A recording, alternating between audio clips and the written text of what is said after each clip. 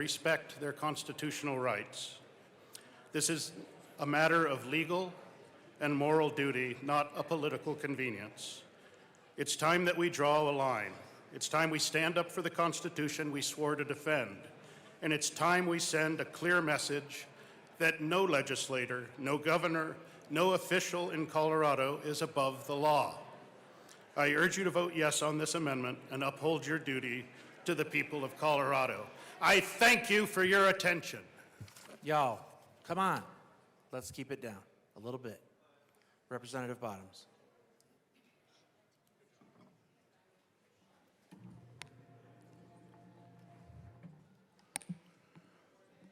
Thank you, Mr. Chair. Thank you to my colleague that kept fighting through all of the disinterest.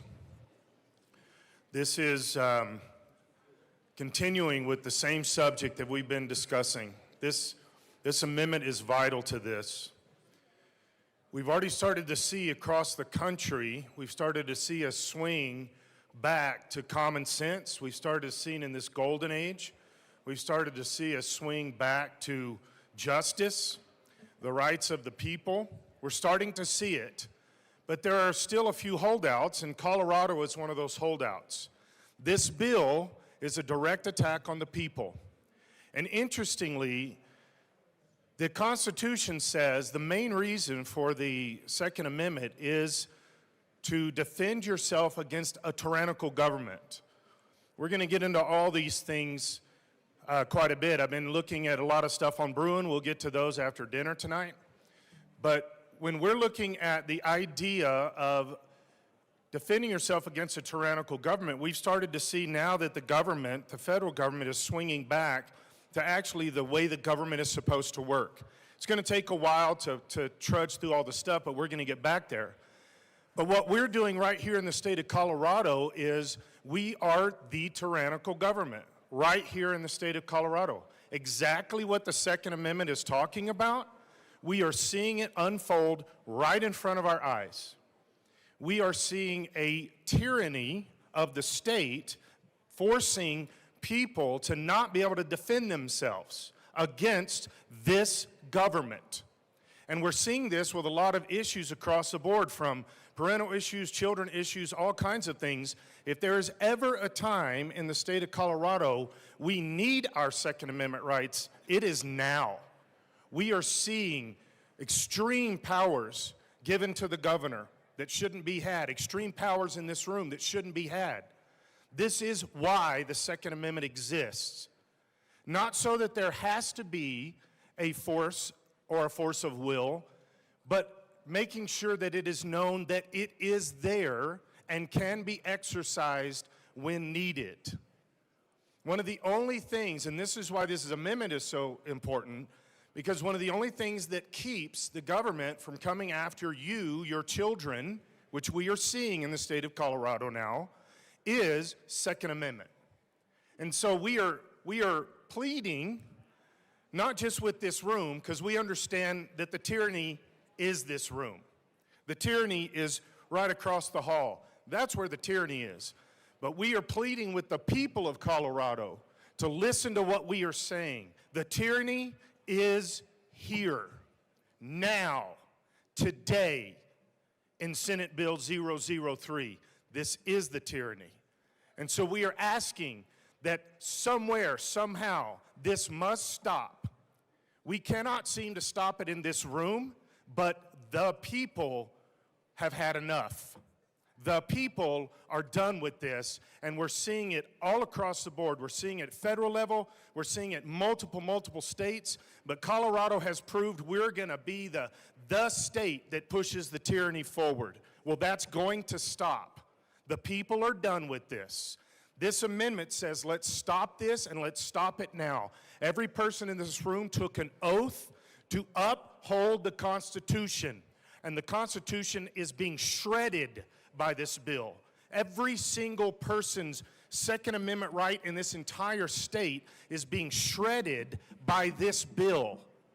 This destroys we the people, and it makes it we the government. It makes it we the tyranny. It makes it we are going to control the people. It's happened in so many countries around the world. It's happened in a few states. But now in the golden age, we're pushing back. This will be destroyed by the federal government. The government will make sure that the people are allowed to speak in the state of Colorado, allowed to go by the Second Amendment, regardless of what this room says. This room is the tyranny shredding our rights, and the federal government will come down on this. We know this because we're in conversation with them about this. This must stop. It must stop right here today. And this amendment will address the fact that every single person that votes yes on this bill is going against their oath of office. This is a perjury issue.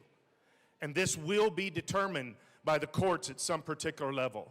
So as I've said before, keep running bills like this and find out. This is a yes, a strong yes on this amendment. This bill must go away right now for we the people, not we the government. We have Representative DeGraff up next, or did you want to jump in? Representative Barron.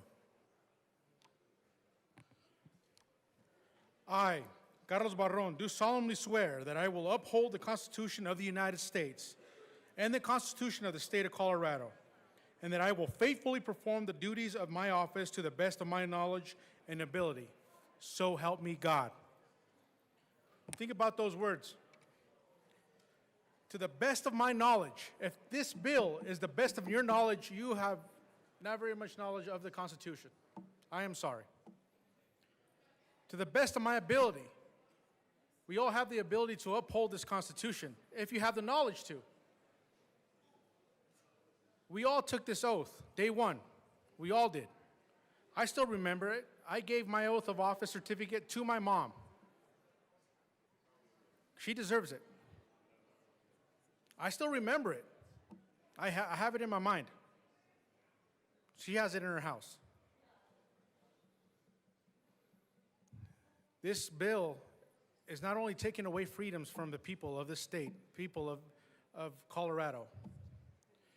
It really is against the Constitution. There should not be no negotiations on the Second Amendment.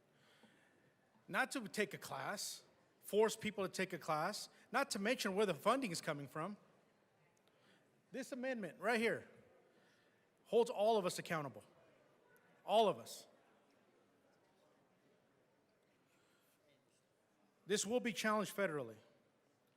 The federal government will come down on the state of Colorado. And who's going to suffer? The people of Colorado, the taxpayers of Colorado. That's who's going to suffer.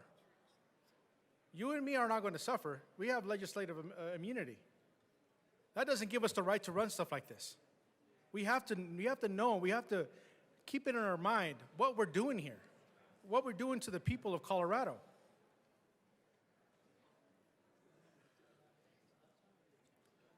Please, if you have this certificate still on hand, if you have a picture of it, look at it again, please. Look at every word that you said day one. Hold true to it. This is what we're here for, holding true to these words. I urge an aye vote on this amendment. Representative DeGraff. And we're still on Amendment L99. Thank you. Which is a substitute amendment. Thank you, Mr. Speaker, and good morning, Colorado. Good morning. We could be talking about how to make your life better, but instead we have to talk about how to defend your rights against a tyrannical government. A government that wants to grow in tyranny without check. So we're going to spend some time today talking about that, and we'll see. But it is with profound reverence for the supreme ruler of the universe, in order to form a more independent and perfect government, to establish justice, ensure tranquility, provide for the common defense, promote the general welfare, and secure the blessings of liberty to ourselves and to our posterity, to ordain and establish this Constitution for the state of Colorado. It's for that reason that I rise in support of this amendment. Because the Constitution, under our Constitution, the people of this state have the sole and exclusive right of governing themselves. Now, this bill, SB003, under the guise of public safety, is about control. Is it about government control? It is about tyrannical government control. And we'll look at that with the history of it. It is about tyrants controlling you. It's part of our, as described in our Declaration of Independence. But the people of this state have the sole and exclusive right of governing themselves as a free, sovereign, and independent state, and to alter and abolish their constitution and the form of government whenever they deem it necessary to their safety and happiness, provided such a change not be repugnant to the Constitution of the United States. So how would you effect change? Well, that is why we have a Second Amendment. We have a Second Amendment to effect that change. And the Second Amendment reads, a well-regulated militia being necessary for the security of a free state, the right of the people to keep and bear arms shall not be infringed. SB 25-003 is a long and complicated list of infringements. Now, it should be telling to anybody that's paying attention that the majority party does not consider them to be infringements. They don't consider them to be infringements because they're tyrants. Hey. The Second Amendment infringes the rights, infringes the ability of tyrants, and that's why we have it. So I'm always questioning when somebody wants to create infringements, why after 250 years would the government be afraid to trust the people with firearms? The people of this state have the sole and exclusive right of governing themselves. So this is not even home rule. This is individual. This is individual sovereignty. And with that, we get back to our Declaration of Independence, that we hold these truths to be self-evident, that all men are created equal, endowed by their Creator with certain unalienable rights, that among these are life, liberty, and the pursuit of happiness. And that to secure these rights, governments are instituted among men, deriving their just power from the consent of the governed.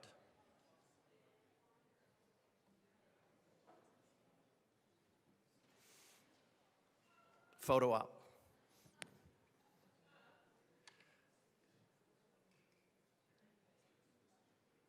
With the consent of the governed.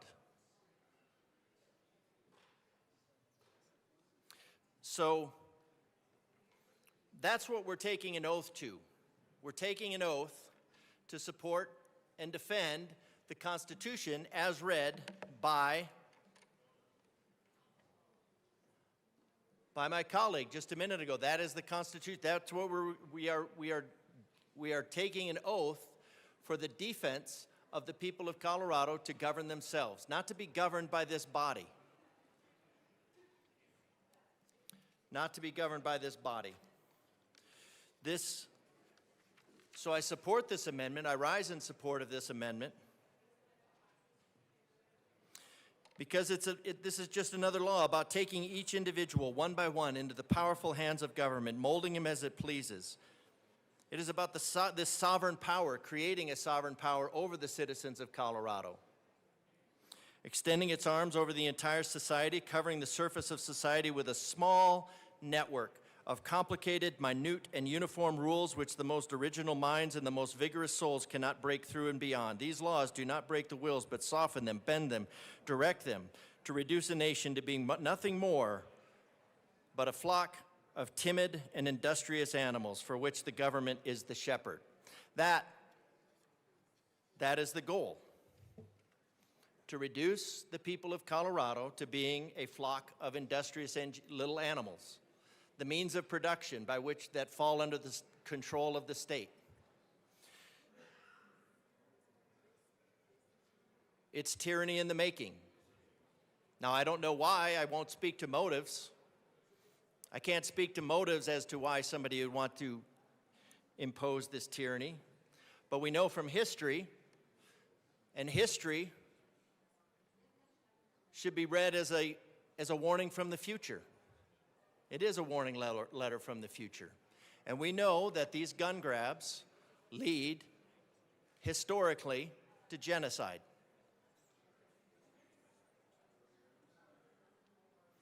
So I would encourage everybody in here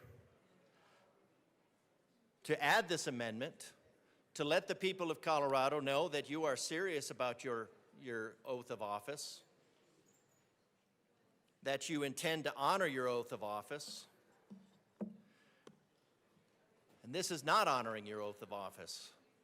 This is subjugating the people of Colorado. This is subjugating the people of Colorado to the whim and will of this room. It's despicable. We'll talk about the rest of the bill later, but for now, speaking to the amendment, I recommend an aye vote on this amendment and reaffirm your oath to the Constitution. Representative Johnson.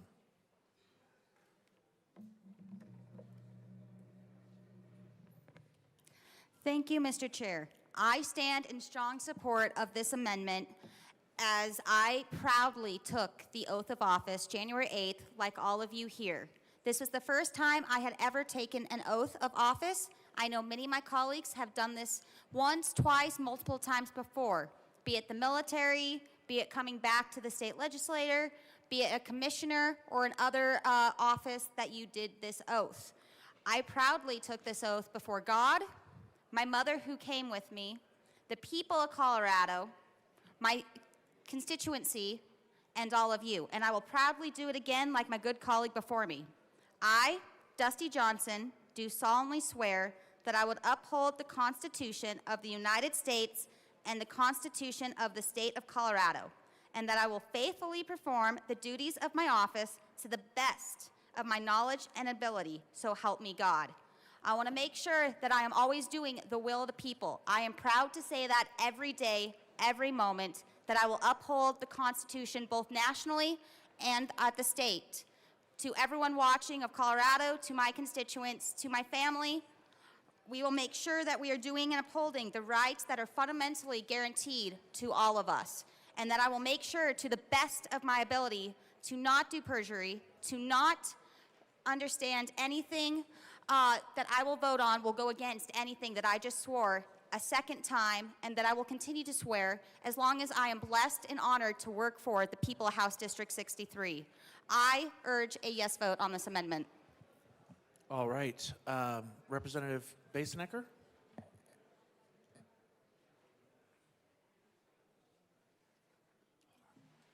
Thank you, Mr. Chair. In looking at this amendment, we'd request a title ruling.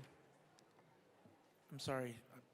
Sorry. Can you repeat? We request a title Okay, excuse me, a title ruling. The committee will stand in a brief recess for a title ruling.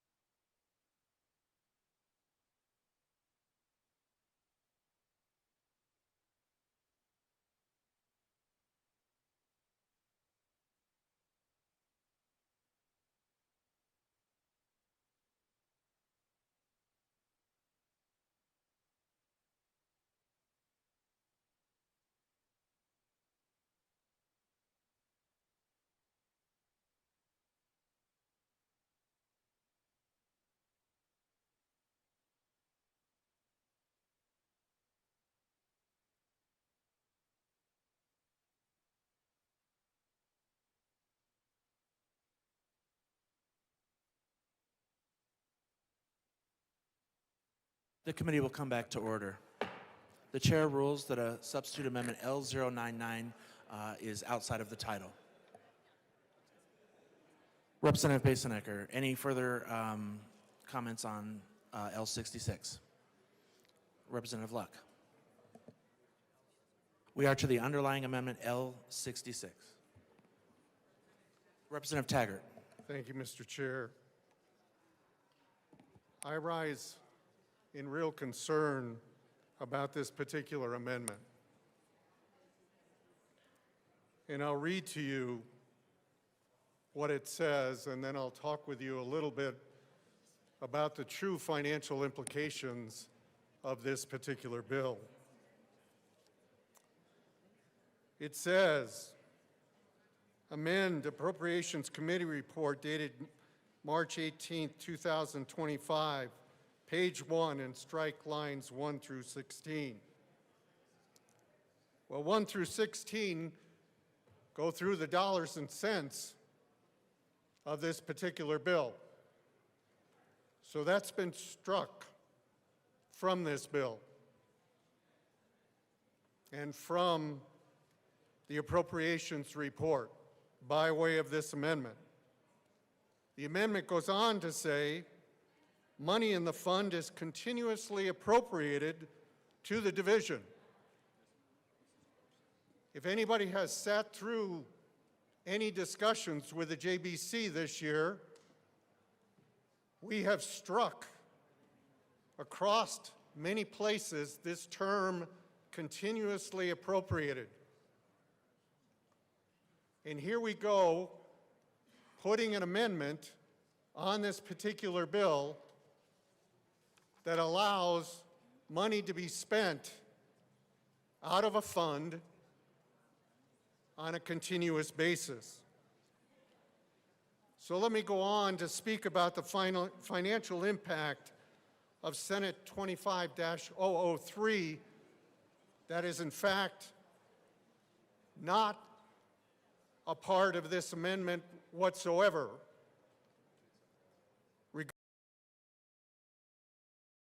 For this bill,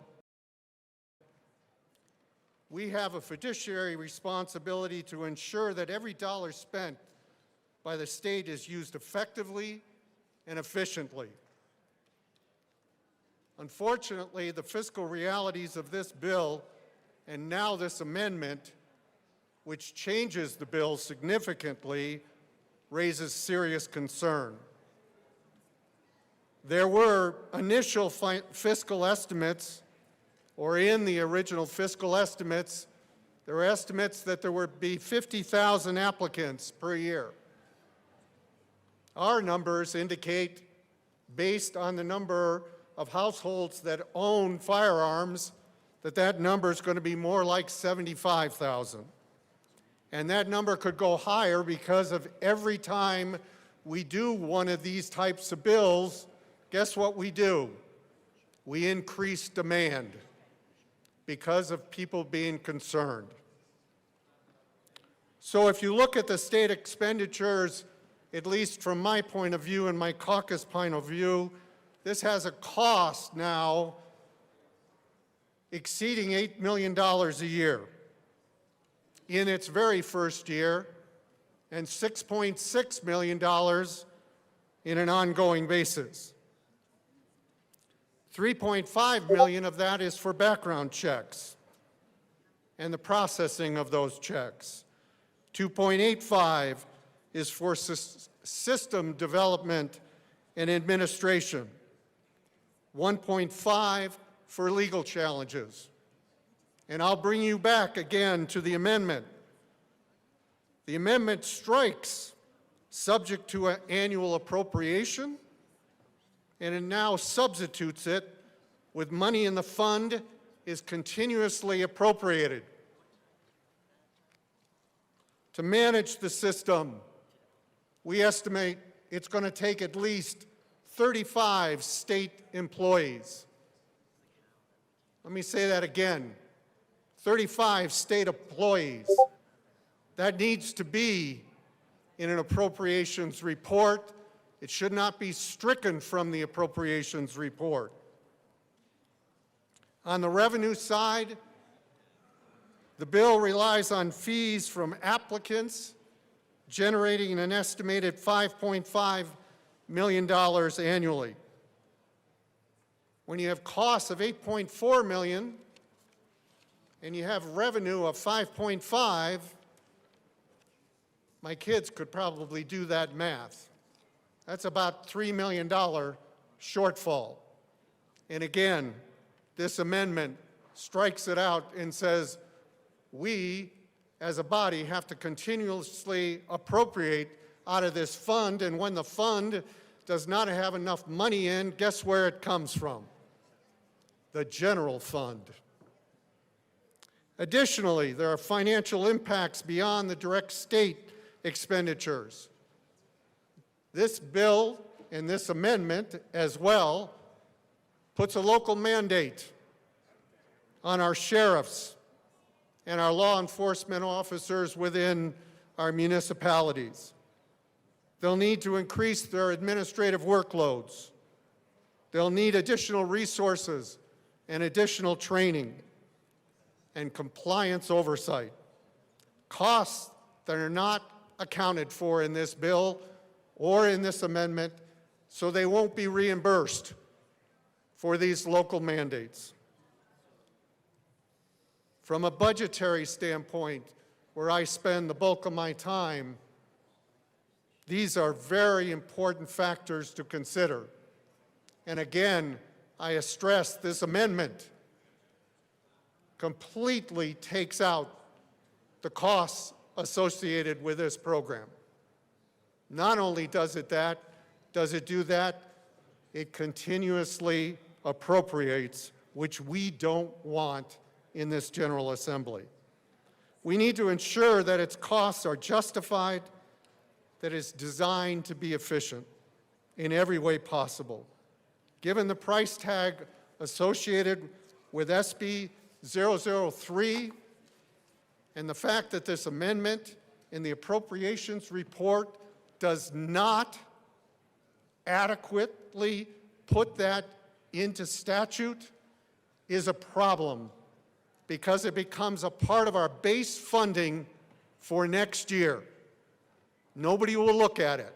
All it will say is prior year legislation, and this body is going to have to come up with the dollars for this at the expense of other programs. I always appreciate the discussion on difficult subjects and difficult bills of this nature, but I urge you as colleagues, we have to be fiscally responsible. This amendment is not fiscally responsible, and it's an end around to legislation. Thank you. Representative DeGraff. Thank you, Mr. Chair. Make sure I'm squared away here. All right. There is nothing more permanent than a temporary government program. We have Colorado, sure, we do have a revenue problem because we are undercutting our foundational, economies like ag and oil, hydrocarbons, things that we get from the ground. We're increasing our, I better take that one off. We're increasing our administrative state, growing the administrative state, and we're wondering why the economy is struggling. We have bills pretending to help, say, the restaurant industry that has closed 22% in the last few years. And they're going to continue to close because a lot of those restaurants that are still open are just riding out their leases. But what do? And why is that? Well, because inflation has devalued your wages by 22.5% in the last 4 years. It's unprecedented. And why is that? It's because of debt spending. It's debt spending of Bidenomics that devalues your currency. So what are we going to do? Well, this body, through a lot of shell games, a lot of moving the cups around to keep everything hidden from out of view, where this money's coming from, the funding that it's putting at risk, is spending imaginary money. And every time the state spends imaginary money, it devalues your wages.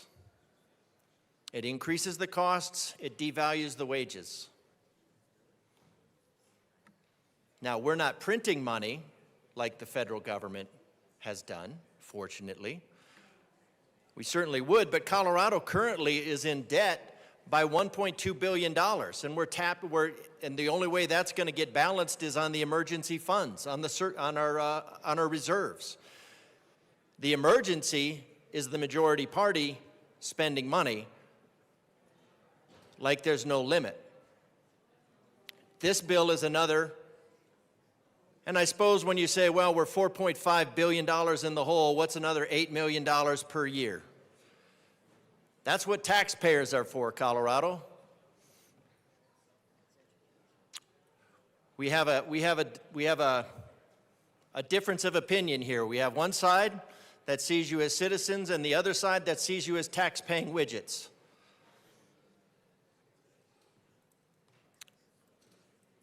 And the Republican Party wants to treat you as citizens and not tax-paying widgets.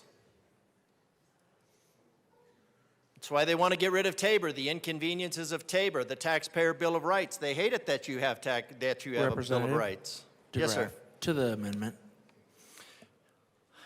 This amendment is trying to bring in some fiscal responsibility to a general Do you know assembly the that U.S. has solar no companies? fiscal responsibility.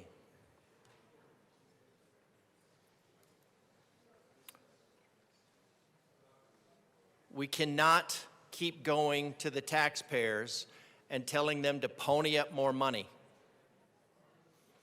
This bill is just another in the endless series of cuts to our economy, bleeding it out. It feels pretty intentional. I don't know why. I suppose it's a matter of winning the battle of democracy in order to end it. The purpose of promising everything is to take it all away.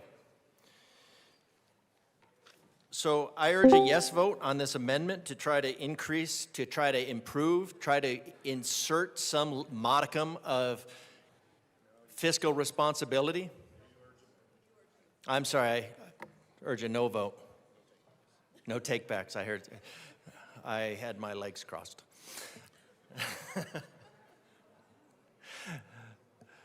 So we want to have some fiscal responsibility, and we don't need another permanent temporary government program.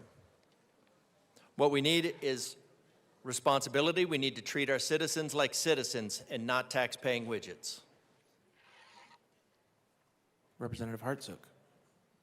Good morning. Thank you, Mr. Chair. So I rise in opposition to the amendment, and let's look at a couple things. So CPW, I mean, if we look at $100,000, let's go to OIT. Where's the $100,000 coming from? Let's go back. So CPW is talking about a cost of $1.4 million in this year alone, 25-26 here. 500,000 going from there on out. So 1.4 million now, 500,000 each and every year following after that. There's staff, there's everything that goes into it, FTEs, all of that. Then you come down here to the record system. So that's what this is talking about. Costs include, out of that 1.4 million, about 1 million for the development and implementation of a system that's going to allow the department to track everything. And then it talks about the estimated cost of that. So let's keep breaking this down. The estimated cost for development and implementation of the system through a vendor is $900,000. So we start out with 1.4 million. There's $1 million going to the system, and of that, 900,000 is going to go to a vendor to develop the system. So the taxpayers are now on the hook for all of this, and what have we accomplished so far? A system after a system after a system. Now, out of that 900,000, we're saying let's take 100,000, which they're talking about here, to go for the Office of Information Technology, OIT, so they can keep meeting the state system. So what's the problem with OIT right now? Any guesses? I mean, OIT is so overwhelmed, so behind the power curve in its ability to secure and stop cyber attacks and everything else that's going to happening. And we're going to say, oh, you're going to get all these other systems, and you're going to have a vendor that's going to come in, and we're going to put $1 million here, and $900,000 here, and oh, in the end, OIT, we're going to give you $100,000 for a system that's already broken. And we're going to expect you to do a whole lot more with it. Now, where I come from, that doesn't make any sense. You're throwing good money after bad, which is, by the way, taxpayer money, to a system that is broken on OIT that can't track. Look at the audit reports that come out of the audit committee that have consistently talked about the failures in OIT, the failures to protect the system.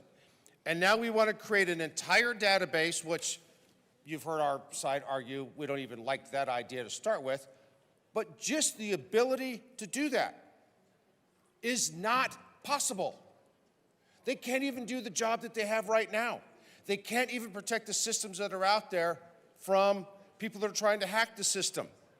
And we want to give a massive workload to it and $100,000 of taxpayer money out of the original $1.4 million, with $900,000 going to a vendor.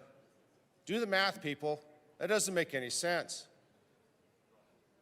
I mean, I did business development upon retirement. I mean, you start looking at these numbers, when you get down to $100,000 to go to a department to, quote, where they're going to establish and set up a system. I mean, I've seen a lot of folks do a great number of things with very little. But you're asking OIT, which is so far behind to start with, to try to do this with a brand new database. That makes no sense. $1,000, the legality to go, the constitutional effect that we're creating a database on firearms. But the sheer numbers, the sheer bottom line taxpayer-funded numbers database on firearms are not doable. OIT has been consistently rated with problems. We're going to throw a whole bunch of new requirements on them and provide this continuous funding year after year, on top of the $500,000 year after year, on top of the $1.4 million this year. All taxpayer funded. Meanwhile, we can't provide services and other things that are out there. We talk about healthcare and everything else, but we're going to do this with the taxpayer funded money for a system like this when we can't meet our other obligations that are out there as a state. That doesn't make any sense. I urge a no vote on this amendment. Thank you. Representative Luck. Thank you, Mr. Chair.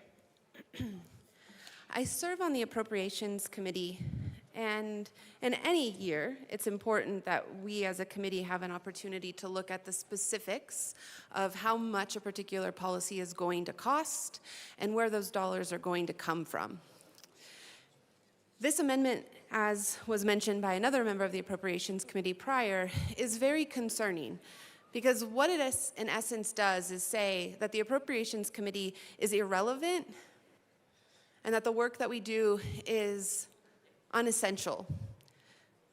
You see, it says that instead of having specific dollar amounts, 1.2 million here from this fund, or 1.15 million here from hand, our authority as an Appropriations Committee and as a body to know in specifics what we're spending on this policy, we're going to hand those details over to the Joint Budget Committee, to arguably the 6 most powerful people in this building, the ones who will determine how much money will be spent to advance this particular program.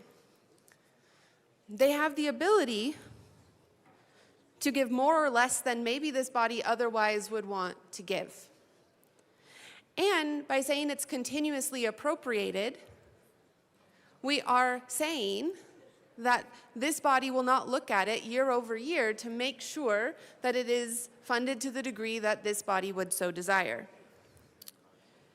That is especially concerning in a year like the year we're in right now, where we have a limited amount of funds, where programs and policies are already competing for dollars, where 1.2 or more billion dollars out of a $16 billion budget has to be cut. Yesterday, teachers flooded the Capitol grounds. The day before, unions. The day before, other groups. Day after day after day, we're hearing from folks who say, please do not cut my particular program. And yet, if this amendment is adopted, we are in essence saying that we prioritize this over all sorts of other things. Because we, as the eyes on this, don't have the necessary information to know how much we're actually going to spend.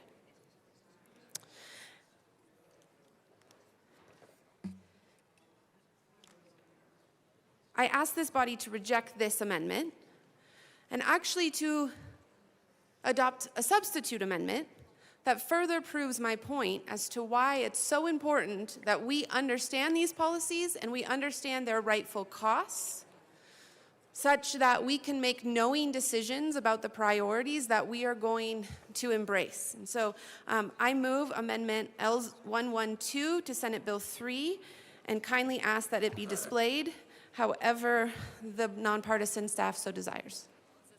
That is a proper motion. We'll wait for that to be... I move this as a substitute amendment to L066. Is that right?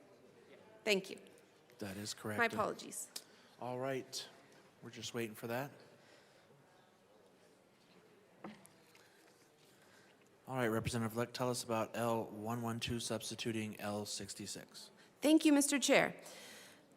We heard in committee in appropriations that there is an expectation that there will only be 50,000 folks who pursue the purchase of firearms once this bill has been passed, and that those applications can be handled with 3 full-time employees.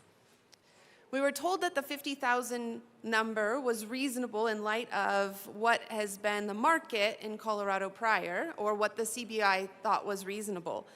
I challenge this based off of the CBI's own statistics. The CBI InstaCheck unit statistics from 2019 through 2024 have an average, I'd say, of about 400,000 background checks a year, meaning about 400,000 Coloradans go to try to buy a gun every single year. The number was roughly 340,000 in 2019, 501,000 in 2020, 450,000 in 2021, 396,000 in 2022, 367,000 in 2023, 344,000 in 2024, and it's my understanding that right now the CBI has 900, over 900, almost close to 1,000 background checks pending in the present moment, 1,000. And so the 50,000 number seems to be very minimal compared to what we will actually experience if even half of the people who have prior desired to purchase a firearm continue to want to purchase a firearm. And so this amendment multiplies the appropriation that was approved in appropriations by 8. Because the original number was 50,000, we're now looking at actually something more like 400,000. 50 into 40, 400, that's 8 times as many, right? 8 times as many applications are likely or potential. Therefore, we should budget, especially since this is an inalienable right, to ensure that we have the coverage necessary to supply these services and not get huge backlogs. We already see other fundamental rights that are in backlog, i.e. by the CBI with respect to forensic data and all of the different tests that they are supposed to do. And so let's not end up in that boondoggle again with respect to this policy. Let's fully fund, or at least more likely fund, this, and do so by eliminating the general appropriation that the underlying amendment suggests and bringing it to a number that's more aligned with reality. And again, for those that are in the room or listening who have the responsibility of helping to figure out where monies go, realize that this goes from $1.1 million, or I should say in full, $1.25 million to $9.3 million. That's a lot of millions that could otherwise be used on other projects that, if your district is like mine, your people are clamoring for. And so I urge an aye vote on this amendment. Thank you. Representative Kelty.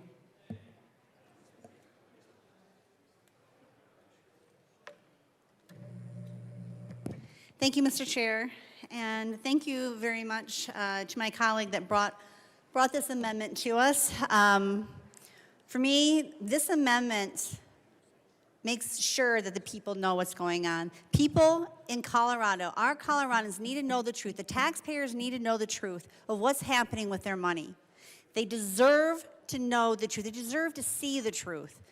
They're busy day to day to day. They're not paying attention as much as they possibly would if they could. But they have jobs, you know, making the money that they give to us that we're supposed to spend wisely, which lately, from what I've seen, we don't. They need to know what, how much, and where their money is, and what the reality is. Showing that there was 100,000, it's ridiculous the amount of money that I have seen ever since day one, and then the SMART meetings, and everything that I have seen and witnessed under this dome, the fraud, waste, and abuse that I have seen, and hidden from the people. Actually hidden from the people. They have no idea where their money is going because it's so convoluted. And I like the word that my colleague used, boondoggled. They're being boondoggled by the bill and by the previous amendment. This amendment here, Representative Luck's amendment here is absolutely sound. It displays what the truth is that the people need to know. They need to know where their money, they work too hard for the money. They work too hard for their money. It's not your money, it's their money. And I feel ashamed, I feel embarrassed that they've given us the responsibility of taking care of their money for them. And yet day after day after day, it is wasted. And for that, I apologize to Colorado. I can guarantee you that we are doing everything, at least on our side, that we can to make sure your money is not wasted. But unfortunately, it's out of our hands many, many times. But we are fighting for Coloradans to keep their money, and this is a good amendment. Thank you. Representative DeGraff. Thank you, Mr. Chair. Let me look at the author. Yes, I am in support of this amendment. I mean, there might as well be some truth in the bill, and this would be a start. And it's based on actual numbers that we're seeing now. Unless the sponsors are signaling their intent to make it so impossible to buy a firearm for the purpose of self-defense of your home, life, liberty, and property, that they figure that only 1/8 of the people will be qualified to do so. Now that would make sense because obviously this bill is intended to have a cooling effect on the peoples, the citizens, or for the majority, the tax-paying widgets out there. It's intended to limit the ability of tax-paying widgets to purchase firearms for self-defense. So I suppose that would be, maybe that's their intent of lowballing this number. But right now, it's not based on reality. And so putting reality in the bill would also be a good indication here as to why Colorado can't balance its budget. Why we're $4.5 billion in the hole.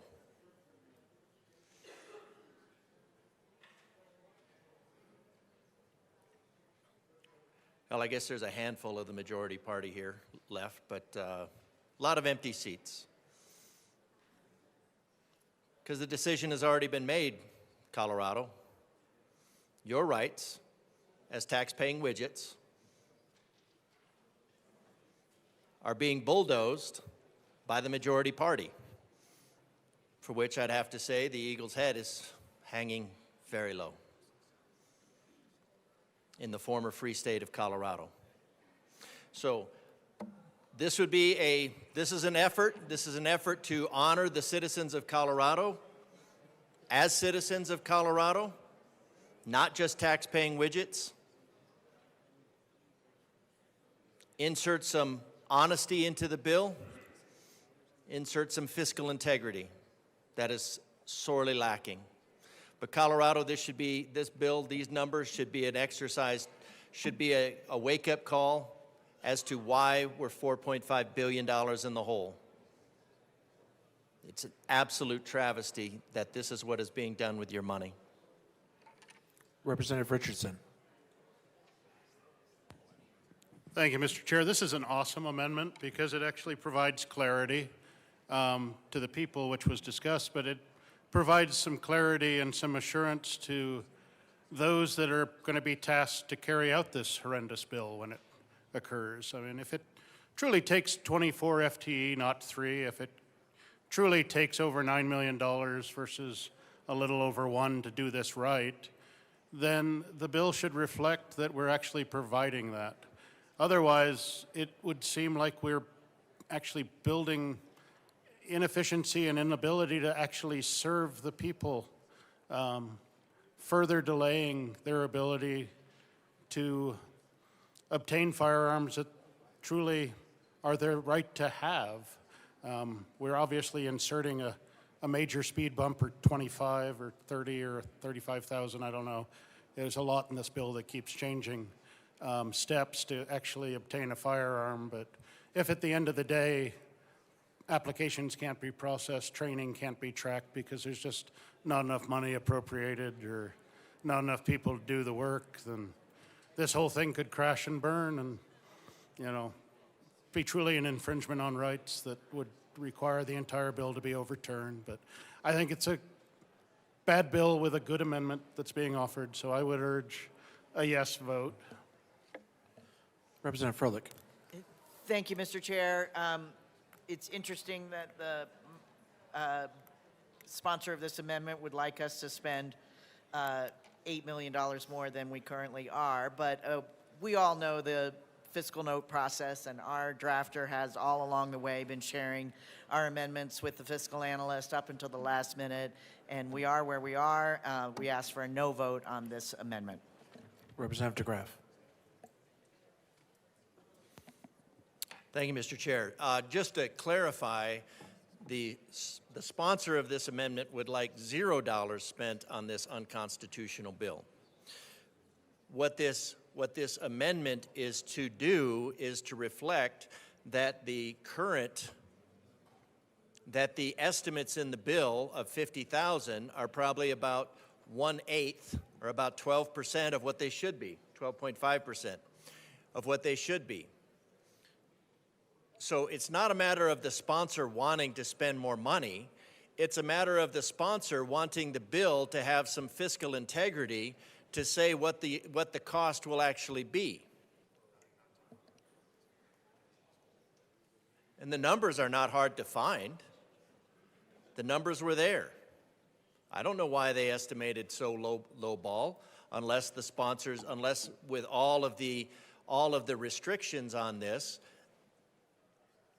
the sponsors are saying that yes, in fact, the purpose of this bill is to make it nearly impossible for anybody to execute, to have a right to self-defense of their life, liberty, or property, making their life, liberty, and property at continual risk to being deprived by either by criminals, either common or elected. So this is not a matter, so just for clarification, Colorado, the sponsor would like no money to be spent on this bill. The majority party is hiding the amount of money that's going to be spent on this bill in a season where there is already a $4.5 billion deficit and growing. So just for clarity, this amendment is for fiscal integrity. The bill as is for smoke and mirrors. Representative Luck. Thank you, Mr. Chair. Fiscal notes, again, for those who are watching from afar and don't know the process of this building, fiscal notes, if you were to come and look through our bill folders, they're always in pink in our document, and they're prepared by our nonpartisan staff here in the building. And I believe our nonpartisan staff strive to do the best job that they possibly can in preparing the fiscal impact sheet so that we have the information necessary in order to make good decisions. The curious thing, however, is that those fiscal analysts get information directly from the departments who are impacted by a particular policy. And this year, again, we've been working since September, October, with an understanding that the state was going to have to cut a significant amount of dollars. And I found it curious that fiscal note after fiscal note this year, for policies that the executive branch supports, have a very little, if zero, fiscal impact on the state. They can be done within continuous appropriations. But those policies that the executive branch is not too fond of somehow are going to cost departments an enormous amount of money. It's almost as if the data that is provided to the fiscal analysts is somewhat spun. And I have to ask on this bill if that's not also the case. Again, I have CBI InstaCheck unit statistics, month by month, year over year, that show about 400,000 purchases per year in Colorado, or at least attempted purchases, i.e. background check requests, in Colorado. And yet the fiscal note contemplates only 50,000 people in future years from this bill will seek to purchase a firearm.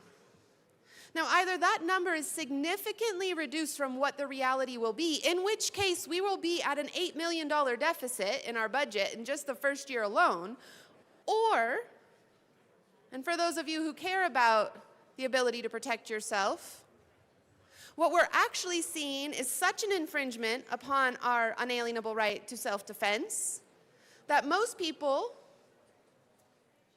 meaning only 1/8 of the current number, will actually continue to exercise or seek to exercise that right moving forward. In either case, we have a pretty significant problem, a problem that should be looked at. If it's the latter, that's a conversation for later when we talk to the bill. If it's the former, then we must ensure we have the necessary resources going to the necessary state departments in order to effectuate this policy so that people can exercise their right to defend themselves, their families, their homes, their neighborhoods, etc. And it should be curious to those listening that the underlying amendment seeks to strip the specific amounts from statute that would be appropriated and give this open door to whoever, whatever amount needs to be there. Again, putting into question if that underlying fiscal note is accurate. And so I urge you to vote yes on this amendment and to make sure that we are funding to the necessary amount the ability for people to make their communities safe. Thank you. Seeing no further discussion, the question before us is the adoption of L112 substitute. A division has been called. The committee will stand in a brief recess.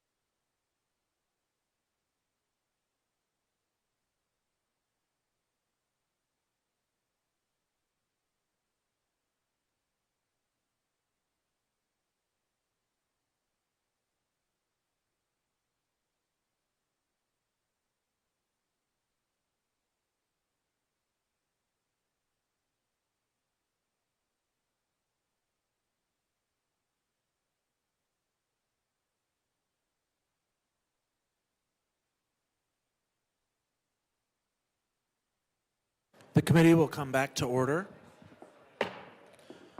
A division has been called. The question before us is the adoption of Amendment L112 as a substitute to L066. All those in the chamber not entitled to vote, please sit and remain seated. All of those in favor of substitute amendment L112, please stand and stand in one place while you are counted.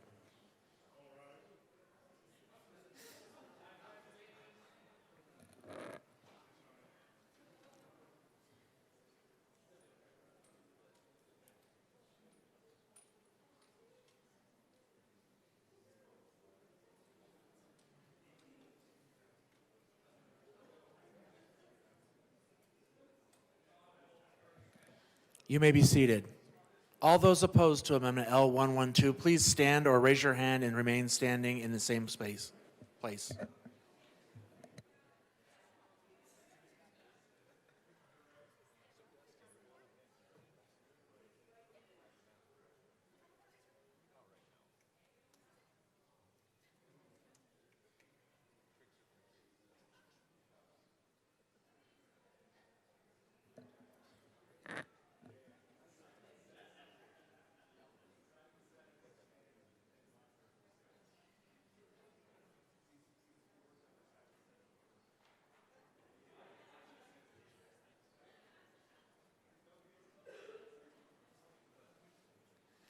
Substitute Amendment L112 is lost. We're back to L66. Representative Johnson. Thank you, Mr. Chair.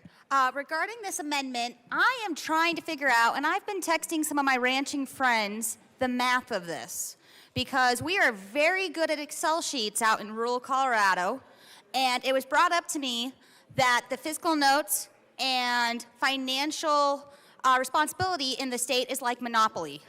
The government is the board, and they control what the dollar amount is or is not, and we're stuck just going around and around hoping for a payday because we have an affordability crisis in our state. What I mean by that is we have our constituents wanting affordability because we have inflation in our state. And now this puts us in a pickle for our people.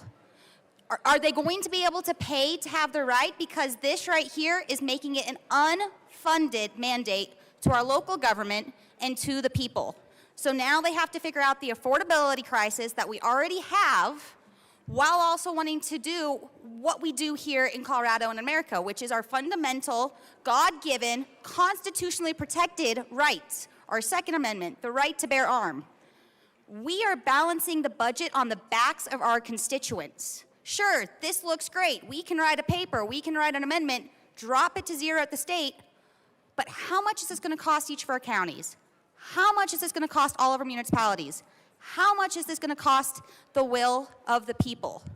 If we're a body by, for, and with the people, why are we balancing the budget on the backs of our constituents?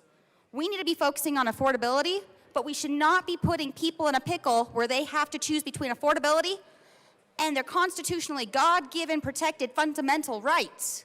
Why are we playing Monopoly here at the state and making folks go around in basically a circle trying to figure out what we're doing here? This does not make sense, but we've already talked about there is no sense. Common sense is done. So I urge a strong no vote on this amendment, and we need to figure out and be transparent to the people. What is this gonna cost? Madam Minority Leader Puglisi. Thank you, Mr. Chair. And I thank my colleagues for this great discussion. I think it's really important. I want to echo what our Joint Budget Committee member had said. I am incredibly concerned about the continuous appropriation language. Having that in the budget, especially this year, we're at a $1.2 billion budget deficit. We don't know what the continuing budget deficit will be. And what my fear is that, because I know we're hearing it more and more, is that the reason that we are in a budget deficit is because of the Taxpayer Bill of Rights, and so we need to eliminate or reduce those refunds to the people of Colorado. And what we've seen at the ballot consistently is that the Taxpayer Bill of Rights is something the people of Colorado always vote in favor of. They are fiscally conservative, and they always vote in favor of keeping and protecting the Taxpayer Bill of Rights. And so what my fear is with this language, having that and giving that to the Joint Budget Committee to continuously appropriate every year, I did like the amendment that we had before that said subject to annual appropriation. So if the money is not appropriated or if something changes in the budget forecast, that is something that can be cut.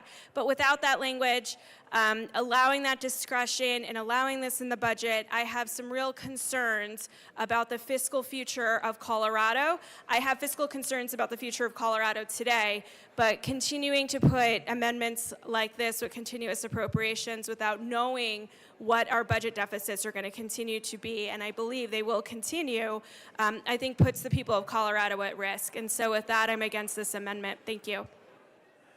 All right, Assistant Minority Leader Winter.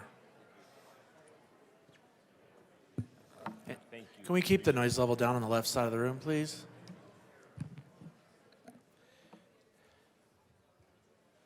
Mr. Assistant Minority Leader. Thank you, Mr. Chair. I appreciate it. And I want to reiterate what my colleague from Grand Junction said as well. The fiscal note claims there will be around 50,000 applicants, but he's estimating more like 75,000. When this bill's passed, this is going to be like Meat Out Day in Colorado, but with guns. When we declared Meat Out Day here, that was the largest sale of meat in the state of Colorado. People were like, we're not going to do this. We're going to push back.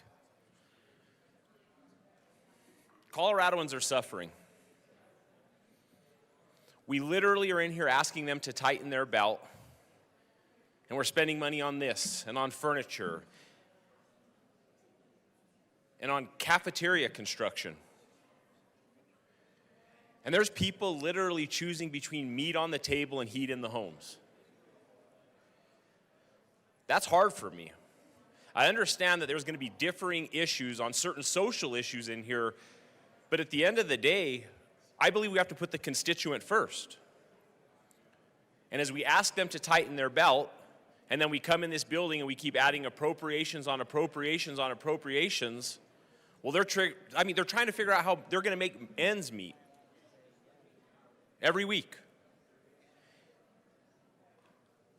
And no matter the agenda, I think sometimes we just got to step back and take a look and say, we may have an agenda, and either side in here isn't going to agree on it, but what we should be able to agree on is we should be trying to make Coloradoans' lives easier.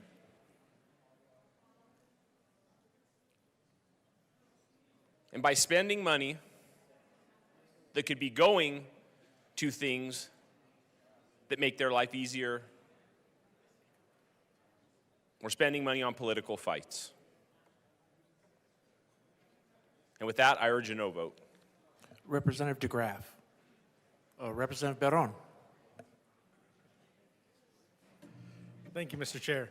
I want to piggyback a little bit off what my good representative for Fort Morgan said, my colleague, on affordability for the municipalities.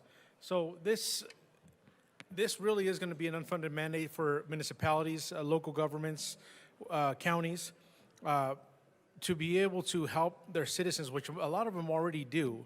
But now they're going to have to decide whether they're going to have to pay for this or pay for helping their citizens in their county and their municipalities.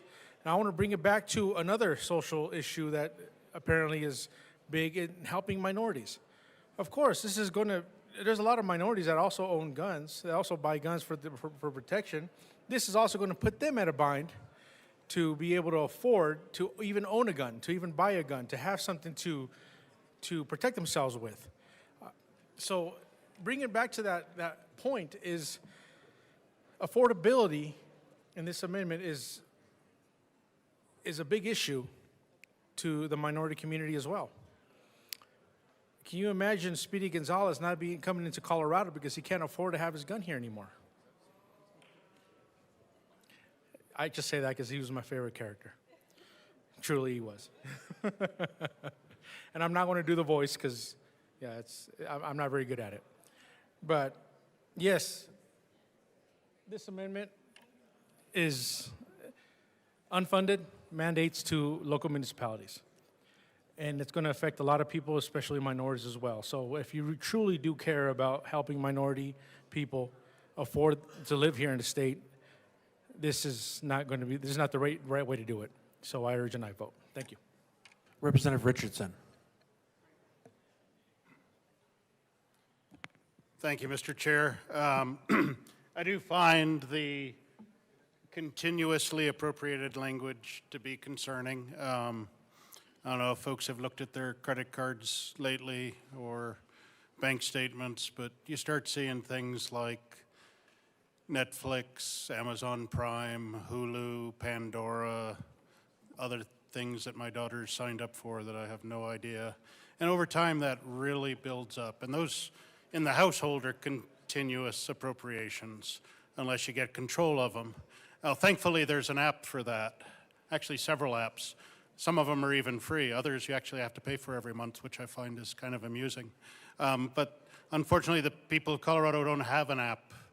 What they've got is 65 of us that are supposed to be looking out for their pocketbooks. So I would stop the continuous appropriations. If there's anything that is constant, it's going to be change. We're addressing a problem apparently with this bill that really didn't exist 30 years ago. Maybe it won't exist 30 years from now, but this zombie appropriation will continue on and continue on and continue on endlessly unless it's stopped. So I would urge we don't start it and vote no on this amendment. So please vote no. Representative Garcia Sander. Thank you, Mr. Chair. And if nobody else has complimented you on that snappy jacket today, let me be the first, because it is pretty thank snappy. you. Snappy. Thank you very much. You are very welcome. So earlier this week, I joked in a committee that I'm probably going to be known as the Castle, the cheap state legislator. And my mom says, no, you're not cheap, you're thrifty. So I could be the tassel, the thrifty state legislator. I'll let you figure out what the A is. So I am also concerned about the continuous appropriation. You know, we all have checkbooks. We all should be balancing them either you know, online or in your little checkbook ledger at the end of the month, making sure that you have the income and the expenditures balanced, and hopefully you have extra money at the end of the month and you don't go into the red. Without knowing the economy, looking at the real numbers that, you know, both of our sides have allocated and approximated, I just am very concerned about the continued appropriations without knowing what our revenues are going to be. Our state has overspent, we've overpromised, we've overexpended, and yet we continue to come up with ideas on how else we're going to spend the taxpayer monies. I am going to be the tassel and keep asking about balancing the checkbook, the state checkbook. We don't know what the economy brings, and that's been something that my colleagues on the left side have worried about since the federal administration has changed. We don't know what's going to happen as far as people running from our state because of overregulation and because of the continued attacks on our pocketbooks. We keep getting nickeled and dimed. I spoke with the insurance carriers this morning saying insurance carriers are fleeing the state because of overregulation. We don't know what our continued revenues are going to be, and so continued appropriations are very concerning to me. So from this tassel, I'm going to ask people to consider today's solution, tomorrow's problem. The continued appropriations are going to be a problem in the future, I believe. I urge a no vote on this amendment. Thank you. Representative Bottoms. Thank you, Mr. Chair. And if you would have let me get up earlier, I would have also complimented your jacket. So I sit in sat in a PROPS. This is my third year to sit in a PROPS. And there's one thing that is always a contentious subject in appropriations, and that is some kind of continuous allocation. There's a reason why we have the system that we have in this building. Once it comes to our side, or if it starts on our side, it has to go to committee first. This is where the people get to discuss this. There can be amendments made and things like that in that setting. For this bill, it went from Judiciary to Finance. And so both of those committees, people can speak on that. Then it went to Appropriations. And that is not the same kind of committee. Unless it's a committee of reference, it's not a committee that people can testify on in those kind of settings. So in Appropriations, we looked at this bill. We looked at the enormity of the financial impact on the state, and then also on Parks and Wildlife. Now, some of that has been changed, been amended through the process, but this is interesting that it would come out of appropriations and then get drastically changed. This is almost like a strike below when you're talking about appropriations. So now this comes out of appropriations, and it is a completely different bill. Appropriations is not very excited about continuous funding. This is something that may not have been able to pass through appropriations. This is a major change. And so because of this, I move that this bill gets sent back to appropriations to actually deal with the appropriation that we originally addressed, voted on, and passed out of appropriations before we brought it to the floor and completely changed the appropriations. This is not like other committees. For some of you newer in here, appropriations doesn't act the same, and they are a lot less forgiving in these kind of circumstances. So I move that this be sent back to appropriations. All right, we have a motion for a re-referral. We'll hear from Ms. No, let me have Representative Bottoms is going to need to remake his motion. Mr. Speaker Pro Tem, Representative Bottoms.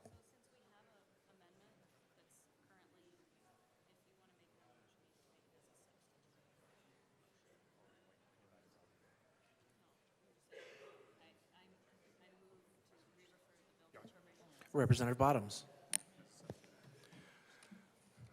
Thank you for clarification. I move that this is sent back to appropriations as a substitute amendment to this motion, to this amendment. All right. That is a proper motion. Representative, Mr. Speaker Pro Tem Basenecker. Thank you, Mr. Chair. Thank you, members. This simply changes one word in the Appropriations Committee report, the continuously piece. After working with Department of Revenue, Department of Natural Resources, and the first floor, this is how this needs to be funded. It utilizes funds through 1353, the firearm dealer licensing bill, and simply rolls forward that existing stream of funding into future years so that a list of firearms can continue to be populated and reevaluated. And by the way, these are a list of firearms that are actually exempted from the bill. That is what this makes possible. So we would ask for a no vote on this motion. Representative Bottoms. To amendment. Thank you, Mr. Chair. I do agree with the bill sponsor. This is only one word. This word takes it from yearly to infinity. So this is not just a casual word. This is the biggest word you could use in this setting. So why would we change it from yearly to continuous? That makes no sense. We need to send it back to the committee that agreed to yearly, not to continuous. This is not the type of word change, albeit one, that you do on the floor after appropriations had already dealt with this. Representative Luck to the motion to refer to appropriations. Thank you, Mr. Chair. I just do want to note that this particular amendment that we're discussing does strike lines 1 through 16 of the Appropriations Committee report, which is largely what we've been dialoguing about throughout this morning. Thank you. Representative DeGraff. Thank you, Mr. Chair. I support this amendment to return this bill to from whence it came. Changing the entire bill, changing the entire fund. Of course the agencies that are tasked with this are going to want to have the funding year after year after year after year after year, because nothing is as permanent as a temporary government program. Of course they're going to want to have their funding. Of course the sponsors are going to change the mechanism for the funding until after the appropriations.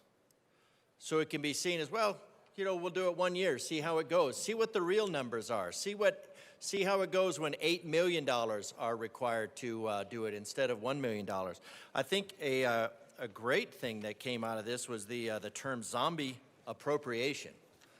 I'm a big fan of zombie appropriation. Continuous appropriation just doesn't cut it, because a zombie is just a mindless appetite sapping the livelihood of the living, sapping the vigor of the living. And that's what a continuous appropriation is. It's just something that goes in the budget. We have lots of them. And we have teachers that are out protesting the lack of funding and all that. But you should know, here's millions of dollars of continuous appropriation that are going to come from those budgets. We've got things like $24 million to keep buses running for a free month, to keep everybody productive off them. $24 million year after year after year after year after year. What do we put in continuous appropriations? They put their priorities in continuous appropriations. And then they leave the rest to fend for the scraps and tell you so when they tell you year after year, teachers, that you're their priority to fight for their scraps, because the continuous appropriations are the priority. The continuous appropriations are those things that are meant to be funded without end. Now, when I looked up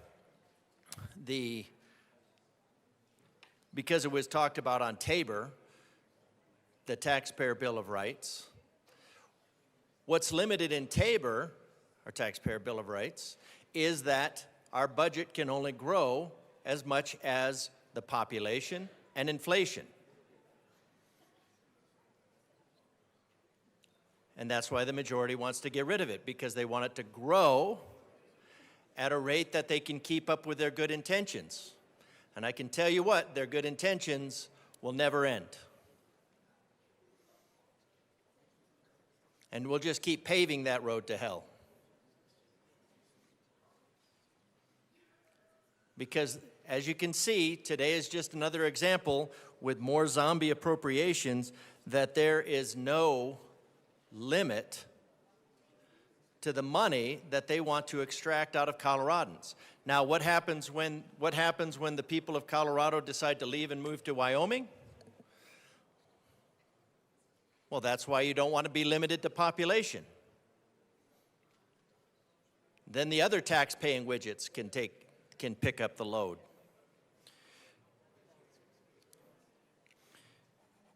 We tried to put some fiscal integrity into the bill by saying what it's actually going to be.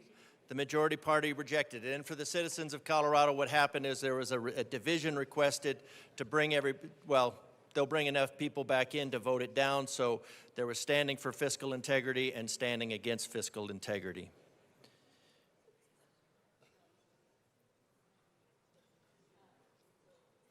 What we want them to do is we want them to come back and listen to the voice of the majority. We want them to listen to the voice of the millions of letters that we've gotten from the citizens of Colorado who don't like being just considered the tax-paying widgets of Colorado. And in order to have that division, you notice that we had to have a pause in order to make sure that there were enough of the majority party in here to counteract the 22 votes that we have over on our side that want to treat you as citizens. Don't worry, there's enough of the majority party that wants you to be tax-paying widgets that they'll bring them in.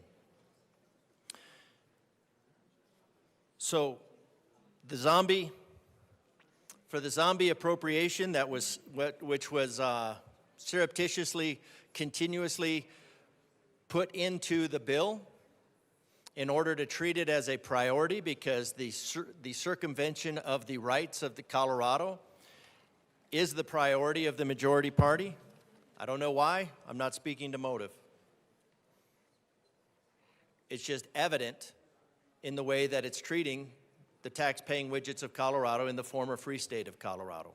So I think we should vote down this amendment, because of course it's trying to make a temporary government program permanent, and it should go back to appropriations, and then it should go farther down still.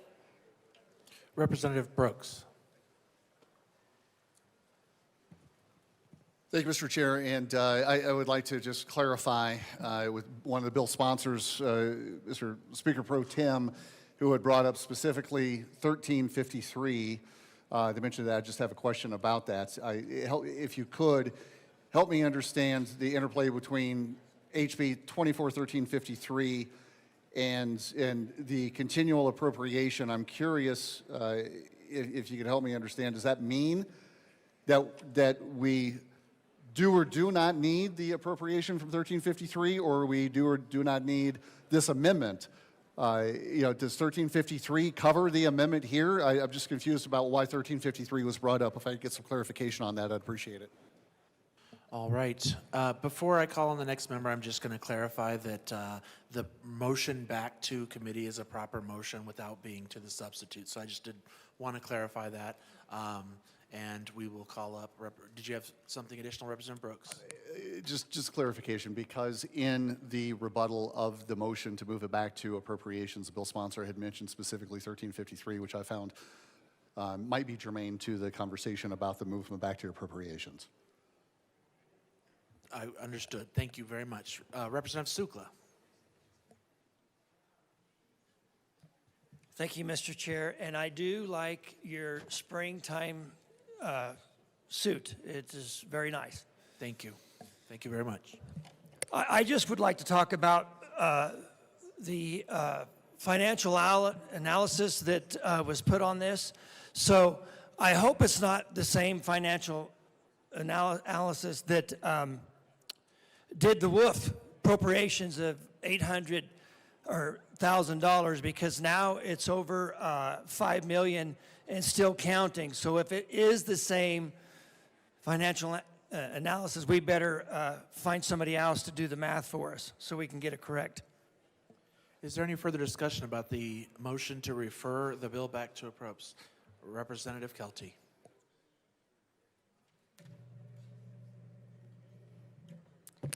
Thank you, Mr. Chair, or Speaker, Chair. Thank you very much.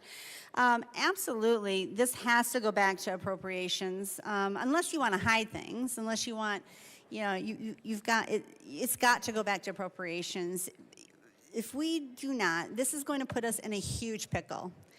And talking about boondoggle, this is it. If we don't send this back to appropriations, then the actual truth of what's happening with the bill and with the money and everything else that we're trying to hide from the public, I'm not trying to hide it, others are trying to hide it. So please, send this back to appropriations. Any further discussion on the motion? Seeing none, the question before us is the motion to refer the bill, Senate Bill 25-003, back to appropriations. All those in favor say aye. All those opposed, no. The noes have it, and the motion fails. Is there any further discussion on Amendment L66? Representative Froelich. We ask for a yes vote on L66 and a yes on the Appropriations Committee report. All right, seeing no further discussion, the question before us is the adoption of Amendment L66. All those in favor say aye. All opposed, no. The ayes have it. L66 is adopted. All right, to the Appropriations Report, is there any further discussion? Seeing none, the question before us is the adoption of the Appropriations Report. All those in favor say aye. All those opposed, no. The ayes have it. The Appropriations Report is adopted. Representative Froelich. Thank you very much, Mr. Chair. We had a robust discussion in Finance Committee, and we ask for a yes vote on the Finance Committee report. Is there any further Representative Mr. Speaker Pro Tem Beisnecker?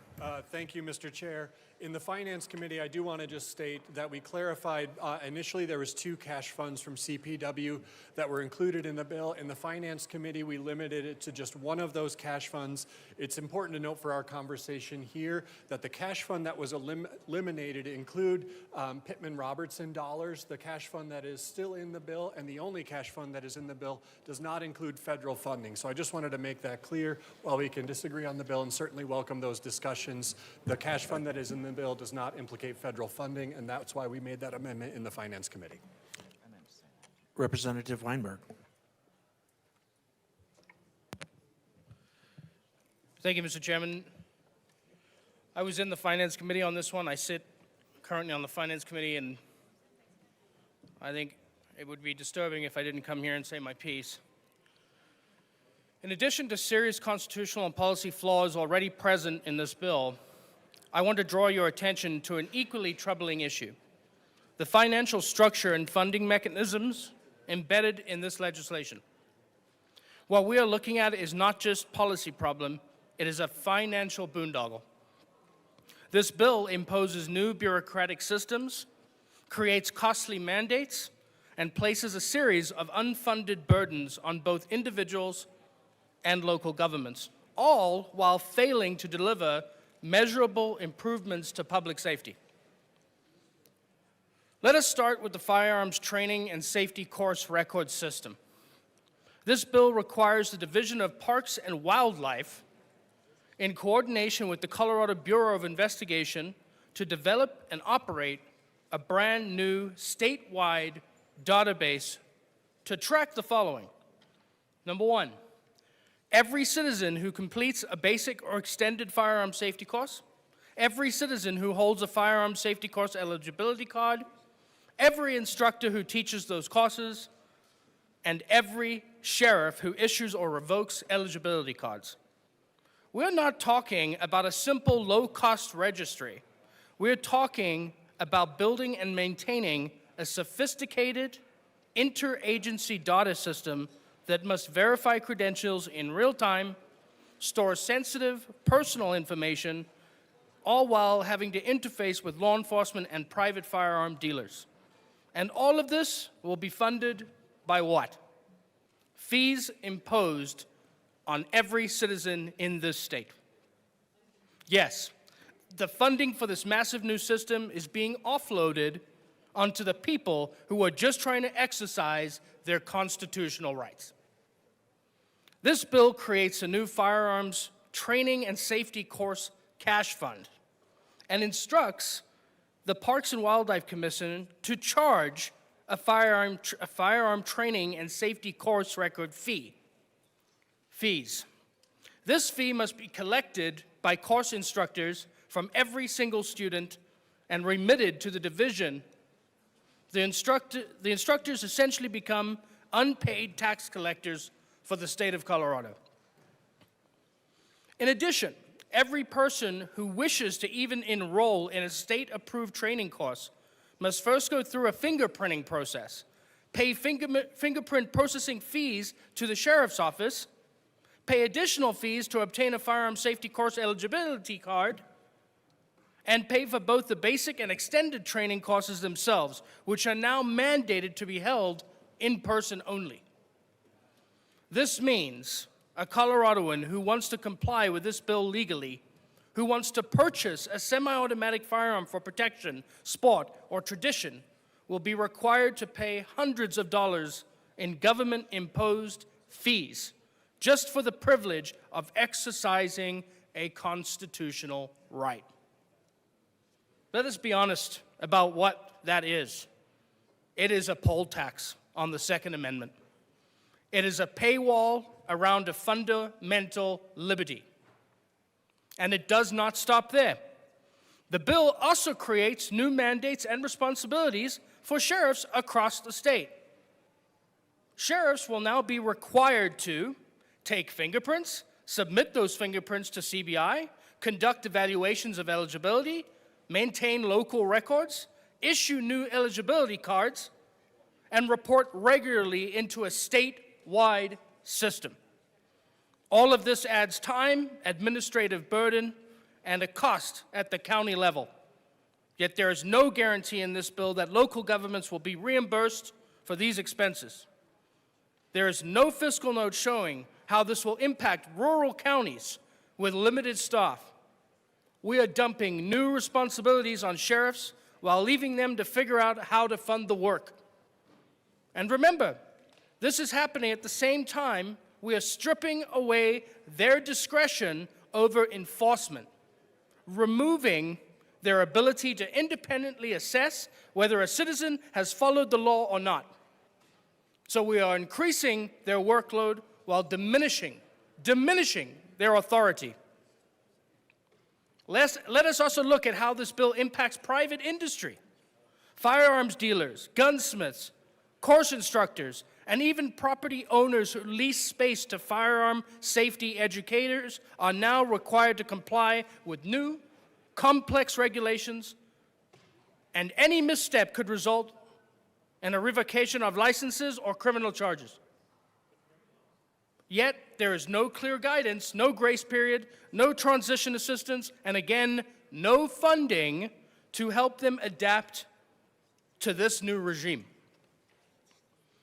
In short, this bill places the cost of enforcement on the people it regulates.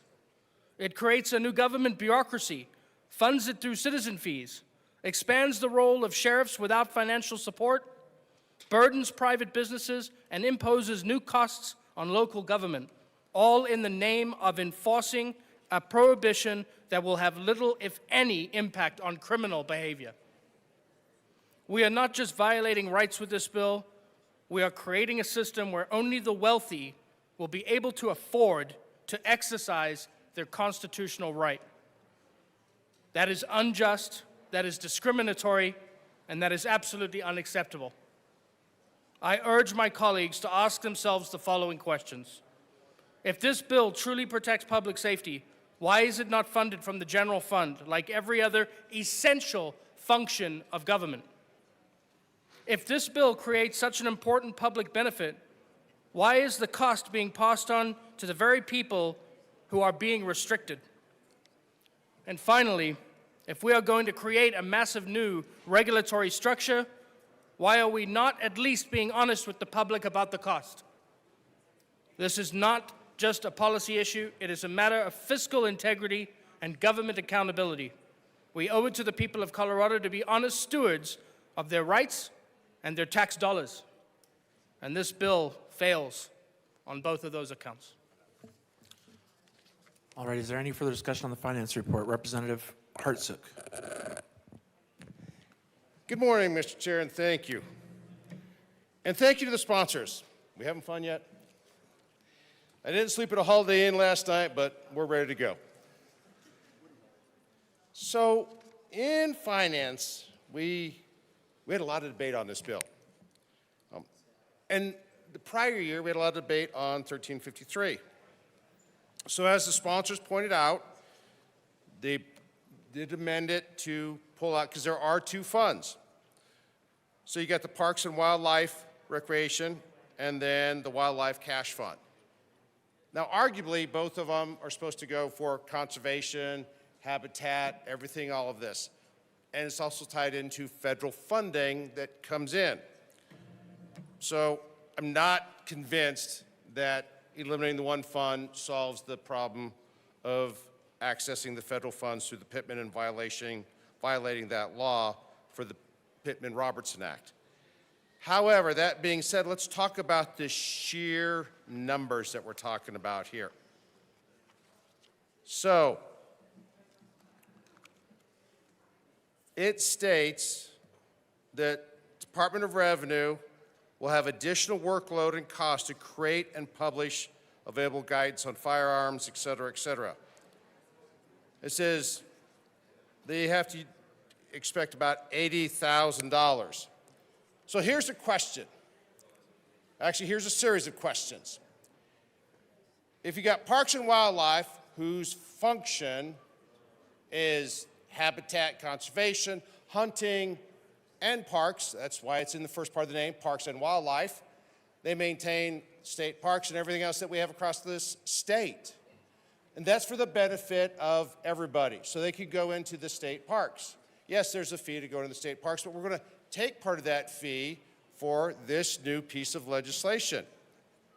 So let's start running down a list of questions.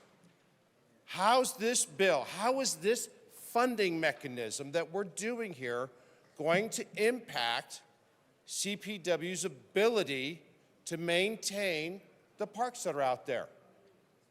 We're already in a budget shortfall. We're, give or take, $1.2 billion. So how is Parks and Wildlife going to take care of our existing parks? How is this going to do its primary function out there?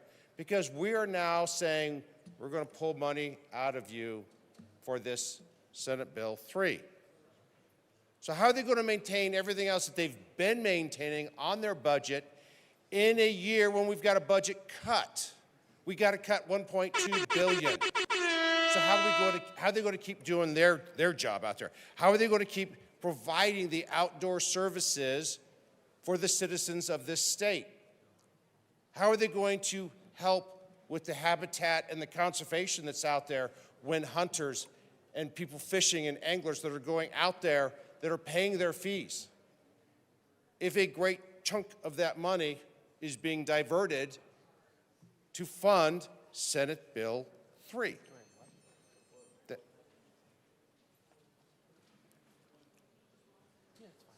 Then you get into, so what happens at some point, CPW's account's going to be depleted. I mean, the simple reality is if you've heard the numbers all morning long, if we end up taking more money out than is going in, how is CPW going to fund it? Are they going to come back and go, hey, General Assembly, I need more money, when we are already telling all the agencies you have to take a cut because we're $1.2 billion over budget. We have a deficit. So if we're drawing money out and we're telling them to take a cut, how are they going to do their job? How are they going to function in the state of Colorado with their primary mission for parks and wildlife?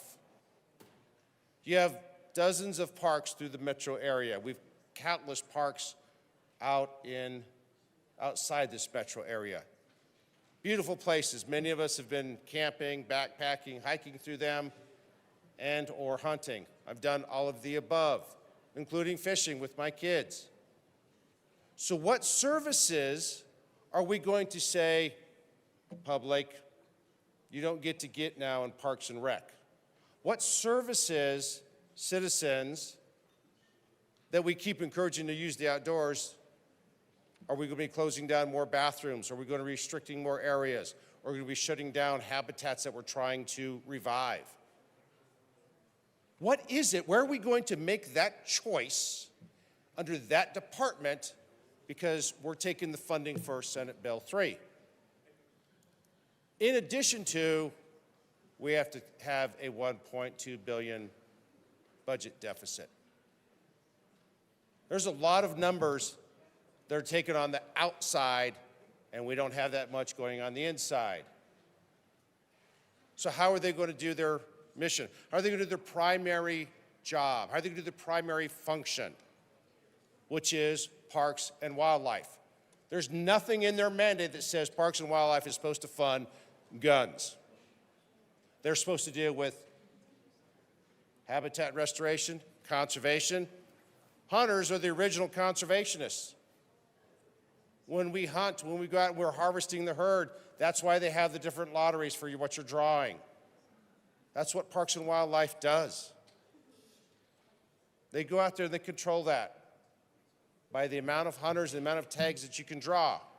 And so now we're going to impact, A, where that's going to, what's coming out of it, and we are putting at risk, because we don't know what the federal government's going to do, that funding from the government, which varies from about $27 to $32 million a year.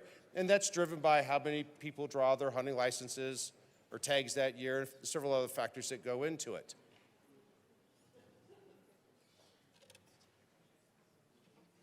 So then, if we keep pulling this money out and CPW gets depleted, at some point, guaranteed, mark my words, at some point, CPW is going to come back and go, oh, hey, General Assembly, I'm broke. We saw this happen last year with Denver Health. When agencies reach the point that they don't have funding, they come back to us in the General Assembly and say, I need more money because I can't finish my fiscal year and my mission out there. I can't pay my people and do the job that is in their tasking.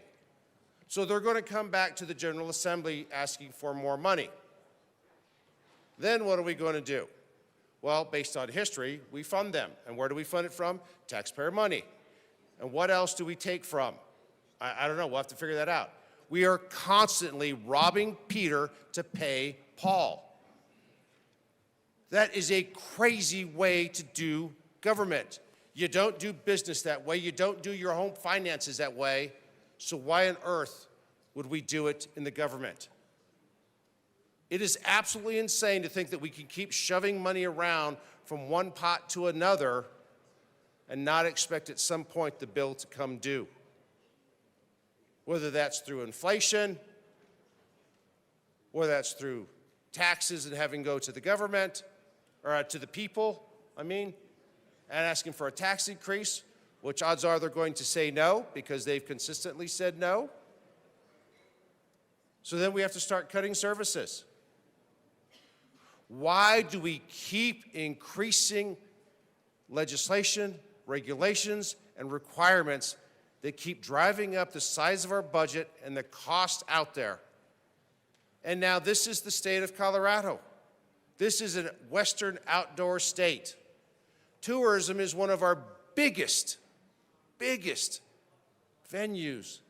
People come here year-round, skiing, rafting, backpacking, hiking, hunting, fishing. Year-round, we have those activities. And the very entity, Colorado Parks and Wildlife, that is responsible for maintaining our beautiful outdoors is under state control, which is state parks, state lands for hunting and fishing, state waterways, state access. We're going to severely deplete that budget to fund Senate Bill 3, which has absolutely nothing to do with their mission statement. Nowhere in Parks and Wildlife's mission statement does it talk about the things that are listed here in Senate Bill 3. So those are just a couple questions. How are we going to fund it when we deplete it? How are they going to manage their mission, their job right now if we keep pulling money out? How much of a risk are we going after the Pittman-Roberts? When we were looking at, we deleted one fund, but we still have one fund, and it's still questionable about whose jurisdiction does that fall under. These are multiple questions that there are no definitive answers except let's just take the money and see what happens. To me, that's not a smart way to do business. I don't believe that we as legislators should be pulling from the very agency that manages and maintains our beautiful parks and our wildlife and using it for this gun bill. I urge a no vote. Thank you. Speaker Pro Tem Basenecker. All right, Representative Brooks. And we're to the finance report. Thank you, Mr. Chair. Yes, to the finance report. Good work back there today, by the way. So I am in the Finance Committee. I had some, and still do, significant concerns with the fiscal note. I don't feel that the fiscal note is anywhere near reality. There were a couple of pieces of the fiscal note that kind of stood out to me in the beginning. On the first couple of pages, And then on page 8, if anybody would like to follow along at your desks, feel free to do so. I can't use props, so I don't want to hold anything up. But page 8 in the bottom third, I'll get to that here in just a second. But the first part of it, and there are 4 areas that I want to point to. I'll focus on the first 3 and then touch on the fourth. The fourth really isn't a driving point in my argument, but the first 3 that I don't believe were adequately expressed or even necessarily considered in the fiscal note. Number 1, the higher participation rates. The fiscal note, the pink sheet, assumes 50,000. We had talked about this a little bit earlier. It assumes a participation rate of 50,000 applicants. Now, we did give some CBI statistics. I want to look at it a little bit differently for this particular discussion, that if we consider that there are roughly 1.9 million gun owners in the state of Colorado. Gun owners typically I have a habit of wanting to buy another firearm at some point. If we even take a small percentage of those that are likely to do so, the 50,000 really is woefully underreported. 50,000 is not a real number, I don't believe. Our staff ran an alternate fiscal analysis that comes up with some spectacularly jarring numbers compared to the pink sheet. The pink sheet, as it stands right now, is talking about a 3 FTE and less than, roughly 2 million on the fiscal note. We're looking at upwards of 8 million and possibly 35 FTE. Again, I'll let you know how we get there. Again, back to the 50,000 applicants for eligibility. Out of a population, Colorado's population of 5.8 million, 35 to 40% firearm ownership. We're assuming 75,000 applicants annually, not 50. Even if we were to take the 50, let's work with the number. And this is the argument that I made in Finance Committee. Even if we were to take the 50,000 people, 50,000 applications on 3 FTE, if you'd like to grab your calculators, I'll give you a moment to do so. But if you were to take 50,000, you divide it by the number of business days, because obviously they're not going to work 7 days a week. I'll spare you the long math. Short math is 64. 64 applications per employee per day to process. Mathematically, that's untenable. Mathematically, it's just impossible. We're not going to have 3 FTE processing every single day, Monday through Friday, 64 applications. So if we were to even move that to just 75,000, again, it significantly impacts the fiscal note. This is the Finance Committee report, speaking specifically to finance, trying as best as possible to look irrespectively at what the policy is, and instead look only and very specifically at the numbers, at the fiscal impact that this will have to Colorado. The second area is the increased FTE needs in order to evaluate what we would figure to be the 75,000 applications per year. Our revision of 35 FTE total. And again, unlike what I feel the original fiscal analysis was kind of a little bit more of a dart at the dartboard. Sometimes you miss. I know there are a lot of holes on the outside of my dartboard in my garage. We're talking 15 full-time employees for Colorado Parks and Wildlife, 15 for CBI, and 5 to DOR.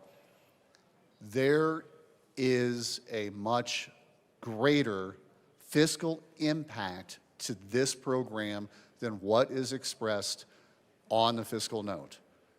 In the Finance Committee, that is our job to focus on.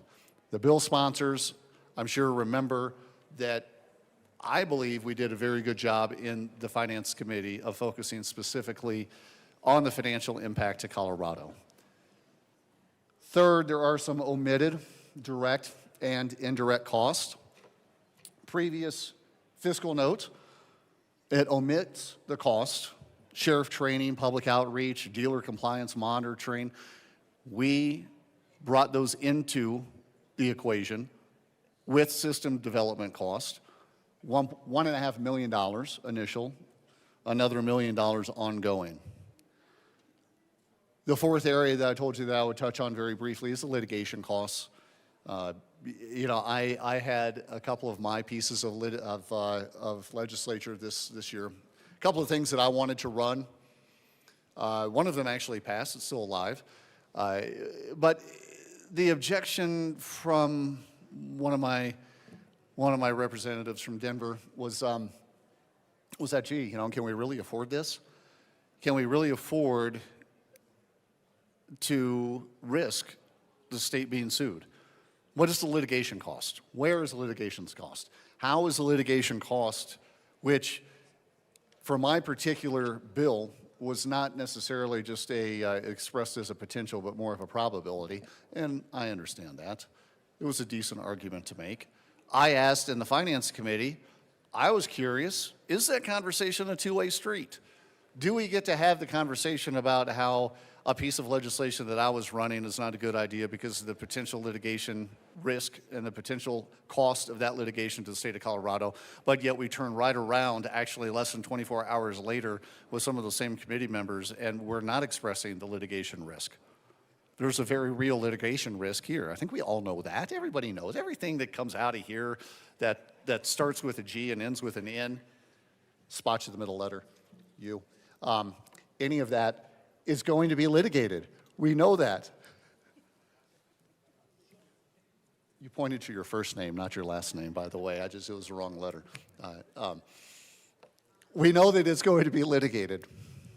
And we have to assume those costs. We assume those costs in our fiscal note that we revised. Again, our fiscal note, and we're not trying to throw the kitchen sink at this thing and try to cook up everything that we can just to try to make the number as big as possible. We're trying to be realistic. We came up with about $8 million of the real fiscal note. So with that, is that something that the state can afford? I would say no. I would say that no, we cannot afford that. We have not even yet seen the long bill. We're not really supposed to have seen the long bill yet. The Senate hasn't even seen it yet. The Senate isn't any closer to having that introduced on time as we are to seeing it over here introduced on time. It's not going to get us on time because there are very difficult answers.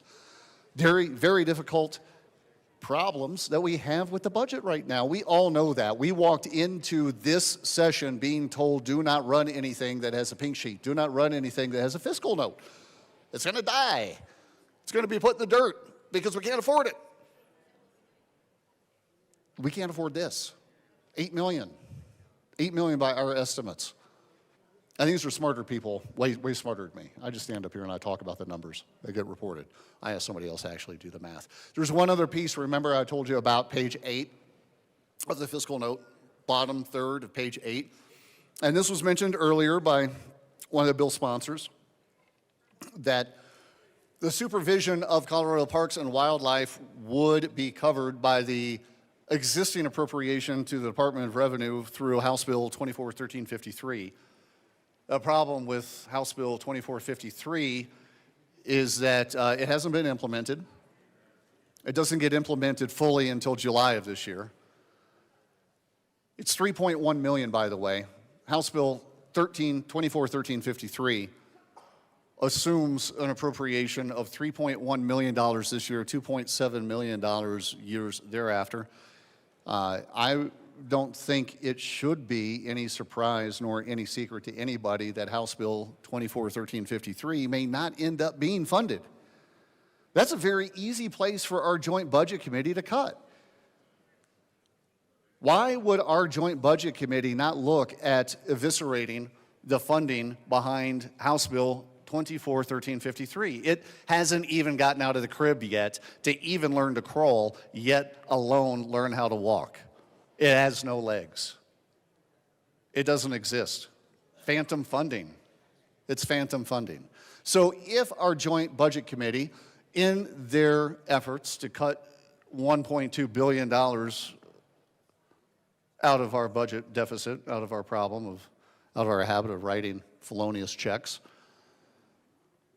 if they decide, and they should, to cut the $3.1 million, $2.7 next year, ongoing, of appropriations to the Department of Revenue to prop up 1353, then we have a significant problem with even the fiscal note as it is in your folder, page 8 at the bottom third. It says that the Department of Revenue, their current appropriation through 1353, will supervise the Colorado Parks and Wildlife. Maybe I shouldn't even bring it up. Maybe I shouldn't have been talking about it, so then that way, if this thing gets off the House floor and when 1353 gets eviscerated from a budget standpoint, all of the funding goes away for 003, because that's what's going to happen. All of a sudden now we're going to have to carry forward the presumed appropriation from the Department of Revenue to cover the Colorado Parks and Wildlife of $3.1 million. We're going to have to bring it forward into 003. That is not even expressed in the revised financial note that I have, that you all should have, that we all ought to be paying attention to. This is something we cannot afford. We cannot afford 003. We cannot afford the litigation. We cannot afford the presumption that it's going to be funded through the DOR, because it shall not. We cannot afford the omitted direct and indirect costs. We cannot afford the increased full-time equivalent needs. And we cannot afford the bad math on the participation rates, assuming that it's only going to be 50,000 people. With that, Mr. Chair, because of the deep, did we switch? Look at that, I got carried away. I didn't even know what had happened behind me. Madam Chair, thank you. My apologies. Madam Chair, understanding the deep troubles we have with the inconsistencies between the printed fiscal note and, reality, I would ask, please, and move that Senate Bill 003 be referred back to the Committee of Finance. Representative Basenecker. Thank you, Madam Chair. Thank you to my colleague for the motion. We had a robust hearing in Finance, 4 hours. Prior to that, we did 12 hours in Judiciary. We had about an hour, I think, or so in Appropriations. I understand that we disagree with the fiscal note. I tend to think that our fiscal analyst has done an admirable job in working with our state agencies to understand the cost of the policy. The amendment we ran in Finance Committee, I believe, is actually favorable to this overall Chamber's goals, even if we disagree on the outcomes of the policy, and that is to remove any source of funding from any pot of money that might have federal dollars commingled, understanding and having heard that risk that my colleagues articulated. So I would ask for a no vote on the motion to refer us back to Finance. Representative DeGraff.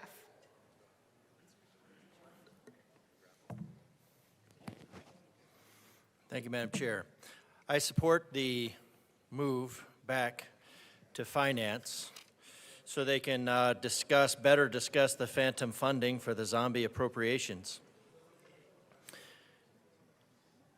The beginning of the year, we were told, there's no money. We're $1.2 billion in the hole. Of course, that doesn't count the $3.5 billion worth of long-term obligations called certificates of participation that are considered non-debt in the way that fees are considered non-taxes.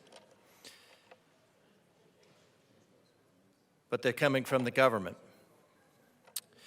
So we have this issue where we have conservation and restoration of our wildlife, our wildlands, that is funded through this Pittman-Robertson Act, and not $1 of it can be spent in any other way besides its intent.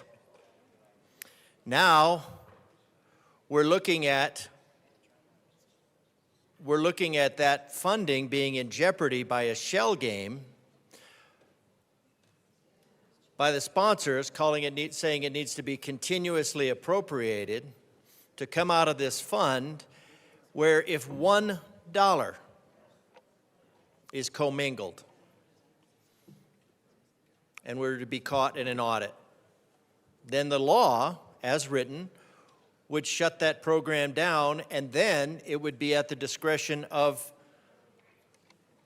the federal government to reinstate it.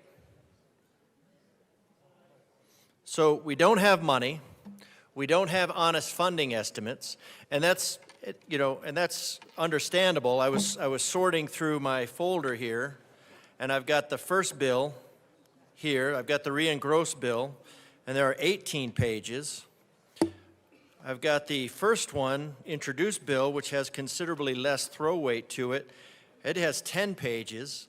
So the bill has grown by 8 pages. It's not the same bill.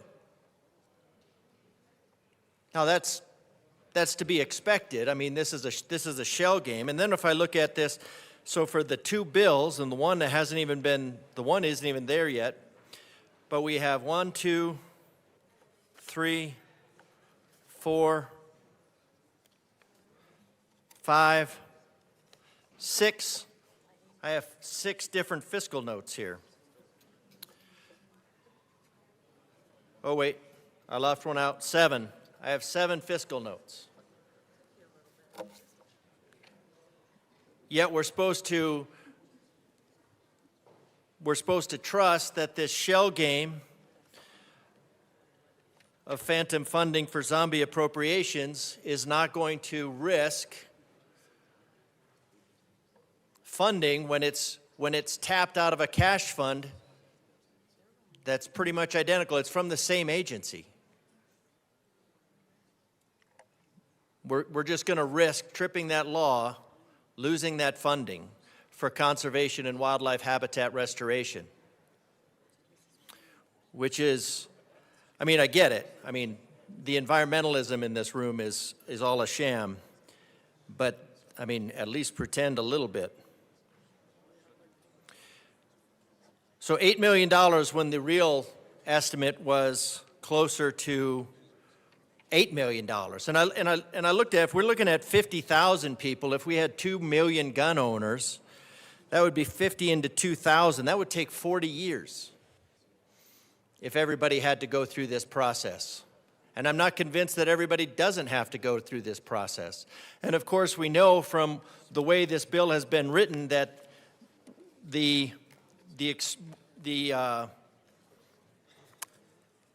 extreme members of the party had to be talked down. So this is just a step.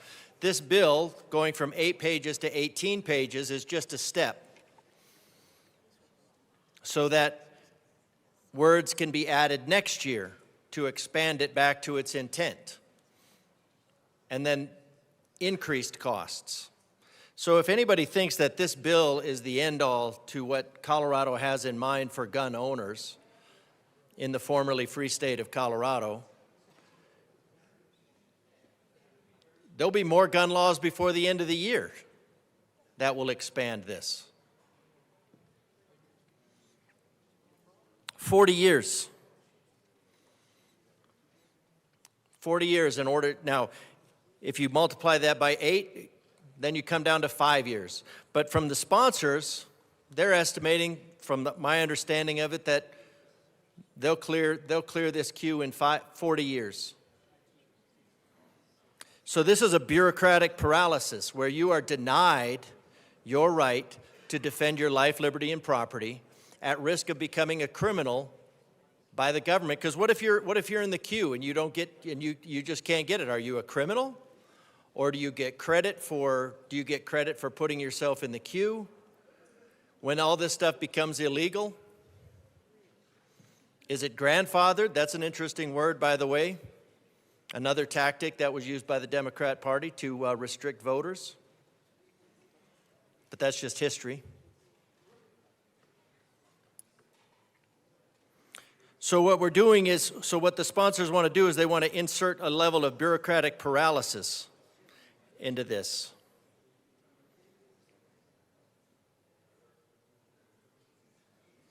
And what will the effect be on crime? How much crime do law-abiding citizens contribute in the state? Well, law-abiding citizens contribute to crime by running afoul of legislation that is created to make law-abiding citizens criminals. So this bill will make law-abiding citizens into criminals, That will increase crime. And this is by the party who welcomed violent South American gangs to take over apartment complexes, to terrorize our population, and to run up our, and to take all kinds of money out of our coffers for hospitalizations and law Representative enforcement. DeGraff, the motion before us is to refer the bill back to Finance Committee. Thank you, Madam Chair. Yes, I'm talking about the financial impacts of the decisions of this body in wanting to create another law to turn law-abiding citizens of Colorado, of the formerly free state of Colorado, into criminals in order to have a 0% decrease in crime while welcoming hardened criminals into the state to take over large chunks. So we have this thing where we're trying to balance our budget while throwing away money, and then we want to lie about money over here. So I think, and then one thing, 4 hours, a robust conversation on the Finance Committee for this bill after 12 hours in Judiciary. 4 hours was limited to just a handful of participants. There were over 200 people that wanted to express their First Amendment rights to petition the government. 200 citizens of Colorado, 200 of the majority's tax-paying widgets wanted to express their discontent with the bill and taking the money out of the pockets of the citizens of Colorado, forcing the kids of Colorado to take on more debt for the good intentions. Yes, this should go back to finance. Finance should be discussing the other 10 pages of the bill. Finance should be discussing Finance should be looking at the difference between a continuous appropriation and a yearly appropriation. The sponsors of the bill knew that it was going to have to be a continuous appropriation, yet they put in the bill yearly appropriation and then changed it to a continuous appropriation by amendment on the floor. That's duplicitous.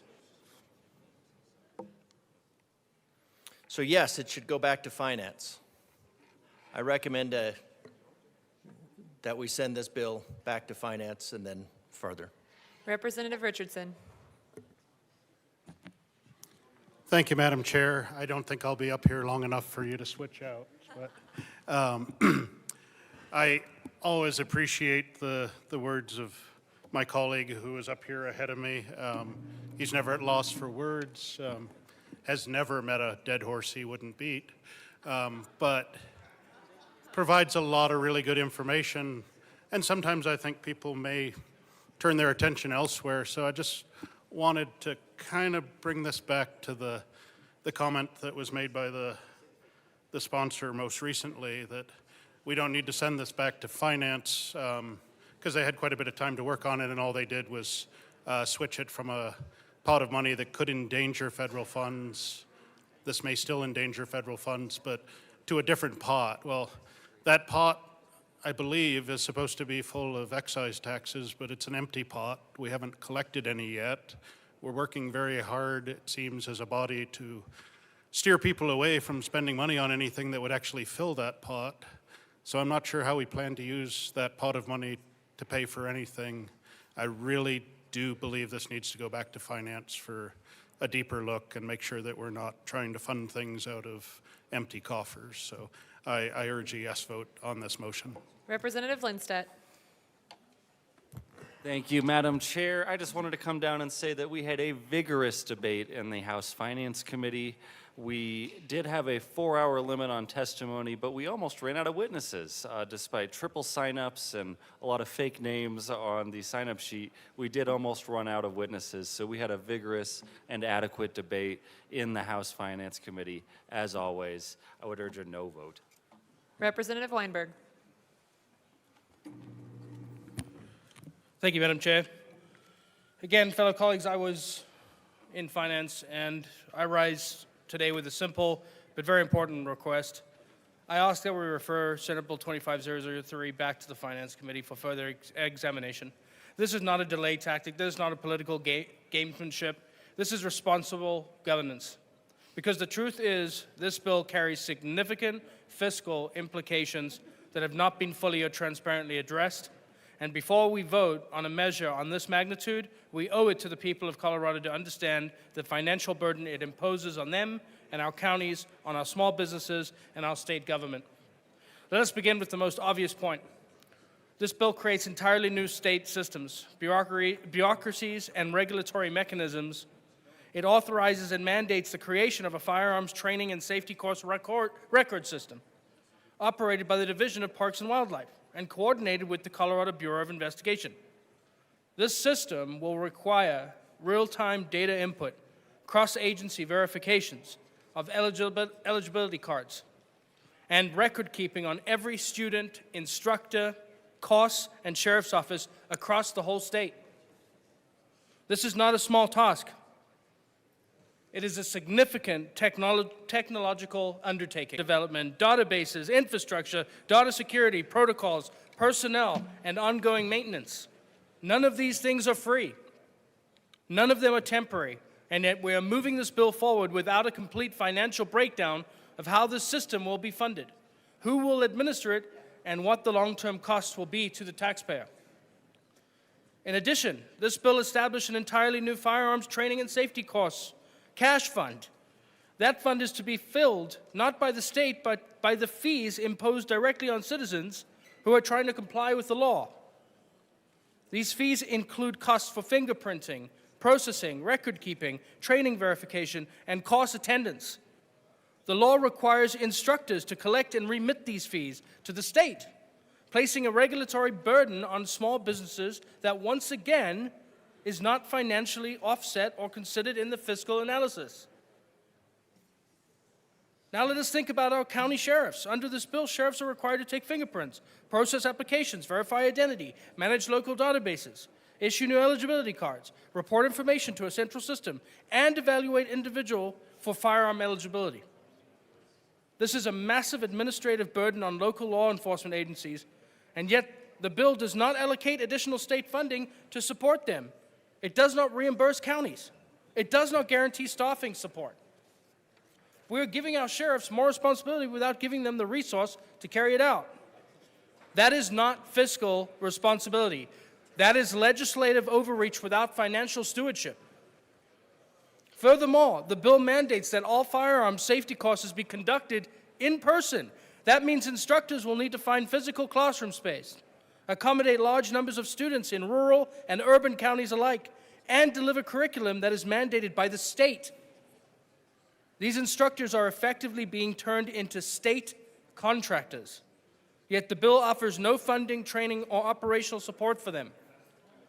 They're expected to comply with detailed statutory requirements and absorb the administrative costs on their own.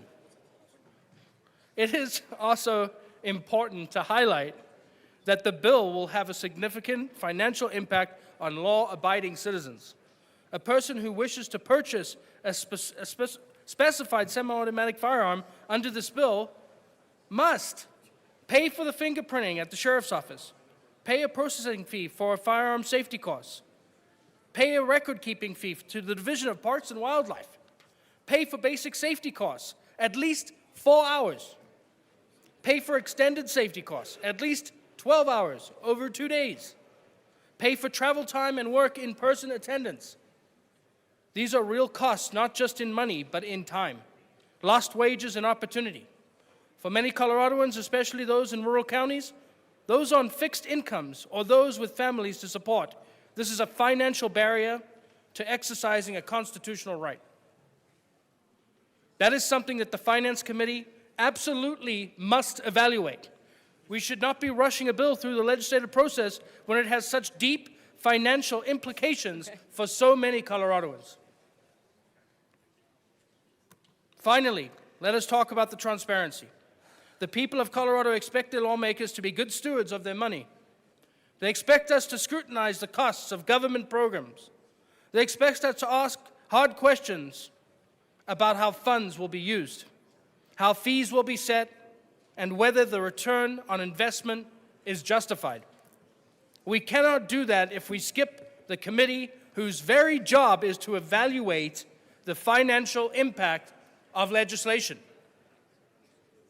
Colleagues, regardless of where you stand on the Second Amendment, regardless of whether you support the policy behind this bill or oppose it, I hope we can agree on this.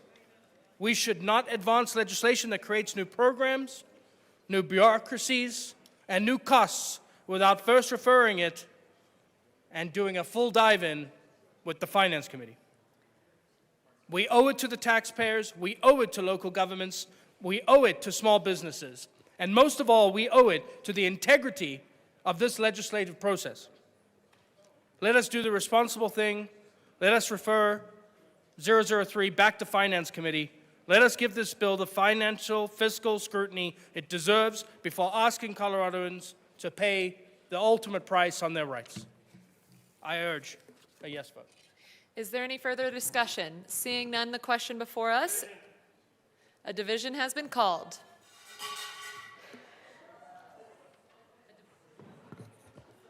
The committee will go into a brief recess.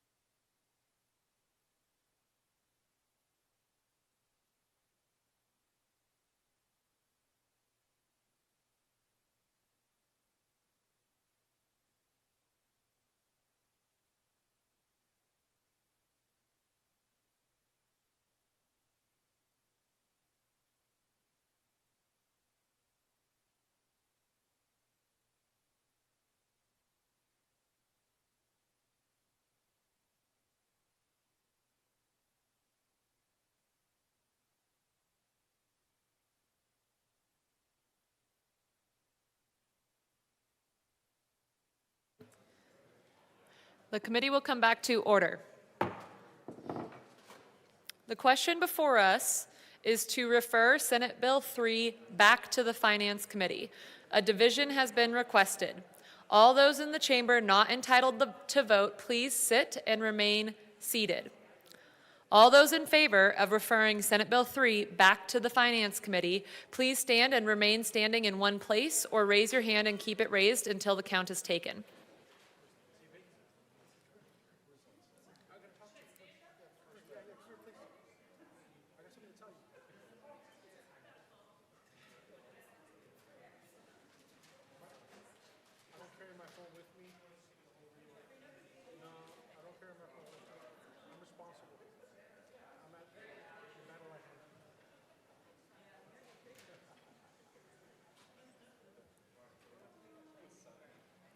You may be seated.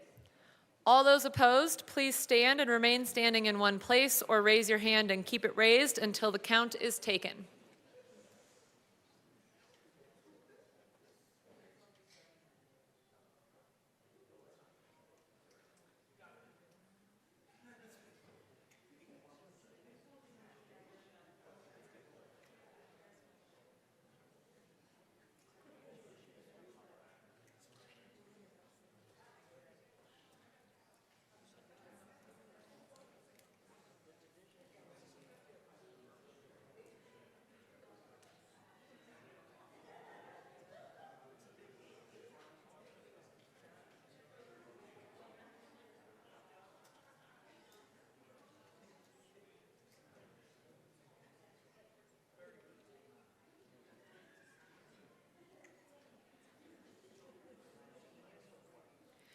You may be seated. The motion to refer Senate Bill 3 back to the Finance Committee is lost. To the Finance Committee report, Representative Gonzalez.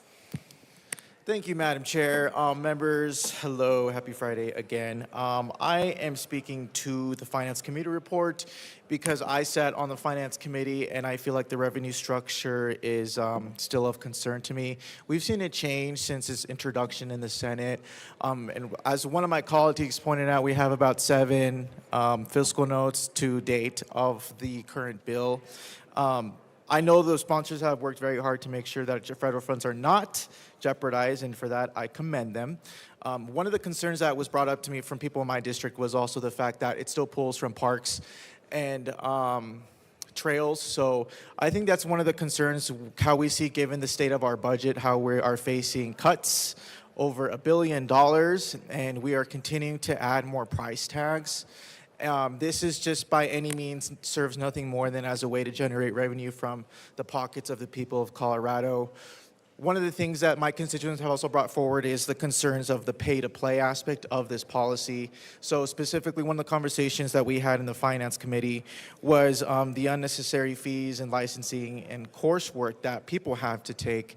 You know, there's people that have been gun owners for years and know the training, the methods, the laws, anything associated with it when it comes to safety and protection. And I don't think we should be burdening people who have been well law-abiding citizens in our state with more classes, renewals, licensing fees, and the such. So it is concerning. I will say the fiscal note I do express some sort of skeptical aspect to it, just because we don't necessarily know the burdens and the costs associated with it. And so my county sheriff as well has shown his strong opposition to this bill. My concern also is not only just for my district and constituents, but also for the people all over Colorado, rural counties, sheriffs who have been placed more burdens and more administrative costs, which will in turn, you know, they'll have to get more staff, they'll have to get more resources, which require time and money. And it's something that certain counties do not have. They don't have the luxury of being other wealthy counties like we do here across the state, right? And so obviously there's a county issue, there's a local issue aspect to it. And there's also the concern of law-abiding citizens when it comes to this type of policy that seems to be pay to play. And for those reasons, I urge a no vote on the finance report. Is there any further discussion? Seeing none, the question before us is the passage of the Finance Committee report. All those in favor say aye. Those opposed, no. The ayes have it. The Finance Committee report passes. To the Judiciary report. Representative Basenecker. Thank you, Madam Chair. I move L61 to Senate Bill, to the Judiciary Committee report and ask that it be properly displayed. One moment.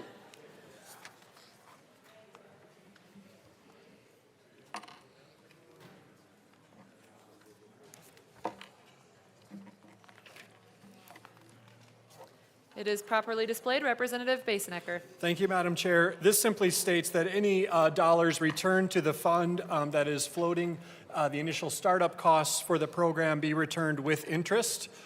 So it's how we do these sorts of transfers in other areas. Simply means that CPW loaning dollars out of those funds, when those funds are returned based on the fees of the program, those dollars will be returned with interest commensurate to what they would earn in the fund anyway. So we ask for a yes vote. Is there any further discussion? Seeing none, the question before us is the passage of L61. All those in favor say aye. Aye. Those opposed, no. The ayes have it. L61 passes. Representative Basenecker. Thank you, Madam Chair. I move L62 to the Judiciary Committee report and ask that it be properly displayed. One moment.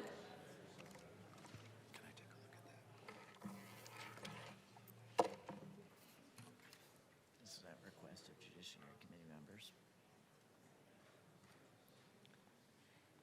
It is properly displayed. Representative Basenecker. Thank you, Madam Chair. This comes at the request of several members on the Judiciary Committee and also aligns with how processes work with the concealed carry process. It simply states that similar to the concealed carry process, if a sheriff denies a person's application for a safety course card, they need to notify that individual in writing regarding the grounds for that denial. And then it also gives a process for judicial review. So a person would have recourse if their application is denied for any reason. They could have some measure of remedy in the judicial system to be able to hopefully resolve that issue. Should there be a denial, we ask for a yes vote. Is there any further discussion? Representative Gonzalez. Thank you, Madam Chair. I move L0082 to Senate Bill 3 as a substitute amended and ask for that it properly be displayed. I believe the proper motion is you. Oh, to move the it committee report, I'm amendment. sorry. To the committee, yeah, sorry. Okay. Substitute amendment to the Judiciary Committee report, sorry, and ask that it properly be displayed. One moment. To L62, sorry.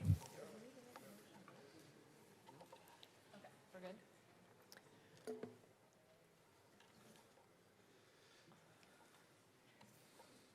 L82 is properly displayed. Representative Gonzalez. Thank you, Madam Chair. Members, so this amendment just tends to simplify the process, so eliminating unnecessary licensing and fees. So obviously this is eliminating redundant bureaucracy, just another layer of government that adds red tape. Background checks already exist, making this additional requirement redundant and unnecessary. Obviously more paperwork, fees, hassle, administrative costs associated with it. Preventing unconstitutional delays is also another thing why we push forward this amendment. Avoiding a de facto gun registry, just basically because it's unnecessary monitoring when it comes to tracking and monitoring purchases.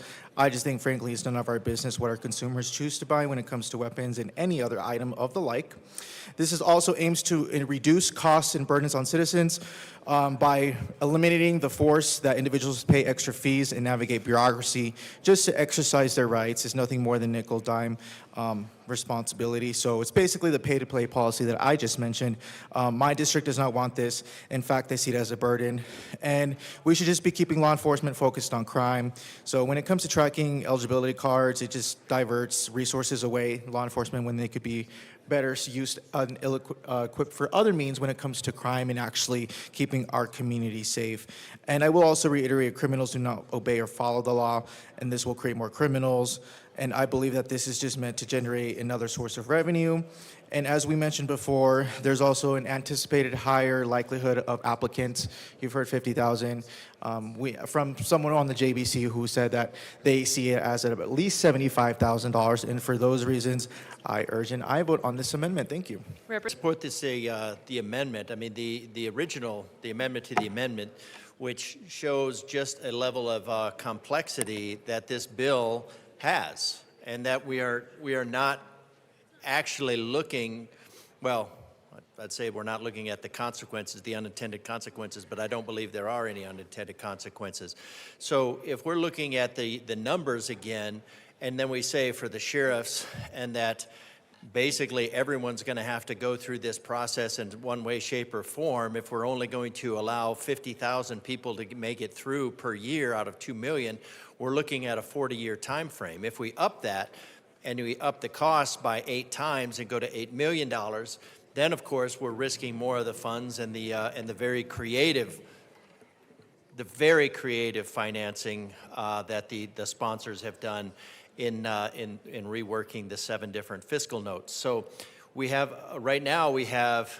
I think the idea that people would have some level of judicial review, because if you look at Section 6, then you see that you cannot just revoke a right without due process, that you have to have due process, and that there needs to be some level of judicial review.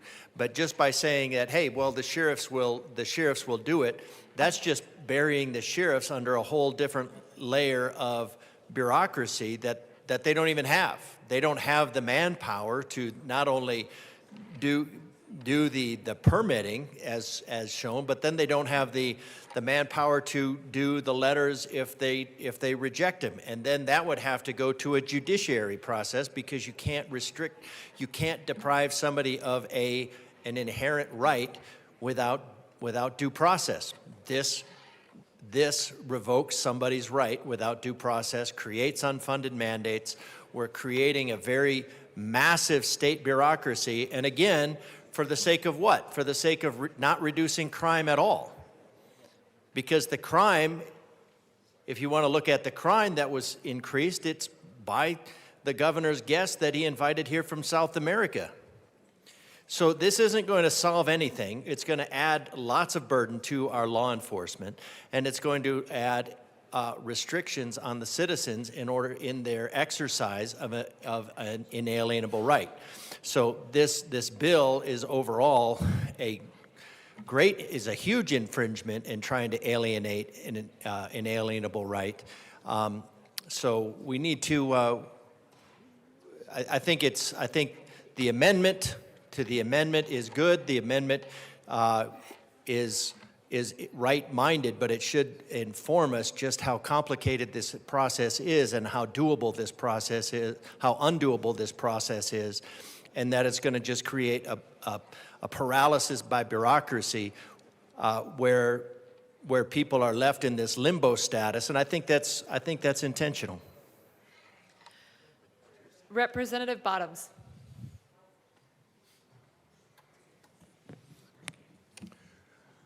I urge an aye vote on this amendment. This truly is redundant. These things are included. First, they're already included in our state. We've been doing this stuff for a while. And now for you to say, okay, we're going to take whatever it is. For this, it's hunter safety. But we're going to take this section, and we're going to say, okay, this section needs to be done.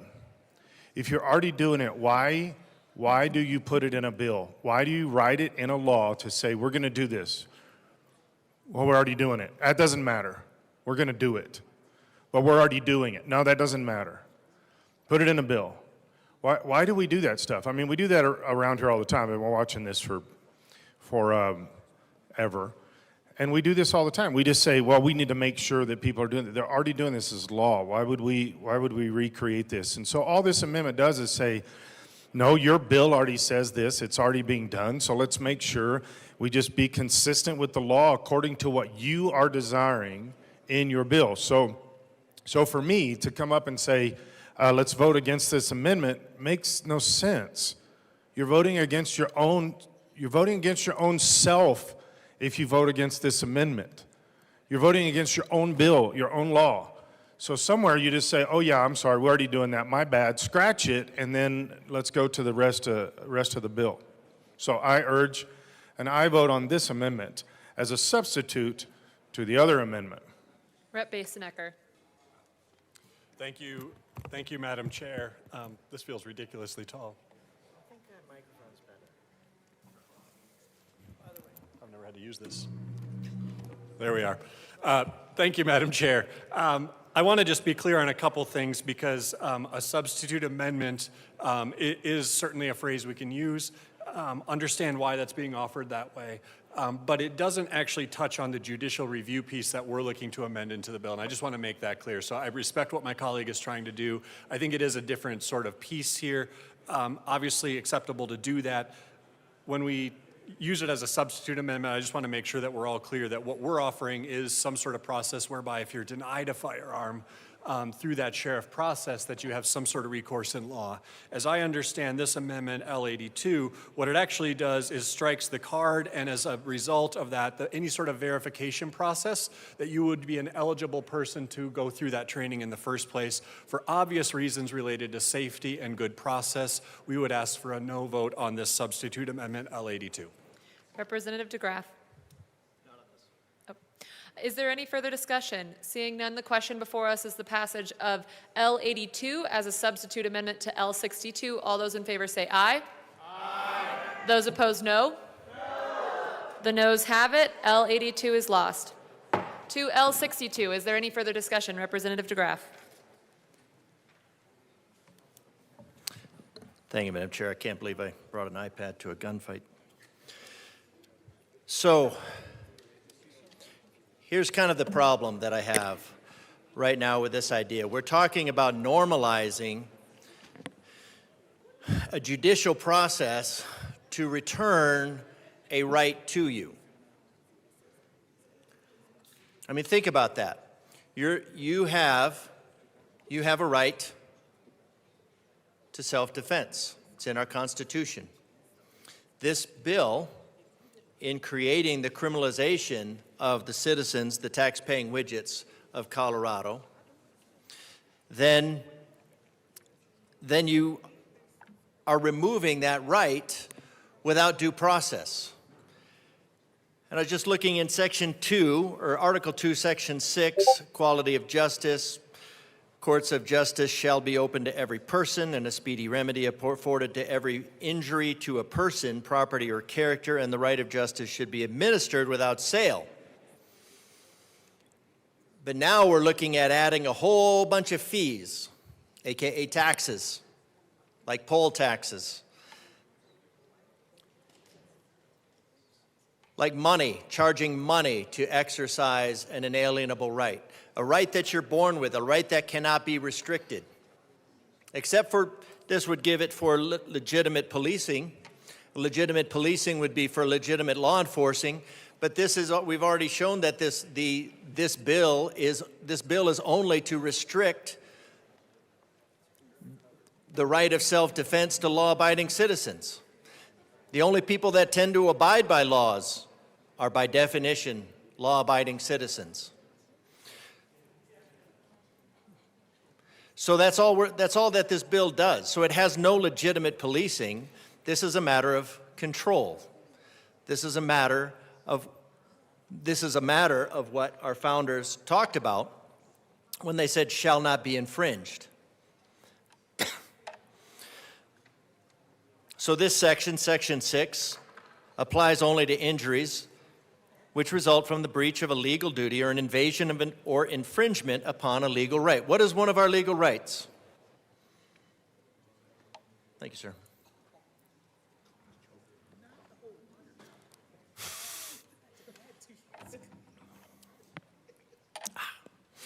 So, and that's Goldberg versus Muslim, 162, Colorado 461, 427. So there's legal precedent.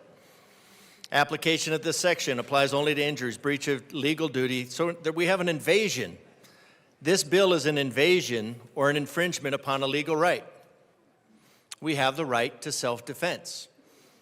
That right is not given to us, is not granted to us by Colorado. That right is granted to us, that is endowed to us by nature of being our created status, by the laws of nature and nature's God. So this bill is a violation of our fundamental rights at the fundamental levels of our Declaration of Independence, the laws of nature and nature's God. There can be no legal claim for damages to the person or property if anyone except the following breach of a legal duty. So what's our legal duty? Our legal duty is to secure these rights. Your legal duty in this body is to secure the rights of citizens, life, liberty, the pursuit of happiness. Your legal duty does not include being the nanny state and trying to control the minutia of everybody. For any act, so what would a breach of that be? Injurious evasion of any right.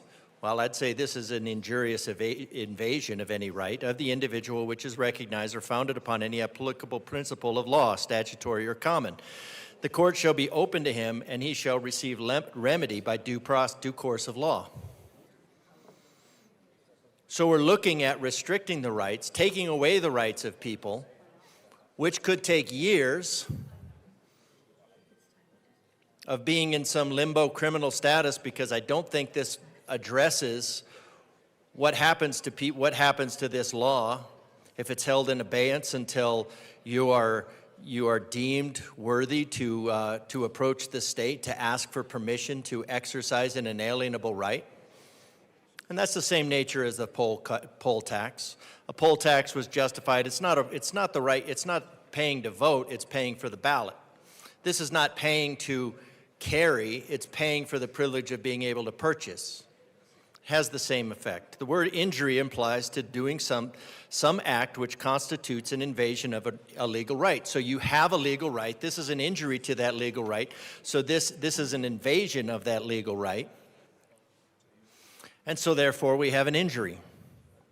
When that duty is breached, producing a legal claim for damages. So we have an invasion of a legal right, which creates a status for damages. This section Also, Section 3 and 25 of this article relating to the inalienable rights and the guarantee of judicial process and the protection thereof concern only the rights existing under substantive law.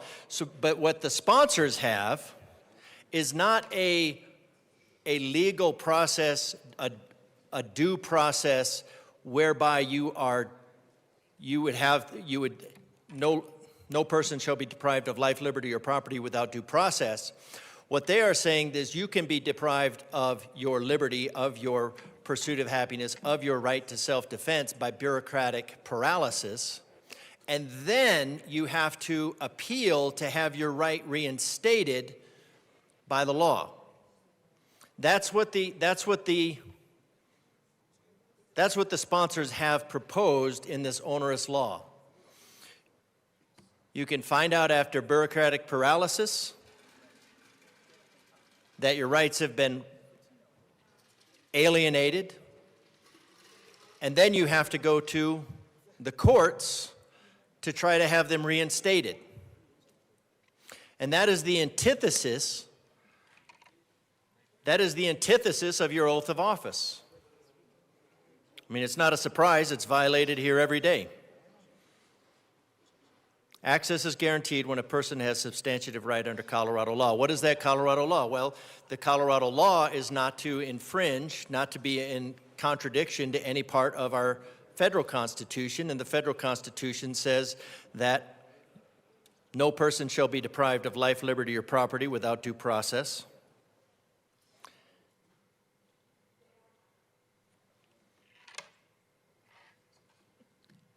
And also that this body's purpose, the only purpose in this room, is to secure the rights of the citizens of Colorado. That to secure these rights, governments are instituted among men, deriving their just power from the consent of the governed. Now, I've got thousands of emails, and so have you. You should have gotten thousands of more. The majority should have gotten thousands more for the efforts to infringe and alienate unalienable rights in violation of their oath. Do you have any?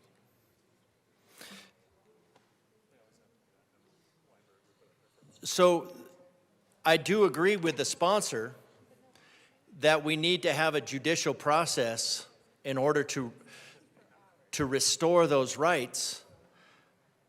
But think about the violation in general.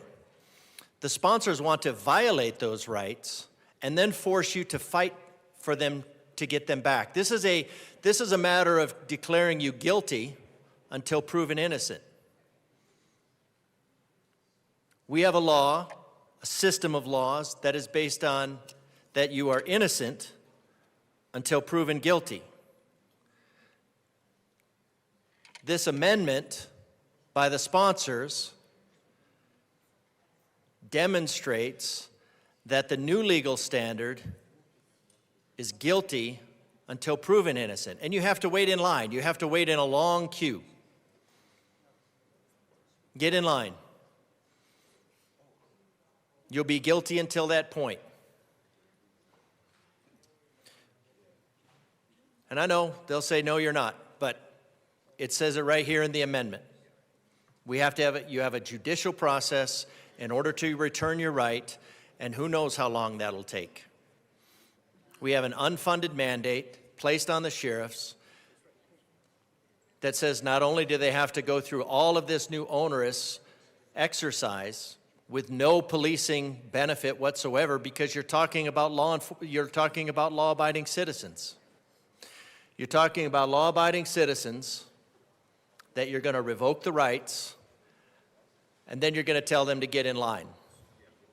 So that should emphasize just what a problem this bill creates.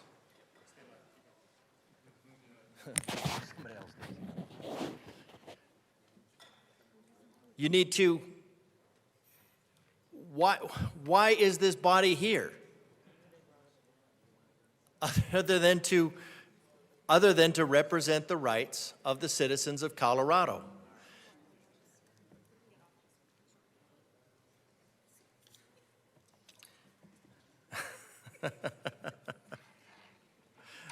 So I think this amendment is a good illustration of the part of the problem of the bill, because it creates an administrative burden on our sheriffs, on our counties, on our law enforcement, where they could actually focus on real crime instead of turning law-abiding citizens into criminals. Does it work if we give you the stick-em, or? No. In case anybody's wondering, the reason that, because I had to cover up this and then they couldn't stand my sticker, and I actually had it said, shall not be infringed, and signed 2A, and that was considered offensive, which I understand would be offensive to this bill. But, Mr. DeGraff, there is just a rule that we don't have that type of things in the well. So, okay. No displays of the Constitution in the well. Got it. Okay, so. No displays of anything in the well, Representative. Thank you, Mr. Chair. I would like to return to the bill. Thank you. To the amendment. Actually, the amendment. To the amendment. I would like to return to the amendment. All right, bottom line. This amendment, in case anybody forgot, illustrates what this bill does. It creates criminals out of law-abiding citizens, and then it forces them to go back.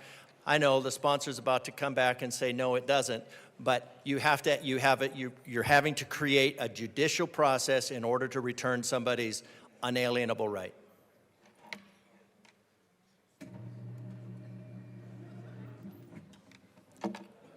Representative Froelich.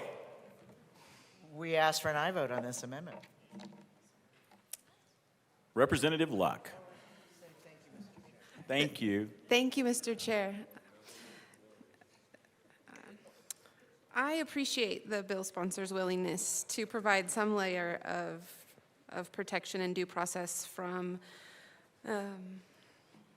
abuses that could very well become likely under the provisions of this bill. That said, I do have an amendment to their amendment, and so I move Amendment L122 to amend L062, and I ask that it be displayed. Thank you. I believe the proper motion would be for is that a proper motion? That is a proper motion. This is not a substituted amendment. This is an amendment to the amendment. How fun today. Amendment L122, boy, that number's high, is properly displayed. Representative Luck. Thank you, Mr. Chair, and we're only getting started, so you just keep waiting for those numbers. So what does this amendment do to the amendment? Basically, we're only focusing in on that last sentence of the prior amendment, the underlying amendment. In that prior amendment, it says, following completion of the review, the court may award attorney fees to the prevailing party. Now, I understand this is the standard that is set by concealed carry. This is, current law as relates to the adjudication around concealed carry permits. That being said, concealed carry is, in my view, lesser than, in a hierarchy, the ability to carry at all, which is really what this bill is talking about, is actually more worthy of protection than just concealed carry. And in fact, the state constitution says as much, because the state constitution says that people have the right to open carry. It's concealed carry that might be able to be restricted upon. And so I believe that we should have greater protections as relates to just the ability to own and be able to possess these things, which I understand this bill, the bill sponsors would say this doesn't do anything with respect to possession, except for it would do something with respect to possession as relates to my son, who right now is only a year old, and until his parents die, if we were to have any firearms, that would be the only time that under this bill, if he stays in Colorado, he would be really able to own without going through all of these other hoops, which probably by then there just won't be any if the trajectory we're on continues. I digress. Let's go back to the amendment So in this amendment, understanding the importance of the ability of people to be able to purchase and own a firearm, my amendment would basically say that in addition to attorney's fees, the person who brings the challenge to the sheriff's determination would also be entitled to court costs, so anything as relates to the proceedings they would be able to return back to themselves. And it only applies to that person if they prevail. The difference there is that the sheriffs, if they were to prevail under the original amendment, would be able to seek costs from the person pushing for the suit. I believe that would chill many people from actually wanting to pursue any sort of adjudication.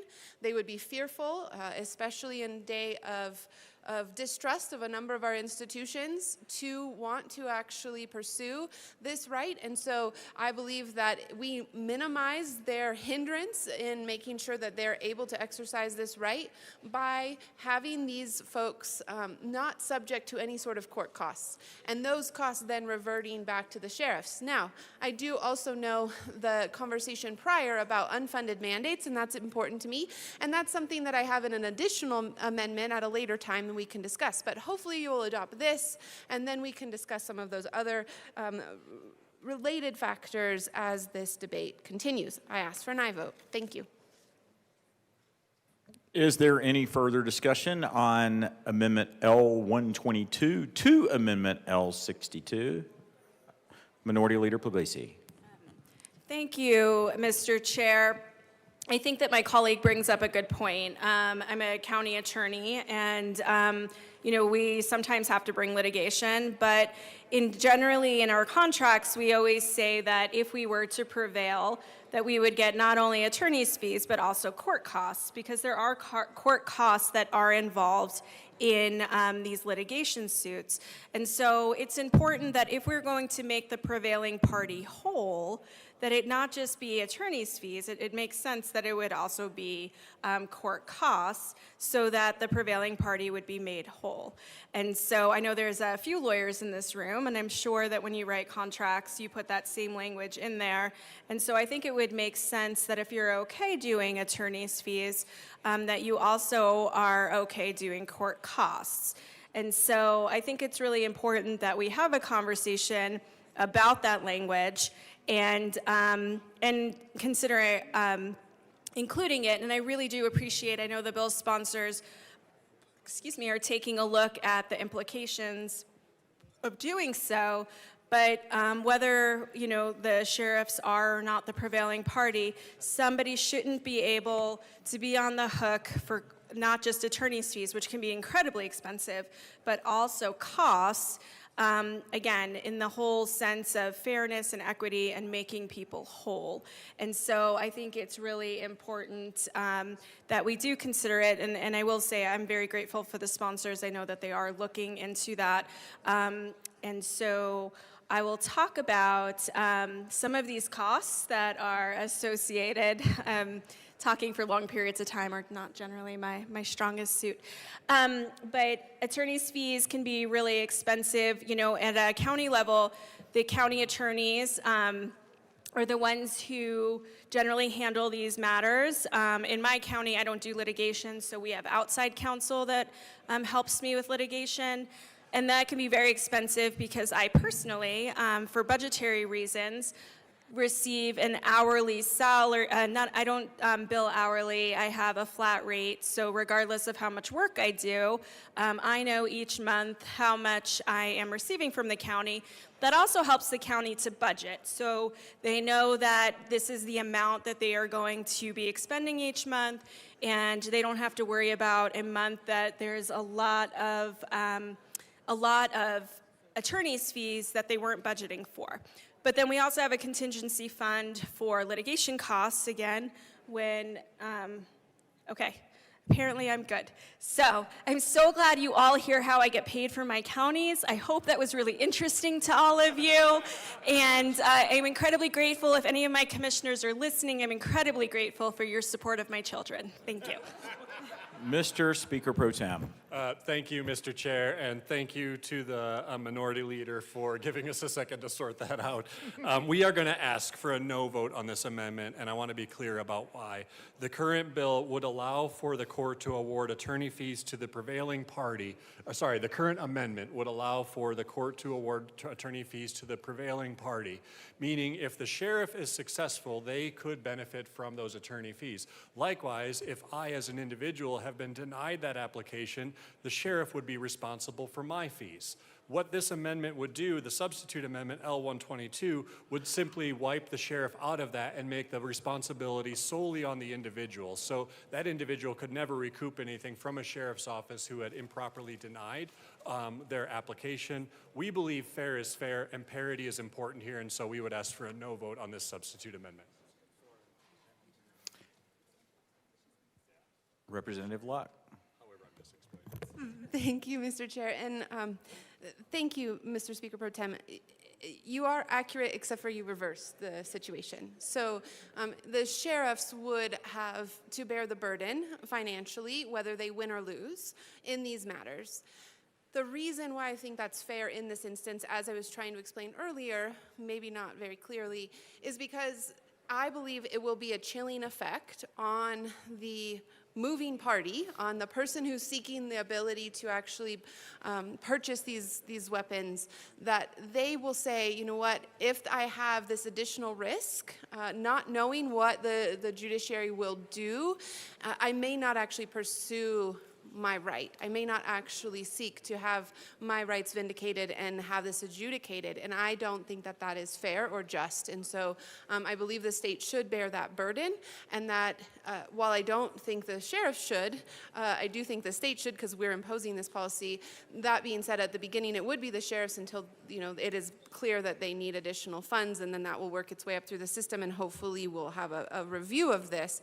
But in any case, if you have your right revoked, if you have your permission slip denied, then you should be able to seek that review. And so I do, as I mentioned, appreciate the underlying amendment and the desire there to uphold some layer of due process in this.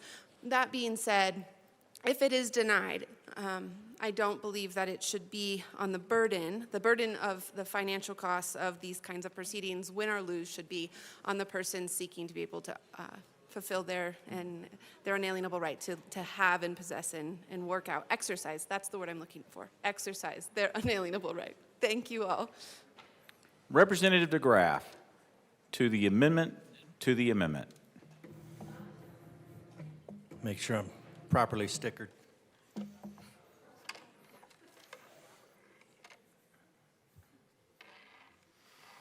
Thank you, Mr. Chair.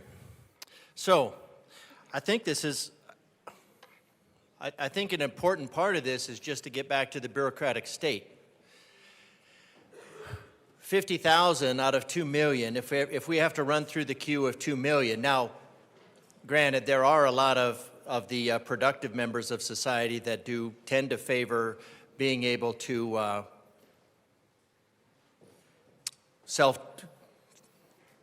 to defend themselves, especially if they go into Denver, then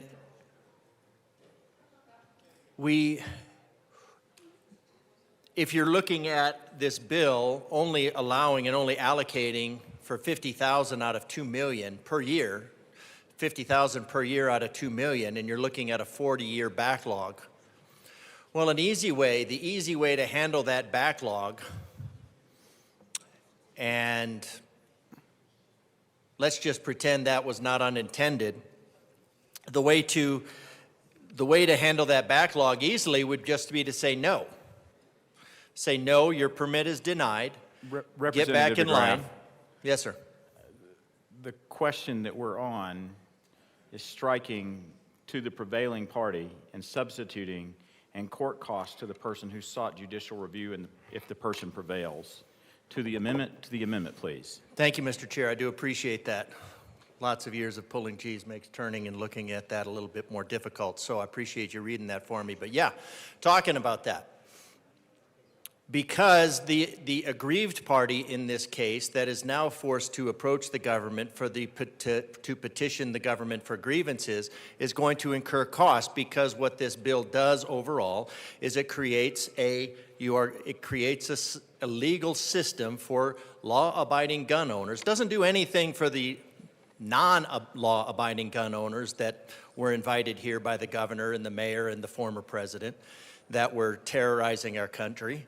It only affects the law-abiding citizens, and it puts them in a 40-year backlog in order for them to be able to exercise their right to self-defense.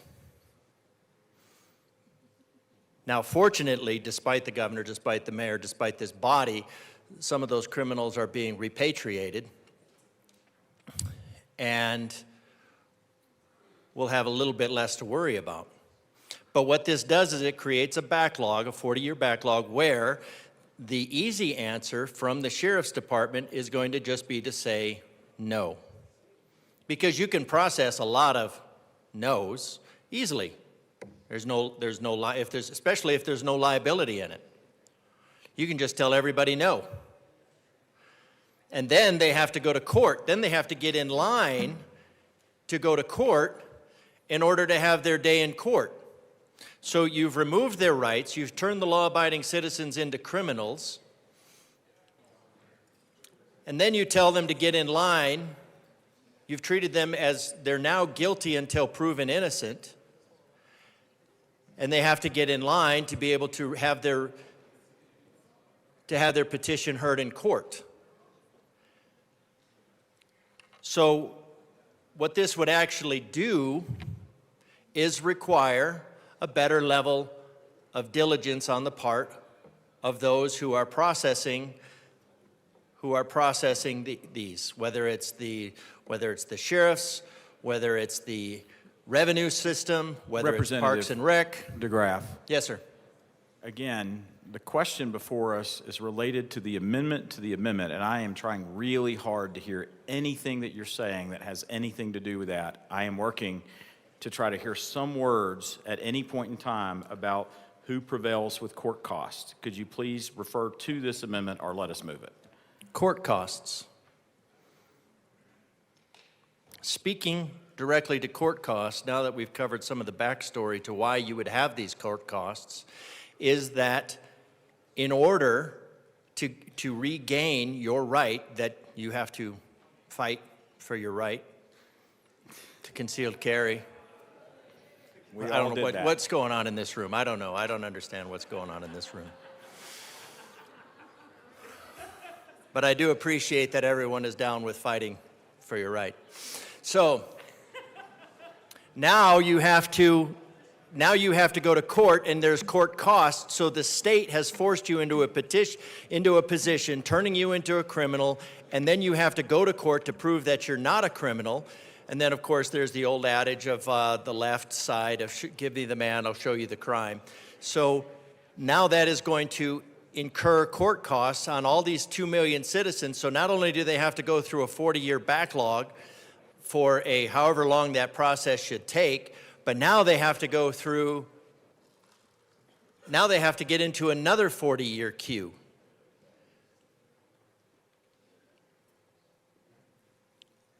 And those costs should not be forced on the citizens of Colorado.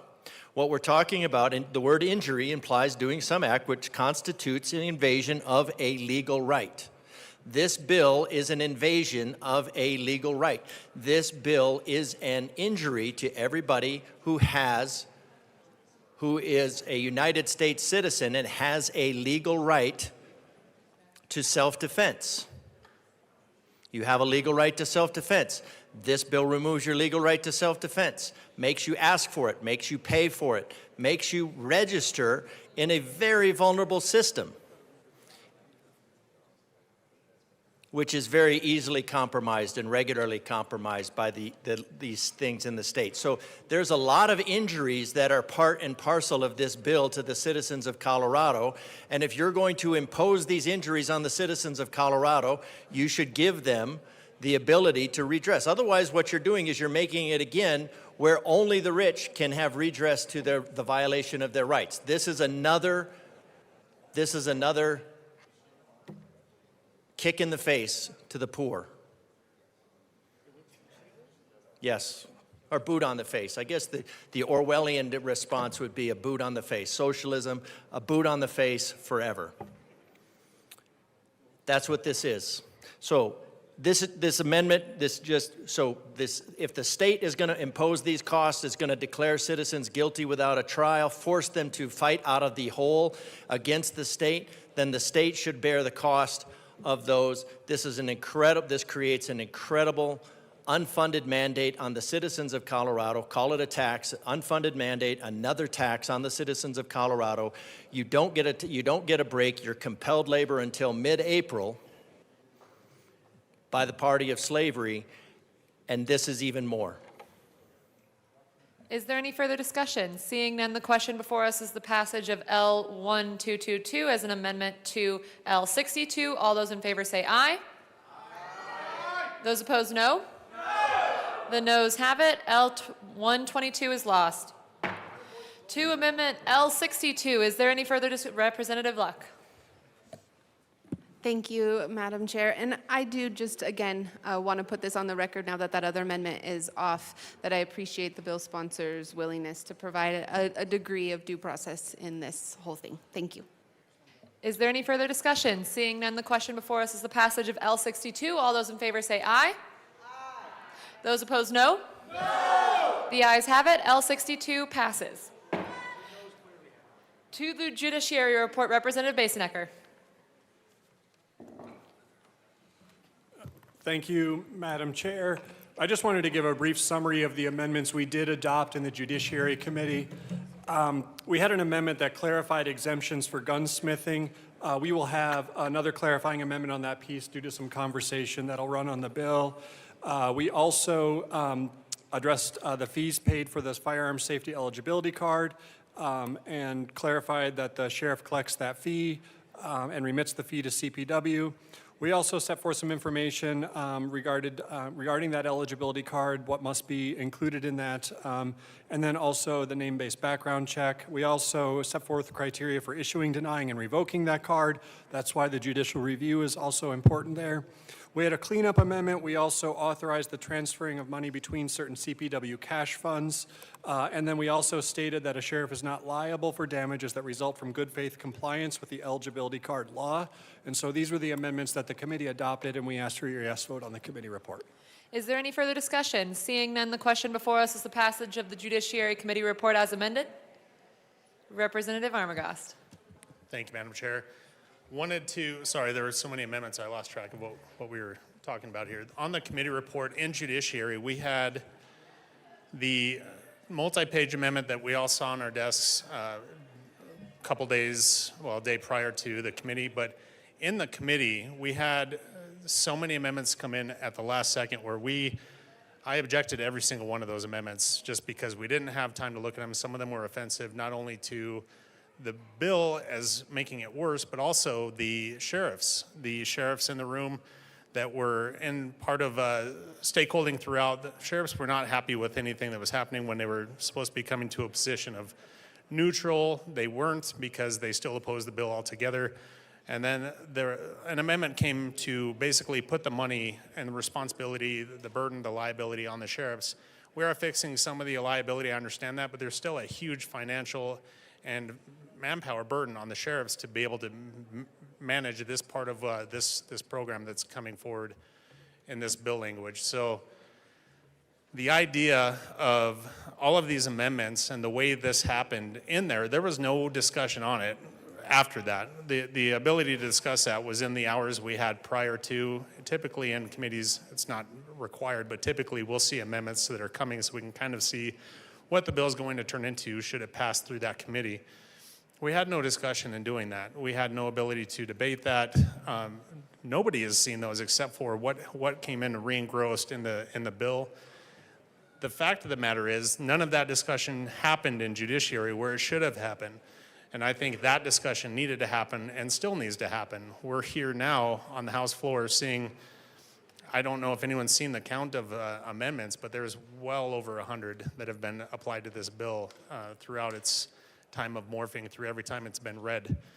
So I think in doing what we're doing, it's suspicious to see amendments being applied and then passing through when they haven't been discussed, debated, or anything. We're here on a bill now that we see language. We don't understand where that language was changed because of the many times this has morphed.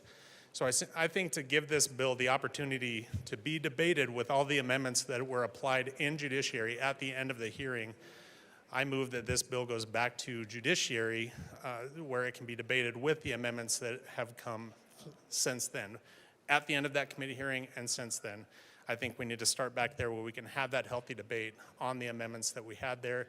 So I would move, I move that we move this bill back to judiciary and have it debated properly there. Representative Basenecker. Thank you, Madam Chair. Members, we spent 12 hours in judiciary on this bill. And then during the amendment phase, which, by the way, I would say it has always been my understanding as a member of this body that committee is for amending bills, and it is the responsibility of the bill sponsor to continue that stakeholder work and amend your bill in committee. That is what we did. That is what I will continue to do as a member of this body who is interested in improving policy. We moved several amendments in committee. The chair paused, allowed time for folks to read those amendments, gave time for questions to be asked, and the amendments were adopted. Furthermore, L44, which was the multi-page amendment which was distributed to this body ahead of committee, contained every bit that was included in the amendments that were adopted with one exception. We left the bill as it was from the Senate, where the sheriffs were the ones responsible for that first check on the application for the card. That is not new information. That is how the bill came to judiciary from the Senate, meaning the bill that the Senate passed our way, as it appeared in judiciary, had the sheriffs in the bill as they are today. I understand that maybe our sheriffs did or didn't like that. We had a path to take them out of the bill, and they respectfully said, no, thank you. That did not change the 22, bill. boy, that number's high. That left the bill as it came to us from the Senate. The other amendments that then we had to peel out of it, once that was their prerogative, were L44 in separate form. So I do understand that folks feel like this bill has been amended a lot, and I would say you are welcome because you have sponsors who are being responsive to constituent and stakeholder concerns. And sometimes those are not favorable to our goals. Sometimes we understand that we are not pushing as far on this policy as we would like to. However, my responsibility, our responsibility as a body, is to take that stakeholder feedback and incorporate it wherever possible. You see that work continuing today with the amendments that we have run. We will have more amendments to the bill that we intend to run. Listen, I understand that there can be frustrating moments in committee, but I want to commend both the committee and also the Judiciary Chair and Vice Chair for running us through that process in a way everybody who signed up to testify was heard that night. We spent over 12 hours on that. I want to say we spent another hour or so on the amendments, making sure that folks were comfortable before they moved ahead with voting. And certainly I respect the reason someone would vote no, but the notion that a bill sponsor should not amend their bill in committee, or that if we do that, we're going to bring it back to this body only to send it back there, is I think one that really flies in the face of what I've always understood the stakeholder process to be about. I would ask for a no vote on this motion. And to clarify, if this bill is referred back to the Judiciary Committee, then the committee reports and amendments that we've put on the bill would be lost. Representative Caldwell. Thank you, Madam Chair. I rise in support of referring this back to judiciary. The bill sponsor is correct. We did spend 12 hours on it. And we had limited testimony. Our constituents were limited to 2 minutes each. And they testified on it the way the bill was when we first started judiciary. And then at the end of judiciary, we had 7 one-page amendments dropped on us, which was different than the 5-page amendment that we got 24 hours prior to actually going into judiciary. And so this bill has changed so much. I mean, if you look up on the screen here, there's an amendment 122, 122 amendments. This bill has radically changed since it started, and so I think going back to judiciary, giving our constituents time to talk on this new bill, because it is basically a new bill, is respectful to the constituents, the people of Colorado, and give a voice to the sheriffs and other people who came there to testify in opposition to this bill. And then since it's changed again, and then it went through finance and went through appropriations, we need to hear from them again. We need to hear what they feel about these changes that have happened so far. And so I think the only way to do that is to refer it back to judiciary. And so I urge and I vote on referring it back to judiciary. Representative Sukla. Thank you, Madam Chair. This won't take long, but I heard that it took 12 hours in Judiciary Committee. I believe this should go back to Judiciary Committee. And the reason is that they spent hundreds of thousands of hours on the space shuttle, and it still blew up. Is there any further discussion? Representative Luck. Thank you, Madam Chair. I did want to note, so the way that this process works, as I understand it, in finance, the people who came to testify were limited to talking about the financial portions of this bill and did not necessarily have any access to the amendments that were considered in finance. In appropriations, there is no opportunity for public testimony on the bill because it was not a committee of reference. And in judiciary, as I understand it, these amendments that were put forward were not made available to the public such that they could testify on it. And so I do think it's important to re-refer this back to judiciary with the public having an understanding of the fullness now of what this bill is so that they have an opportunity to testify on it, because what they testified on in the Senate and what they testified on in the House, not at all what we're looking at. And so I do believe that they should have an opportunity to give their specific concerns as relates to the terms of this bill as we are looking at it today. Thank you. Rep. Garcia-Sander.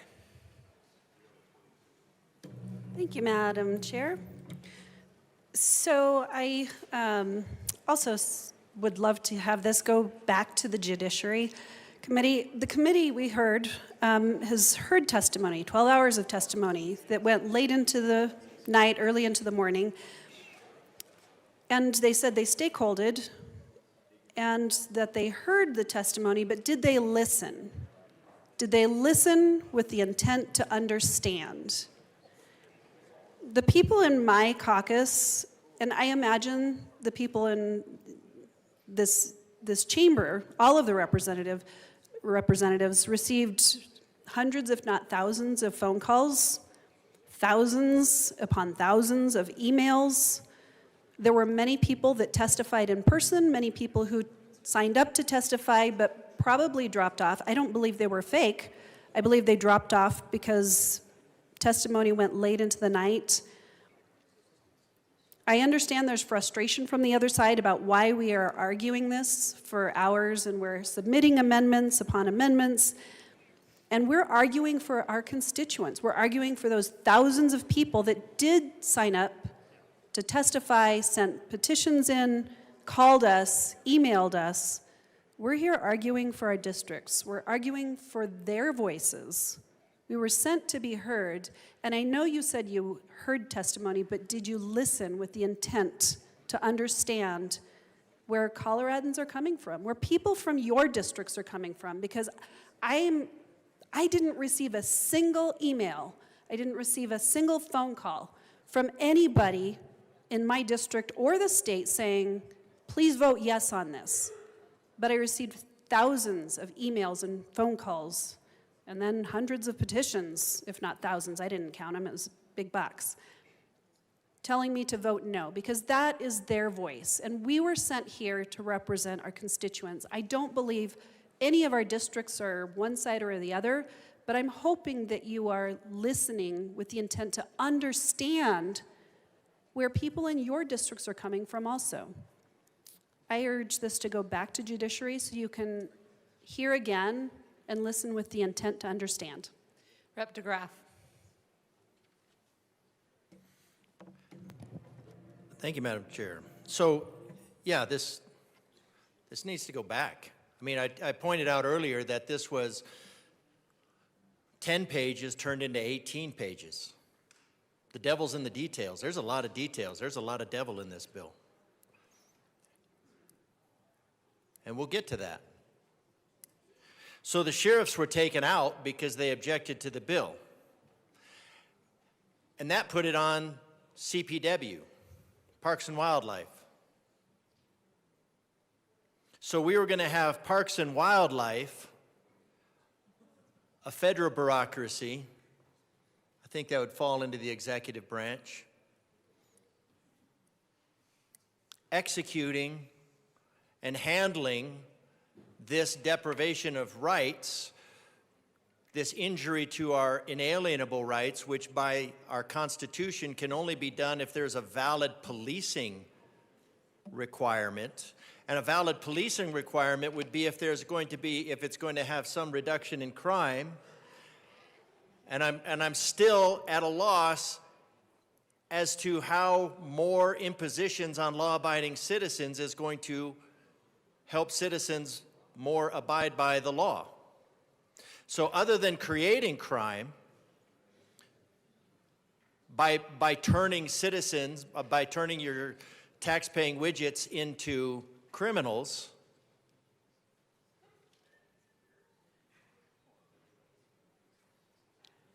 they wanted that to be handled by CPW, a law enforcement operation by CPW. Well, the sheriffs came in and said, no, we're not just going to turn our people, the people of our counties, the people who elected us to protect their rights, because sheriffs are elected, and some of them, most of them, I know a lot of them do anyways, they recognize that their purpose is to secure the rights of their citizens. They have a duty to protect the citizens of Colorado from the Colorado General Assembly.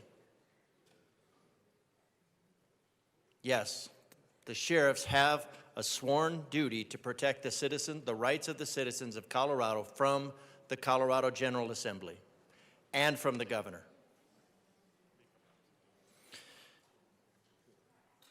So yeah, one of the drafts pulled the sheriffs out of it and wanted our non-law enforcement agency to handle fingerprinting of law-abiding citizens, which, by the way, constitutionally, those fingerprints also have to be returned to the citizens of Colorado. They have to be returned. So what does that mean when you put them in a federal database? Can they be returned? Or is that another violation? I think it's another violation, another injury, another lawsuit. So now the sheriff said they want to be out, and so they put them, and they said, no, we're not going to.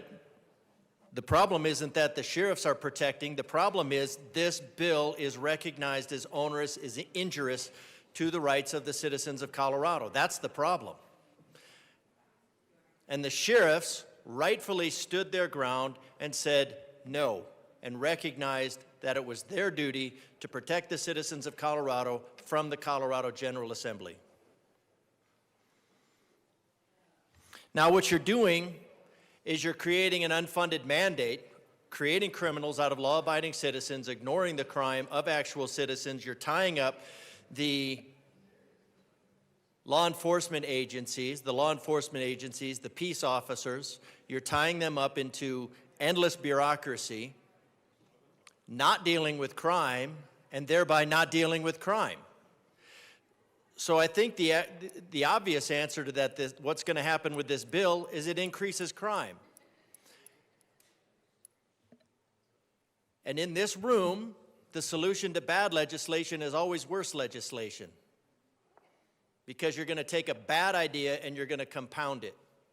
And you're going to say, oh, crime didn't go down, so what do we need to do? Well, we need to further restrict the law-abiding citizens of Colorado. We need to put the boot on the face a little bit harder of the citizens of Colorado. That's always the answer in this room. More boot, more face.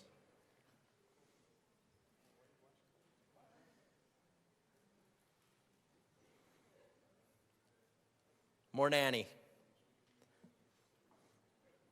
More imposition, more micromanagement of the law-abiding citizens of Colorado, while ironically fighting to keep the primary source of crime in the state.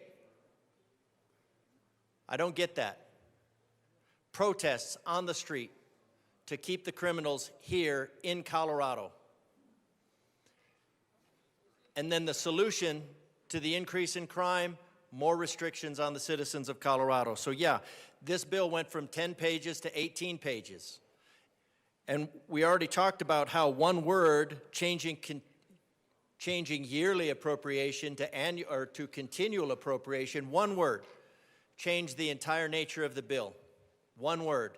You've added 8 pages and heavily amended the rest. It's a completely new bill. You get to the end of 12 hours of testimony, and then we go whipping through the amendment phase. Here's an amendment. Does anybody who hasn't read the amendment have anything to say? No, we don't have anything to say because we can't understand. Are there any objections to this amendment? No. Without any vote, then this amendment passes. Boom. Rewrote the entire bill. One word. We have a gallery up here for the citizens of Colorado to supposedly be able to come in and watch how the sausage is made. But nobody comes here because it's all done in back rooms. The laws are made in back rooms. And why are they made in back rooms? Because there are 700 bills per year. 500 are allocated. Of those 500, 600 will pass and 700 will be presented. 700 out of 500, 600 out of 500. All in roughly 100 days. We're passing laws into the books with less than 2 hours of scrutiny by the body that is chosen, that has been elected to represent the people of Colorado. Less than 2 hours per bill. We're talking minutes per page. And then we rewrite the entire page. Why don't the citizens of Colorado trust this room? Because they shouldn't trust the people in this room. They should not trust the people in this room. Stakeholding. Who was it done with? Besides the commies for disarming every town. Representative DeGraff, the motion before us is to refer this bill back to the Judiciary Committee. Thank you, Madam Chair. Yes, it should be referred back to the Judiciary Committee. It should be referred back to the imagination of the sponsors who have already said, this is not as far as we'd like to go. Which means next year, we'll have another word added. We'll have another couple amendments to the bill to change it. Change in possession. Get rid of the grandfather aspect. Tighten up all the clauses.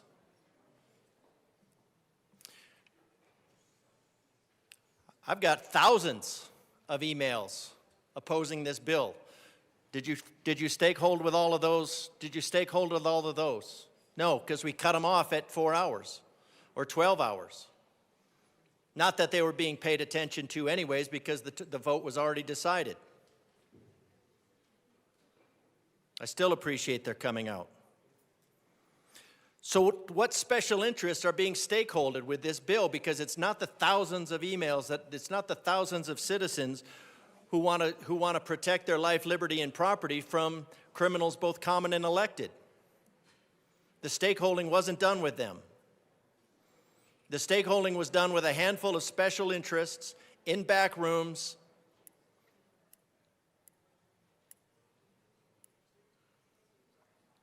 to the people, not for the people.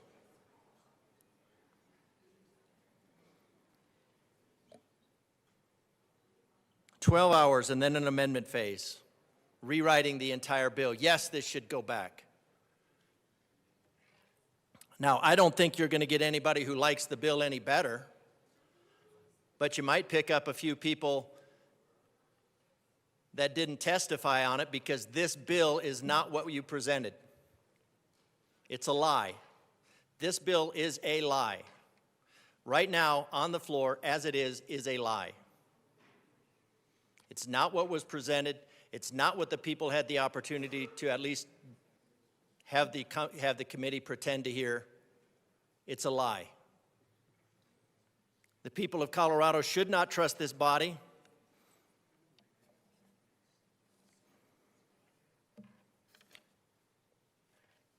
Should know that with this bill, their Second Amendment rights are severely at risk, and along with those, every other right is severely at risk. The majority party has no interest in you having rights, whether they're taxpayer or bill of. Doesn't matter. They're all in jeopardy. This bill is proof. Rep. Barone. Thank you, Madam Chair. I also rise in support to move this bill back to judiciary. As my fellow colleague before me said, this bill has changed. To move amendments after the testimony of the people that spent hours sitting and waiting to testify against this bill, and then to change it after their testimony is something that we need to take in mind. We need to take it back the way it was changed, back to judiciary, so those people have the same opportunity to testify again on the new bill, on the new language. Because when it moves to finance, they can only testify to the financial aspect of the bill. But the problem, that's just one of the problems of this bill. The other problem is what was changed in the amendment phase in judiciary. So this needs to go back to judiciary so that people can come back and have the same opportunity to testify on the bill again as amended. I wouldn't want a bill to go to me testify against a bill or even testify for a bill and then have it changed to something negative in the amendment phase. My testimony just needs to change too. So it needs to go back to judiciary so whoever, maybe whoever was for this bill maybe changed their mind with the amendments. They need to be heard again.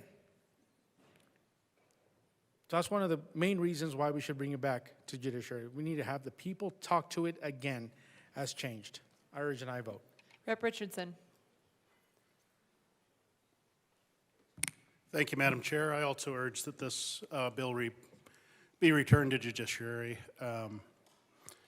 For those that were paying attention a long time ago, like 72 days ago or a little bit earlier than that, this was some sort of bill that was supposed to help reinforce a magazine capacity ban.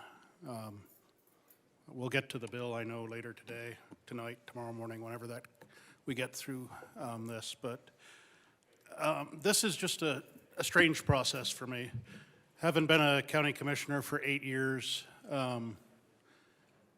you recuse yourself from decisions when you know that you've already predetermined what that decision should be without listening to testimony, without having the opportunity to hear what the people want. The government closest to the people certainly serves them better. I saw that on a school board. I saw that as a county commissioner. I've seen a little lack of serving the people well as we get a little higher in elevation under this gold dome. And it is disturbing. I applaud my colleague from Weld County who asked if you actually listened during the lengthy hearing to what you heard. I'd put a finer point on that. And again, since I've been here in this position and assigned to committees, I've sat in a whole lot of committees where a bill is presented and sometimes the sponsors don't even stick around to hear what witnesses are saying. Often members of the committee step out for long periods of time and just get hustled back in for a vote at the end without having heard what the people have to say. And these are committees that are sometimes pretty large. I mean, some of them might be a little bigger than the number of people that are actually in this room paying attention right now. But at the end of the day, the amount of time, the quantity of time spent in a committee has absolutely nothing to do with the quality of the product that comes out of it. We offered an amendment earlier today that would have put some teeth into our oath. That was not adopted, and I accept that. But then our decision-making then falls back on our own character and doing the right thing when people aren't watching. And I think there's a lot that's not being done while people aren't really watching, and a lot of decisions that are predetermined. as things get hustled through committee after committee after committee, and then wind up here for debate without having actually listened to the people affected. Yeah, it would be nice to send it back to Judiciary, or back to Finance, or back to Appropriations, or back to the Senate, or back to the out-of-state think tank where the language probably originated. But I don't think that's going to happen. But I just ask that today that you be honest with yourselves, you listen to what people up here are saying, because a lot of the folks up here saying things are saying things on behalf of their districts and the people that have reached out to them in multitudes to say this is a bad bill. Again, the issue that's trying to be addressed is a real issue. This isn't the right way to address it, but I think the one thing we can do is back up a step, listen again to the people, and see if we can make this a better bill, or maybe decide that there's a different direction to go in. Postponing indefinitely is always an option. I urge a yes vote on this amendment. Is there any further discussion? Seeing none, a division has been called. The committee will go into a brief recess.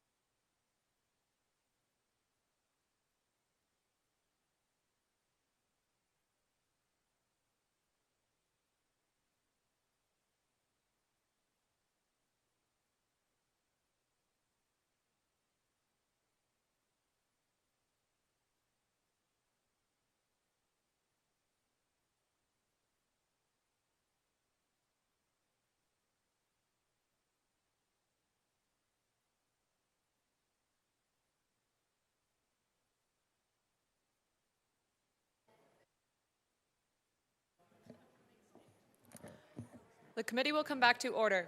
A division has been called. The question before us is the motion before us is to refer Senate Bill 3 back to the Judiciary Committee. A division has been requested. All those in the chamber not entitled to vote, please sit and remain seated. All those in favor of the motion to refer Senate Bill 3 back to the Judiciary Committee, please stand and remain standing in one place, or raise your hand and keep it raised until the vote is taken.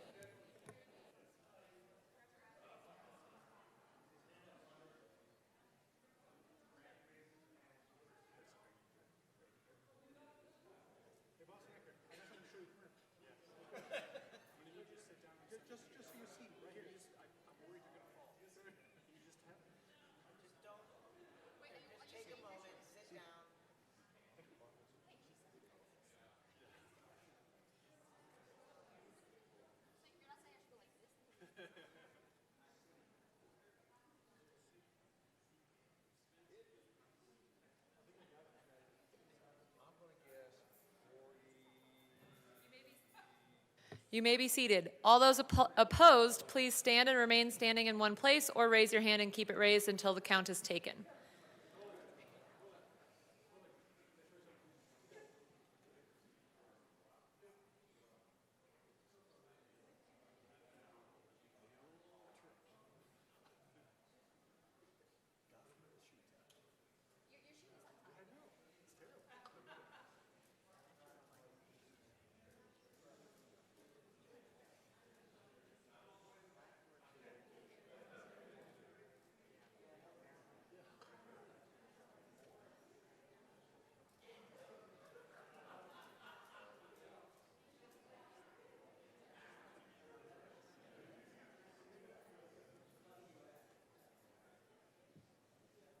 You may be seated. The motion to refer Senate Bill 3 back to the Judiciary Committee is lost. To the Judiciary Committee report, Representative Hartsook. Thank you, Madam Chair. Well, good afternoon, members. Here we are. So before I get into my piece, if Madam Chair would allow me a moment of deviation here, on a serious, I mean, we've been debating a lot of things up here, but there is a very serious note I would like to expose here or express.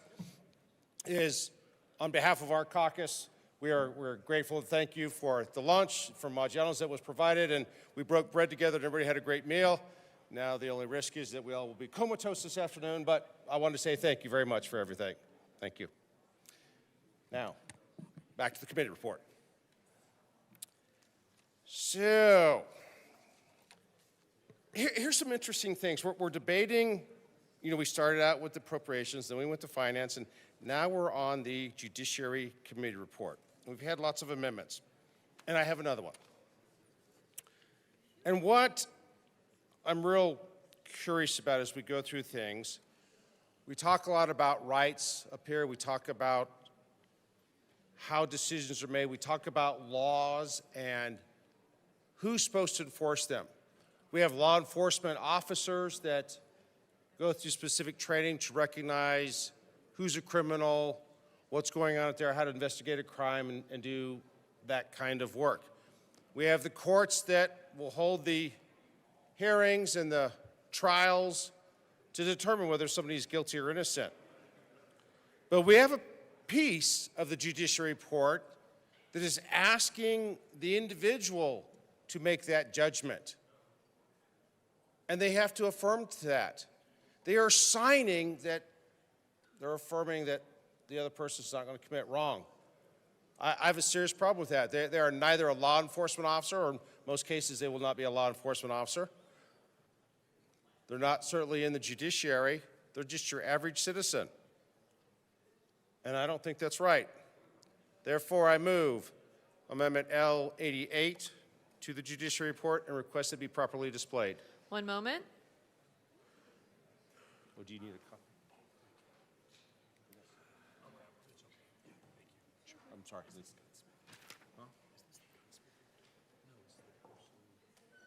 L88 is properly displayed. Representative Hartsook. Thank you, Madam Chair. So in the Judiciary Report on page 2, line 24, so you back up to subparagraph A, line 18. It says the applicant does not have, so it's going down this list of things that the applicant's got to affirm to. The applicant does not have a state or federal conviction that would prohibit them from purchasing a firearm or possessing. Number B, the applicant will not violate relevant state law related to the purchase, possession, storage, and lawful use of a firearm. We got plenty of laws that if you break a law, then you should be punished. C, and this is where we get into a question. The applicant will only transfer a firearm pursuant to, lists out the section, and not allow another person who the applicant believes would be a danger to themselves or others access to a firearm in the applicant's possession. How is a person supposed to know if another person could commit a crime, could be a danger? We are asking somebody to postulate on what the future holds. We don't try people in court that way. We try them for the crime that they commit. Yet we are asking someone, no, we're not asking, we're stating. In the judicial report, it says we're stating that you cannot transfer that weapon if you believe they're going to do something. Well, believe is a very subjective word. Laws are supposed to be objective. They're supposed to be based in fact. This is subjective. This amendment is striking that and removing that piece. We should not have subjective laws that of the 65 of us in this room, which probably not at 65, but of those of us that are in this room are going to look at things differently. And we will think, well, that person may or may not want to commit a crime with this. And that might be colored by our viewpoint on the possession of firearms, on our view of the Second Amendment. And we're going to hold an individual responsible for a very subjective criteria that will vary, I would argue, with each and every individual in the entire state. How on earth can you do that in court? How on earth can you expect someone to adhere to that? Courts are based upon objective rulings. They're based upon trials and actual facts that are presented, not on what someone believes may or may not happen. This isn't a science fiction movie where we're postulating in the future that person might commit a crime. That person might be a threat. I, therefore, would be guilty if they do. The law reads, you are charged when you commit a crime, not if you think someone's going to. We don't charge crimes that way. So how can we hold someone accountable for what someone else may or may not do? How can we say, I believe they might do something, but they haven't done it? Well, then what's the next step in that process? Does that happen then? Oh, I think they might be a threat. I believe that there's a problem here. So what happens next? Is that then go to court? Is that another law that comes along? This body should be passing statutes based on facts that can be tried in a court of law that are based upon an objective position, not on a subjective belief that somebody might commit something wrong. I ask for a yes vote on this amendment. Thank you. Rep. Froelich. Thank you, Madam Chair. The portion of that this amendment is referring to is specifically the application that the person is filling out. So they're filling out an application saying why they need to purchase a semi-automatic weapon to go through this process that's established in the bill. And on this application, they are asked, I won't give this, they are supposed to testify that they won't give their gun to someone who is going to do themselves or someone else harm. And so this amendment strikes that provision. So that would allow for straw purchases as well as the loaning of your gun to someone who you know is going to either be a danger to themselves or others. And so we ask for a no vote. Rep. DeGraff. Making sure I'm properly covered. So, as we build this permissive state of Colorado, in the formerly free state of Colorado, or in place of the formerly free state of Colorado, I'm curious if these are, and I hate to even give you the idea, but are we going to have to start doing this sort of thing for, say, like loaning our car out? We have to make sure that we'd loan the car out and sign over the documents to make sure that somebody is not going to do harm to themselves or others, or like we're going to have to go through this whole thing. And by permissive state, what I'm talking about is a state where you have to ask permission to do everything. And that's what's being created. Again, this bill is not about protecting your rights. This bill is about violating your rights, usurping your rights. It's about creating the injury of denying you an unalienable right. Now, there is a level of responsibility. There are crimes already that are handled by those. Doing harm to yourself, that is a crime. Doing harm to others, that is a crime. Now we're taking somebody and we're saying, okay, in order for you to exercise your right to keep and bear arms, which, you know, logically it's a tool of self-defense. You should be able to do what you want with it. You should be able to buy, trade, and sell. When you get into something like a constitutional carry, you are a sovereign citizen. That's what our Constitution says, that all of this comes down to the citizens of Colorado, not the nanny former free state of Colorado. The permissive state is the nanny state. It's the mother may I state. It's the continually asking for permission to do absolutely anything. And for everybody who thinks that just, oh, well, this is guns, this is a reasonable measure. It's just one more measure. We have something like 200,000 laws, 40% to 60% are redundant because the nanny state cannot stop nannying.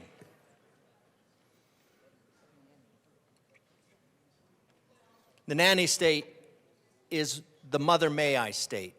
You must ask permission to do absolutely anything.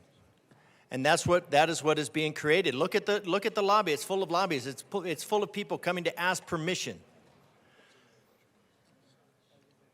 So if you can do this to firearms, an unalienable right, what else can you do to it? Do it to. There's no limit. This creates these precedents because the nanny state feels, and it feels, and it feels. There's no logic to it. There's no demonstration that this is needed to decrease crime. We already have a crime. We have a crime against self-harm. We have a crime against harming others. We don't need to turn a crime into somebody else enforcing the crime. Obviously, whoever is involved in this is not going to be, but now you have to sign a form and you have to turn it into the nanny state to ask to do this. So this is just this continual infringement of somebody in the bureaucratic state saying that they will or will not approve of that transfer. Based on what? I don't know. Is there a legal process? Is there due process to denying this right to exercising that person's right to purchase a firearm from somebody else who legally purchased that firearm? There's no end to it. Just because it feels good and you think that you're going to somehow solve something, you're just creating another level, criminalizing the law-abiding citizens of Colorado. Create laws. You have laws. We have the laws on the books. Stop inviting criminals. Stop fighting to keep criminals here in this country.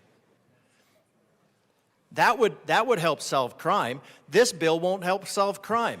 We're going to spend all day on this bill. Won't solve a thing.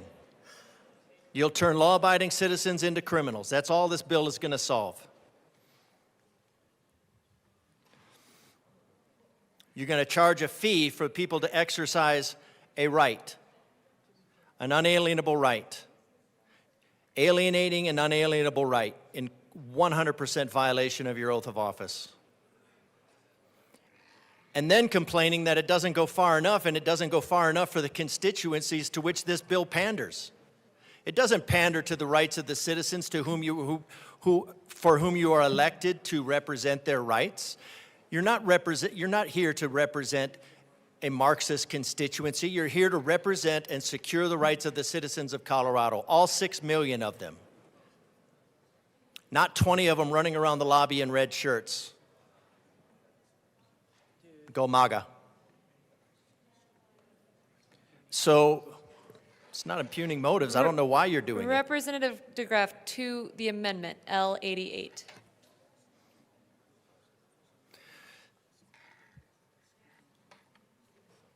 This nanny state has got to stop.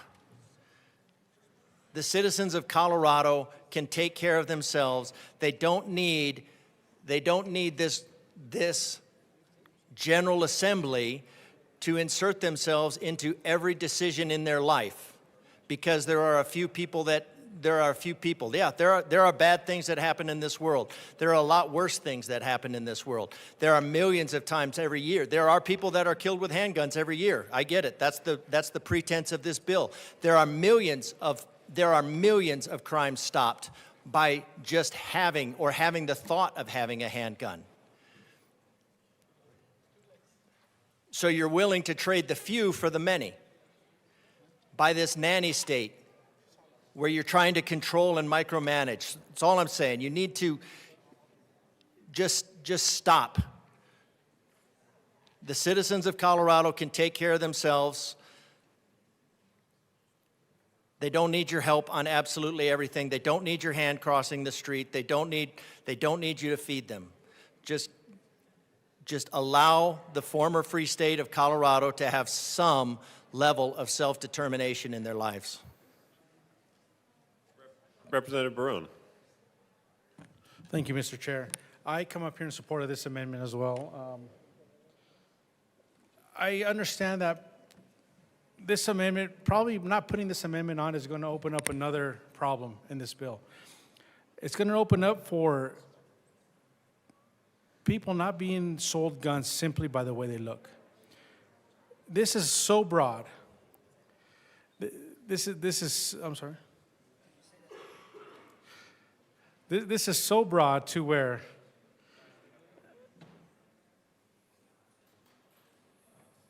not being sold a gun simply because you look like you're going to hurt yourself or others. I mean, look at me.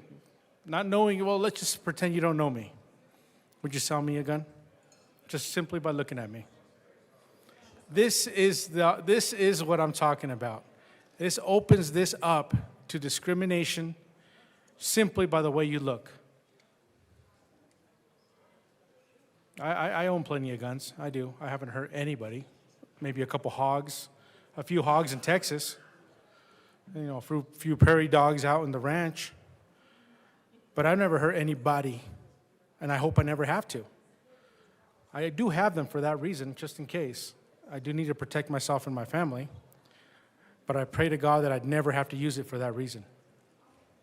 I don't wish for that to happen.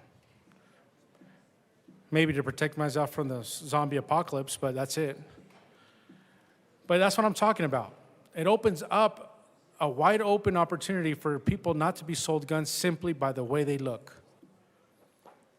There's some great people out there that I know that look intimidating, but they're the nicest people you'll ever meet.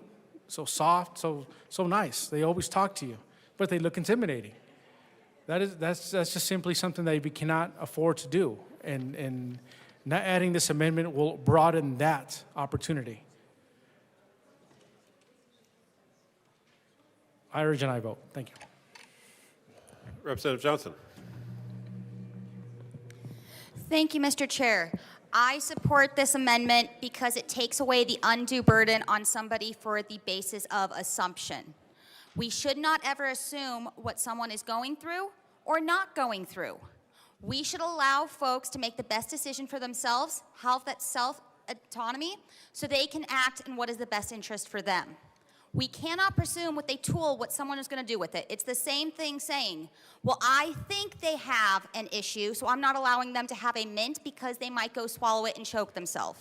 I think they may have an issue, so I'm not going to allow them to have rope that they claim they're going to use to tie up a trailer and a horse, but they might do something else with it. I'm not going to allow them to have a pen or pencil because they may purposely go fail their test because they may not want to go to that college of their parents' choice. We are putting assumptions in place. This bill takes off that burden so folks don't have that undue burden of trying to say what may or may not happen. We get told down here in the well all the time, we cannot assume. We just can't. So by putting this amendment through, we're taking that off of somebody for having a presumption or non-presumption of what may or may not happen. So we cannot, and you know what? This also helps take away the fact that if we need to put this amendment in place, it means that we are making sure that we need to address what's happening. This amendment is pointing out that we do have a mental health crisis, but we cannot assume what is going to happen with a tool. Why don't we, instead of doing any of this, actually focus on the root of the issues? Mental health, getting people the resources they need. But back to this amendment to the judiciary report, this takes the undue burden off, because how many of us in this room, how many of us in Colorado are mental health experts? How many of us have a detective degree that we can preemptively assume what someone's going to be doing based on their routine? How many of us have a medical degree that we know what someone's repetitive behavior means? We don't as citizens, and so this amendment protects what we're trying to do to allow citizens to protect their Second Amendment without making others criminals, or actually making sure that they are not judging or putting stereotypes or stigmas on someone else. I urge a yes vote. Representative Weinberg. Thank you, Mr. Chairman. I rise today to speak in support of this amendment, which strikes a portion of the judiciary report that adds redundant and unnecessary restrictive language to an already complex section of Senate Bill 3. This language in question, stating that a person must complete the requirements of this section and not allow another to do so, may sound simple, but in practice, it creates ambiguity and invites legal overreach. What this amendment does is remove that clause and clarify the law's intent without criminalization, harmless administrative actions, or shared responsibilities that often happen in family or community settings. Under current law and this bill, individuals are already required to complete safety training and obtain their own eligibility card before purchasing a specified semi-automatic firearm. That is clear. That is enforceable. But when we go further and say that a person cannot allow another to complete the requirement for them, we open the door to confusion and unintended legal consequences. What does it mean to allow another? Could that include a parent helping their adult child register for a course? A spouse scheduling an appointment on behalf of their partner? A trusted friend printing out paperwork or arranging travel logistics? In our attempt to close perceived loopholes, we may actually create new liabilities for law-abiding Coloradoans who are simply trying to help one another through a burdensome, multi-step process. We risk criminalizing actions that are collaborative, supportive, and completely unrelated to intent or safety. The amendment does not weaken the core requirements. Individuals will still need to complete the courses themselves, demonstrate mastery of safety protocols, and obtain their own eligibility cards. All it does is remove language that is duplicative and prone to misinterpretation. And let us be honest, Senate Bill 3 is already complex. It contains new training mandates, a statewide tracking system, fingerprinting background checks, and sheriff-level oversight. The last thing we need to do is add vague prohibitions that could trip up people trying to comply in good faith. This amendment helps preserve clarity in the law. It respects the autonomy and responsibility of the individual while preventing over-criminalization. And it acknowledges a basic truth: sometimes people need help navigating government processes. We should not write laws that make them fearful of doing so. Let us pass this amendment. Let us keep the law enforceable, understandable, and fair. Representative Basenecker. Thank you, Mr. Chair. Just one point of clarification, actually maybe two. I've heard it mentioned a couple times. Just wanted to clarify. The bill does not require fingerprint background checks. That has been amended out in the judiciary. Just wanted to clarify that piece, which is why also you see CBI is no longer involved in the bill. So not germane to this amendment, but good information for us to have in front of us. Related to this amendment, I would say that what we've done in this section is very similar to what exists already in concealed carry. The affidavit you need to fill out to be able to receive a concealed carry. It is a sworn affidavit that you sign in order to go in front of your sheriff and get that concealed carry permit. We have simply transposed similar requirements to this permit and purchase program here, which is why we feel it's appropriate. We would ask for a no vote. Representative Gonzalez. Thank you, Mr. Chair. I rise in strong support of this amendment. I think one of the concerns for me when it comes to trying to enact this amendment is the fear of racial profiling when it comes to purchasing of weapons. As my colleague from Weld County earlier expressed some of the concerns associated with the type of profiling and discriminatory practices that you see when it comes to other things, not necessarily just the guns. But I think this would help clarify some of that, because it is true that people of color are impacted disproportionately more when it comes to these type of policies and transactions. And so I think I speak to my district, who is nearly half Hispanic, that a lot of them who are gun owners feel that this is just more paperwork and hurdles to go through, and they're afraid of potential repercussions when it comes to, when people identify as specific mental health threats to themselves or to others. I think currently the bill, it's too vague and broad, where it can be subject to interpretation. Anybody can come up with an excuse to say that you're a threat to yourself or to somebody else. So I would just ask for an aye vote on this amendment. Thank you. Seeing no further discussion, the question before us is the passage of L088. All those in favor say aye. Aye. All those opposed, no. No. The noes have it. L088 fails. To the Judiciary Committee report, Representative Johnson. Thank you, Mr. Chair. I move L117 to SB003 per the Judiciary Committee report and ask that it be properly displayed. Hang on just a second. All right, it is displayed. Please proceed. Thank you, Mr. Chair. And in light of the fact, when we did mention in Judiciary a lot of amendments, about 1 page were offered without time to review, I shall walk you all through it so you have time to digest what this amendment is going to do.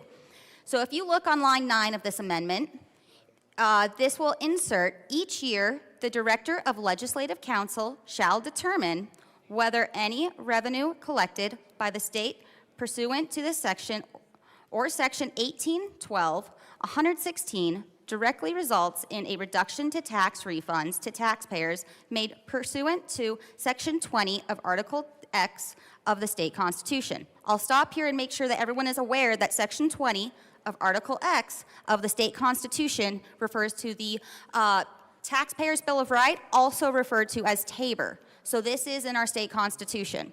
Now moving forward to line 14, this section, Section 1812-116, and Section 2435-122 will be repealed if any revenue collected by the state pursuant to this section or the Section 1812-116 directly results in a reduction to the tax refunds to taxpayers made pursuant to the Section 20 of Article X of the state constitution. The Director of Research of the Legislative Council of the General Assembly shall notify the reviser of statutes in writing if the Director determines that any revenue collected by the state pursuant to this section or Section 1812-116 directly results in a reduction to the tax refunds to taxpayers by emailing the notice to revisorofstatutes.ga@college.gov. This section, Section 1812-116, and Section 2435-112 are repealed effective upon the date of the notice of the reviser of the statutes. To ensure this happens, go back down to line 29. If the reviser of the statute receives notice pursuant to Section 339-115-6, this section is repealed effective upon the date of the notice to the reviser of statutes. So I just want to preface that this is talking about state constitution, Section 20 of Article X, which is the Taxpayer Bill of Rights. What is the Taxpayer Bill of Rights, formerly known as TABOR? Well, it does 3 main things. It limits government spending and revenue. It requires voter approval for certain fiscal action. And the key one here per this amendment is it mandates refunds of excess revenue.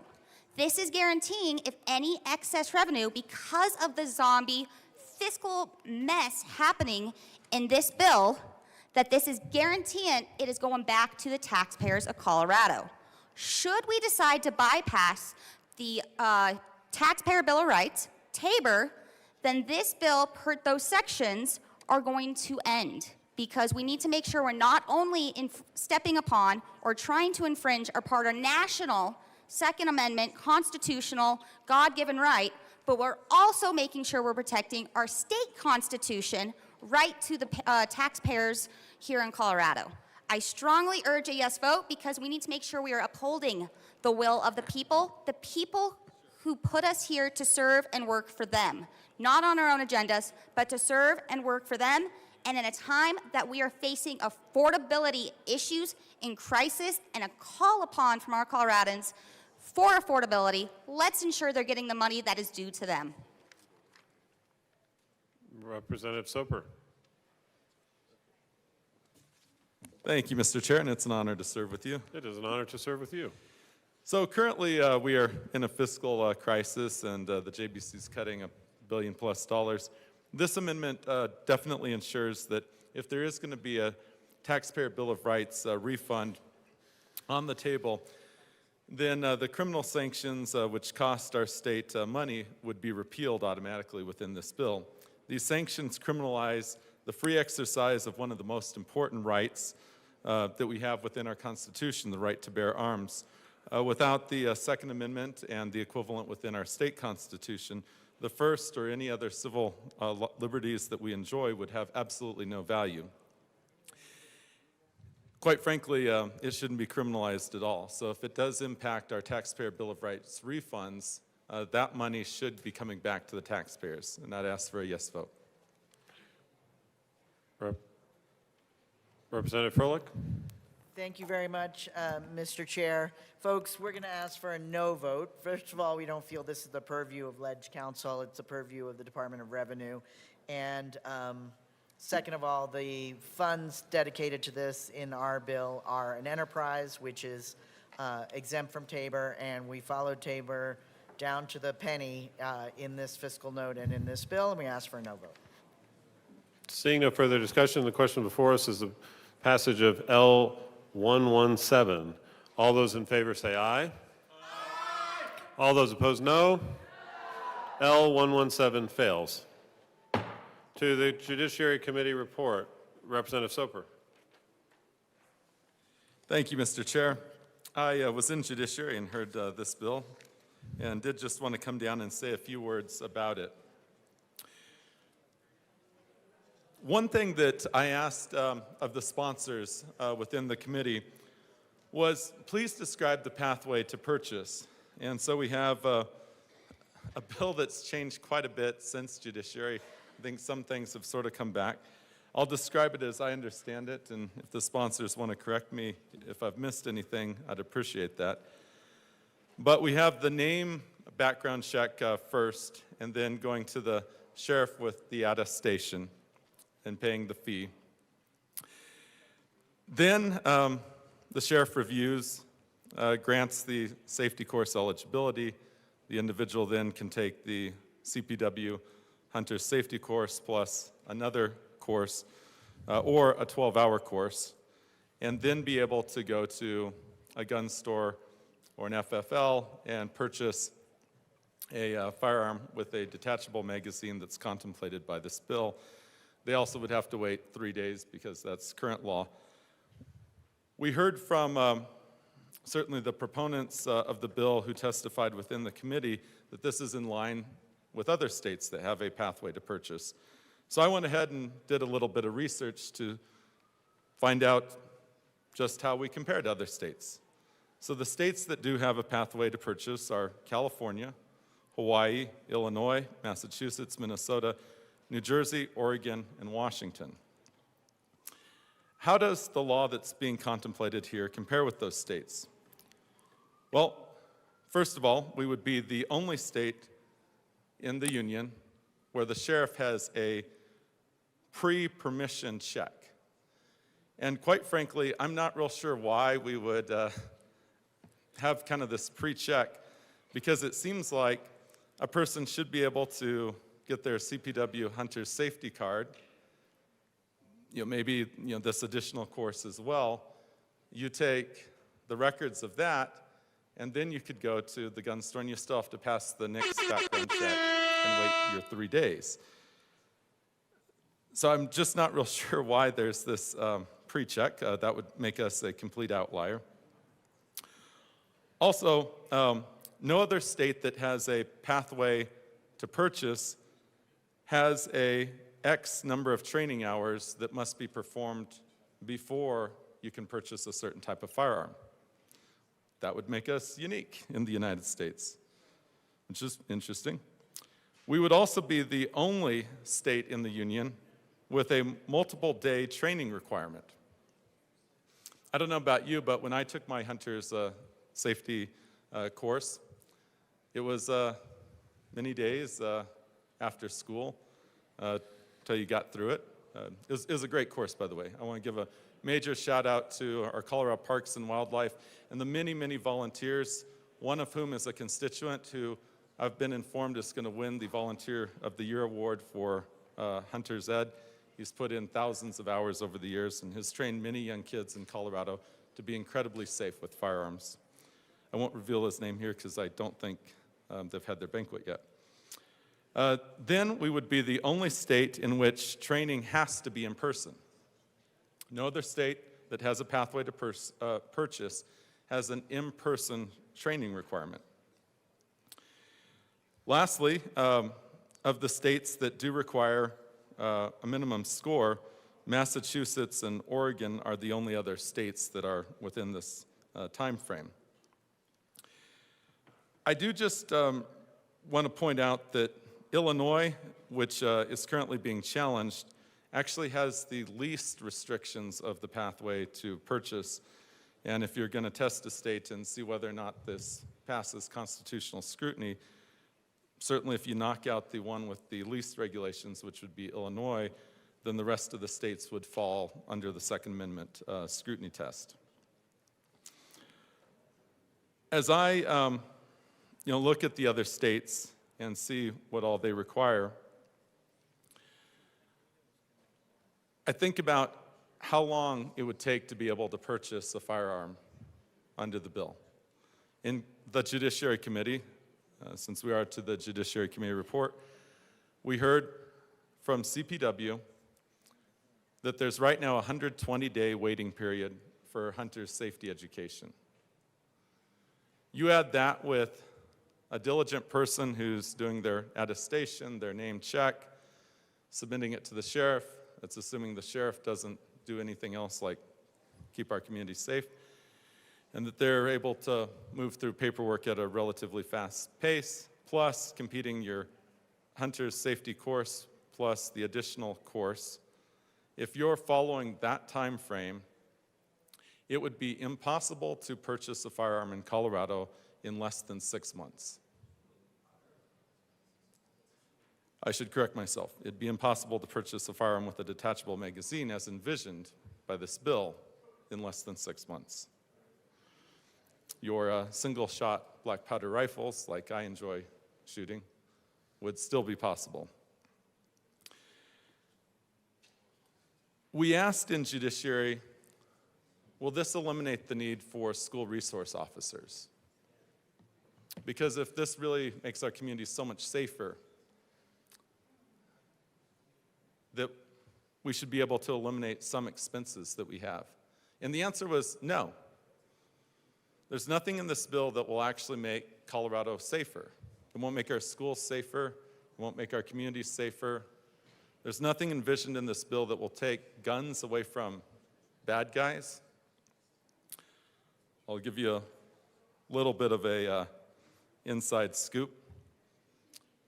Most bad guys already purchased their guns illegally, and they're still going to be purchasing their guns illegally.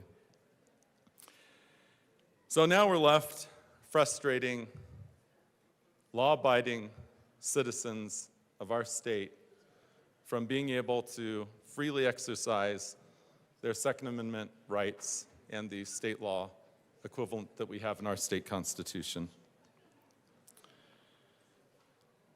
The issue of current owners, I think, is one that we also need to talk about. I may or may not have firearms that are covered by this bill, but certainly it does beg the question for those Coloradans who do have firearms with detachable magazines that are covered by this bill. What does this bill say about them? That they're grandfathered? And just like our magazine ban of beyond 15 rounds, we certainly heard lots of testimony within the Judiciary Committee that that didn't work out very well. There's still the ability to purchase these types of firearms in other states. We asked those questions within Judiciary, and the answers were absolutely yes. Those can move and be purchased. The fact that all we're really doing here is discriminating against our residents more than other states are. And I've spent some time thinking about our Constitution and constitutional rights.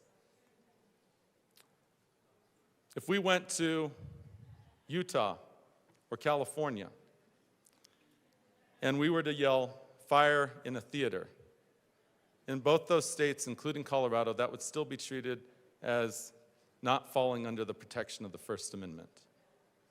And if we were to talk about what is covered by the First Amendment, not having government link up and have a state-sanctioned church, or having the free exercise in, we would all agree amongst our sister states that that's what the First Amendment reads. However, with the Second Amendment, all of a sudden, the states are fully laboratories of democracy in which every single state has a completely different take on the Second Amendment, and it shouldn't be that way. We should be able to move amongst the states within the Union, and the law would be the same. If this is truly that level of constitutional right, we should expect that if we're in Utah, or California, or Florida, or New York, or Massachusetts, that the Second Amendment, one of our most sacred amendments, would be treated the same. But instead, we aren't even in line with the other states that have a pathway to purchase. We're now completely the outlier.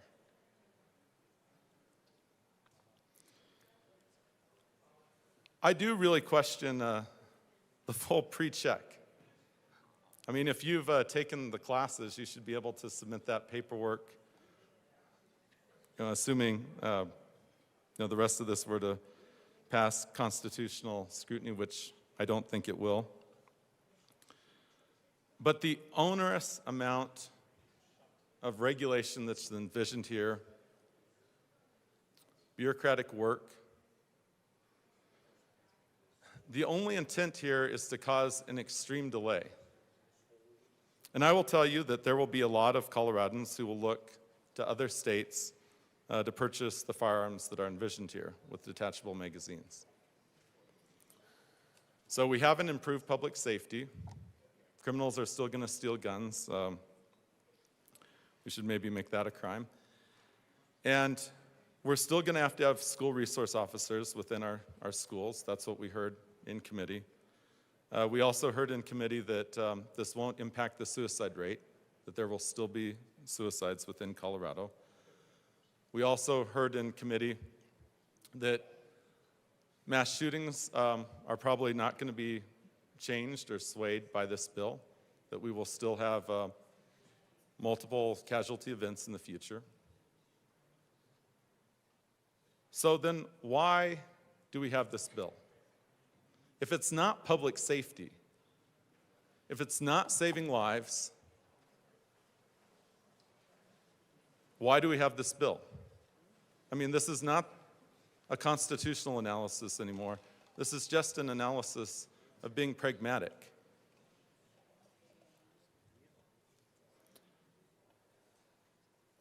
I do really question that.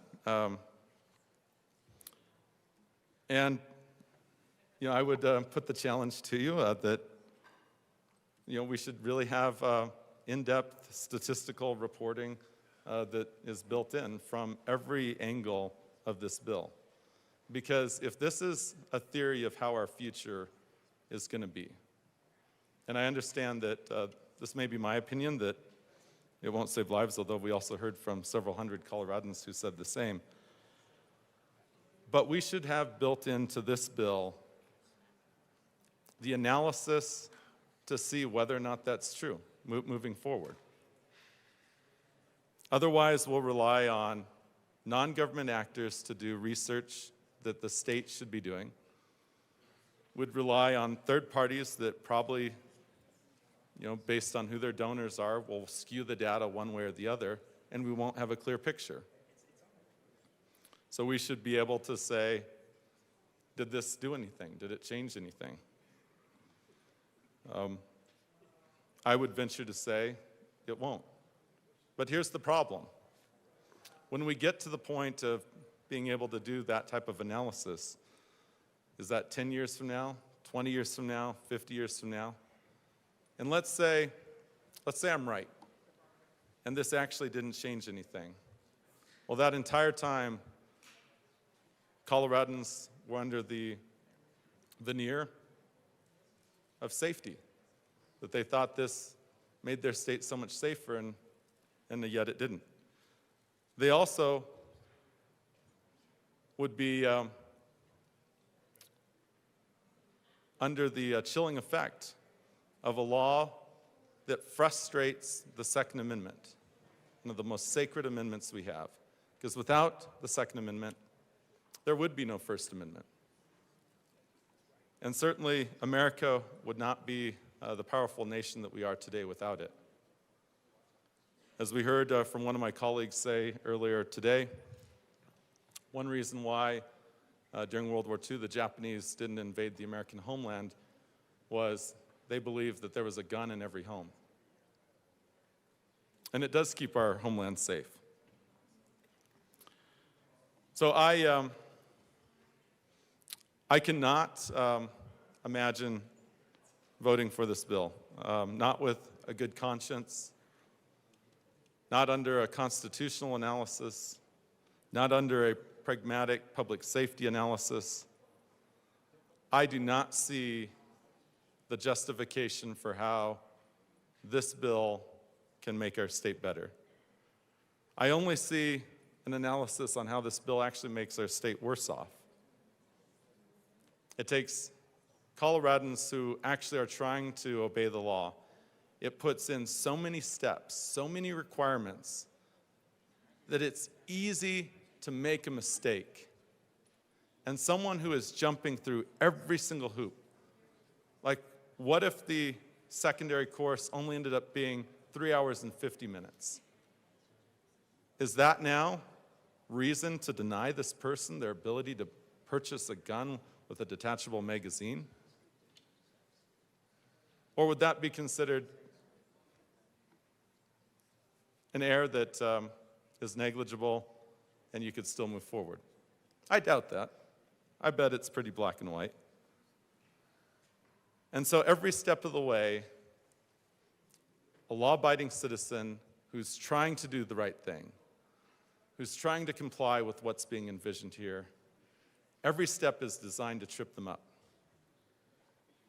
And yet these are the Coloradans that I want owning firearms. These are the ones who will be the reasonable, prudent person. These are the ones who, without any law, will have a gun safe, to keep their guns safe. These are the ones without any laws on the books, will make sure that they're muzzle aware and always pointing away from people and downrange. These are the ones who always clean their guns, make sure they're in proper working order. And with all this requirement, I mean, these are going to make Coloradans really, really good shooters, you would hope. But even without 12 hours of a gun safety course that includes actual range time, these Coloradans, trust me, will be out target shooting all year round. And that actually they will enjoy it as well. I happen to be one of them. And if only the price of ammo was a little bit cheaper. But don't worry, we're going to make more here in America, and it's going to be cheaper. I would ask for this chamber to have a resounding no vote on this bill, and certainly with the changes that were made in House Judiciary Committee. Of course, further changes were made than in Finance and now here today on the floor. But I cannot see a path that this bill should have to move forward, and would ask everyone to vote no. Thank you. Representative Barone. Thank you, Mr. Chair. I'd like to go back to what my fellow colleague here said just moments ago. We actually do have some great shooters in the state. So I'm one of them. I'll invite anybody on either side of the aisle, come shooting with me. It is totally fun. I have these old gas monitors that we use in the oil field that expire after 2 years. I shoot those, and it's amazing when you shoot them right in the middle, they explode. Awesome. But, yeah. I believe we're, now 5 hours in? And we've presented plenty of amendments that make this bill better, plenty of amendments that tell the truth of this bill. As far as I can't even remember which ones that were already voted down, but for one, there's plenty of amendments that could have made this a lot more better and tell the truth of what this bill is intended to do. And I don't mind adding another one to that. So with that being said, I want to move L090 to SB003 and ask that it be properly displayed, please. I'm sorry, I'm going to move L090 to the committee, Judiciary Committee report and ask that it be properly displayed, please. Thank you, Representative Barone. That is a proper motion. Give us a second. Thank you. All right, it is displayed. Please proceed. Thank you, Mr. Chair. First of all, I want to start by saying the sheriffs want nothing to do with this bill, period. What this bill does is takes away everything the sheriffs are required to do in this bill. Putting the sheriffs in a tough spot to figure out what previous undocumented behavior means and could deny a person wrongfully to be able to have their training card. I rise today to speak in support of this amendment, which seeks to remove provisions granting sheriffs broad discretionary authority to deny or revoke a firearms safety course eligibility card based on their personal belief about a person's future behavior. I believe that what I spoke to this earlier, and I truly do believe this is what it's going to open up to, just seeing somebody and basically guessing what their future behavior and what they look like if they're going to be able to be sold a gun because they cannot get their eligibility card. Let me be clear. This amendment is not about undermining safety. It is about defending due process. It is about ensuring that Coloradans are not subject to vague, subjective standards when exercising their constitutional right.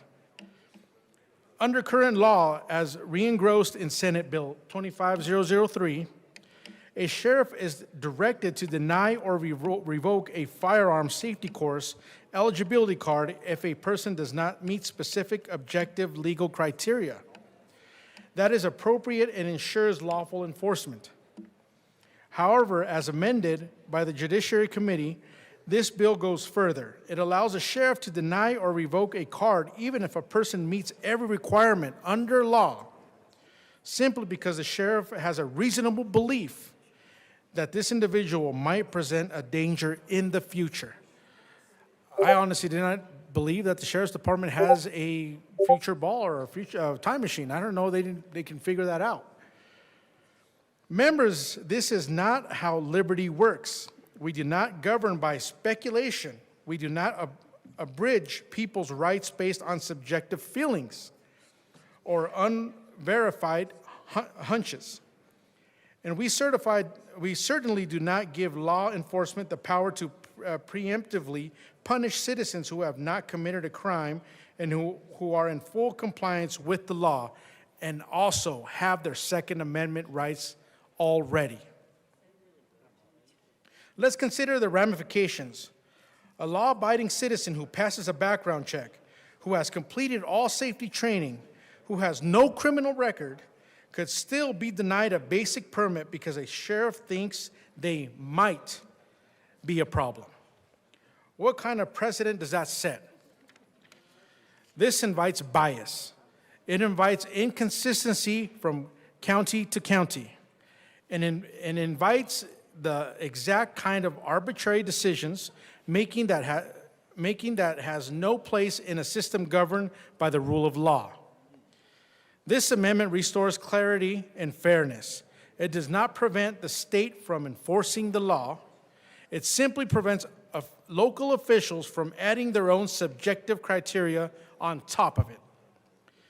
If someone poses a legitimate threat that can and should be addressed through existing legal mechanisms, but let's not hand out unchecked authority to deny people their rights without concrete justification.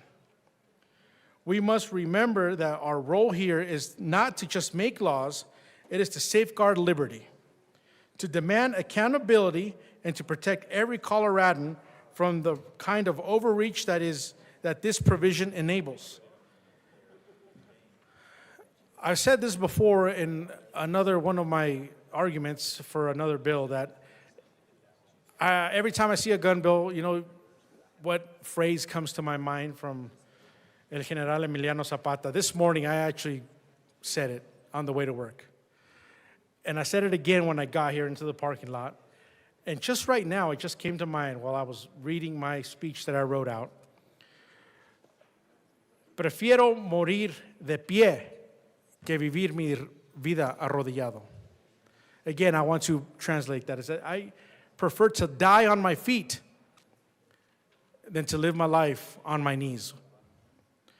Which means I don't want to be on my knees asking for my liberty that I already have. This amendment will take away the responsibility of a sheriff to deny these cards. I urge your support for this amendment. Let's get back to objective standards, due process, and equal treatment under the law. This basically is giving the sheriffs the red flag law 2.0 on steroids. Let's not go to that.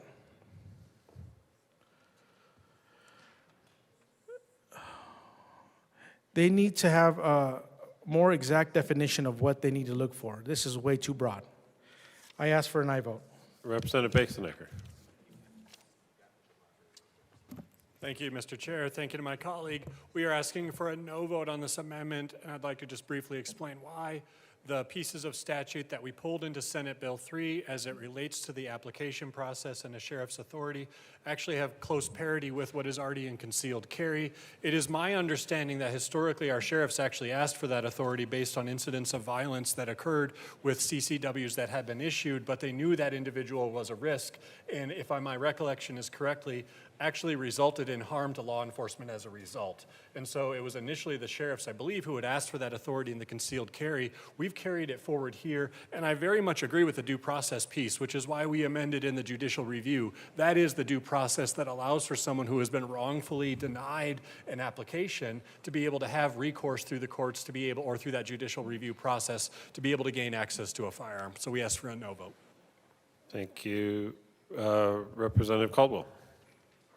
Thank you, Mr. Chair. I appreciate the bill sponsor's explanation there, but I am still in agreement with the sponsor of this amendment. I mean, what it does here is with this bill, with this new requirement, I mean, we're talking about 85% of firearms, most likely, that you have to go through this course.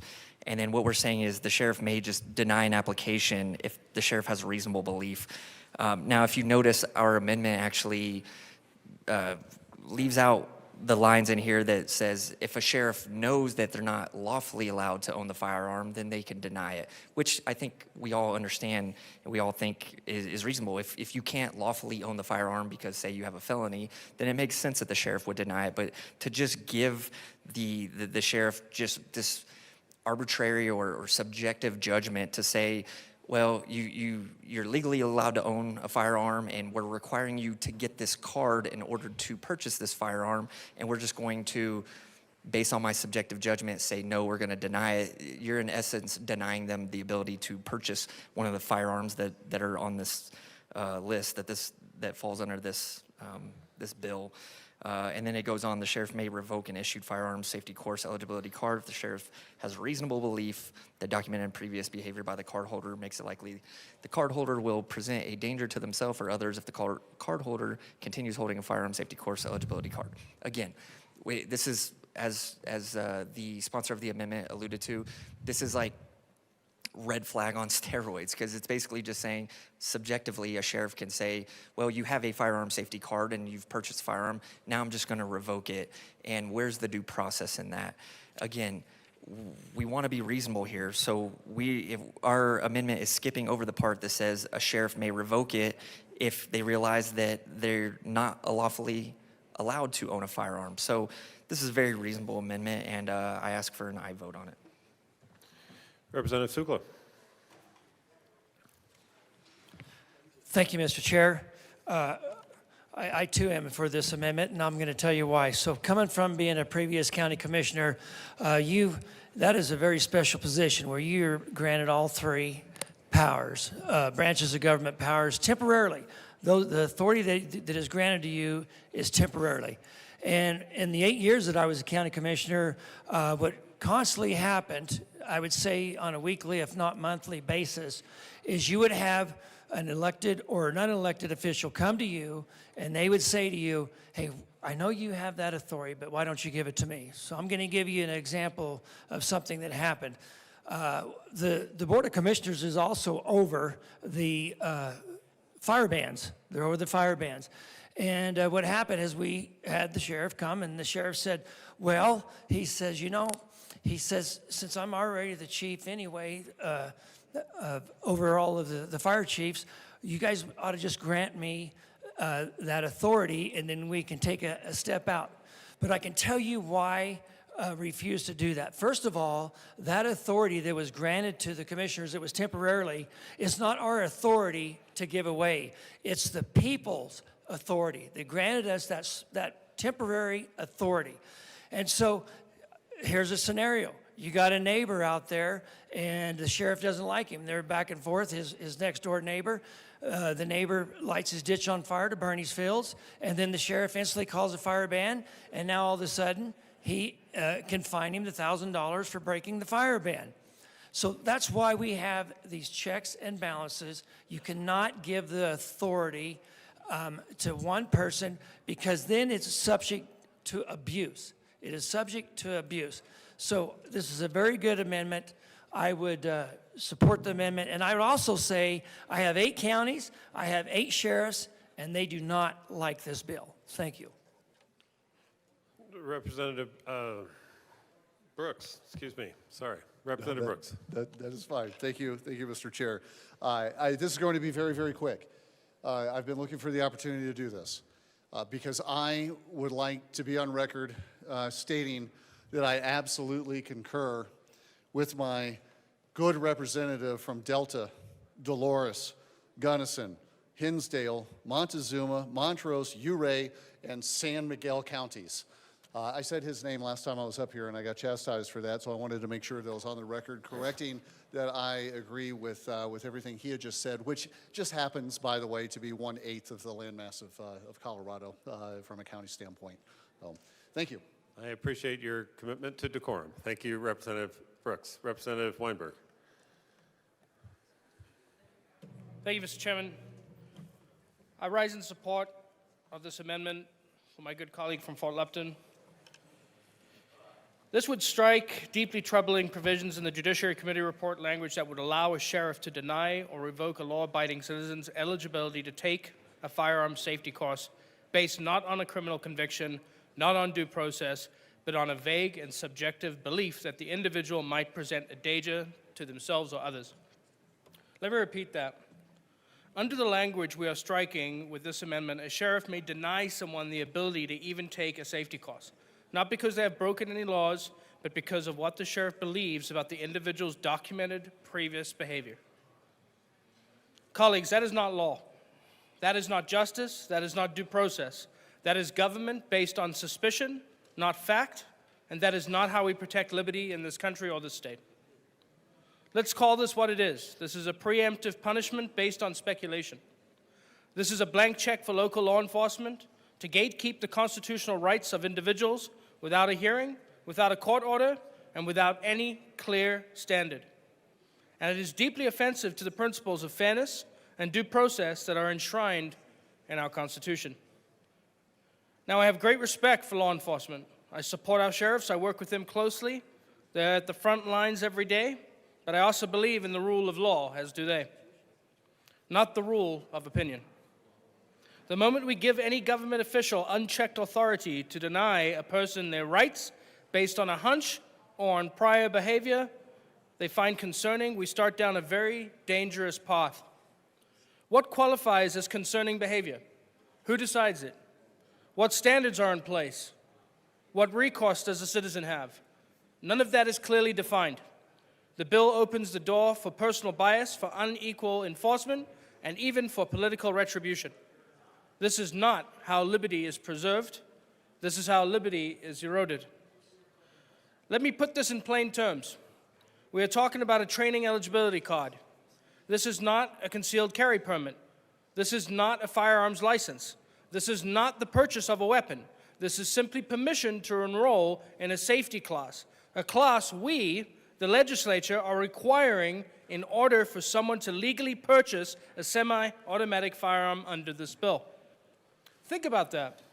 We are requiring Coloradoans to jump through hoops to exercise their own rights. And then we are giving sheriffs the power to pull that ladder up behind them, based on discretionary belief that someone might be a danger. That is wrong. That is a violation of basic fairness, and it is completely incompatible with any serious understanding of our constitutional system of government. This amendment restores accountability, it restores clarity. It says that unless someone is prohibited by law from owning or purchasing a firearm, they should not be blocked from accessing a safety course that this very bill will mandate. That is the least we can do to ensure that this process remains rooted in objective legal standards, not subjective impressions.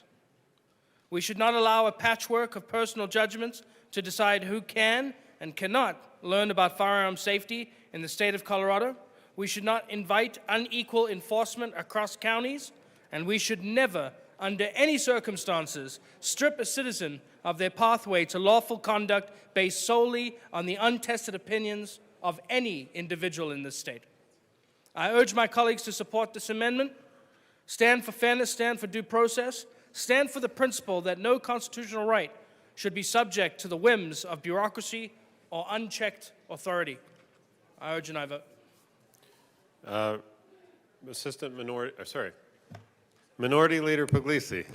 Thank you, Mr. I'm Chair. having some trouble with names up here today. So I'm sorry about that. So It's a it's Friday. nothing personal. No, Just- not just at all. my brain. Okay. Thank you, Mr. Minority Chair. Leader. It's a Friday, and it feels like a Friday. A commissioner friend of mine has been watching us since 9 o'clock this morning and reminded me to put something on the record that I think is really important in this conversation and with this amendment. And he thought it was really curious that the sheriffs who are certified instructors or the sheriff's certified instructors are not exempt from having to take the same training that they must now teach. So let that sink in.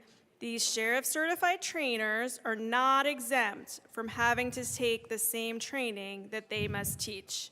It makes no sense. Thank you. Representative Armagost. Thank you, Mr. Chair. My issue here is the kind of doublespeak on something that we're giving the sheriffs an opportunity to do something that they are falsely accused of in many other cases, even in this building, which is profiling. if we're asking them to profile somebody by simply saying, you don't look like somebody I feel safe certifying or giving this opportunity, I think that's where we get into a dangerous slippery slope, especially when this becomes something that is already pretty volatile in language that we use with words of racial profiling and otherwise. So I think this is something that we need to strike from here to keep it from looking like we as a legislature are asking law enforcement to profile when that's exactly what we do everything to keep in criminal justice is from any kind of profiling. So I too would encourage and I vote on this amendment. Seeing Representative DeGraff. Thank you, Mr. Chair. Again, we talked about this earlier, that we have a 40-year backlog. We have a 40-year backlog that's created. And then we say, okay, well, the easy way out of this is to just say no, just for sheriffs just to say no. And then that puts the onus on the citizens to get into another line of having to have their rights returned to them. So puts them in this is, again, putting the citizens of Colorado, tax-paying widgets as you know them, but the citizens of Colorado into a guilty until proven innocent. And if we look at our Constitution with Section 3, inalienable rights, all persons have certain natural, essential, and inalienable rights, among which may be reckoned the right of enjoying and defending their lives and liberties. So defending their rights and liberties, their lives and liberties, is an inalienable right. That's the Second Amendment. I would have it on my sticker here, but that was quoting the Constitution from the well was not allowed. So acquiring and possessing and protecting property, seeking to obtaining their safety and happiness. So that is an inalienable right in the Constitution. Now, how do you protect that right? Well, are we going to have a carve-out for 18-year-olds with protective orders against domestic violence again? Or are all Coloradans allowed to protect let's get this right here, among all persons no, it's all persons, it's not just 18-year-olds with protective custody or protective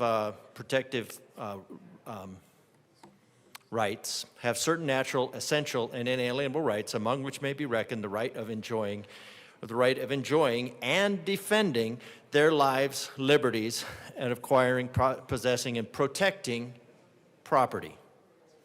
That's an inalienable right according to our Colorado Constitution. And again, our Colorado Constitution is not allowed to be in contradiction with our federal Constitution.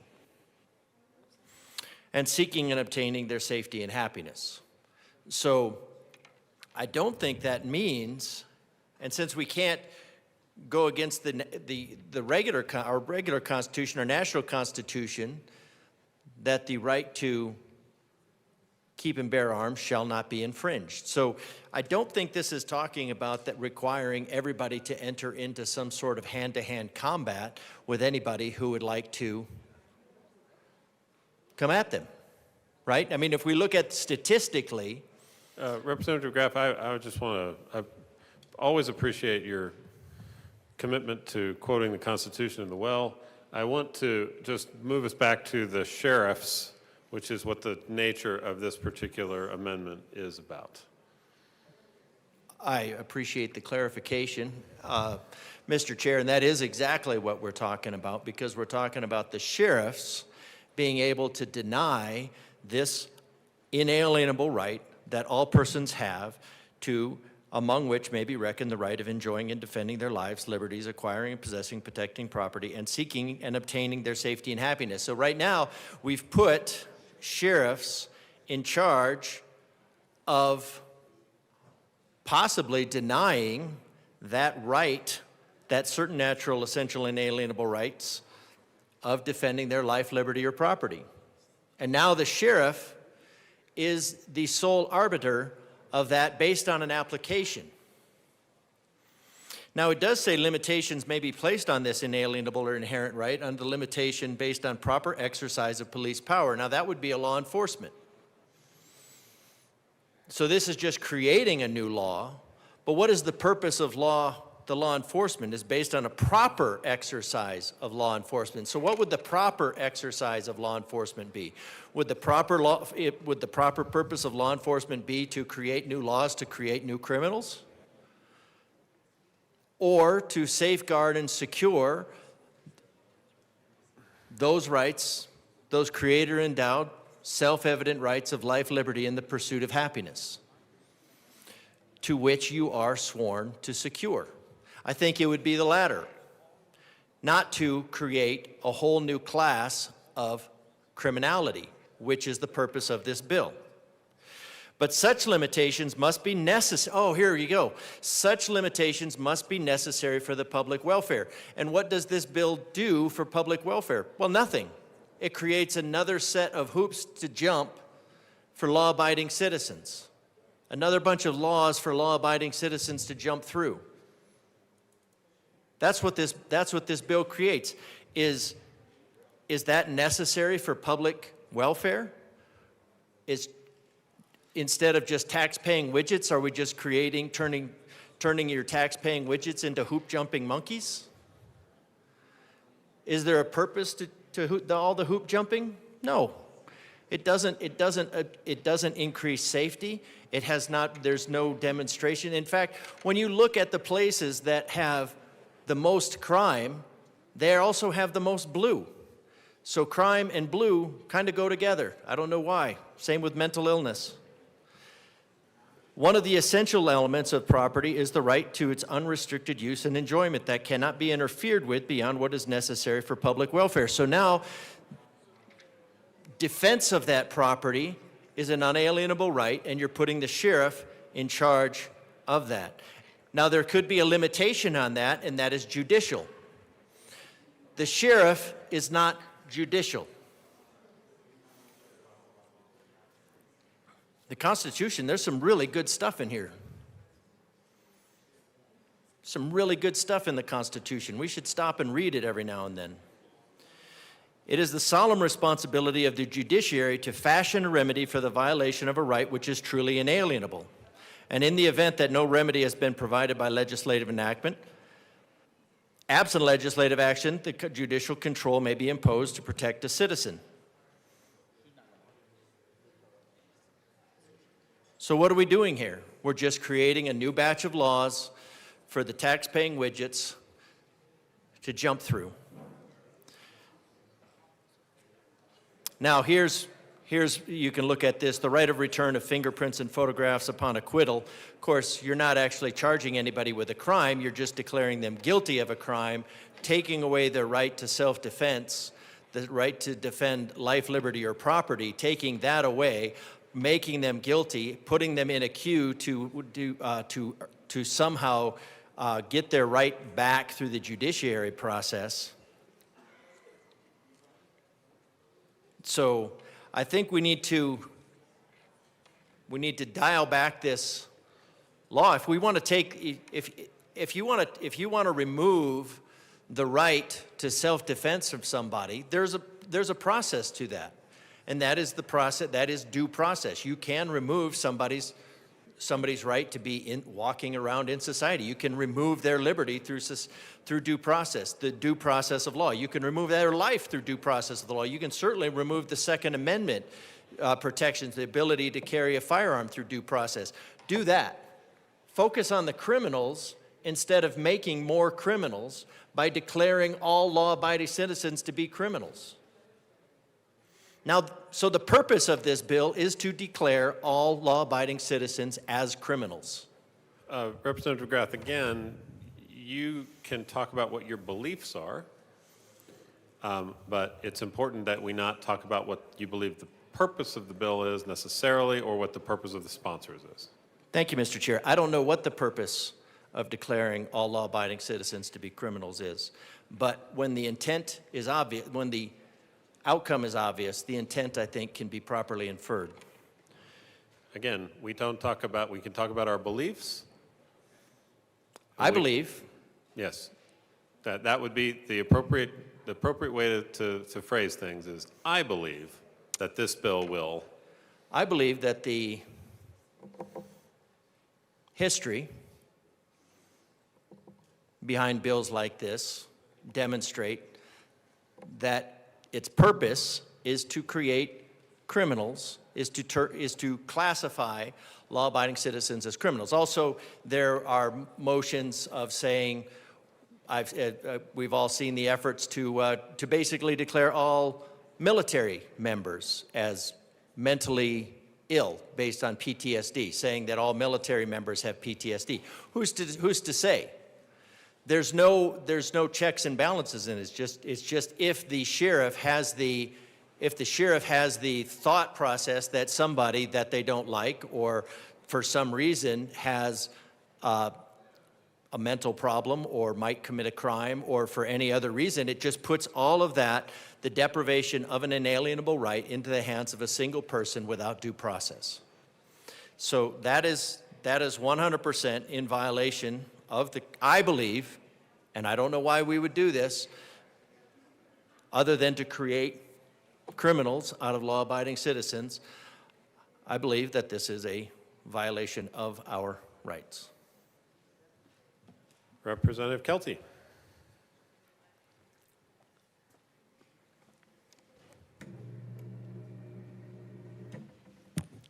Thank you, Mr. Chair. And wow, let's talk about this amendment. Let's talk about the amendment and look at all these fiscal notes that were attached to the bill, and now this amendment is trying to fix. Talk about a boondoggle. Talk about a pickle we're going to put the sheriffs into. At one point, the fiscal note was up to almost $5 million, which is what this amendment is actually trying to show and fix for us. It's a great amendment. Keeps the state from passing the buck to the sheriffs, which is what they're trying to do to get away with trying to show a low or zero fiscal note of $5 million. Who's going to pay that $5 million? Without this amendment, you know who's going to pay for that? The sheriffs are going to have to pay for that. Again, passing the buck to the sheriffs for another unintended, actually intended, if you look at these, fiscal mandate. And who's going to pay for that in the end? It's still going to be the people who are going to be paying for that. Whether they're paying for it through the state, whether they're paying for it through the county, it doesn't matter. The people are going to end up paying for this at the tune of, at one point, almost $5 million. Money that they just don't have. Money that we're trying to make this state more affordable. Things that I was actually voted for. I was elected, hired to help try to make things more affordable for my constituents. And yet again, here we are making things less affordable for Colorado and my constituents. You're costing the people of Colorado ungodly costs by shifting the blame, or really again, the buck, down to the sheriffs and the counties. The people need to know how once again, it's trying once again to be snookering the people. Always a sleight of hand with these bills, and for me, in my opinion, it's absolutely shameful. The people need to know how shady that this bill actions are, something that this amendment is trying to point out and take away from. Training costs money. And again, it was funny that my colleague mentioned or brought up the fact that, actually our minority leader, that you're trying to have sheriffs give training on training that they're required to do. So who's going to train the trainer to be trained and to do the training? Did you ever think of that? Obviously not. Committee after committee meeting, that I hear how we must make laws line up, how having laws out of alignment causes issues. Okay, well, this bill will whack us out of alignment so far we're going to need a chiropractor. We must get back to a constitutional alignment. We must get back to an American alignment. Shifting things, shifting blame, shifting costs to the sheriffs, to the counties, for the people to pay on that end instead of actually taking and making the people understand you're causing these costs, you're causing these fees, is ridiculous. I hope and pray to God that the people of Colorado are paying attention and they're understanding, and they're seeing the sleight of hand that's happening every single day, that happens in this house, that happens in the committees here, where your money is going, and this is going to cost dearly. Let's take the sheriffs out of it. Take back, I guess you could say, the buck that you're trying to pass, and show the people that it really, this is because of you, not because of the sheriffs, not because of us 22, because of other people, in my belief, that are actually going to be causing Colorado and the Coloradans to be spending their hard-earned money on something that they really shouldn't have to. It's a shame, and for that, I apologize, Colorado. It's not our fault. Thank you. Thank you, Representative Kelty. Seeing no further discussion, the question before us is the passage of L090. All those in favor say aye. Aye. All those opposed, no. L090 is lost. To the Judiciary Committee report, Representative Garcia-Sander. Thank you, Mr. Chair. Well, this doesn't go down any lower. Okay. I move L083 to the Judiciary Committee report and ask that it be properly displayed. Give us 1 second.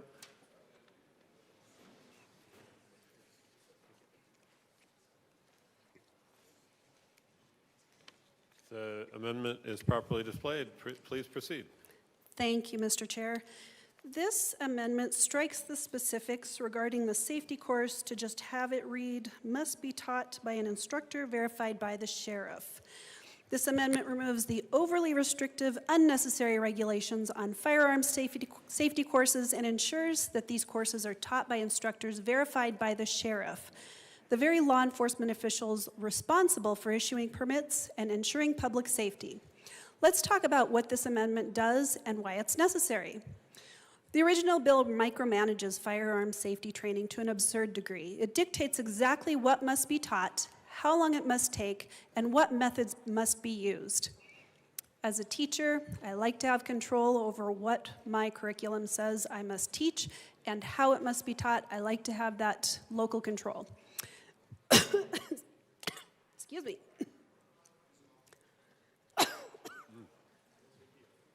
I'm all choked up about this. I'll be okay. I'm good. Please proceed. Thank you.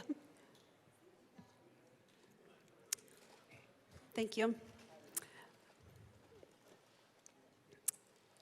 This, the prescription of how the course must be taught, how long it must take, and what methods must be used, sounds like some bureaucrat in Denver knows better than a certified instructor with years of real-world experience. My amendment fixes this overreach by removing unnecessary government mandates and keeping the requirements simple. Courses must be taught by instructors verified by the sheriff. Why is this important? Because firearm training is not one size fits all, just like all teaching and learning. The government should not be in the business of dictating how private certified instructors teach safety courses. A military veteran who has handled firearms for decades does not need the same instruction as someone who has never held a firearm before. A single mother looking for personal defense training does not need the same course as a hunter applying for a permit. But under this bill's original language, everyone would be forced into the same rigid cookie-cutter training model, whether it makes sense for them or not. This is about flexibility, practicality, and trusting the experts. Sheriffs are the ones who enforce firearm laws, issue permits, and oversee training programs.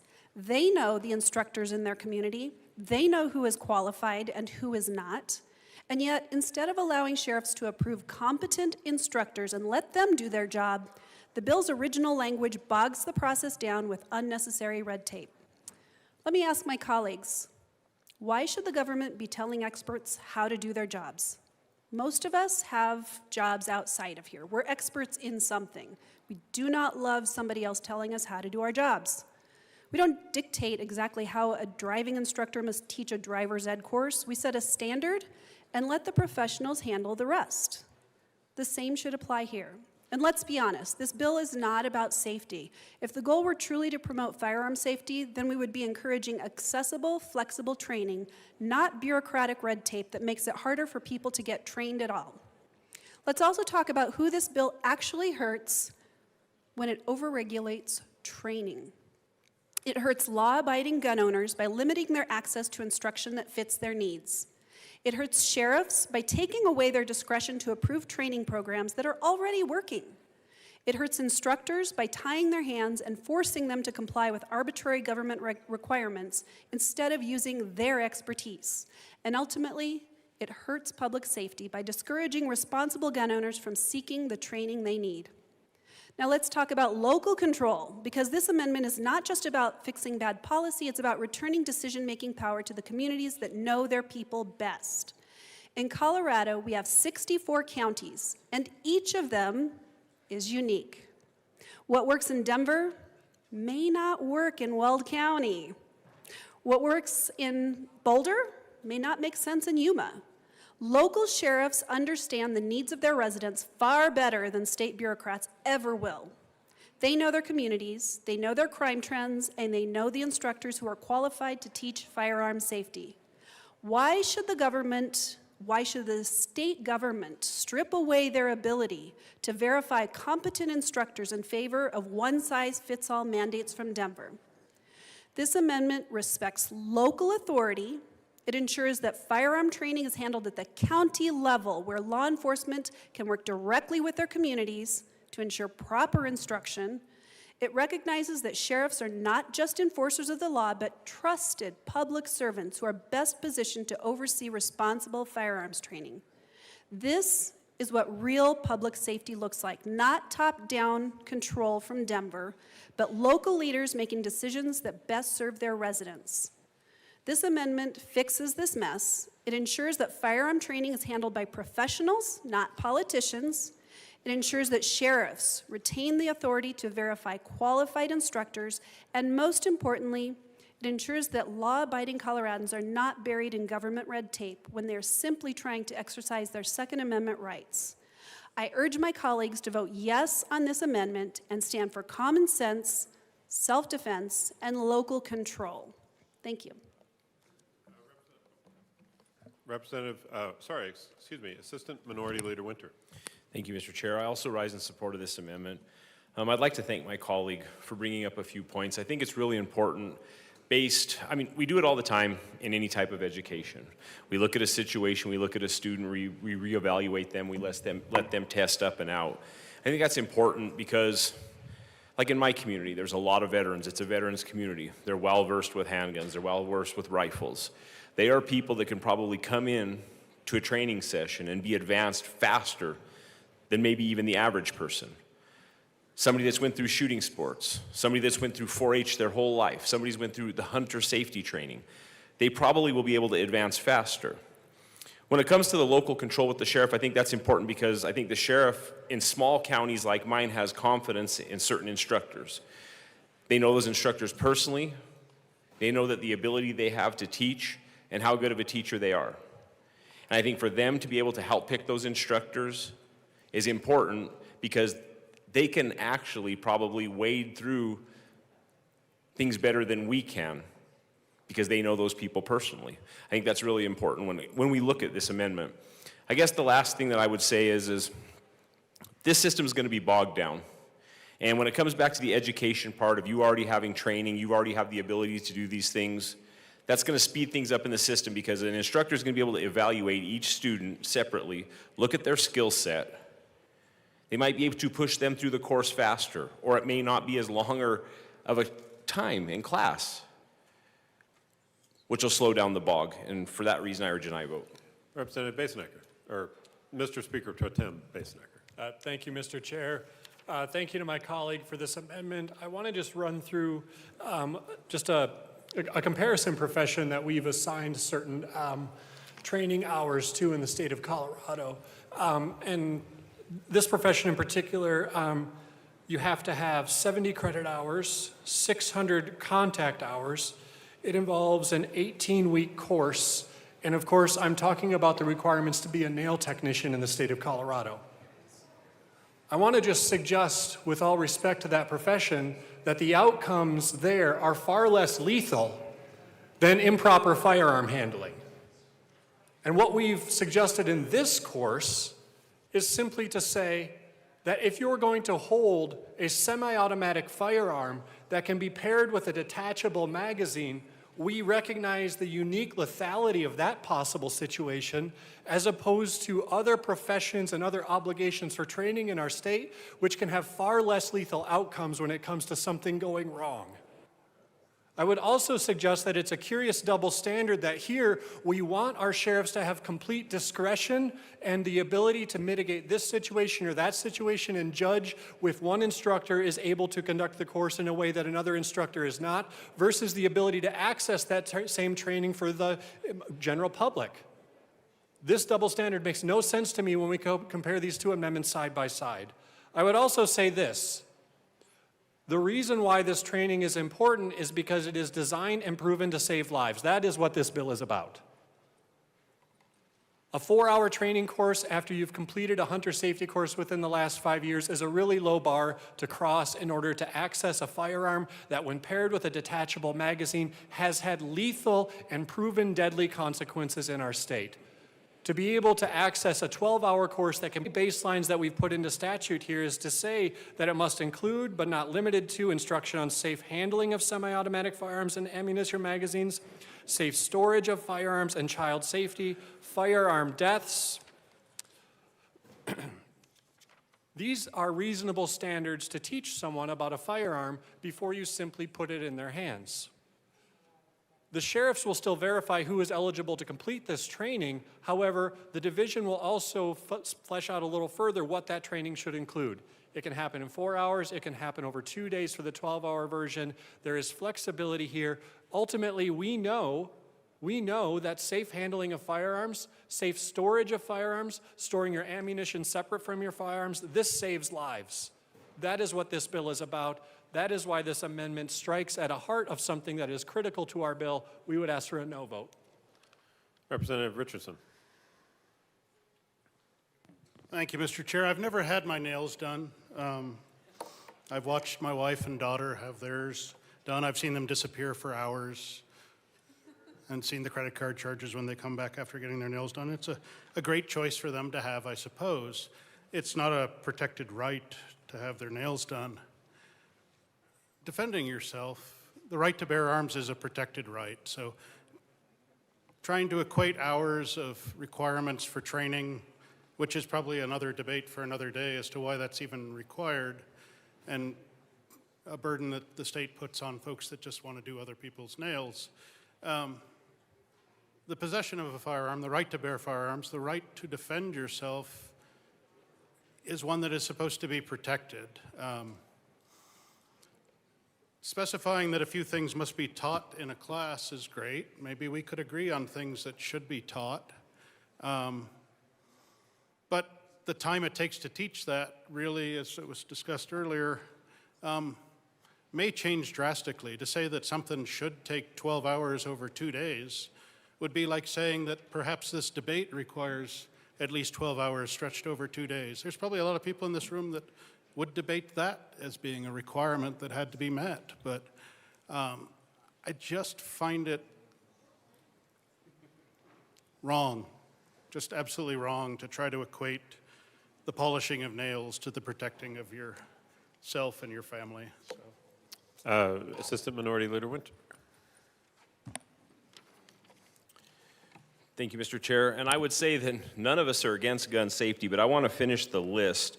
We finished it firearm, and then we finished with and child safety, but let's not forget firearm deaths associated with mental illness, extreme risk protection orders described in Article 14.5 of Title 13, and victim awareness and empathy. Those are also requirements of this training. And I've been through a lot of firearm training, and I really don't know where that's going to make a difference when it comes to the safety of the use of a firearm. Representative Caldwell. Thank you, Mr. Chair. I wanted to come here in response to the bill sponsor's comments about safety. This bill is just about safety. That's all this bill is about. So I'm going to read the bill title for you. Concerning prohibited activity involving semi-automatic firearms and, in connection therewith, prohibiting the manufacture, distribution, transfer, sale, and purchase of specified semi-automatic firearms, and classifying a device that increases the rate of fire of a semi-automatic firearm as a dangerous weapon. The word safety is not even in the bill title, but we're being told this bill is just about safety. But it's not. It's not even in the title of the bill. Representative DeGraff. And just a reminder, everybody, we're on L083. I gave it a little bit of leeway here, but let's get back to the amendment. Thank you, Mr. Chair. I do appreciate the sponsor calling out some of the kind of the egregious nature of licensure in general in the state inserting itself into areas of which it has no expertise. But being a nail technician also is not a right, and it's not covered under our constitutional rights. And it doesn't come, and that constitutional right to be denied unless it comes with a cost, unless it comes with a series of actions, unless it comes with a series of obligations to the state. So again, and I understand that representatives from blue areas obviously need more supervision. Their areas need more supervision. The red areas of the state don't need this supervision. So the difference that we're talking about, and the sponsor makes an excellent point in the permissive state of always asking for permission. Always asking for permission. Now, licensure, of course, a lot of times is pursued in order to drive up the cost, to drive down the availability, to drive up the cost of the service. Maybe that's legitimate, maybe that's not, but that is not a right. And that is not a right that is specifically, we don't have nail technicians in order to protect us from an oppressive government that will pass laws ad infinitum, like this one, slowly whittling away, not even slowly, 600 bills per year, whittling away at the rights of Coloradans. So as my colleague just mentioned, the idea that this is about safety, I mean, then safety probably should have been in the title. Safety should have been in the title, and there should be some statistics as to how this bill makes us more safe. Because if we're going to talk about safety, we should talk about all of these blue areas that have all of your slate of laws that just make this body drool about having that level of control, and their crime is out of control. So Representative Graff, we're still talking about L083. Yes, sir. So let's get back to that. This bill started off manufacture, transfer, et cetera, not about safety. We're talking about the amendment, right? Yes. Okay. So make sure you're talking about the amendment, not the underlying bill. Not the underlying bill. No, sir. I recommend an aye vote on this amendment so that we can, again, we can have some underlying sanity and, well, I mean, an aye vote to most of the amendments here today is what we need, and a no vote on this bill, and then get back to our oath to support and defend the rights of Coloradans, not erode them away as fast as possible. Representative Luck. Thank you, Mr. Chair. So I'm working off of the pre-amended version, which is quite complicated because the amendments are to the Judiciary Committee report and the engrossed bill and the bill and all these different versions. So hopefully I'm in the right space. But I'm looking here, page 10 of pre-amended version, and line 6 through 9, for anyone who has that up on their computer, it says a basic or extended firearm safety course must be held in person with the instructor of the class at the same location as the students. First requirement. And, so presumably this is something that conjunction means there's some different requirement and both have to be satisfied. And no part of the class may be conducted via the internet. Which leads me to the question about what is intended by this. Because presumably the first part, you have to be with the instructor at the same location. One might be able to argue, okay, you have this huge training center and everybody just comes and sits in classrooms, and it's kind of like those churches with different satellites and the pastor speaks in one place and it gets broadcast to the rest of the churches across the community or around the world or what have you.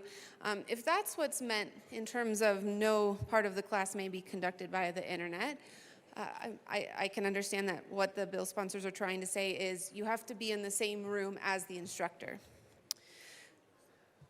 But it leads me in the construction of this sentence to wonder if what the bill sponsors are trying to capture is that the internet cannot be utilized in the teaching of the materials.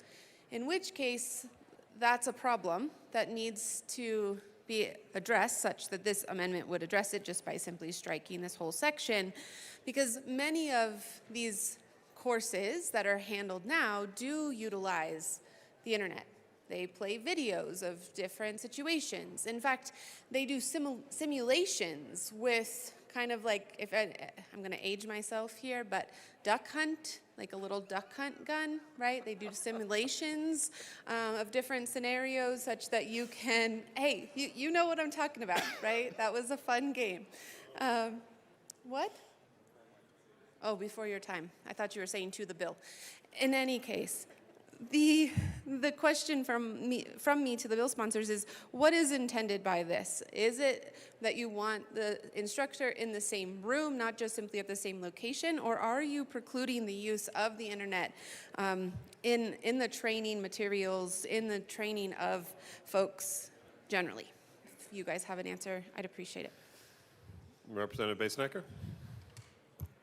Yes, thank you, Mr. Chair. Thank you to my colleague for the question. It's simply meant to describe the former, that the instructor needs to be in the room with the students, that it cannot be a class that I log into from my living room, which would also be especially troubling given the live fire component, depending upon where you live. That might also be problematic. So yeah, it's designed to describe the former, not that you couldn't utilize videos or things like that in the training materials. Yeah. Seeing no further discussion, the question before us is the passage of L083. All those in favor say aye. All those opposed, no. L083 fails. To the Judiciary Committee report, Rep. Garcia-Sander. Thank you, Mr. Chair, and you are doing very well with getting everybody's names correct today. Thanks. Thank yeah, you. it's a little better than Health and Human Services, isn't it? I move L091 to the Judiciary Committee report and ask that it be properly displayed. That is a proper motion. Let us give us a minute. Okay. Okay, good to know. I've always thought that there should be music while we do this. Maybe we'll work on that for next year. Did you say I you could need whistle? some music? Okay, great. All right, please proceed, Representative Garcia-Sander. Thank you, Mr. Chair. This amendment removes the minimum required hours of instructions per class, again going to the local control and what people need. I rise today and stand in defense of the Second Amendment, and this amendment strikes the minimum required hours of instruction from this bill. Let's be clear about what SB003 does. It creates a barrier to gun ownership. It places an artificial hurdle between law-abiding citizens and their constitutional right to keep and bear arms. It forces people to spend time and money on a government-imposed requirement before they can exercise their God-given right that our founders explicitly protected. The Second Amendment is not a privilege, It is a right, and no right should come with a government-mandated waiting period, financial burden, or bureaucratic obstacle course. We don't require a 4-hour training course before someone can speak freely under the First Amendment. We don't force people to complete 12 hours of instruction before they can attend church. But when it comes to the right to self-defense, suddenly, some people believe that government has the authority to dictate how much training is enough before a law-abiding citizen can exercise their rights. Let me ask, who decides how much training is enough? The anti-gun politicians who don't want you to own a firearm in the first place? The bureaucrats who have no understanding of self-defense? Or the responsible gun owner, the single mother, the law-abiding citizen who just wants to protect themselves and their family? This bill disproportionately harms the very people who need protection the most. Think about the single mom working 2 jobs, who simply doesn't have the time or money to spend hours in a classroom just to exercise her constitutional right to defend her children. Think about the elderly man living in the high crime area who wants to protect himself but can't spend a half day in training because of his health or financial constraints. Think about domestic violence survivors who suddenly find themselves in danger, needing a firearm for protection now, not after they've jumped through government-mandated hoops. Colleagues, criminals do not take firearms training courses. They do not abide by the law. But this bill does nothing to stop them. Instead, it puts all the burdens on law-abiding citizens, the people who actually follow the rules. Shout out to teachers. We do that. If this legislature truly cared about safety, we wouldn't be making it harder for people to protect themselves. We'd be making it easier. And let's talk about how this bill isn't just unconstitutional, it's also completely unnecessary. We already have firearms instructors offering training tailored to the needs of their students. Private citizens already seek out training voluntarily because responsible gun owners understand the importance of safety. But what this bill does is take away choice. It says that government, not the individual, not the instructor, knows best. My amendment fixes this overreach by removing the arbitrary government-imposed time requirements and allowing gun owners to get the training they need without unnecessary restrictions. This is not about safety, it's about control. The government has no business regulating a right that was never theirs to regulate in the first place. And to those who say, oh, this is just a small requirement, it's just a few hours, I say that's how it always starts. First, they force you into a 4-hour course, then they say it's not enough and bump it up to 12, and then suddenly you're being told that you need to take a full day or a weekend-long government-approved course just to have the right to own a firearm. This is a slippery slope toward a government that decides who can exercise their rights and who can't, and that is unacceptable. I urge my colleagues to support this amendment, stand up for our constitutional rights, and reject government overreach that tells law-abiding citizens how, when, and if they're allowed to defend themselves. The Second Amendment, among others, is non-negotiable. I urge a yes vote on this amendment, and shout out to Kate and Fred, who are among many of our friends and constituents in House District 65.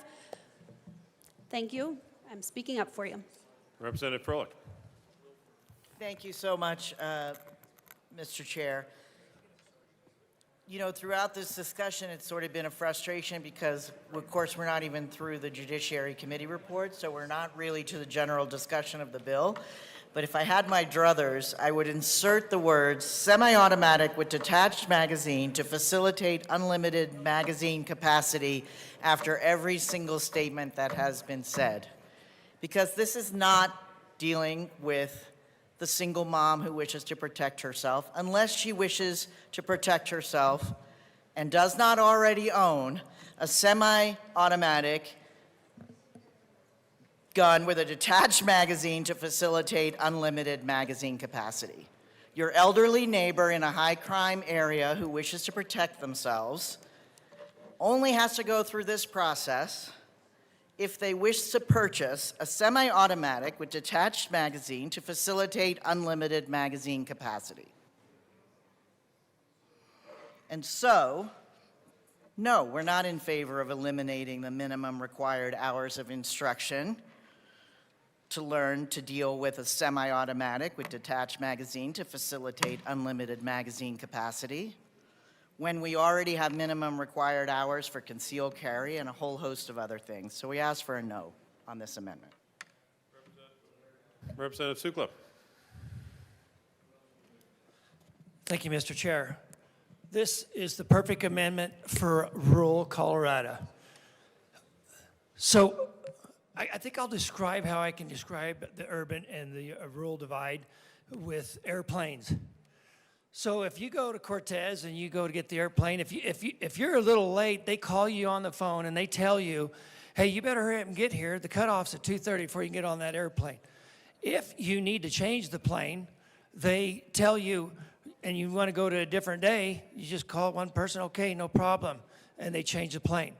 Now, if you fly from Denver and you go back to Durango, which is the only other option that I have, they charge you $80 for the bag. You go to the Denver airport, and they tell you you need to go here, and then they tell you you need to go there. And they make it so complicated that, and I think that's what this bill is trying to do. Over there, we're living where the neighbor calls you and said, hey, you better hurry up and get here. You're not going to catch that airplane. And over here, they want to tell you rule after rule after rule. The people are fed up where we live in the rural area. Just let us be. As far as the hours of training, I tell you what, they're born, we spit them out, we flip them over, we pat their butts, and then we hand a gun to them. They know how to use a gun. Representative Bottoms? You want it? All right, Representative Bottoms. Thank you for the invite, Mr. Chair. So, on this amendment, I really do, I think we are missing something from, and maybe this is the urban-rural divide, I'm not sure. But the sheriffs in the different counties that are outside this tiny little bubble of this Capitol building and the little bit larger bubble of Denver, they understand who all of the players are when it comes to people that are training, the kind of background that they have in this arena, and that they understand that they know these people can do training. They know that these people are qualified for a lot of things to be accomplished here. And when we limit that, again, this is just an infringement. Every single thing that we've talked about in this whole bill is an infringement. It's just another infringement. The Constitution still says no infringement. You're specifically going after people with this. If we don't pass this amendment, you're specifically going after people in the smaller communities and the rural communities that don't have the same kind of access that the larger communities have. And that they know who they can trust to get trained in this arena. They know these kind of things. And we keep, I know it's a bad example and everybody's picking on the bill sponsors bringing up a nail tech or a hair stylist or whatever it was. That's not a good analogy. It doesn't relate. And I know everybody's picking on it, but I still think it's silly. It doesn't relate. This is truly a constitutional right. And when we put barriers in the way, well, you need to do this, you need to jump through this hoop. This is an infringement of a right that people have.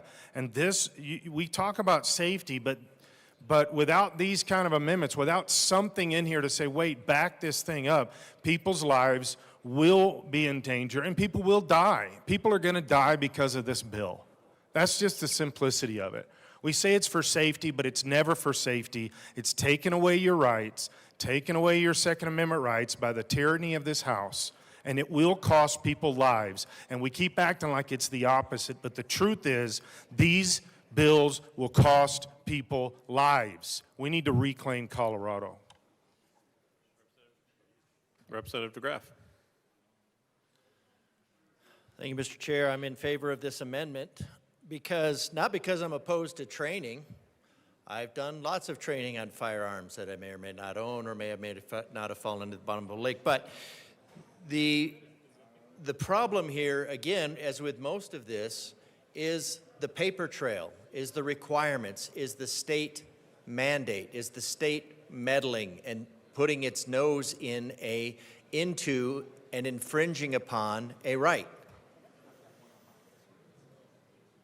Now again, I get it. The blue areas can't be trusted. They elected you. That judgment is suspect.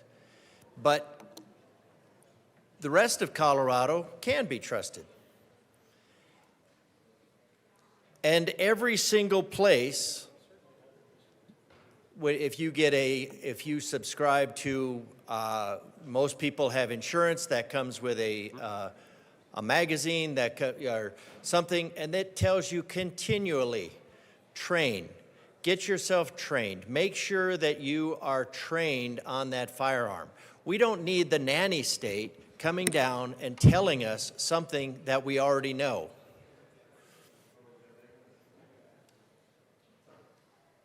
No, well, I guess there are some parts of Colorado that do need the nanny state, as evidenced by their voting. But this is Representative Graff. I know you've done it a couple of times. I let it go the last couple times, but let's not disparage certain parts of Colorado over others. I think that's a little beyond this amendment. It's interesting that you would consider that disparaging. But, okay, not opposed to the training, but this creates the paper trail. This creates a paper trail with the state. This sets up, the problem in this is just the continual registration with the state. The reason that we have the Second Amendment is ultimately not about hunting. It is to protect the people of Colorado from a tyrannical government. And a tyrannical government is the government with which you do not want to have all of your firearms listed, because that is what actually keeps the people free. It is kind of funny when you look at, I think it's George Takei who made Sulu famous, but he said, well, if we took all these guns away from the Americans and gave them to Ukraine, they could win the war, which was, ironically, the defense was a great defense of the Second Amendment, because you take simple people, simple weapons, and you create complex problems for an invading force. That is the purpose of the Second Amendment, foreign and domestic, is to prevent a government from being tyrannical. So when you say, when the government starts stepping in and saying, we want to create a paper trail of all your weapons, all your training, everything, who's armed, who's trained, you just have to understand that anybody who's remotely familiar with history is going to hear that as a distrust of the people, and you'd have to ask yourself, why does the government all of a sudden distrust the people with the defense mechanism to protect themselves from an oppressive state after 250 years, if it's not because that state is leaning towards oppression? So the problem with this, and the reason I support this amendment, is not because I'm opposed to training, but because I'm in favor of the Second Amendment and the reason for which we have the Second Amendment. We have the Second Amendment for the purpose. It's to protect us from the tyrannical state that you're growing, and we need to not, you don't give all that information, you don't, especially into a very hackable database. Every database is going to be hacked.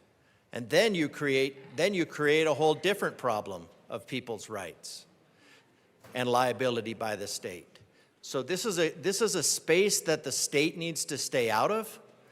The state needs to get itself out of, and the nanny state needs to just get itself under control and start trusting the people of Colorado.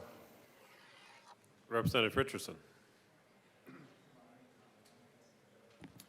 Yeah, thank you, Mr. Chair. Sometimes it's easy to get lost in all the words, but I believe the amendment provides some local flexibility to sheriffs in determining what the actual length of the training course needs to be, and without disparaging or picking winners and losers or talking about what part of the state might be better than others. There truly are differences across our state. I wasn't on the Judiciary Committee, I guess thankfully, but I appreciate their hard work for those that sat and listened to the witnesses. But I did dip in and out online, and I did catch Commissioner Stone from Teller County testifying, and he testified to the fact there are only 2 people in Teller County that can teach the concealed carry and renewal for concealed carry, and the burden that this bill would place on that county in particular. So if you know your county, as sheriffs do, and you know what your capacity is to train, and you know the number of people that may require that training, it could drive you just mathematically to determine that you can't spend 12 hours over 2 days and ever get to a point where people are able to exercise their rights. So I do think this is a very important amendment. It provides people who are in trusted positions, people elected to make decisions regarding the safety of their citizens, to determine what is right for those citizens. So I certainly urge a yes vote on this amendment. So thank you very much. Seeing no further discussion, the question before us is the passage of L091. A division has been called. The committee will stand in a brief recess.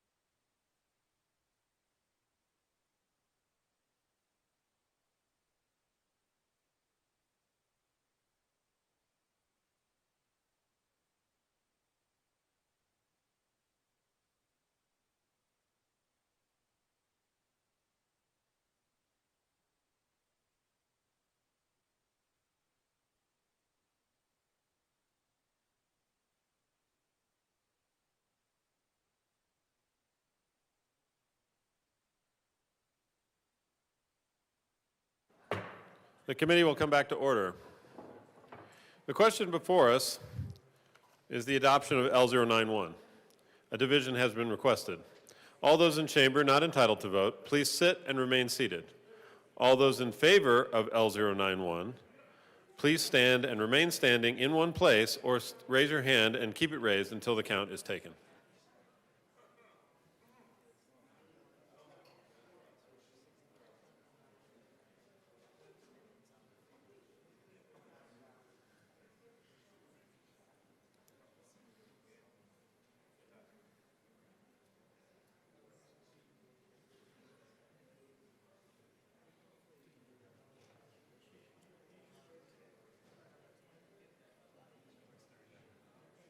Okay. You may be seated. All those opposed, please stand and remain standing in one place or raise your hand and keep it raised until the count is taken.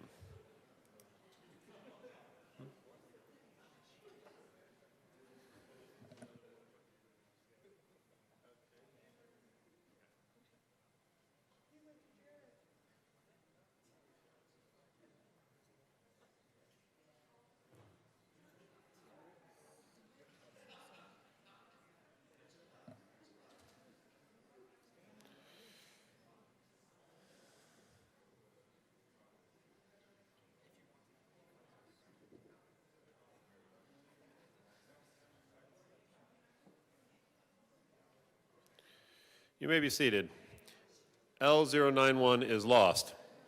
The question before the committee is the adoption of the Judiciary Committee report. Representative Bottoms.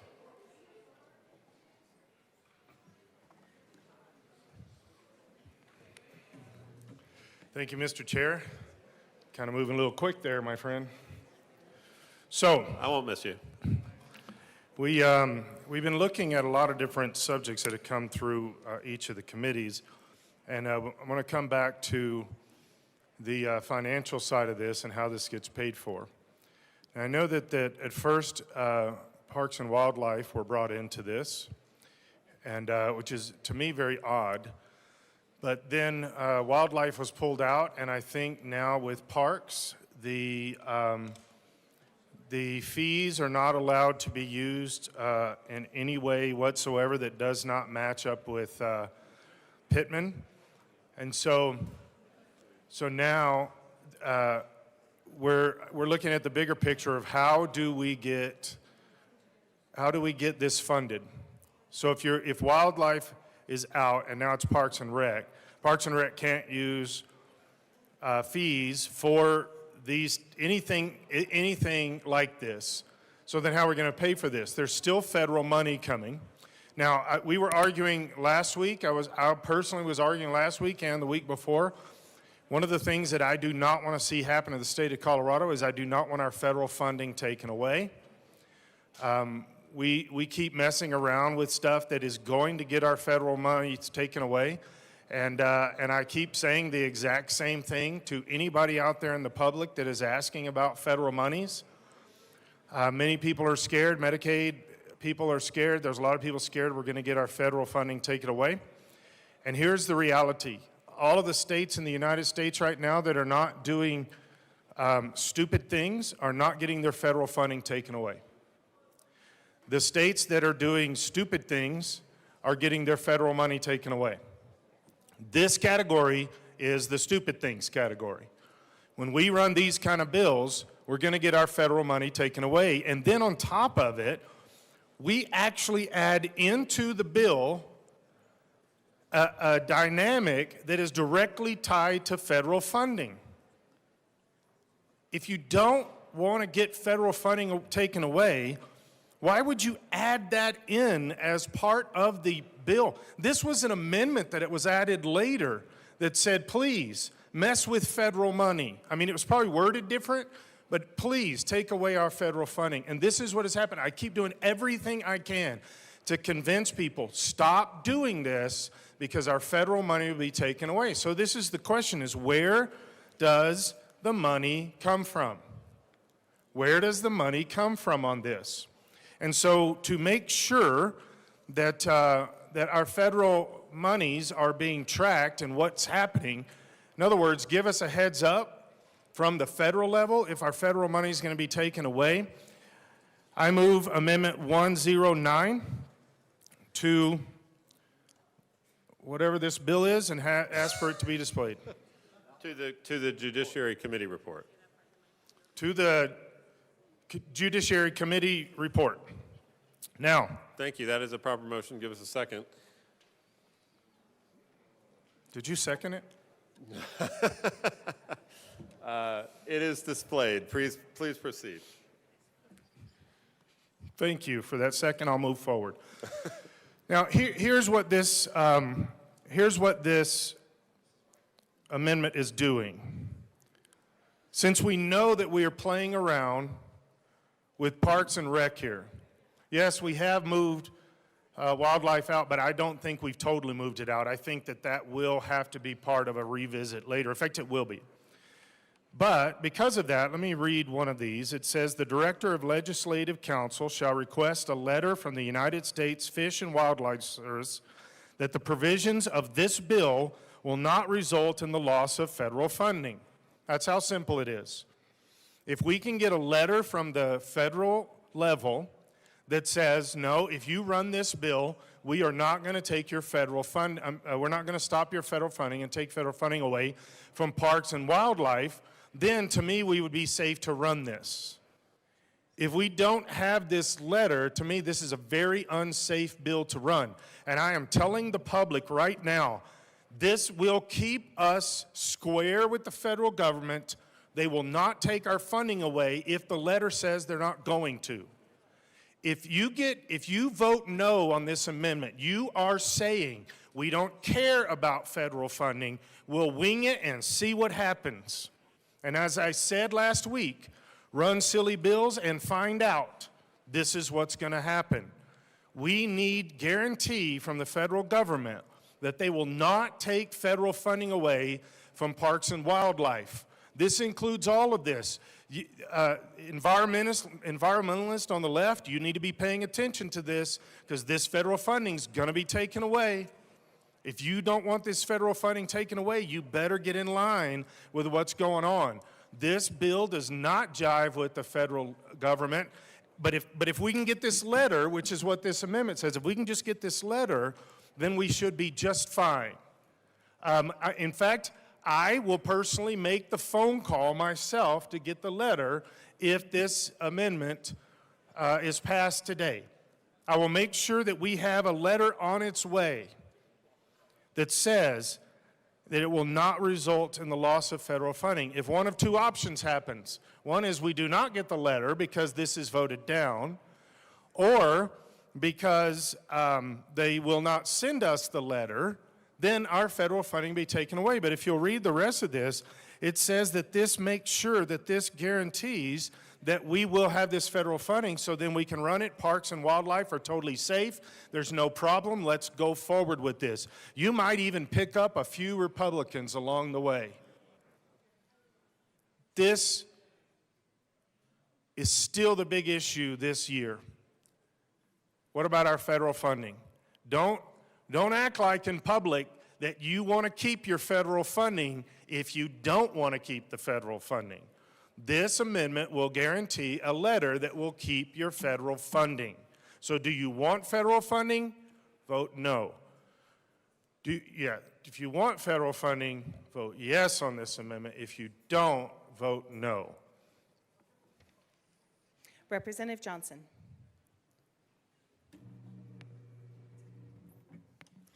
Thank you, Madam Chair. I very much am in support of this amendment. As we often hear, you have 2 ears and 1 mouth. We have heard it many times, both in this building and around the state, of the concerns of losing federal funding.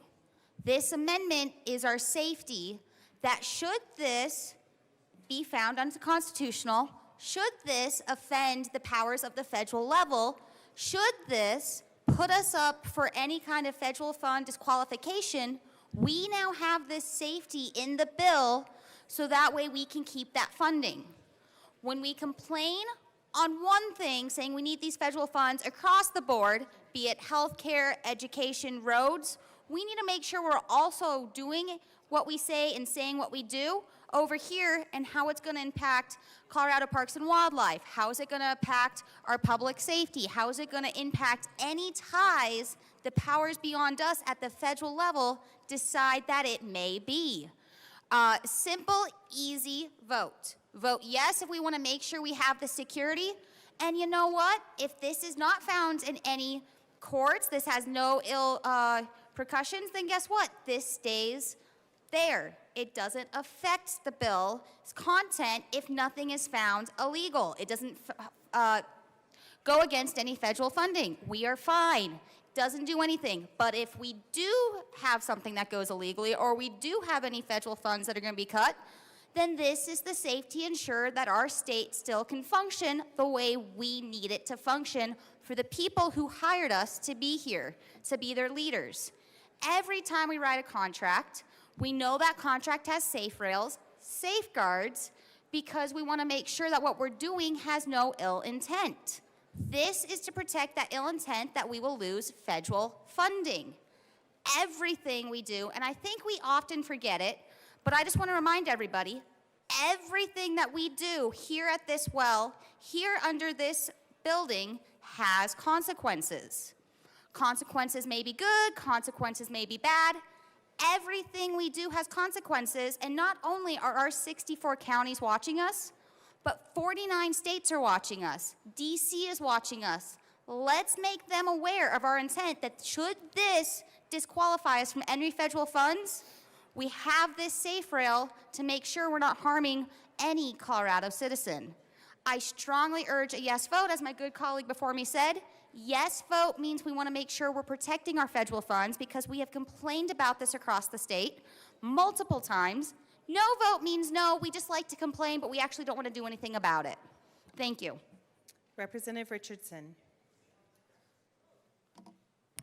Thank you, Madam Chair. This is a good amendment. I know it may seem that we're up here just trying to disrupt or dislay or try to kill a bad bill, and, well, we are hoping to kill a bad bill, but if it perchance does pass, we want it to at least be functional. We don't want it to hurt the people of Colorado any more than it does. As a county commissioner for the last 8 years, I can tell you without a doubt that stability and predictability of your revenues is so much more important than the actual level of funding. We should not be doing things that could upset the apple cart from one year to the next, cut off funding that we expect to have to provide support to very important programs. So when it comes to providing public services, that's what we do. It's our role to provide services to the public that can't be provided easily or at all by the public sector. So having that money available to us and knowing what that money is going to be is incredibly important. And I can tell you on the flip side, in my prior life, I spent 23 years working with federal budgets, in some jobs up to $800 million in federal dollars every year. And paying attention to what's considered the color of money, what Congress appropriates, what they appropriate for what purpose, and not misusing funds in a way that wasn't intended is a sure recipe to get attention that you don't want. When you have questioned funds, questioned spending, the general approach when that happens is you got to pay it back. You got to pay it back to the federal government. So not only do we potentially lose money going forward, we could potentially have a year where we don't get money and we have to give back the previous year's money. That's, doubly bad, I suppose. So, and we really do not want that to happen. So this is not an amendment that kills the bill. This is not an amendment that gets in the way of doing whatever it is that the intent of the bill is. It's simply an amendment that protects our conservation dollars. It protects federal dollars that could otherwise be taken away. I know there was some talk earlier that it will be doing a short-term loan and paid back with some interest.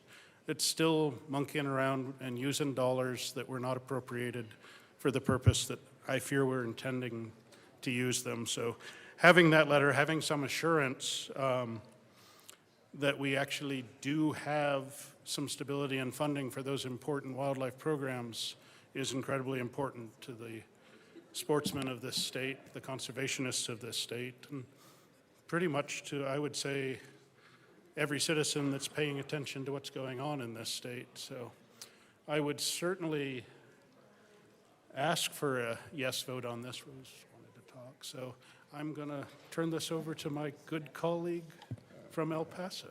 Representative Caldwell. Thank you, Madam Chair.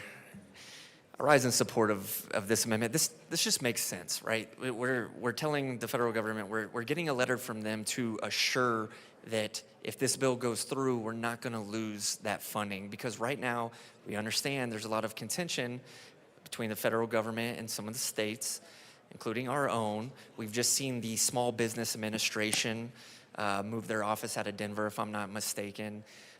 There's also some threats for losing funding in other areas. And so I feel like we're antagonizing the federal government with this bill right now. And so let's at least get a letter from the federal government saying we have assurance that we are not going to lose the funding from the Fish and Wildlife.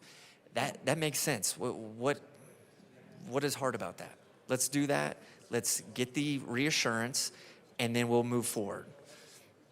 I hope we don't move forward with this bill because I want this bill to end here today, but let's at least take this process and take this step to make sure that we're not going to lose that money first before we go any further with this. So this is a great amendment. I appreciate my colleague from El Paso County running this, the second best representative from El Paso County, and I'll be a yes vote. Representative DeGraff. Here comes the first. So, thank you, Madam Chair. All right. This bill at least, I mean, this amendment at least takes the possibility of an edge out. It doesn't really do anything to make it less bad, but it does limit the amount of funding that we could possibly lose. And we did look at it this morning. We had the numbers pulled, and money does go from that fund to the Division of Parks and Wildlife in their cash fund. How much? I don't know. We didn't pull all those numbers, but dollars do go into it, whether it's overflow or whatever. So dollars go in. If $1 is misappropriated, the law says it goes away. And as my colleague said, it could end up costing us from before. And then it's based on the federal government's. It's a single agency look to see whether we get the money back, how that's appropriated. So I don't think we want to mess with the Federal Agency of Fiscal Oversight and risk losing our funds. So just take this amendment. It eliminates that risk. We could, if the letter comes back and says it's at risk, we can go ahead and re-amend this bill for the 27th time.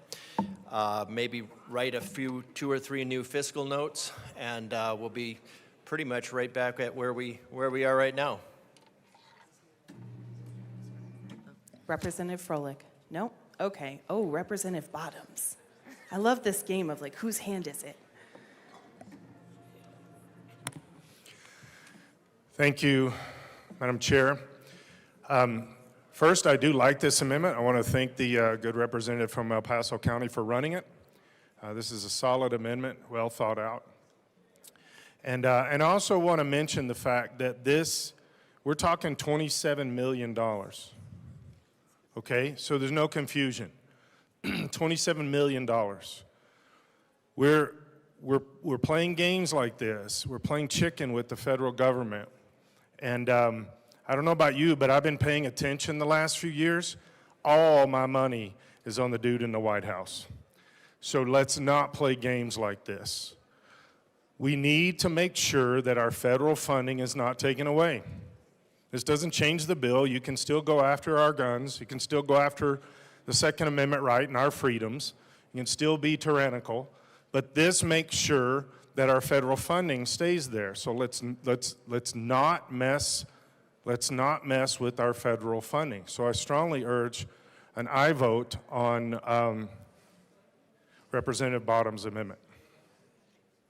Representative Armagost. Thank you, Madam Chair. I have to agree, this is something that is pretty significant when we're talking about $27 million, plus even the fact that this, if there is any funding that comes from anything, even as a loan, that has to affect our parks and wildlife, our hunting, anything like that, there are going to be people that don't want to pay for their passes and things like that for their permits, their licensing through Colorado. They would go out of state to hunt. This funding is based on the numbers of hunters that we have getting licenses. So if we have people boycotting that, that's going to reduce the funding we get as well from the Pittman-Robertson grant. So we need to make sure we're getting that money, not affecting that money in a negative way, and not losing that money altogether. That would completely devastate our parks, our wildlife, our hunting, our conservation, habitat, everything else that Colorado Parks and Wildlife supports and otherwise fosters. So keeping that money, keeping in compliance, this is just the smart thing to do. Get ahead of the ball before it drops in our lap. So I encourage and I vote as well. Representative Kelty.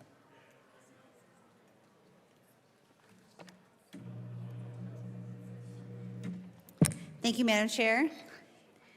$27 million. Let's that sink in just for a second. That's what my colleague from El Paso County said, $27 million. Without federal guarantee that that money is going to be coming from the federal government, guess who doesn't have $27 million? Colorado, because we're broke. You're going to pull money from Parks and Wildlife. In Colorado Springs, I have a lot of parks and wildlife to worry about. My people in Colorado Springs enjoy their parks and wildlife. So I want them to understand.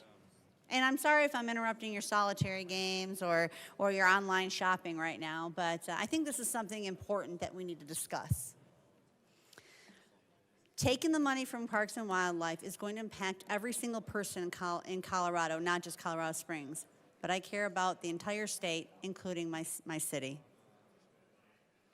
They enjoy these parks. They enjoy with their families. It's a time, it's a thing that they cherish throughout their entire lives. It's memories that they make, and you're going to take money from them. And I just want the people of Colorado to know, those who do enjoy their parks and wildlife, recreation, that when this does pull from Parks and Wildlife, and we can't pay for those things that you enjoy, please do not, in my belief, do not blame the 22 of us, because we're here standing here for hours trying to protect the things that you hold dear, trying to protect the money that's in your pocket, that you're trying to keep in your pocket, that's being ripped out of it every single day.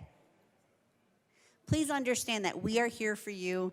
This is a good amendment. Without knowing that we have federal guaranteed money, you're just flying by the seats of your pants. Thank you very much. It's at least one. Minority Leader Puglisi. Thank you, Madam Chair. I just want to end this discussion on this amendment on a note of recent conversations I've had with the majority about jeopardizing federal funding and my concerns about us talking about we're worried about jeopardizing federal funding, but at the same time running bills that jeopardize, in our minds, federal funding. And so I was asked recently, do you have a list of bills that you think jeopardize federal funding? And I just want to say for the record that I believe this jeopardizes federal funding. I support this amendment, and I will add this to the long list of bills that we are discussing through this legislature this year. Thank you. Representative Froelich. Thank you, Madam Chair. Big surprise, we're going to ask for a no vote on this. This is unique and interesting approach and I would suggest, given the pictures on our remote board, that perhaps there are better ways to connect to the federal government and get assurances that we're going to lose our funding or not. But anyway, this is impractical. It would be the equivalent of, leaving a note under your pillow for the tooth fairy and asking to make sure that next time they leave more money. So we're going to ask for a no. Is there any further discussion on Amendment 109? Seeing none, the question before us is the adoption of Amendment 109. All those in favor say aye. Aye. Those opposed, no. Amendment 109 is lost. To the committee report. Representative Brooks. Thank you, Madam Chair. $27 million. Holy cow. I wish I could put a note under my pillow for the tooth fairy and come up with $27 million. That would be awesome. And you know what? I mean, the legitimacy of that last amendment, really, it makes a lot of sense, right? That if we think, if there is a potentiality to lose funding, well, then let's go ahead and let's try to make sure that we've got a permission slip to do what we want to do when we're not so sure that it's the right thing to do. But let's just try to clear it. Let's try to get some clearance ahead of time. I understand that oftentimes we're not particularly proactive. We don't like to think things through. We'd rather be reactive. And I don't know that that's necessarily the best way to go. And because I have concerns about being reactive instead of proactive, and just witnessed a proactive measure fail, Madam Chair, I would move L072 to the Judiciary Committee report and ask that it be properly displayed.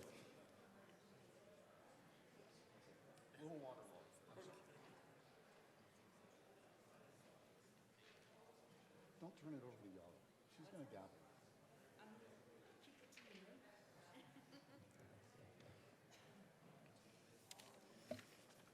Amendment L72 has been properly moved and is now displayed. You can proceed. Thank you, Madam Chair. To the amendment, it is a little bit of the same idea, except understanding that we would rather be reactive than proactive. This takes the, unfortunately, reactive course that if we were to lose funding as a result of us tinkering around with $27 million that we might end up losing as a result, that this would then mean that we get to hang on to our money because we are going to pull back. And we're going to say, you know what? No, we do not want to lose the federal funding. I will draw your attention, please, to line 11, loss of federal funding. It's in bold for those that are optically challenged. Loss of federal funding, line 11. This section will be repealed if any provision of Senate Bill 25-003 enacted in 2025 results in the state, including any department thereof, not receiving any amount of federal funding to which it is otherwise entitled because a provision of Senate Bill 25-003 caused the state then to be out of compliance with federal law or regulation, and then the punishment would be the loss of $27 million, the Pittman-Robertson money. Call this one of our favorite things here, a safety clause. This is our safety clause. This is our way of ensuring that if we get spanked for putting our hands in the cookie jar where they do not belong, that we will be able to say, oh, look, you know what? We tried, we gave it our best shot, but we really want to hang on to that $27 million for Colorado Parks and Wildlife. We like our parks. We like our outdoors.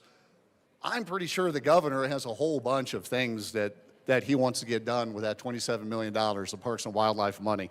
We owe it to the governor of Colorado to protect that money, do we not?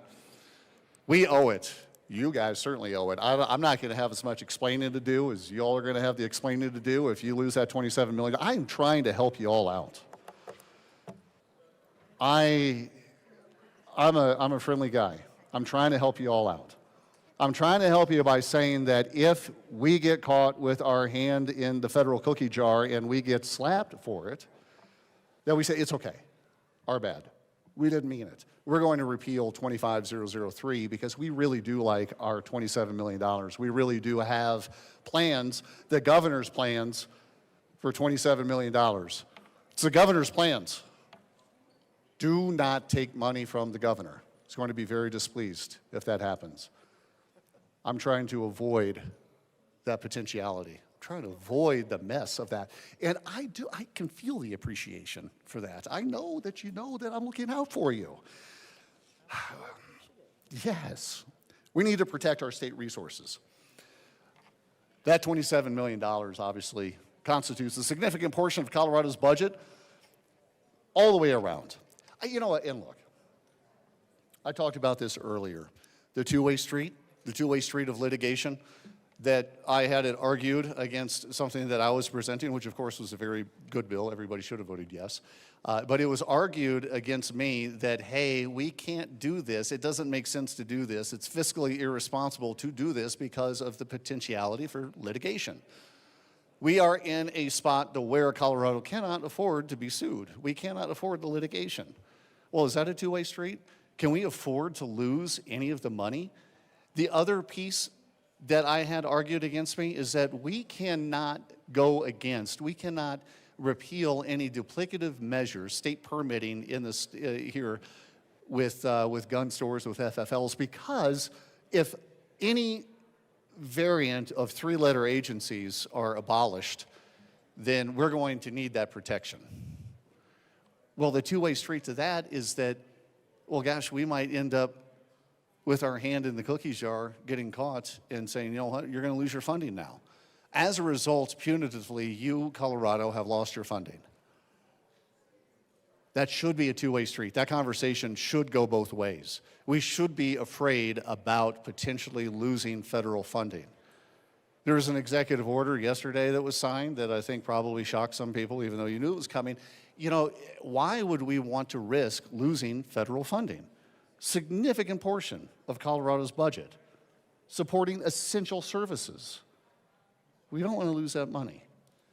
We don't want unintended consequences. We want to prevent unintended consequences. Those are bad, okay? Legislation leading to the loss of federal funding could have widespread negative impacts on various state programs and services. This amendment, it's in bold, line 11, loss of federal funding. This amendment acts as a safeguard against such unintended consequences. We want to maintain our public service. Federal funds are integral to numerous public services that benefit Colorado residents. This is all off the top of my head.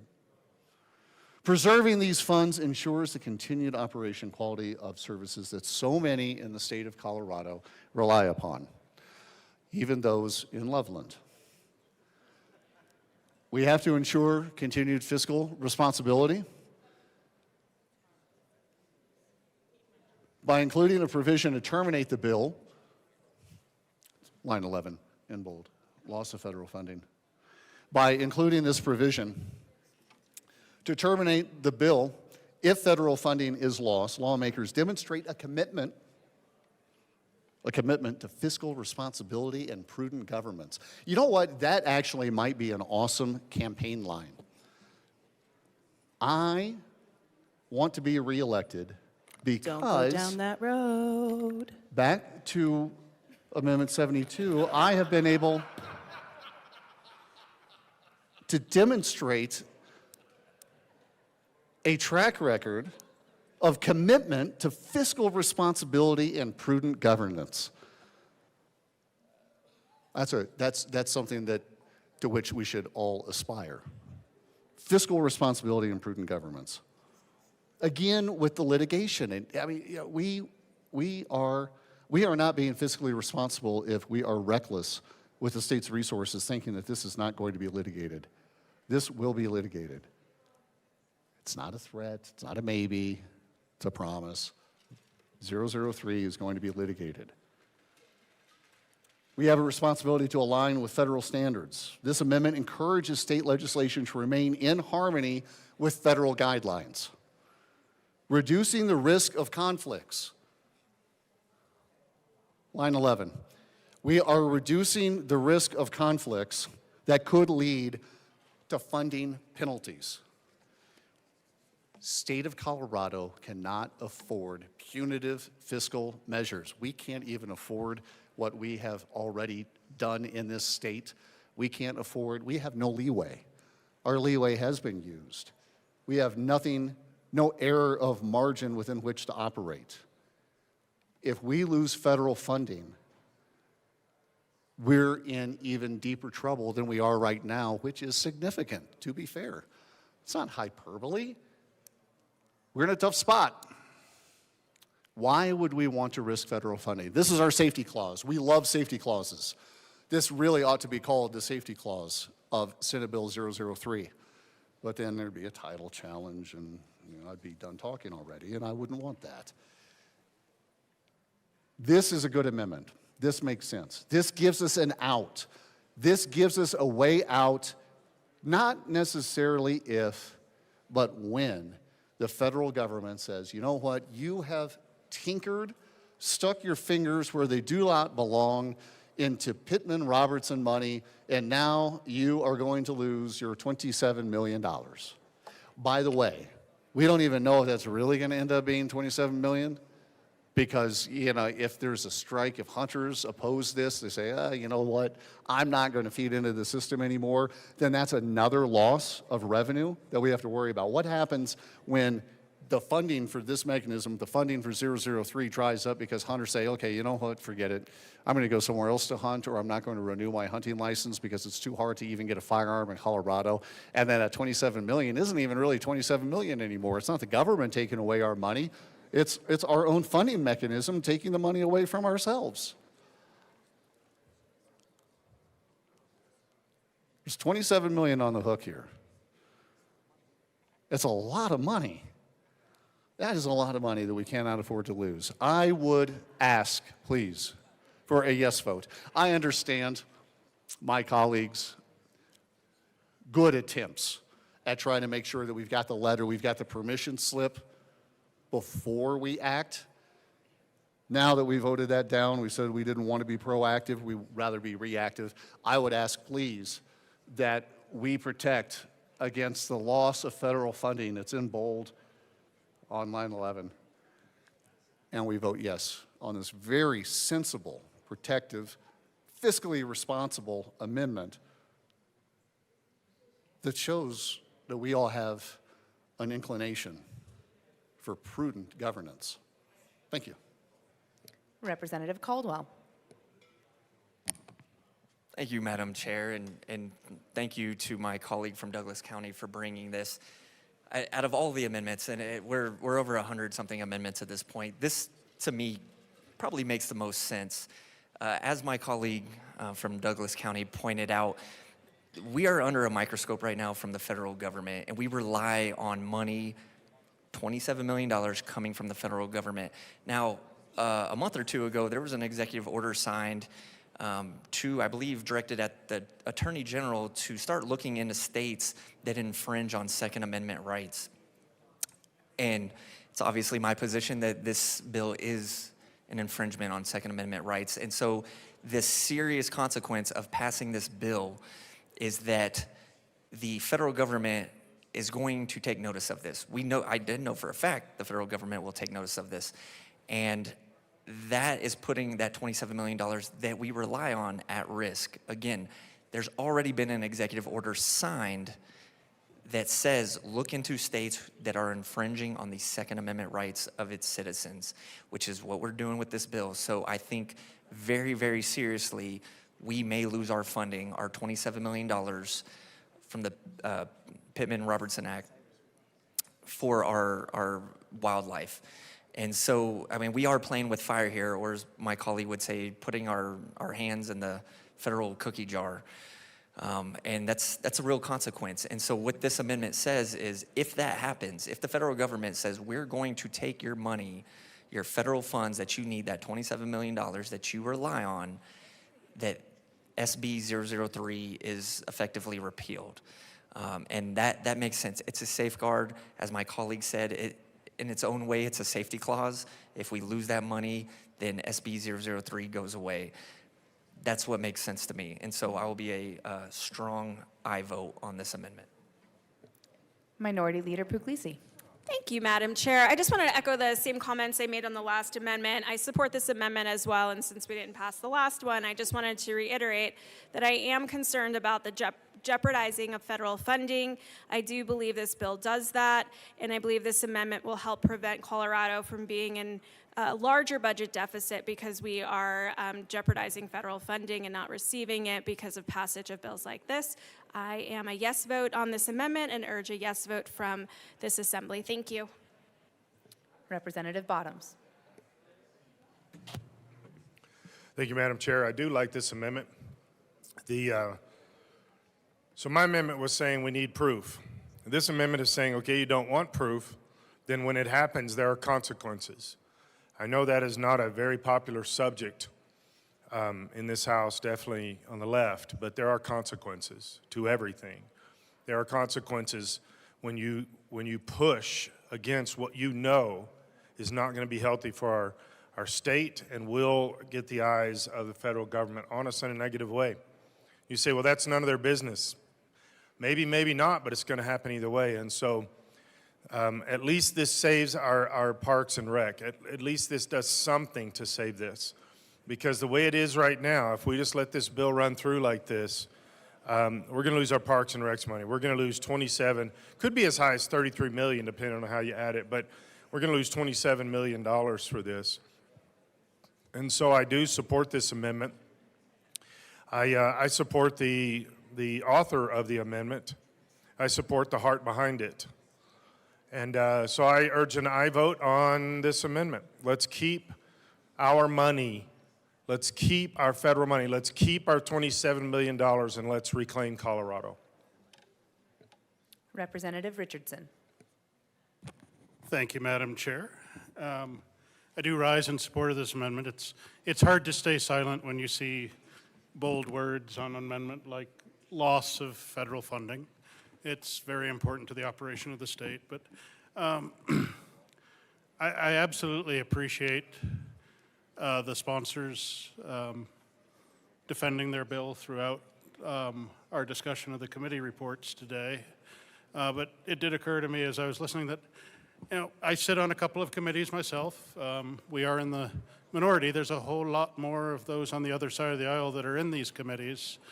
This bill went through 3 committees, and yet here we are on the 3rd committee report, having extensively discussed amendments and things that could be done to better the product that came out of it. But we haven't heard from any of the other members of the committees that sat and heard this. And if we're going to debate, it would be nice to hear an opposing view, not just a recommendation to vote no on an amendment. So anyway, hopefully we get there today. I would vote yes on this amendment, so thank you for your time. Representative DeGraff. Thank you, Madam Chair.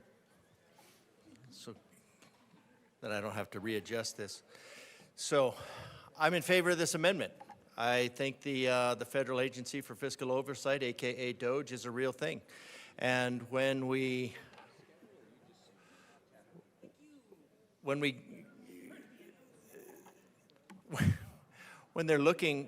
federal government is looking for reasons to trim money out of the budget, and there's laws that are very clear that if these funds are commingled and misused down to the dollar, that the law says this goes away. This is not a matter of the Federal Agency for Fiscal Oversight being punitive. It's just a matter of exercising the law. And so we should just make sure. This is just a due diligence measure. Put this in the bill. Granted, it certainly doesn't make it better, but it at least makes it safer for the people of Colorado. Now, I suppose maybe there's some strategy of saying, oh, well, then that the administration cut our funding arbitrarily and blah, blah, blah.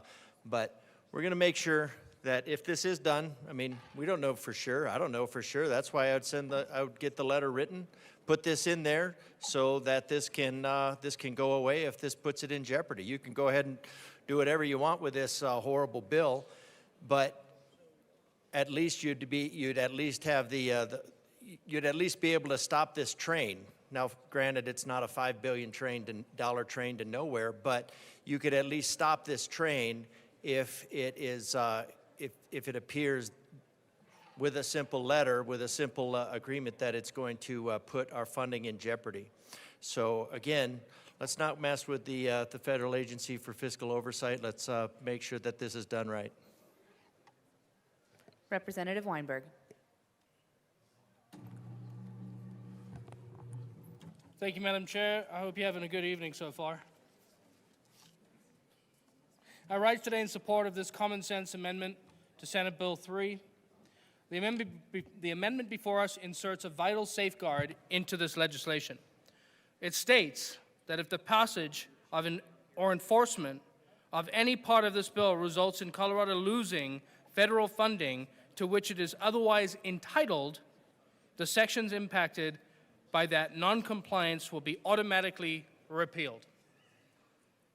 There's nothing more sensible about any of the amendments we've run thus far than this one specifically. This protects our state in the event of loss of federal funding, which we cannot afford.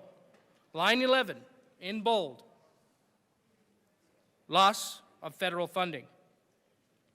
Now, I want to be very clear. Whether you support the underlying bill or oppose it, this amendment does something we should all agree on. It protects Colorado taxpayers and ensures that we do not suffer unintended financial consequences for passing a controversial, legally uncertain, and potentially federally non-compliant law.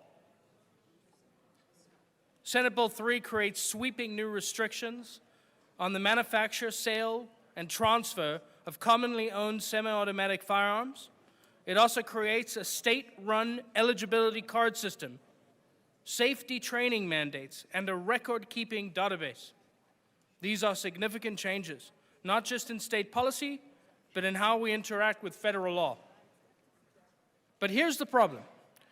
We do not know how these provisions might conflict with existing federal law, particularly in relation to programs that fund law enforcement, wildlife conservation, mental health, and firearm education. Many of these programs receive millions of dollars in federal funding every single year.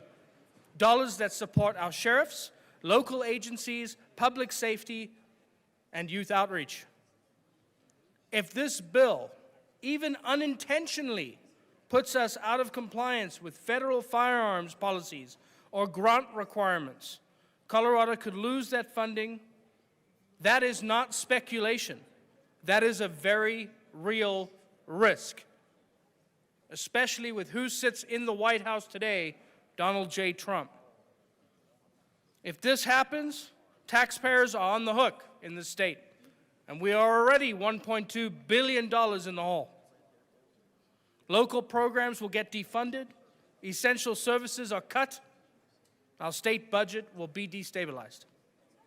This amendment simply says that if that happens, if any provision of this bill causes the loss of federal dollars, then the sections responsible will be repealed automatically upon notice from the Director of Research or Reviser of Statutes.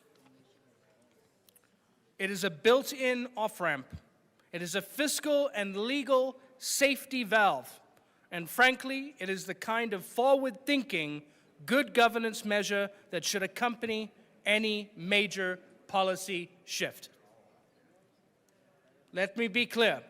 This is not a poison pill. This does not prevent the rest of the bill from being implemented. It does not interfere with enforcement. It does not take a position on whether the bill is right or wrong. What it does is say, we will not gamble with taxpayer dollars, and we will not let ideology override fiscal responsibility. Colleagues, we have a duty not just to pass laws, but to ensure that those laws are sustainable, legal, and financially sound. If this bill causes Colorado to lose federal education funding, wildlife conservation grants, or criminal justice program support, we need a mechanism to respond swiftly and correct course. This is that mechanism. Voting yes on this amendment does not mean you oppose gun reform. It means you support fiscal prudence. It means you recognize that even well-intentioned laws can have unintended consequences. And it means you want to protect the people you so represent. I urge a yes vote on this amendment, not because you support or oppose a larger bill, but because you care about good governance, responsible budgeting, and protecting the integrity of our state's financial partnerships with our federal government. And again, I stand before you, I rise in support, and I urge a yes vote on this amendment. Representative Kelty. Thank you, Madam Chair. And I agree with everything that my last colleague said. He said it very eloquently. From Loveland, my colleague from Loveland. I want everyone to understand, I'm going to break it down even further. Maybe something that's going to have everyone understand, even on a low-level impact, of what this is going to do and why we must have this amendment. Understand, without government federal funding, $27 million has to come from somewhere. Again, it's going to come from our everyday citizens, our constituents' pockets. And I have a problem with that. When our citizens go to register their cars, or they have to pay for the fees for parks, for the parks, national parks, guess what's going to go up? The fees for those parks. So now something that you enjoyed with your family that was a low-cost enjoyment is now going to go up to where, again, it's going to make affordability in Colorado unattainable. Life is going to get harder, and even the fun things we used to do in nature is going to be taken from you, especially from those who can't afford it. That's a shame. We need this amendment. This is our, you had the last one, and it got voted down, showing they don't care. I believe that they'd say they don't care. And this amendment will at least give some sort of safety net. We have to have a safety net. Colorado doesn't have the money. We just don't. Coloradans are getting tired of being nickeled and dimed. So this is our chance to make sure they're not nickel and dimed.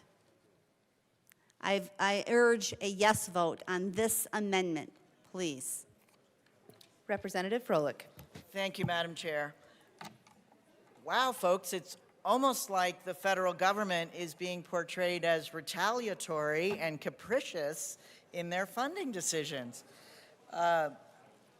Of course, and that we should adopt policy that doesn't anger them so that we don't lose federal funding. I'm sure that's not what was meant by this amendment, but so we're going to go no, because that's not how we do things, and I'm asking for a no vote. Representative DeGraff.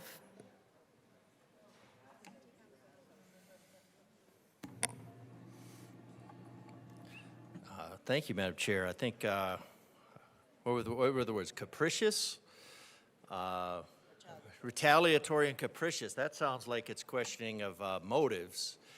But actually, of the Fed. Now, there's some good points here, and that would be that what we should learn as Coloradans is we should not be beholden to federal funding. Now, that is a good thing when we're looking at, I don't know, say schools. Let's get that money from the federal system and bring it back down to the states. But capricious and retaliatory, it's not capricious and retaliatory to follow the law. The law is clear. $1 spent for any reason that is not for these things is a violation of the law. It's not capricious and retaliatory. Let me write those down. It's not capricious and retaliatory for this law if it is found to be in this purely voluntary, going against all the thousands of Coloradans that don't want this in order to appease the handful of special interest groups to which you're beholden, that if you go and you violate the law is clear as to the outcome of that. Now, I don't know if this is in violation of the law. This is just saying, find out. This is saying, find out. But if you say it's capricious and retaliatory, I mean, look at this bill. Look at what this bill contains. This bill is capricious and retaliatory. I mean, there are so many different ways to run afoul of the state in this. Bring me the law. Bring me the man. I'll give you the crime.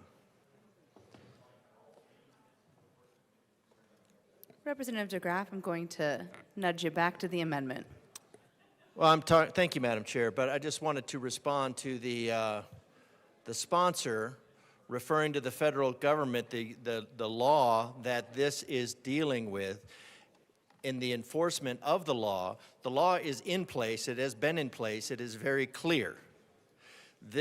For this bill, which is all over the place and is being written, has been rewritten multiple times with, I think, like this being the 7th fiscal note, multiple changes, hundreds of we're in the hundreds for possible amendments, and complete changes to try to do a shell game around this. And if we find that we are in violation of the law, then it's in violation of the law. And if it's in violation of the law, then you have to go back and that you have to appeal. You have to appeal to some judicial process in order to, so it's kind of funny, actually. That would be really funny if we did lose it, because then it would be kind of like this bill being played backwards against this bill. But anyways, we should be careful about what we're doing as far as federal funding goes. We should not be dependent on federal funding. That's a great lesson. It's not capricious and retaliatory. It's just the law. This is just to make sure that we're not violating the law. Representative Caldwell. Thank you, Madam Chair. And just to speak to the amendment about this whole issue of losing federal funding, as I had mentioned in my comments earlier, the federal government, the President of the United States, signed an executive order asking, I believe it was the Attorney General, to look into states that were violating Second Amendment rights of its citizens. And so I do not consider it capricious and retaliatory if the federal government is saying, if you pass this bill, then we're going to remove funding for this program, because what the federal government's trying to do, what their intent is, to protect Second Amendment rights of its citizens. So I do take issue with saying that it's capricious and retaliatory. And also, it needs to be pointed out that the responsibility for this was put on CPW. The sheriffs came and testified in opposition, and then at the end of the Judiciary Committee hearing, the responsibility was put back on them. That feels kind of capricious and retaliatory, if you ask me. I don't know. That's my opinion on that. Representative Caldwell, please stick to the amendment. Yes, ma'am. And so we will lose federal funding, I predict, if we pass this bill, because the federal government is watching closely what we do here. And if the state violates the citizens' Second Amendment rights, they are going to remove funding. I have no doubt about that. And, we have different words for it, but they've warned us, and we've been warned. Representative Barone. Thank you, Madam Chair. I also stand in agreement with this amendment. Just want to make sure, this is a good safeguard to make sure that we do not lose that $27 million from the federal funds. We have to be able to make that money up somehow. This is just going to make it worse for the state of Colorado, since we're already in a deficit. We're already stretching our citizens way too much. Obviously, they're not going to vote on a new tax, but we also don't want to implement more fees. Implementing more fees is also bad. It's basically a tax, and that is wrong. I don't have to tell you that is wrong. But this amendment is good, just to make sure that we do not lose that federal funding. $27 million is $27 million is a lot of money, people. A lot of money. I don't think I've ever even seen $27 million until I came here, and I was a councilman in Fort Lupton. I know we don't have $27 million, but anyway, I stand in agreement with this amendment. To raid a department's funds, which is illegal, and knowing that this new administration is cracking down on this type of action, this is going to happen. This will happen if this passes. Not just the lawsuits that are going against the state, but we're also going to lose this funding. We don't want to lose any services, any parks and wildlife services to our citizens. I would be very, very sad if the incline closed down, because my wife and I enjoy going to the incline. And that's part of that department. They're in charge of maintaining and operating that incline. We don't want to lose that. We don't want to lose funding that's restoring and maintaining our national parks. We don't want to lose any rangers going out there making sure that the hunting is done properly. This is what we're risking at losing if we lose this funding and we're raiding this budget.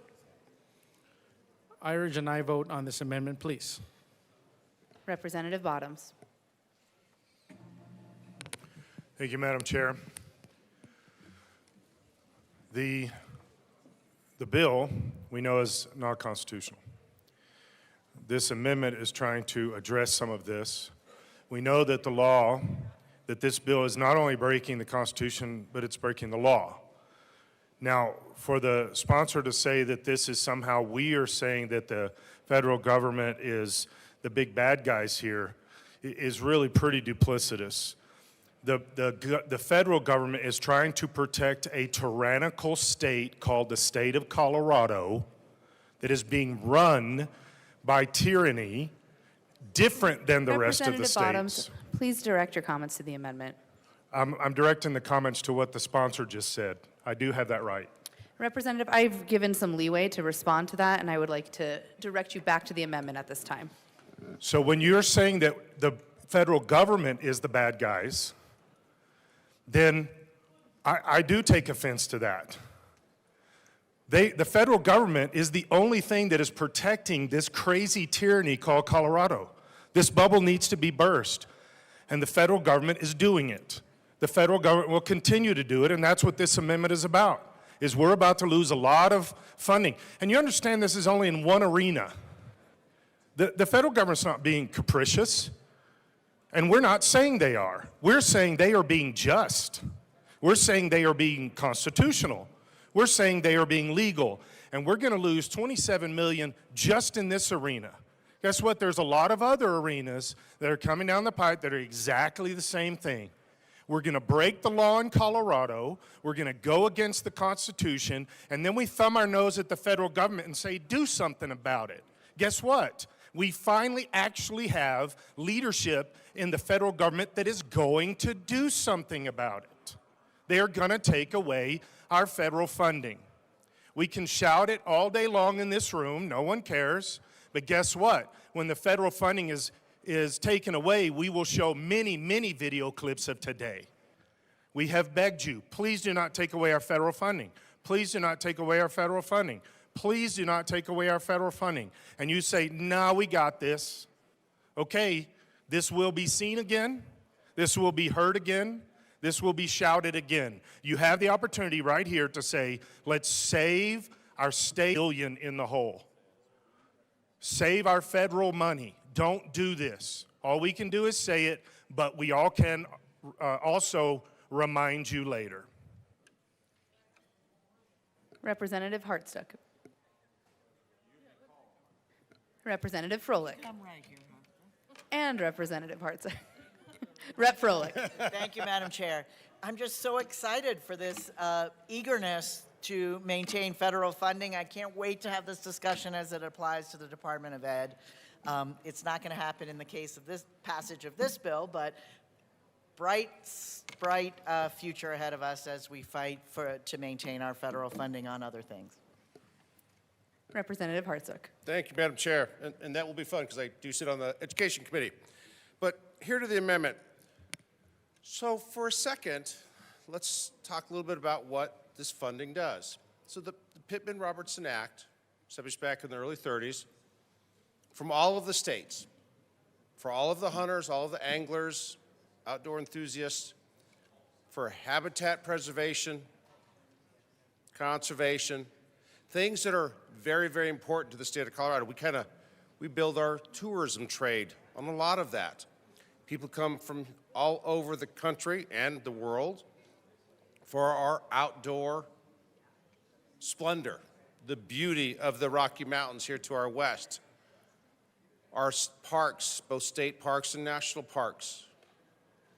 The funding that we receive from everybody who hunts, because it's not just the federal government giving us money, it's from the people here, like me, that go hunting and take my kids hunting. And so when we buy our hunting license and our tags, part of that goes to this. And that's what it's based on, the amount of hunters in your various states.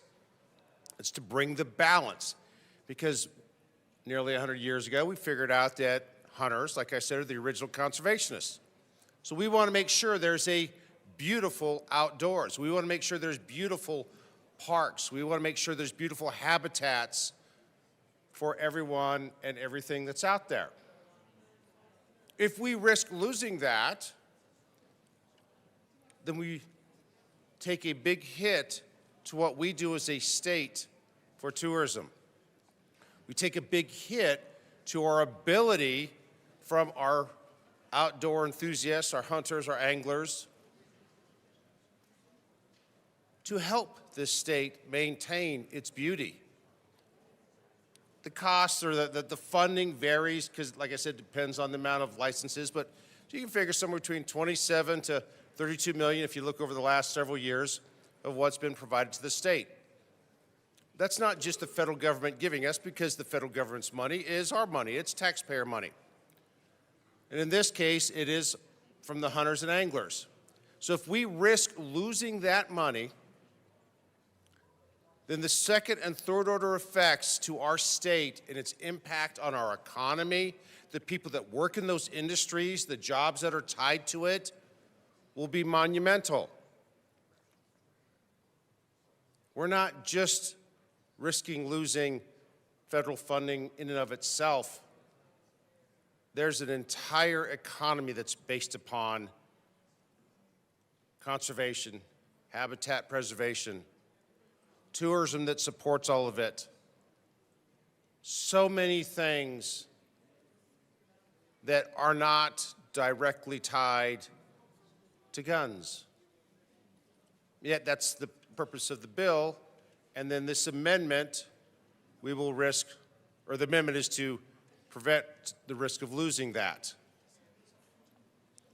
Somehow I don't think that the people that are employed in those secondary and tertiary markets will appreciate it if that funding goes away and they're not able to have a job based upon this bill. How does that help the Colorado economy? How does that help inflation? How does that help do anything that we're trying to do in this chamber? It doesn't. So why would we not support this amendment? Why would we not want to keep our hard-earned money here that is being returned by a federal act? I urge an aye vote. Thank you. Representative Johnson.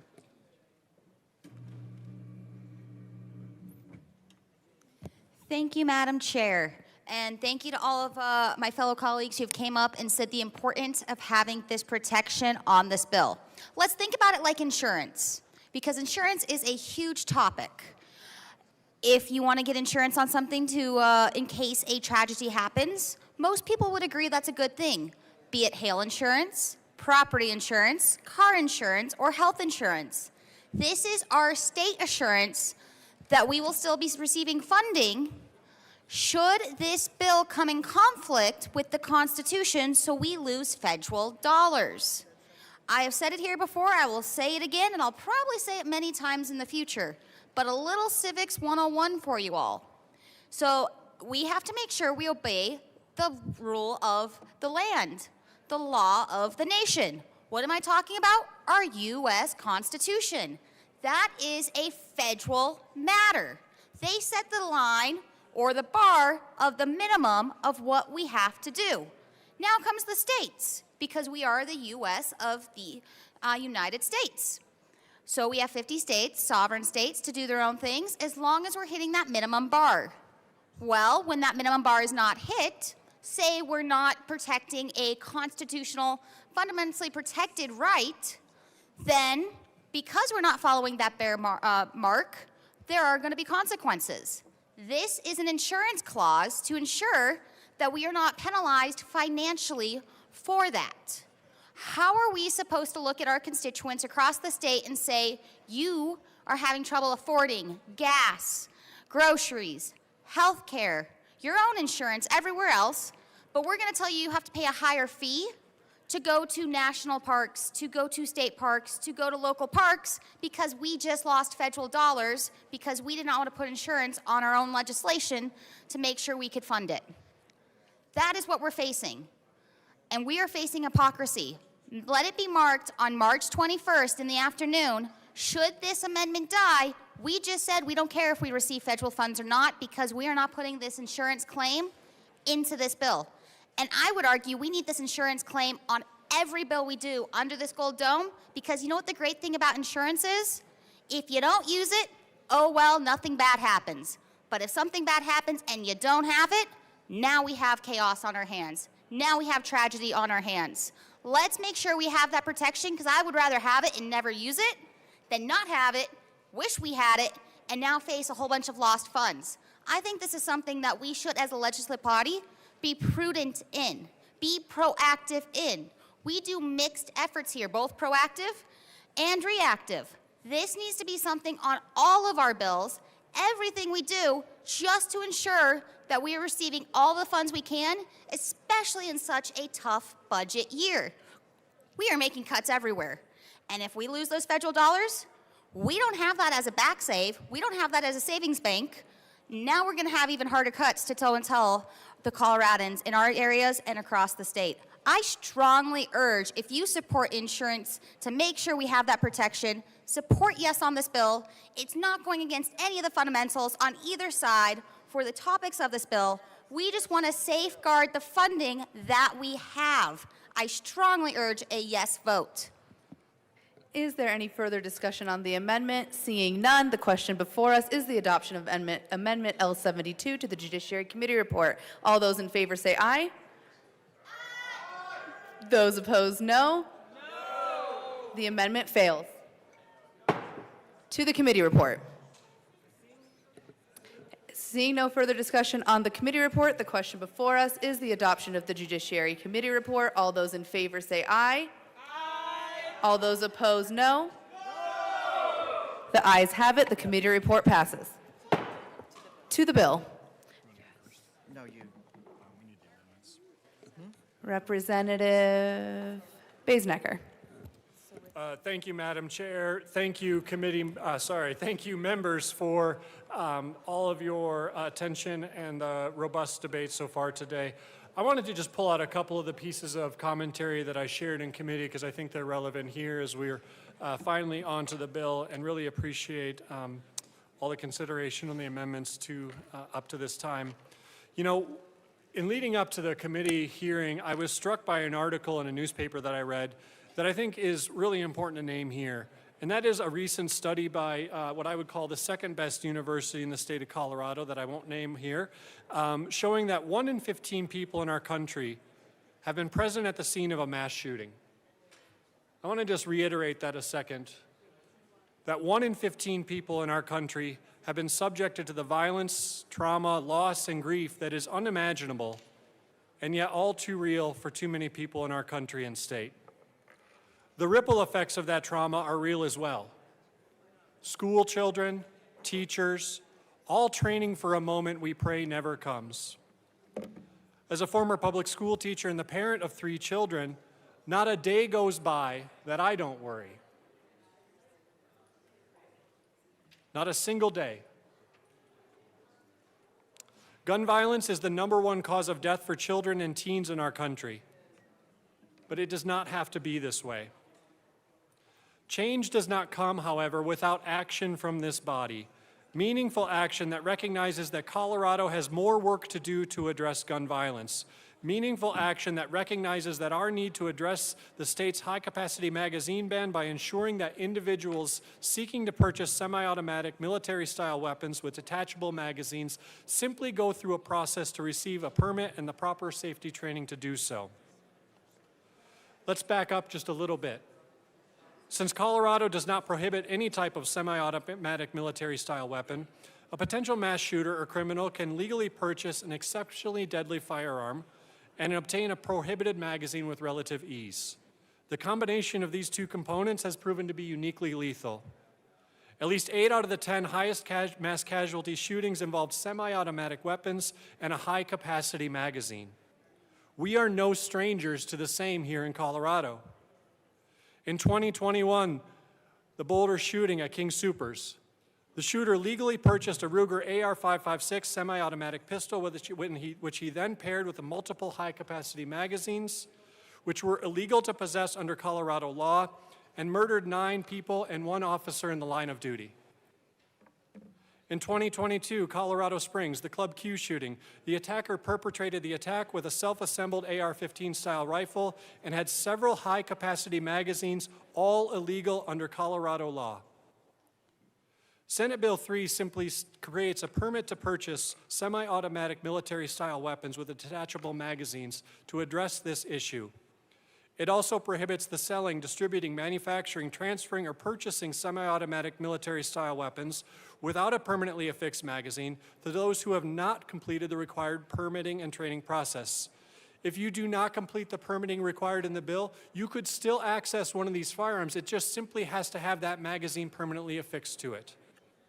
This bill also, and I know we will hear things to the contrary, this bill does not ban possession of firearms, and it does not impact the firearms you currently own today. If you are a legal firearm owner today and you possess one of the firearms contemplated in the bill, you will be a legal firearm owner of that same firearm tomorrow or upon enactment of the legislation. However, requiring individuals to apply for and receive a card before a firearm purchase simply allows law enforcement to deny permits to those who pose a danger to public safety. And as amended, the bill also includes due process through a judicial review procedure.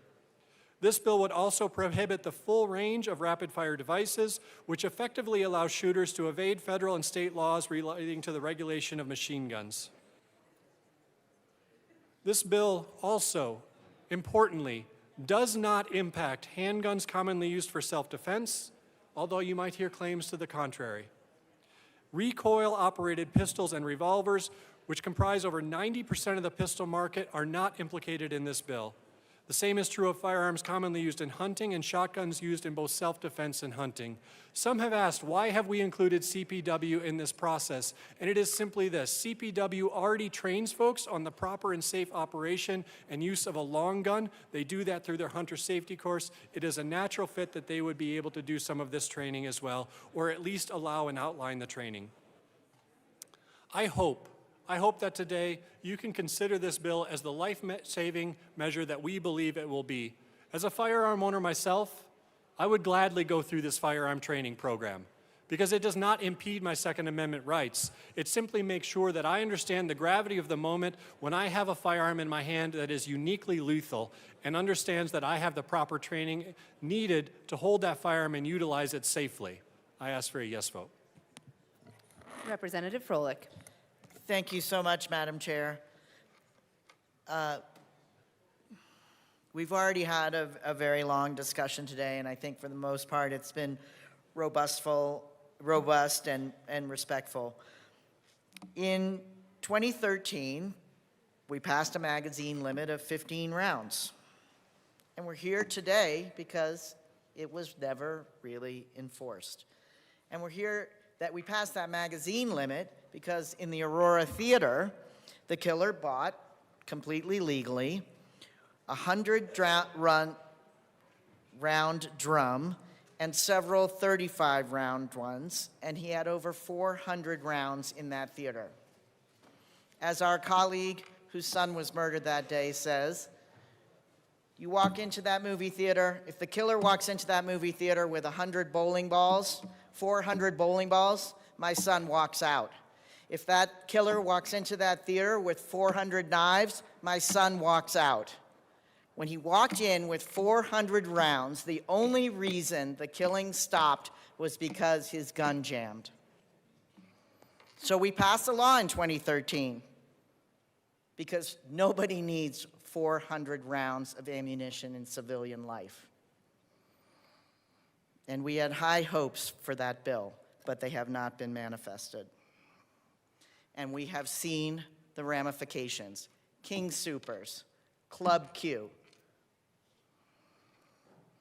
A semi-automatic gun with a detached magazine which allows for unlimited rounds of ammunition. That is all we're talking about in this bill, and that's all that we are to do today. A firearm that holds 15 rounds and one in the chamber, not contemplated in this bill. Please see, colleagues. Most commonly used hunting rifles, not contemplated in this bill. 90%, 95% of the handguns in use in Colorado, not contemplated in this bill. This is important work we're doing. We're honoring the folks who have come for a decade in this building and begged us to enforce our magazine limit. Let's do this. And with that, we have some amendments. Speaker Pro Tem Bazenecker. Thank you, Madam Chair. I move L63 to Senate Bill 3 and ask that it be properly displayed.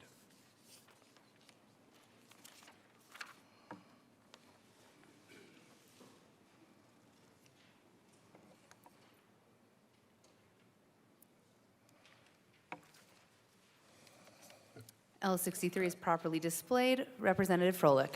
Thank you, Madam Chair. This is a clarification around the gun transfer of guns when a gunsmith is involved in the transfer. This was asked for by Judiciary Committee, worked on by members of Judiciary Committee, and we asked for an aye vote. Is there any further discussion on Amendment L63? Representative Luck.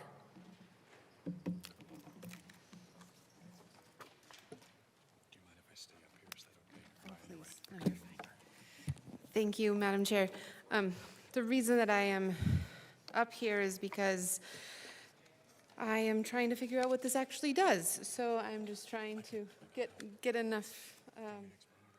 Yes, do you mind just explaining while I look through the bill? Thank you. Speaker Pro Tem Bazenecker. Yeah, thank you, Madam Chair. And so what the question was in Judiciary, and my representative from Delta County, I think, brought this concern up, is that the bill as initially drafted would have obligated, or at least there was the implied obligation that upon transfer back from a gunsmith who had been working on your firearm, that they would have to, the only way they could really know if you were a legal firearm owner or not, prohibited from owning that firearm, was to conduct a background check. We felt like that standard was not appropriate, and so we've adopted alternative language here that would not mandate that a gunsmith conduct a background check on someone whose firearm they had repaired simply for the act of transferring it back to that individual.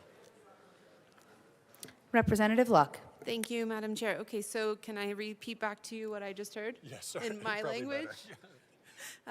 There was a concern about whether or not gunsmiths could actually meet the standard in this bill, or would otherwise be in a predicament of having to verify things that maybe they don't have the means to verify or be necessary to verify. So there is a presumption that if someone brought you a firearm, they are the legal owner of that firearm, and therefore you can return it to them without doing any additional work. Wonderful. Thank you. I appreciate the clarification and the time. Is there any further discussion on the amendment? Seeing none, the question before us is the adoption of Amendment L63. All those in favor say aye. Aye. All those opposed, no. The ayes have it. To the bill. Speaker Pro Tem Bazenecker. Thank you, Madam Chair. I move L64 to Senate Bill 3 and ask that it be properly displayed.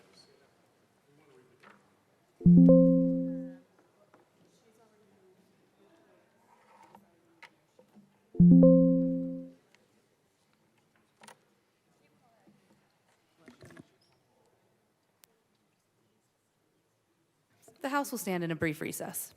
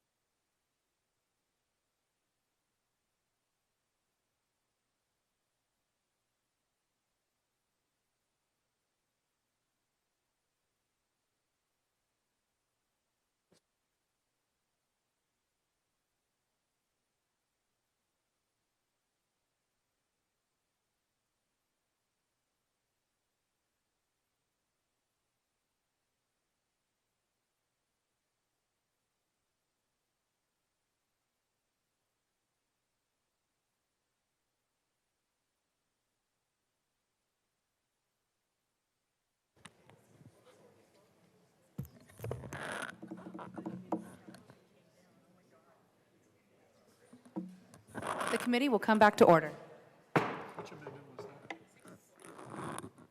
Speaker Pro Tem Basenecker. Thank you, Madam Chair. I withdraw my motion to move Amendment 64. The motion has been withdrawn. Representative Gonzalez. Thank you, Madam Chair. I request that Senate Bill 25-003 be read at length. Members, it has been requested A bill for an act. 101 concerning prohibited activity Senate Bill involving 3 read at semi-automatic. length. 102 firearms, and, in connection therewith, prohibiting the 103 manufacture, distribution, transfer, sale, and purchase 104 of specified semi-automatic firearms and classifying a 105 device that increases the rate of fire of a 106 semi-automatic firearm as a dangerous weapon. Bill summary. Note, this summary applies to this bill as introduced and does not reflect any amendments that may be subsequently adopted. If this bill passes third reading in the House of Introduction, a bill summary that applies to the re-engrossed version of this bill will be available at http://leg.colorado.gov. The bill defines a specified semi-automatic firearm as a Senate amended third reading February 18, 2025. Senate amended second reading February 14, 2025. Senate sponsorship Sullivan and Gonzalez J., Amable, Bridges, Cutter, Danielson, Doherty, Jaquez Lewis, Kipp, Coker, Marchman, Michelson Jennett, Rodriguez, Weissman, Winter F., Coleman, Jode. House sponsorship Bosnecker and Froelich, Duran, Brown, Camacho, Clifford, Garcia, Gilchrist, Hamrick, Lindstedt, McCormick, Woodrow, Stewart R., Story, Titten, Bacon, Carter, Joseph, Mabry, Sirota, Smith, Velasco, Wilford, Zokai. Shading denotes House amendment. Double underlining denotes Senate amendment. Capital letters or bold and italic numbers indicate new material to be added to existing law. Dashes through the words or numbers indicate deletions from existing law. Semi-automatic rifle or semi-automatic shotgun with a detachable magazine or a gas-operated semi-automatic handgun with a detachable magazine. The bill prohibits knowingly manufacturing, distributing, transferring, selling, or purchasing a specified semi-automatic firearm, except that a person may transfer a specified semi-automatic firearm to an heir, an individual residing in another state, or a federally licensed firearm dealer. Unlawful manufacture, distribution, transfer, sale, or purchase of a specified semi-automatic firearm is a Class 2 misdemeanor, except that a second or subsequent offense is a Class 6 felony. The Department of Revenue shall revoke the state firearms dealer permit of a dealer who unlawfully manufactures, distributes, transfers, sells, or purchases a specified semi-automatic firearm. The Colorado Bureau of Investigation shall deny the transfer of a firearm to a person who was convicted of misdemeanor unlawful manufacture, distribution, transfer, sale, or purchase of a specified semi-automatic firearm within 5 years prior to the transfer. A person convicted of felony unlawful manufacture, distribution, transfer, sale, or purchase of a specified semi-automatic firearm is prohibited from possessing a firearm or certain other weapons. Existing law prohibits possession of a dangerous weapon. The bill defines rapid-fire device and classifies rapid-fire devices as dangerous weapons under Colorado law. The bill repeals the definition of a machine gun conversion device and removes machine gun conversion devices from the list of dangerous weapons. 1. Be it enacted by the General Assembly of the State of Colorado. 2. Section 1. In Colorado Revised Statutes, 18-12-101, repeal 3, 1, G.2, and add 1, G.7, and 1, G.8, as follows. For 18-12-101. Peace Officer Affirmative Defense, definitions.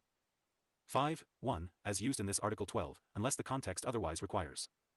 6, G.2, machine gun conversion device, means any part designed. 7 or intended, or combination of parts designed or intended, for use in.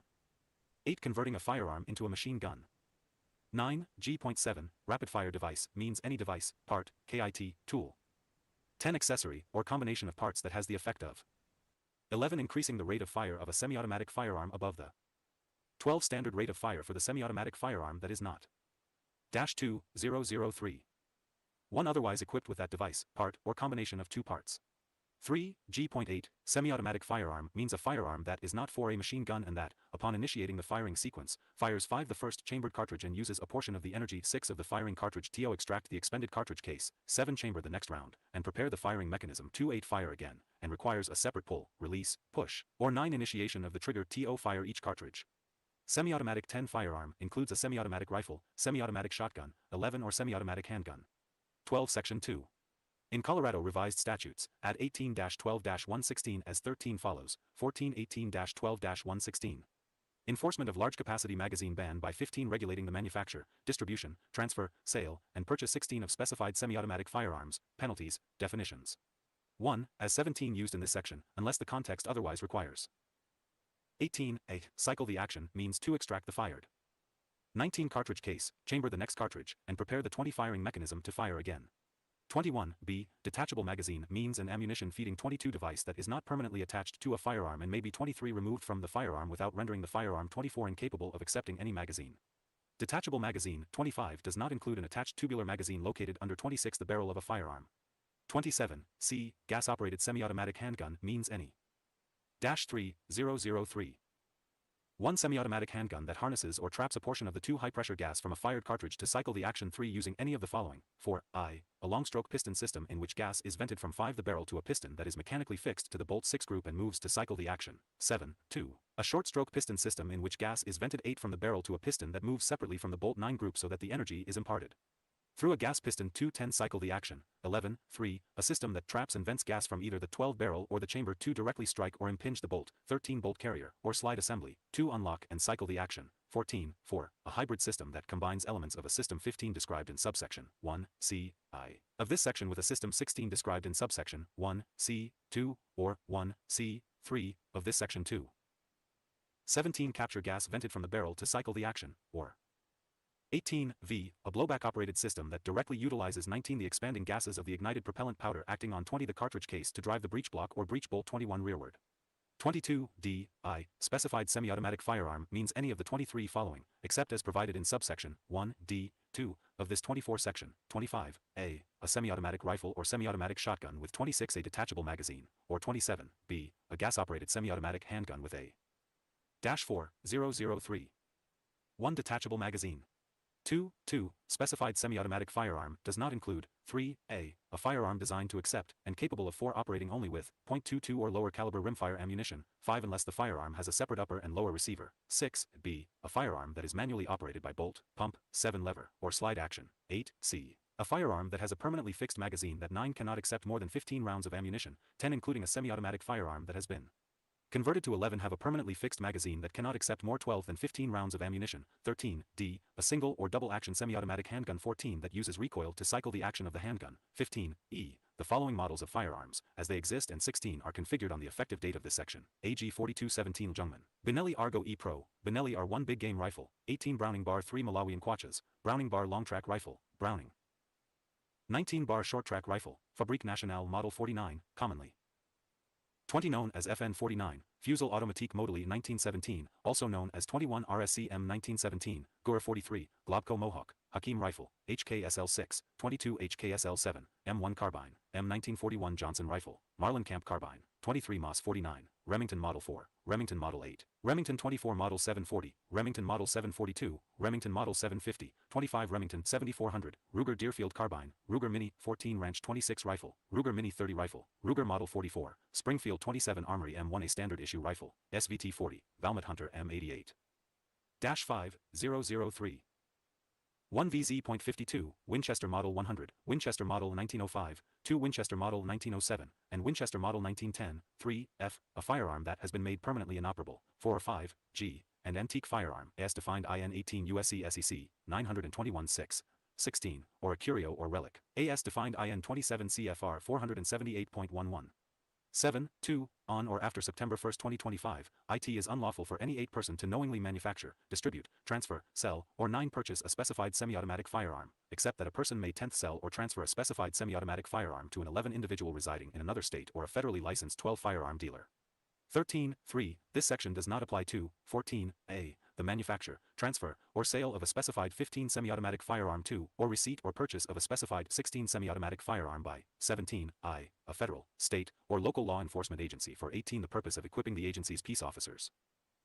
19. 2. A peace officer, as described in section 16-2.5-101, who 20 is certified by the Peace Officer Standards and Training Board. 21 created in section 24-31-302, if the agency that employs the 22 peace officer requires or permits the peace officer to carry a 23 specified semi-automatic firearm for use in the peace officer's 24 official capacity. 25. 3. The Department of Corrections, the warden of a 26 prison, the superintendent of a facility in which a person has 27 been placed by transfer from a correctional facility pursuant. -6003.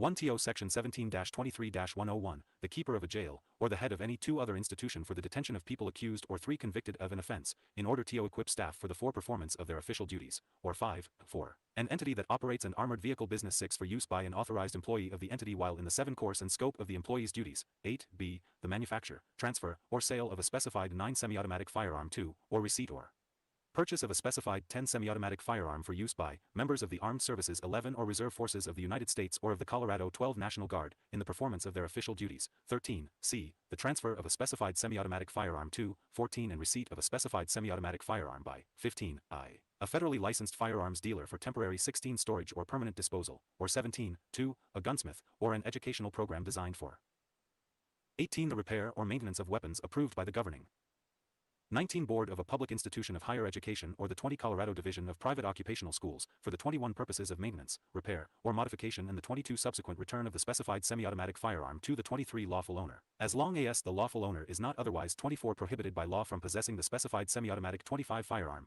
26, D, the sale of a specified semi-automatic firearm 2, and 27 purchase of a specified semi-automatic firearm by an institution. -7, 003. 1 of higher education that operates, or instructor of, and 2 educational program approved by the governing board of a 3 public institution of higher education or the Colorado Division 4 of private occupational schools, for use and storage at the 5 location of the educational program. 6, E, the transfer or sale of a specified semi-automatic 7 firearm 2, and receipt or purchase of a specified semi-automatic 8 firearm by, 9, I, a person who, 10, A, completed a hunter education course. Certified by the 11 Division of Parks and Wildlife, American Samoa described in Section 33-6-107, 8, 12 and, within 5 years before making the purchase, completed a 13 basic firearms safety course described in subsection 5 of this 14 section. 15, B, within 5 years before making the purchase. 16 completed an extended firearms safety course described in 17 subsection 5 of this section, or 18, C, completed an extended firearms safety course more. 19 than 5 years before making the purchase and completed a 20 basic firearms safety course within 5 years before making the 21 purchase. 22, 2, a federal, state, or local historical society, museum, 23 or institutional collection that is open to the public, if the 24 specified semi-automatic firearm is rendered permanently 25 inoperable prior to the sale or transfer, and 26, 3, a forensic laboratory, or any authorized agent or 27 employee of the laboratory, for use exclusively in the course. -8, 003. 1 in scope of forensic analysis. 2, F, a transfer that occurs by operation of law or because 3 of the death of a person for whom the prospective transferor is 4 an executor or administrator of an estate or a trustee of a 5 trust created in a will, and 6, G, the manufacture, distribution, transfer, sale, or 7 rental of a specified semi-automatic firearm capable of only 8 firing blanks by, or receipt or purchase of a specified 9 semi-automatic firearm capable of only firing blanks from, a 10 federally licensed firearm dealer, for use solely as a prop for 11A film, as defined in Section 24-48.5-114. 12, 4, A, a person who violates this section commits 13 unlawful manufacture, distribution, transfer, sale, or purchase 14 of a specified semi-automatic firearm. 15, B, unlawful manufacture, distribution, transfer, sale, 16 or purchase of a specified semi-automatic firearm is a Class 217 misdemeanor, except that a second or subsequent offense is a 18 Class 6 felony. 19, 5, A, basic firearms safety course and an extended 20 firearms safety course must be taught by an instructor verified 21 by a sheriff as a firearms instructor pursuant to Section 2218-12-202.7. A basic or extended firearms safety course must be 23 held in person with the instructor of the class at the same 24 location as the students, and no part of the class may be 25 conducted via the internet. 26, 2, in order to enroll in a basic or extended firearms 27 safety course, a person must pay to the instructor the firearms. -9, 003. 1 training and safety course record fee set by the Parks and 2 Wildlife Commission pursuant to Section 33-9-115, 5, and hold a 3 valid firearms safety course eligibility card, American Samoa described IN 4 subsection 5, B, of this section. The instructor shall remit the 5 firearms training and safety course record fee to the Division of 6 Parks and Wildlife. Before allowing a student to attend a 7 course, the instructor shall verify that the student holds a 8 valid firearms safety course eligibility card by requesting 9 information from the Firearms Training and Safety Course 10 record system created in Section 33-9-115. 11, 3, A basic firearms safety course must provide a 12 minimum of 4 hours of instruction.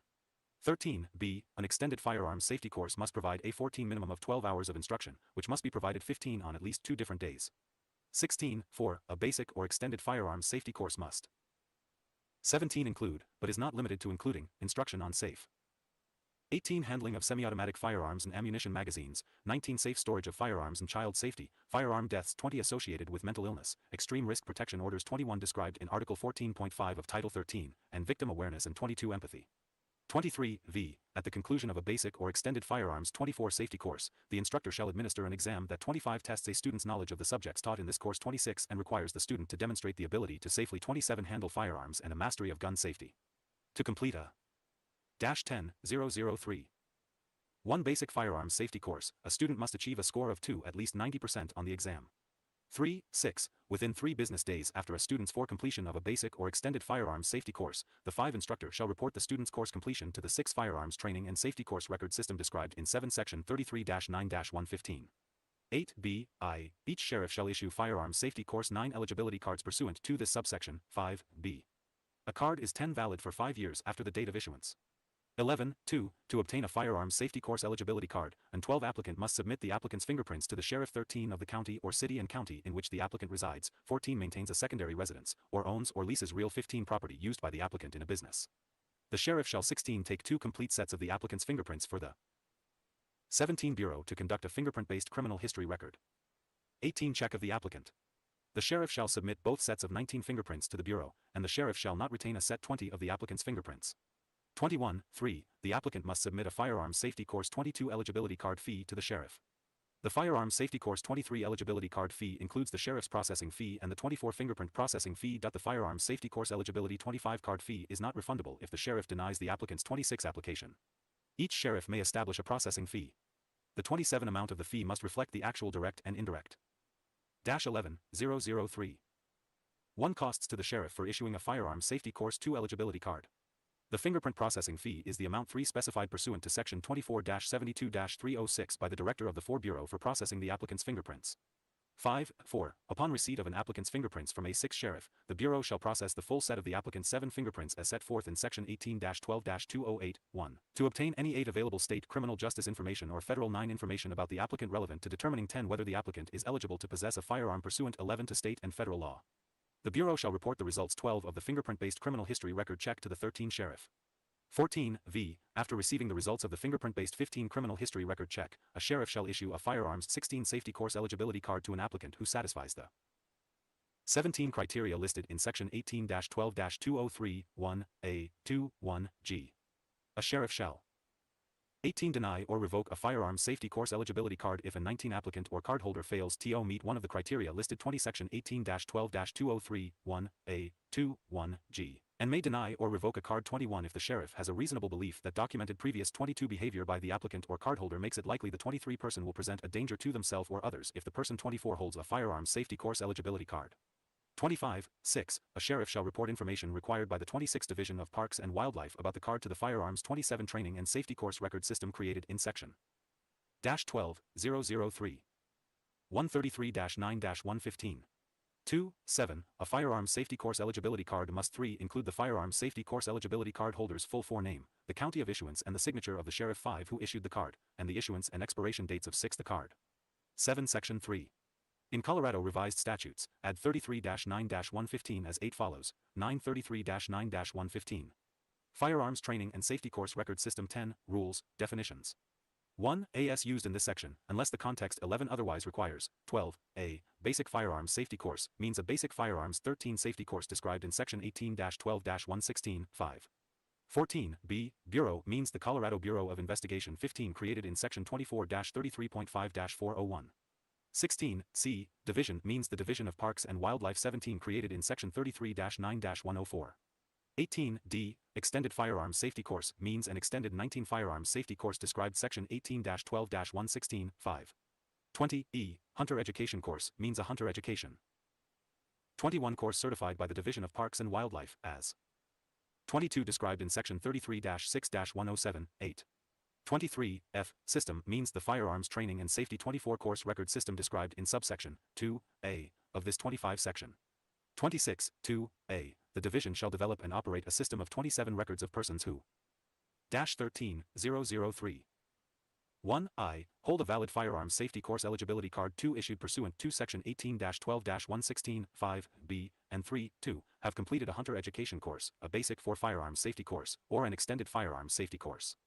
5b, the division shall consult with the Bureau IN 6 developing and operating the system. 7c, the system is not a record that a person purchases or 8 exchanges firearms or purchased or exchanged a specific 9 firearm.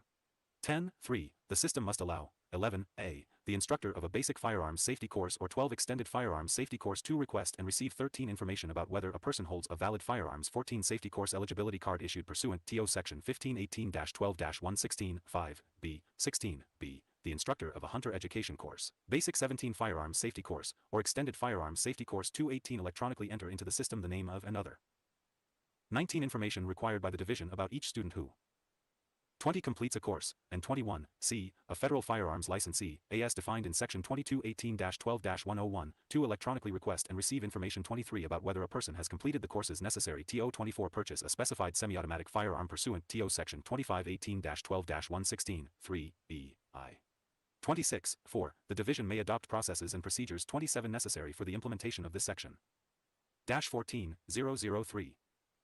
1.5a. The Commission shall establish a firearms training 2 and safety course record fee for a person to be included in the 3 system. The fee must reflect actual direct and indirect costs to 4 operate the system. The Commission may adjust the fee, but shall 5 not adjust the fee more than one time each year. The instructor 6 of a basic or extended firearms safety course shall collect the 7 fee from each student of a basic or extended firearms safety 8 course and remit the fee to the division for deposit in the 9 firearms training and safety course cash fund. 10b. The Firearms Training and Safety Course Cash Fund IS-11 created in the State Treasury. The fund consists money credited 12 to the fund pursuant to subsection 5a of this section and any 13 other money that the General Assembly may appropriate or 14 transfer to the fund. The State Treasurer shall credit all 15 interest and income derived from the deposit and investment of 16 money in the Firearms Training and Safety Course Cash Fund to 17 the fund. Subject to annual appropriation by the General 18 Assembly, the division may expend money from the fund for the 19 operation of the system. 20 Section 4. In Colorado Revised Statutes, 18-12-108, amend 21, 7, and 7, 3, and add 7, JJJ, as follows, 22-18-12-108.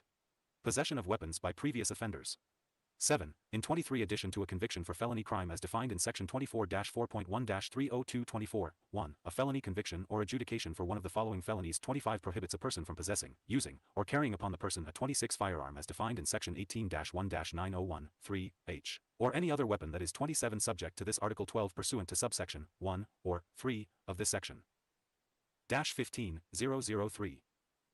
1. A criminal attempt, complicity, or conspiracy to commit any 2 of the offenses listed in this subsection, 7, and 3, unlawful conduct involving an unserialized firearm, frame, for or receiver, as described in Section 18-12-111.5, and 5, JJJ, unlawful manufacture, distribution, transfer, sale, 6 or purchase of a specified semi-automatic firearm, as described in 7 Section 18-12-116. 8 Section 5. In Colorado Revised Statutes, 24-33.5-424, amend 9, 3, B.3, 11, and 3, B.3, 12, and add 3, B.3, 13, as follows, 1024-33.5-424. National Instant Criminal Background Check 11 System, State Point of Contact, Fee, Grounds for Denial of Firearm 12 Transfer, Appeal, Rulemaking, Unlawful Acts, Instant Criminal 13 Background Check Cash Fund, Creation. 3, B.3, in addition to the 14 grounds for denial specified in subsections 3a and 3b of this 15 section, the Bureau shall deny a transfer of a firearm if the prospective 16 transferee has been convicted of any of the following offenses committed. 17 on or after June 19, 2021, if the offense is classified as a misdemeanor, 18 or if the prospective transferee has been convicted in another state or 19 jurisdiction, including a military or federal jurisdiction, of an offense that, 20 if committed in Colorado, would constitute any of the following offenses. 21 classified as a misdemeanor offense, within 5 years prior to the 22 transfer. 23, 11, unlawfully providing a firearm other than a handgun to a 24 juvenile, as described in Section 18-12-108.7, 3, or 25, 12, unlawful conduct involving an unserialized firearm, frame, 26 or receiver, as described in Section 18-12-111.5, or 27, 13, unlawful manufacture, distribution, transfer, sale. 16-003. 1 or purchase of a specified semi-automatic firearm, as described in 2 Section 18-12-116. 3 Section 6. In Colorado Revised Statutes, 18-12-401.5, amend 4, 8a, 4d, and 8a, 4e, and add 8a, 4f, as follows, 518-12-401.5. Permit required, issuing agency, cash fund, 6 inspections, penalty, report, rules, repeal. 8A, notwithstanding 7 subsection 7 of this section, the department shall revoke a state permit 8 if the state permit holder 9.4 is convicted of any of the following: 10D, selling or otherwise transferring a firearm to a person who is 11 and eligible to possess the firearm pursuant to state or federal law, or 12E, selling or otherwise transferring a firearm component, or 13 accessory, as defined in section 29-11.7-101.5, to another person in 14 violation of federal, state, or local law, or 15, F, manufacturing, distributing, transferring, selling, or 16, purchasing a specified semi-automatic firearm in violation of 17 Section 18-12-116. 18 Section 7. In Colorado Revised Statutes, add 24-31-120 as 19 follows: 2024-31-120. List of prohibited weapons. Pursuant to the 21 authority granted in Section 24-31-101, 1A, and 1D, the 22 Attorney General may provide guidance and clarification. 223 assist in the implementation of Section 18-12-116. The Attorney 24 General may publish and make publicly available guidance and 25 opinions concerning Section 18-12-116, including, but not limited 26 opinions about the specific models of firearms to which 27 Section 18-12-116, 2, applies. 17-003. 1 Section 8. In Colorado Revised Statutes, 18-12-302, amend 2, 1A, as follows: 318-12-302. Large capacity magazines prohibited, penalties, 4 exceptions.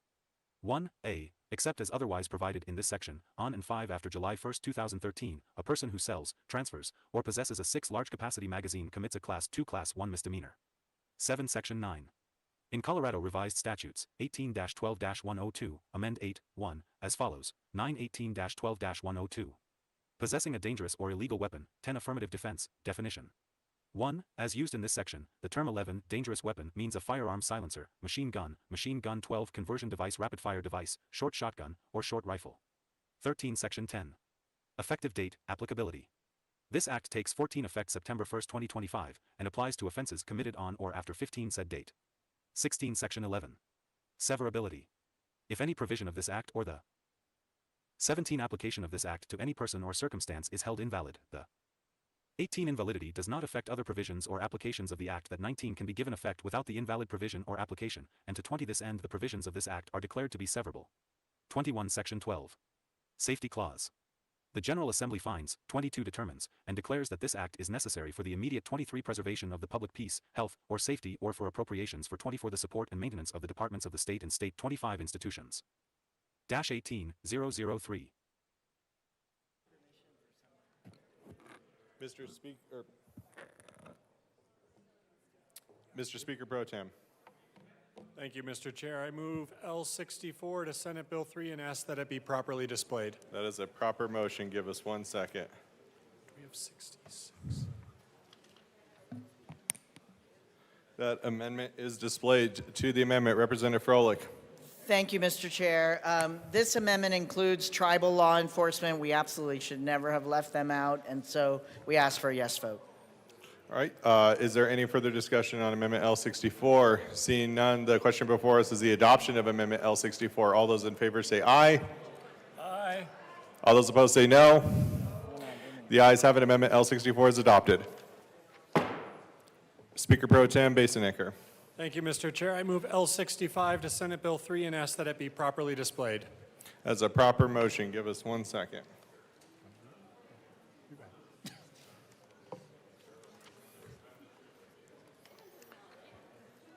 Amendment 65 is displayed. Representative Froelich. Thank you very much, Mr. Chair. This removes the effective date, and the conduct prohibition will begin now on August 1, 2026. And we ask for an aye vote. Is there any further discussion on Amendment L65? Representative Luck. 108. Thank you, Mr. Chair. I see that you are up there. That's wonderful. It's good to see you. Good to see you as well. I just want to thank the bill sponsors for this amendment. Tyranny delayed, freedom secured for another year. Very grateful. Thank you. Mr. Speaker Pro Tem. Thank you to my colleague. I might articulate it differently, but the gratitude is shared and appreciated. Any further discussion on Amendment L65? Seeing none, the question before us is the adoption of Amendment L65. All those in favor say aye. Aye. All those opposed say no. The ayes have it. Amendment L65 is adopted. Mr. Speaker Pro Tem. Thank you, Mr. Chair. I move L67 to Senate Bill 3 and ask that it be properly displayed. That's a proper motion. Give us a second to get that up.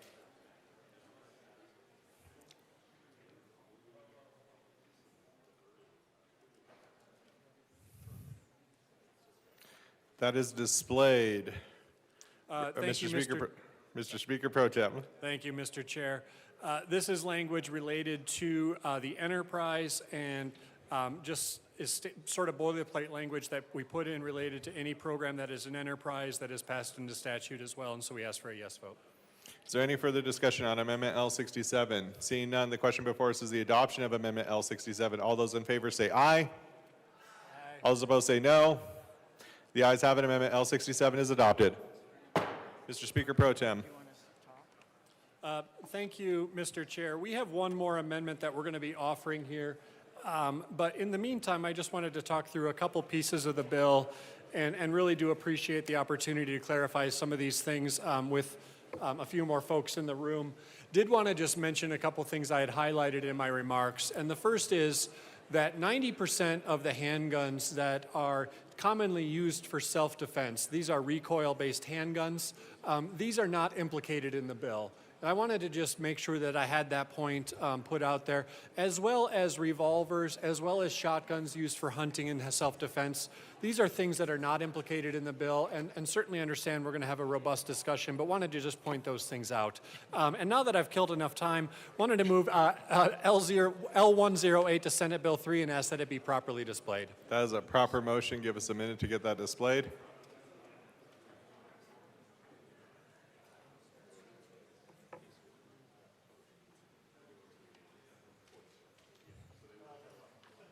That is displayed. Representative Froelich. Thank you very much, Mr. Chair. This, as you can see, is just a technical fix that was caught in the drafting process, and we ask for a yes vote.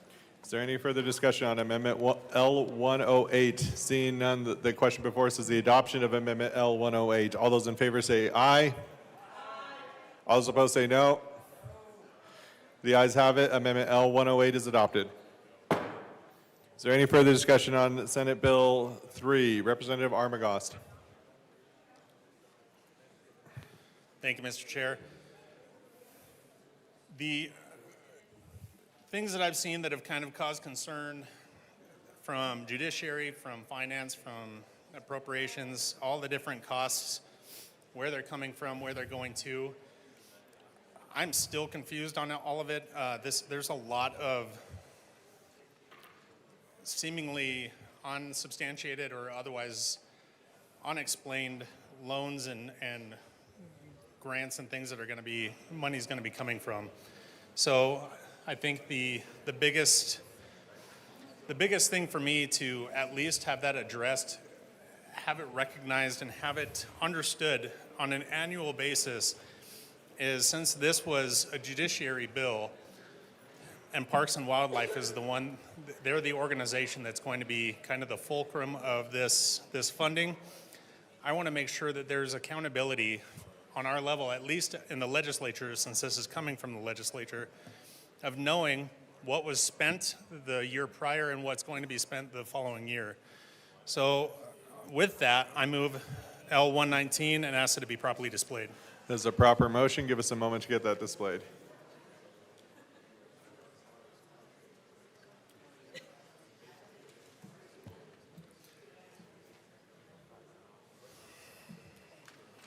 That amendment is displayed to Amendment L119. Representative Armagost. Thank you, Mr. Chair. So as you can see, this would start this at the end of this year for next year to explain what's going to be spent that following year. And then every year after, it will be something that would be given to in a report to the Judiciary Committee to be explained, to be understood, and to be discussed what's going to be spent.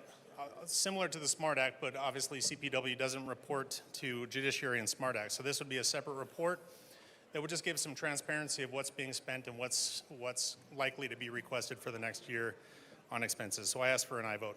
Representative Froelich. Thank you, Mr. Chair. And folks, thank you to our colleague for bringing this amendment. We're pro-transparency, pro-reporting, and we also appreciate the opportunity to receive it a little bit in advance, run it up the flagpole, make sure there were no fiscal implications, and there are none. So we ask for a yes vote on this amendment. Is there any further discussion on Amendment L119? Seeing none, the question before us is the adoption of Amendment L119. All those in favor say aye. Aye. All those opposed say no. The ayes have it. Amendment L119 is adopted. Minority Leader Puglisi. Thank you, Mr. Chair.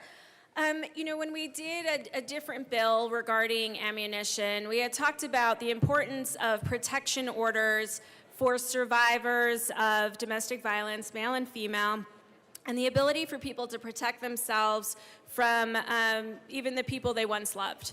And it's incredibly important, I think, that we continue to have those conversations even in this bill, because women with protection or men with protection orders deserve the right to be able to defend themselves and not go through rigorous requirements in order to do so. So with that, Mr. Chair, I move Amendment 078 to Senate Bill 3 and ask that it be properly displayed. That is a proper motion. Give us a minute to get that displayed.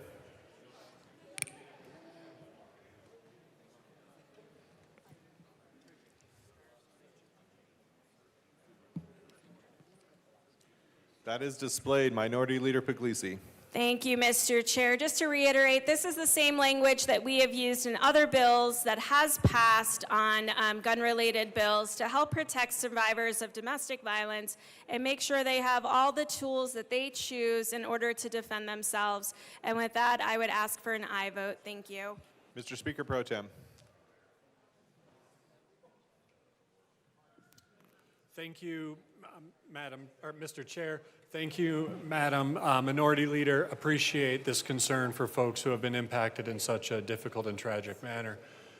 My response to this is simply to say that should you have a protection order in place at present, there already is an expedited process for you to be able to go through the concealed carry program.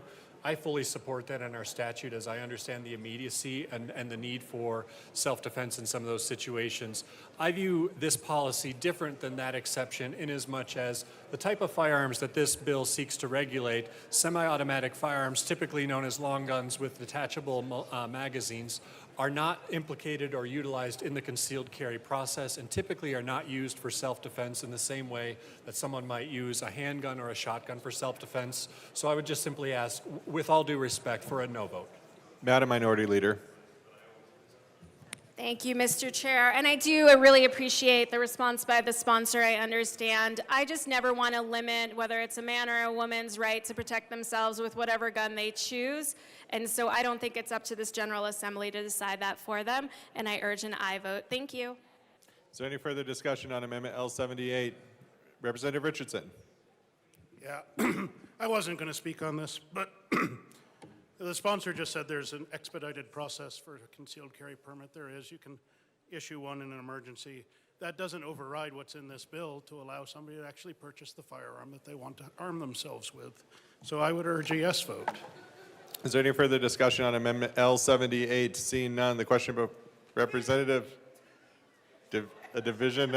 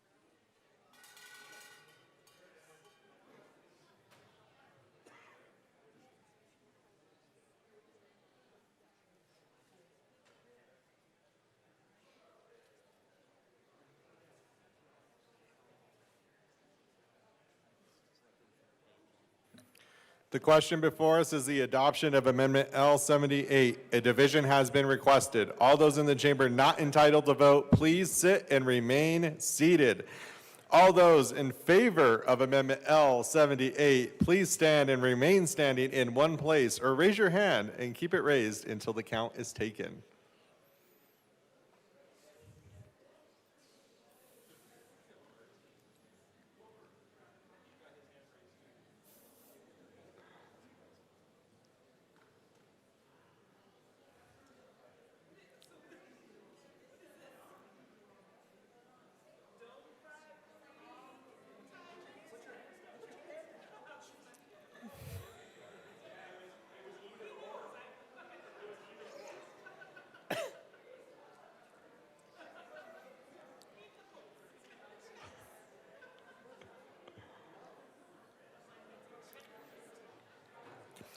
You may be seated.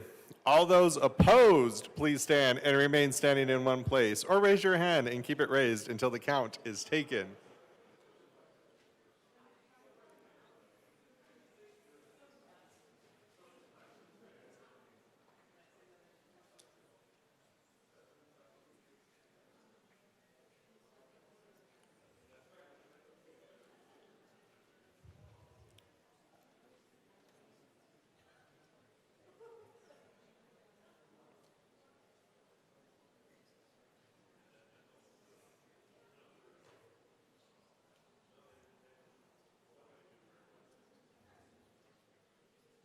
You may be seated. Amendment L78 is lost. Madam Minority Leader. Thank you, Mr. Chair. I think, the bill sponsors had talked about an expedited process for concealed carry. And since that last amendment didn't pass, I do think it's incredibly important. People who have a concealed carry permit go through a process. They go through all the training. I remember when I moved to Colorado from Miami, that I went through a concealed carry class. We had a house on 27 acres that bordered Bureau of Land Management land. And so we didn't have any neighbors. We didn't have any people. And for a girl who grew up outside of New York City, that was really scary. And so while obviously we had guns in our house, I also thought it was important to have a concealed carry. And so I went through a weekend of training, a weekend of shooting. We did a lot to make sure that I was comfortable and safe with my firearm. And so I think that there's a lot of training that goes into that. And so requiring those same people to then go through training yet again makes no sense. And we want to make sure that we're putting forward some common sense policies. So with that, Mr. Chair, I move Amendment L068 to Senate Bill 003 and ask that it be properly displayed. That is a proper motion. Give us a moment to get that up.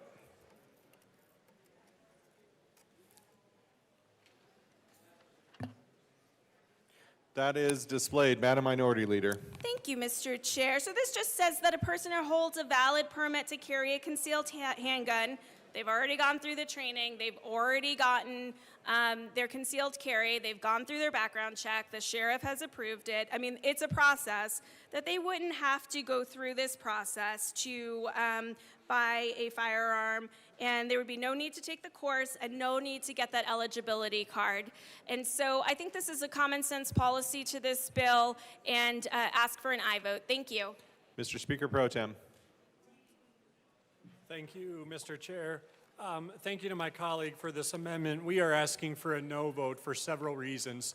The first being the way this amendment is written, it exempts you from any training altogether, meaning that for other pieces of the bill, we have said that if you have a hunter safety certification in place, that you simply have to take an additional 4 hours.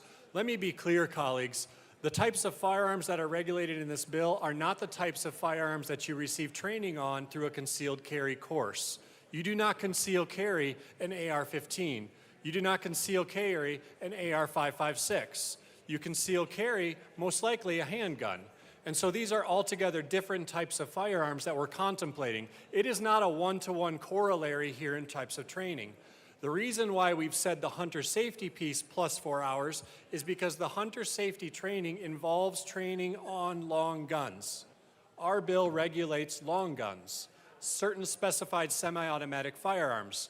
And so this is not an appropriate, in my mind, an appropriate move to exempt someone who, by the way, might have had another incident in the last 5 years that actually precludes them from having that concealed carry in the first place, but we would never know because now they're exempted from the bill altogether, meaning they don't even do that first round of background check that is required of every other person who is asking to receive the certification to own one of these firearms. And so we would ask for a no vote. There is simply not a corollary here. Representative Bottoms. Thank you, Mr. Chair. This is something we've actually been discussing quite a bit. We realized, and I'm saying we by our side of the aisle, we realized that most of the, well, definitely the sponsors, but a lot on the left don't actually know anything about these guns, anything about the list. If it has a detachable magazine, isn't that included in this gun bill? If it has a detachable magazine? It's not? There's a lot of detachable magazines that you can conceal carry, lots of them, whole lots, and they're included in this bill. Unless we want to put an amendment in there that says that all handguns with detachable magazines, which includes AR pistols, then I can explain what an AR pistol is too, but those are included in this bill, and therefore this amendment needs to flow through. Because this is a lack of working knowledge of the actual guns. And we're going to eventually get to the list of guns that were included in this because it's a funny little list. It's not, it has no bearing on reality in relationship to this bill. But we'll get to that because this is a good teaching moment. These are great moments when we can say, this is what a gun is, this is what a magazine is. This is what a detachable magazine is. And so this, I say strongly, we need to vote yes on this amendment. Any further discussion on Amendment L68? Representative Richardson. Thank you, Mr. Chair. It's always disturbing when somebody comes up to the well and misrepresents a bill, even if it's done innocently. But sponsor just stood here and said this bill doesn't cover handguns. Top page 4, line 1, gas-operated semi-automatic handgun. We can't just keep saying what's in the bill isn't in the bill and stuff that is in the bill isn't in the bill and then ask people to vote for things. We need to look at what this bill actually says. So I would ask for an aye vote on this amendment. Is there any further discussion on Amendment L68? Representative Barron. Thank you, Mr. Chair Martinez. It's good to see you up there, buddy. It's good to see you as well. Yes, this amendment does need to go through. I conceal carry a Glock 19, which has a detachable magazine. My backup concealed carry is a 380 6-hour with a detachable magazine. And then my other concealed carry is a 1911 Colt 9mm with a detachable magazine.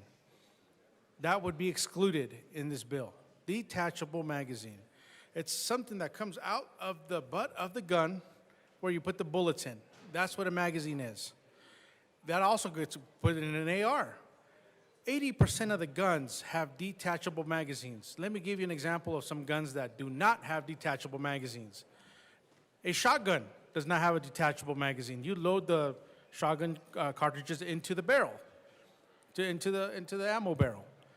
A revolver, 6-shooter, does not have a detachable magazine. Those bullets go into the revolver.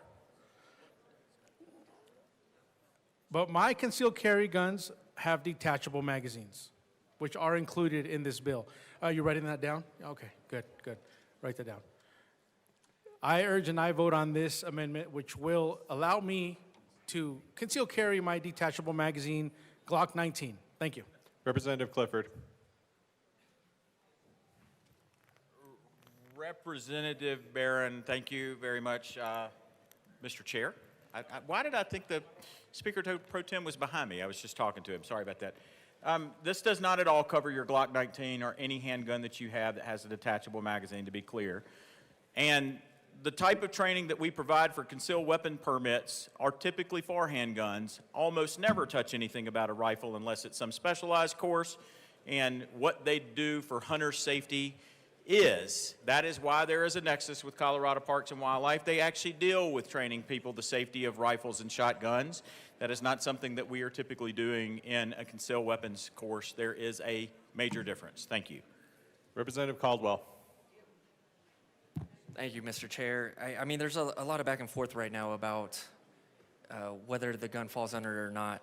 And I would like clarification because I'm looking at page 4 of the re-engrossed bill, page 4, line 27. And one of the firearms that falls under this is a gas-operated semi-automatic handgun with a detachable magazine. Now, if you go down to line 13 and 14 on the same page, the guns that are excluded, a single or double action semi-automatic handgun that uses recoil to cycle the action of the handgun. And I asked this in Judiciary Committee, and I didn't get an answer, but I guess I'm confused because a gas-operated semi-automatic handgun with a detachable magazine is a part of this list that you have to have this training, but excluded is a single or double action semi-automatic handgun that uses recoil to cycle the action of the handgun. The recoil comes from the expended gas on the semi-automatic handgun. So I still am very unclear on this. How can you have recoil if it's not from the gas from the expended shell? So we're going back and forth saying if it does apply to this, it doesn't. But again, I'm very confused. On page 5, line 13 and 14, what is the difference between a semi-automatic handgun that uses recoil, but somehow the only difference is there's no gas operation? I guess I don't know what makes it recoil. So if the bill sponsors could clear that up for us, that would be very helpful. Representative Clifford. I am not a bill sponsor, but I can answer your question, Rep. Caldwell. If you take a look at how a gas-chambered firearm works, there's typically a tube. It's from where the gas comes and where we feed it back in order to cycle that action. And it's very distinct from what you have in your handgun. Thank you. Is there any further discussion on Amendment L68? Seeing none, the question before.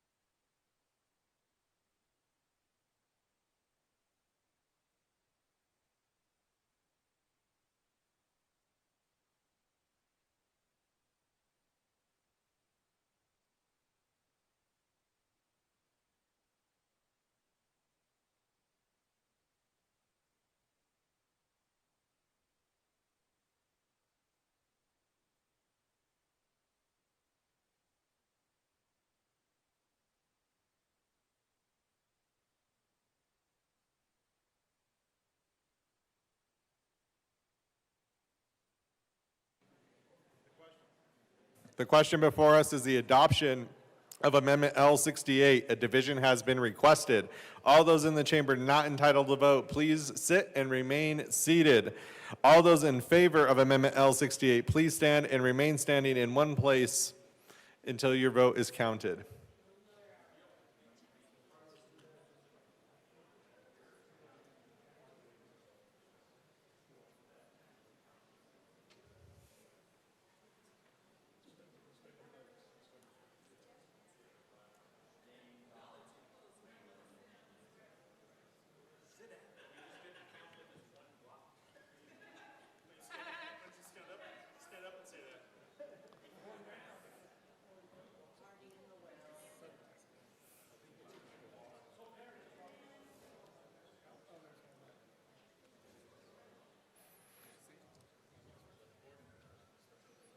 You may be seated.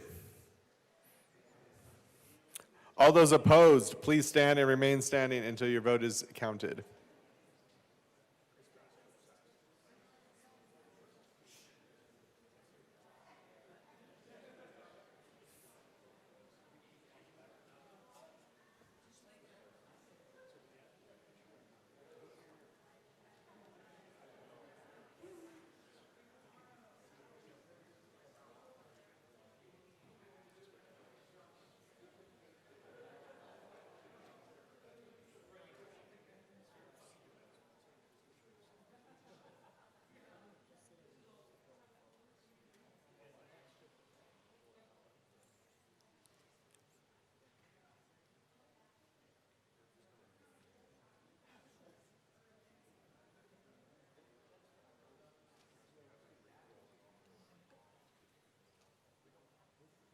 You may be seated. Amendment L68 is lost.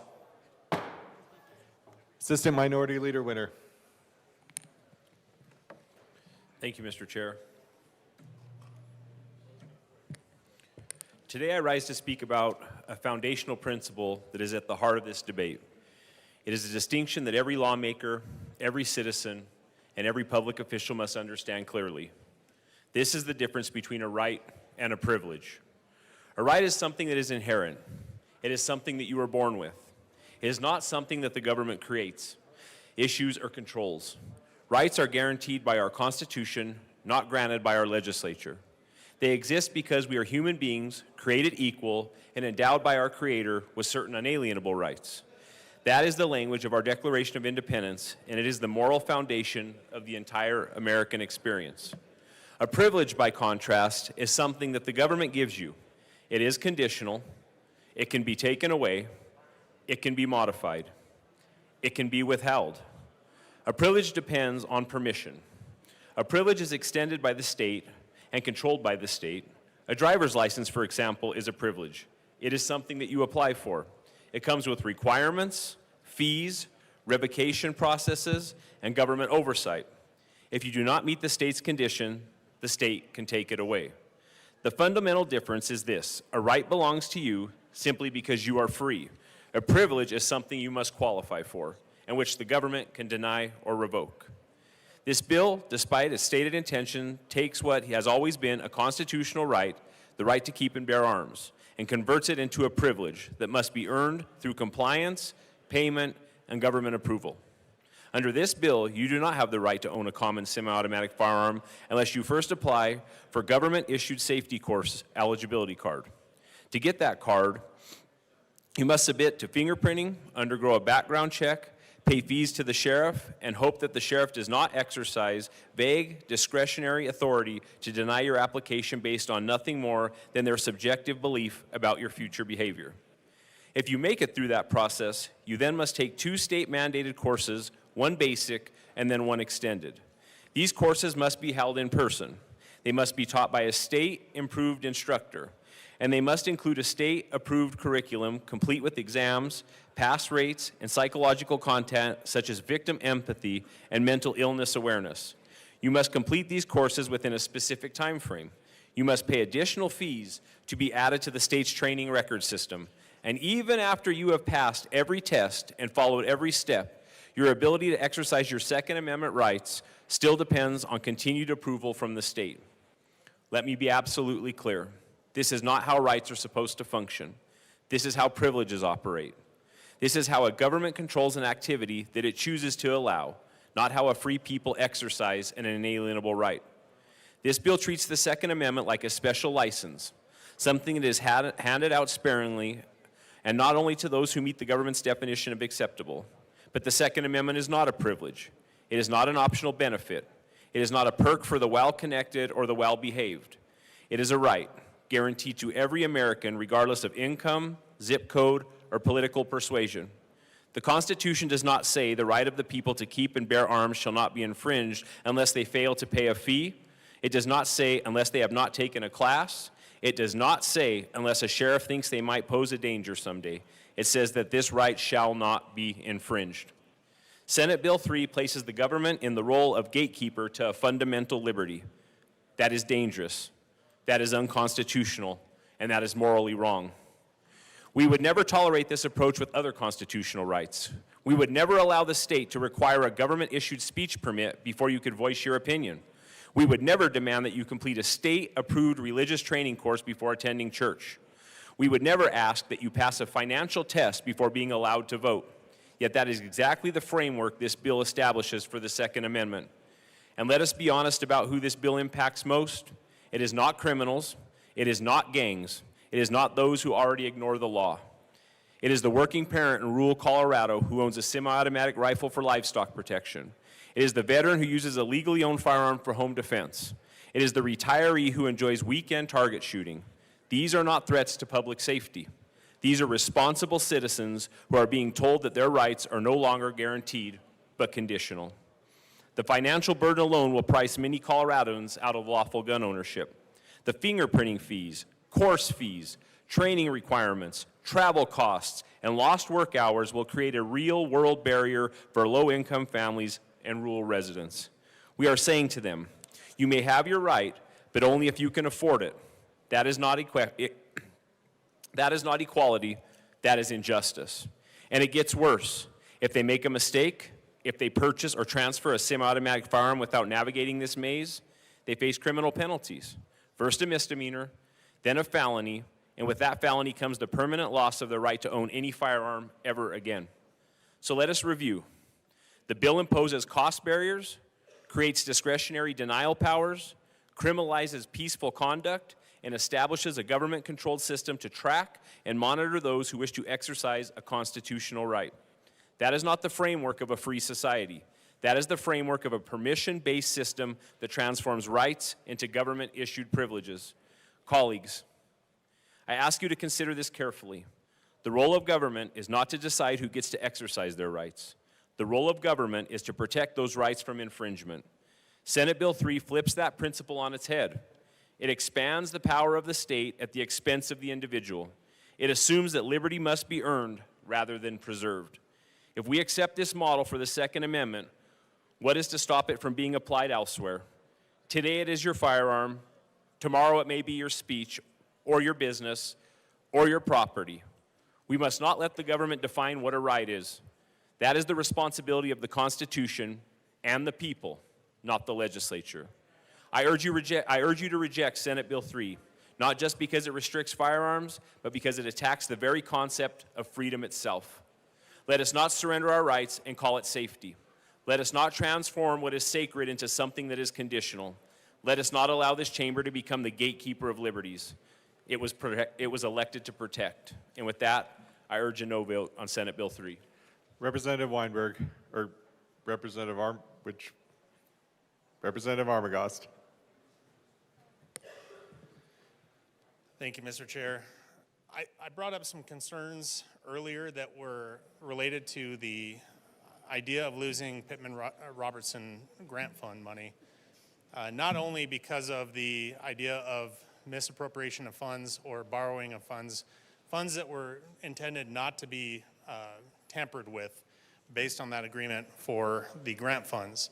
The other part of that is the idea that there needs to be some accountability of where money is going, how money is being moved around, and that is all regulated under these grants through U.S. Fish and Game. And getting U.S. Fish and Game involved would just require an audit of Colorado Parks and Wildlife. Doing that financial audit of Colorado Parks and Wildlife before we get things going with this bill, before it's enforced, I think is important.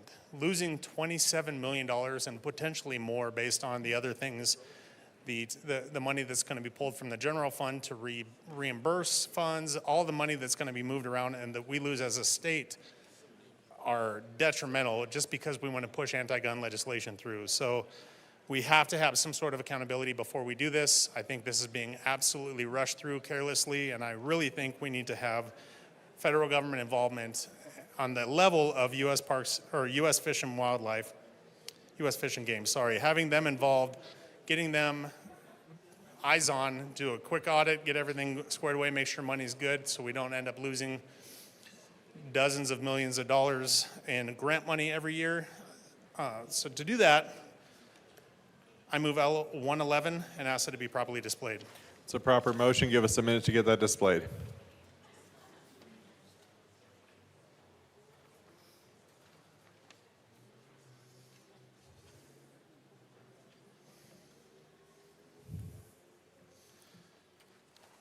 That is displayed to the amendment. Representative Armagost. Thank you, Mr. Chair. So this is a legislative intent. This is simply putting in that and completion of the prohibition on certain activity involving specified semi-automatic firearms, that there is a level of audit that will be required by the federal entity being U.S. Fish and Game, U.S. Fish and Wildlife, having that audit done, making sure money is going to be appropriated properly, that isn't going to cost us that money, would help put us in a better spot moving forward so that we're not getting ourselves in a pickle, but we can actually move forward in a way that can be healthy. We aren't losing more money than we intend on putting into this as a cause, and I encourage an aye vote.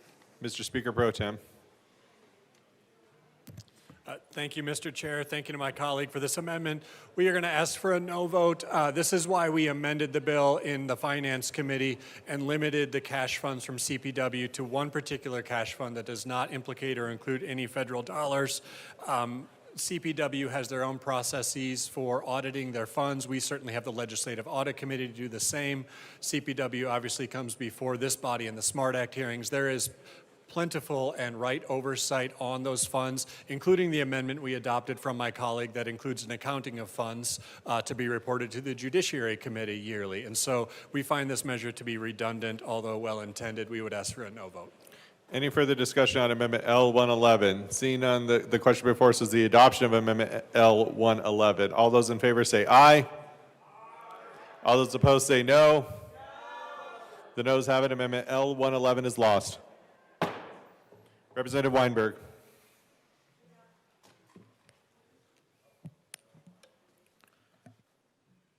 Thank you, Mr. Chairman. Long day. Fellow colleagues, I rise today in strong opposition to Senate Bill 3, which proposes a sweeping and unprecedented ban on the sale, transfer, and lawful purchase of an entire class of firearms in the state of Colorado. Let's be clear about what this bill does. It criminalizes the Second Amendment rights of law-abiding citizens in the state. It turns common semi-automatic firearms used every day by ranchers, hunters, sport shooters, and homeowners into contraband. And it does so while claiming to make our communities safer, though there's no compelling data to support that claim. I came to this country, a land of liberty, because of what the Constitution stands for and separates us from every country in the world. And nowhere in that Constitution is a right more clearly affirmed than in the Second Amendment. Our founders didn't write it as a suggestion. They wrote it as a guarantee. The right of the people to keep and bear arms shall not be infringed. But this bill infringes in the most direct way possible.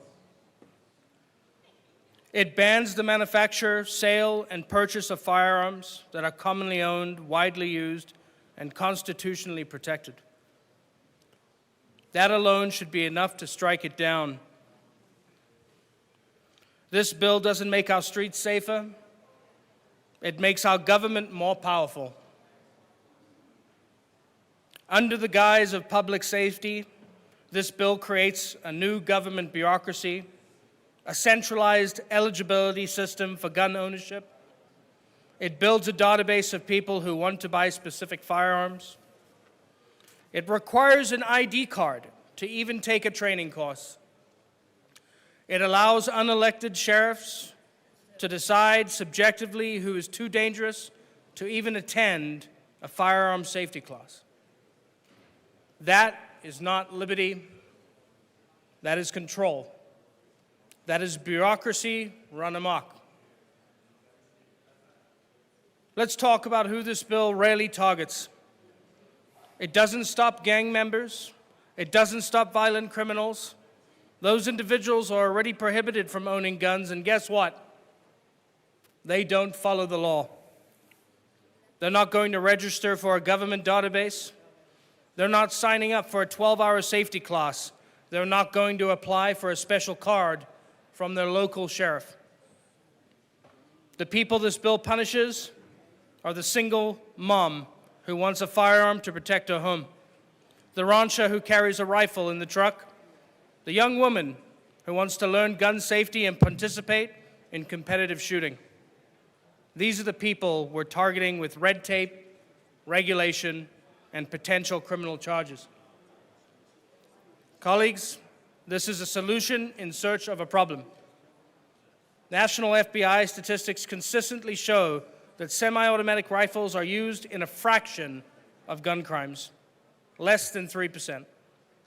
Far more murders are committed with handguns, and more still with knives, blunt objects, or even fists. So if the problem is crime, this bill is looking in the wrong place. Let's also be honest. This bill will not stand up in court. In District of Columbia v. Heller, the Supreme Court affirmed that the Second Amendment protects ownership of weapons in common use. In Bruin, the court made clear that firearm restrictions must be deeply rooted in historical tradition.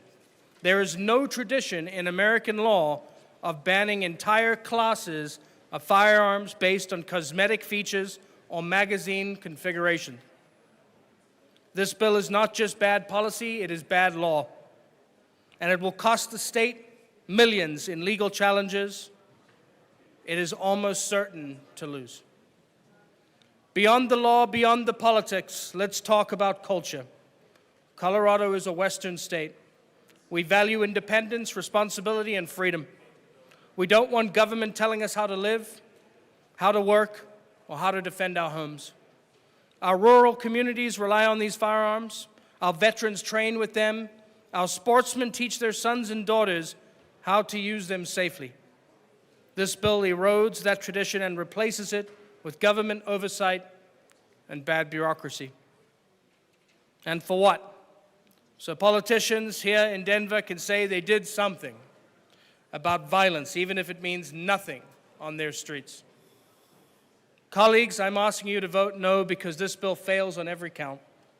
It's unconstitutional, it's ineffective, it's government overreach, it targets the innocent, it burdens law enforcement, and it opens the door for future confiscation. We are a nation of laws, yes, but we are also a nation of freedom.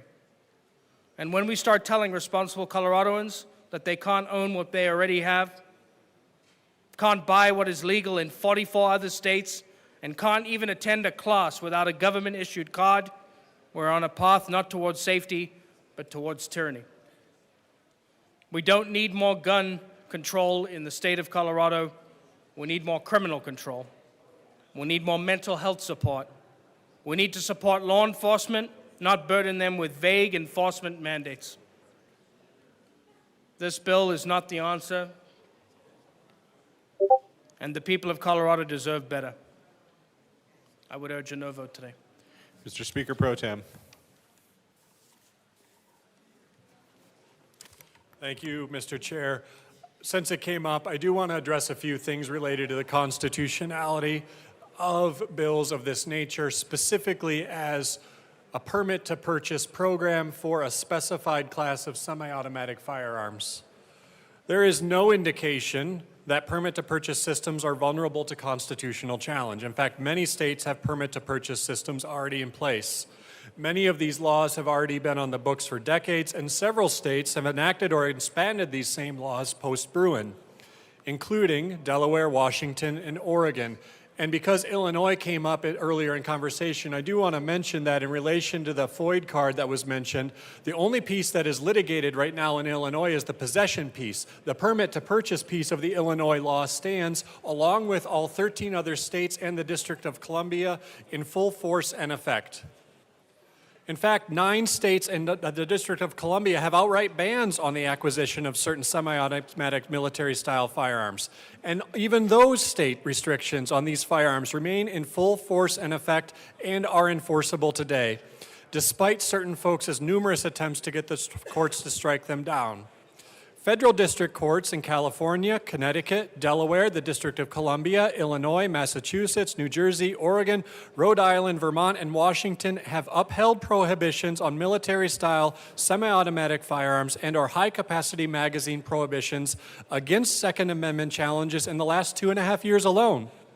In using the Bruin framework, 3 federal appellate courts, the 3rd, 4th, and 7th Circuit Court of Appeals, have ruled on prohibitions on semi-automatic military-style firearms since Bruin, rejecting challenges to all the state laws at issue.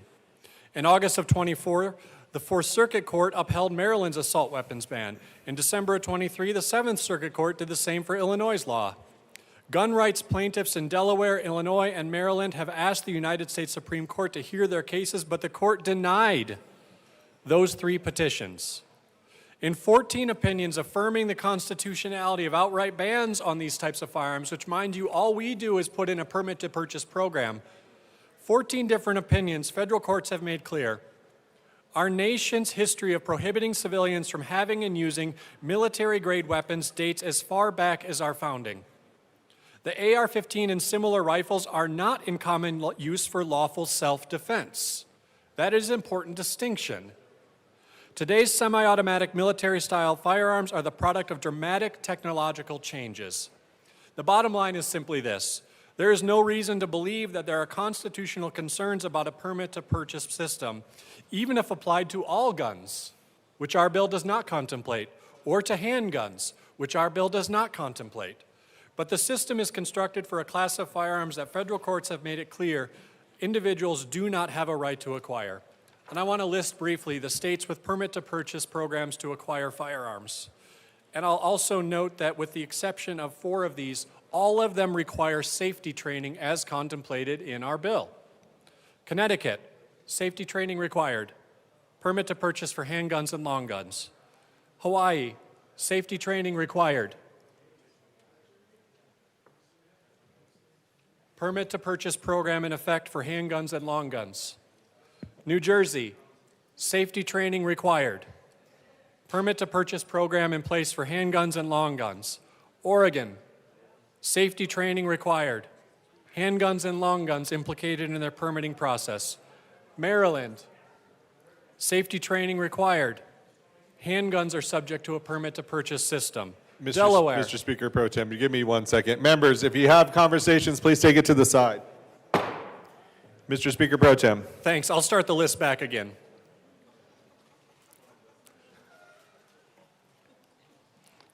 Connecticut, safety training required. For handguns and long guns, a permit to purchase program is in effect. Hawaii, safety training required. For handguns and long guns, a permit to purchase program is required. New Jersey, safety training required. Handguns and long guns implicated in the permit to purchase program. Oregon, permit to purchase. For handguns and long guns, safety training required. Maryland, safety training required. Handguns are implicated in their permit to purchase program. Delaware, safety training required. Handguns are implicated in their permit to purchase program. Michigan, handguns implicated in the permit to purchase program. Minnesota, handguns and semi-automatic military-style long guns are implicated in the permit to purchase program. New England, handguns only, but for private sales and not through sales through FFLs. Washington, safety training required. Handguns and long guns, permit to purchase program is in effect. States with permit to purchase programs to simply possess firearms in the first place: Washington, D.C., Illinois, Massachusetts, and New York. Washington, D.C., and Massachusetts all requiring safety trainings. I say this to reinforce the fact that we can talk about constitutionality, but candidly, colleagues, the courts have ruled time and time again, even post-Bruin, that what we are doing through this bill in a much more limited scope than other states who have taken similar action is constitutional. The Supreme Court has 3 times said no thank you to hearing these court cases because the case law is clear. We would ask for a yes vote on the bill. Representative Richardson. Thank you, Mr. Chair. That was a lengthy list of places that do this. What strikes me is none of them are Colorado. And this isn't Howe, Colorado.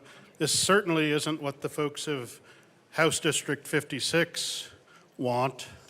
I'm pretty sure it's something based on all the petitions, all the emails, all the phone calls, all the folks that had filled the gallery earlier that had showed up at the multiple hearings, both in the Senate and the House, want. It appears from what we've heard today that perhaps there's 3 people in the House that want this, the 2 sponsors and 1 other representative who spoke. So therefore, I do offer Amendment 074 and ask that it be properly displayed, or rather I move Amendment 74 and ask that it be properly displayed. That's a proper motion. Give us a second to get that displayed.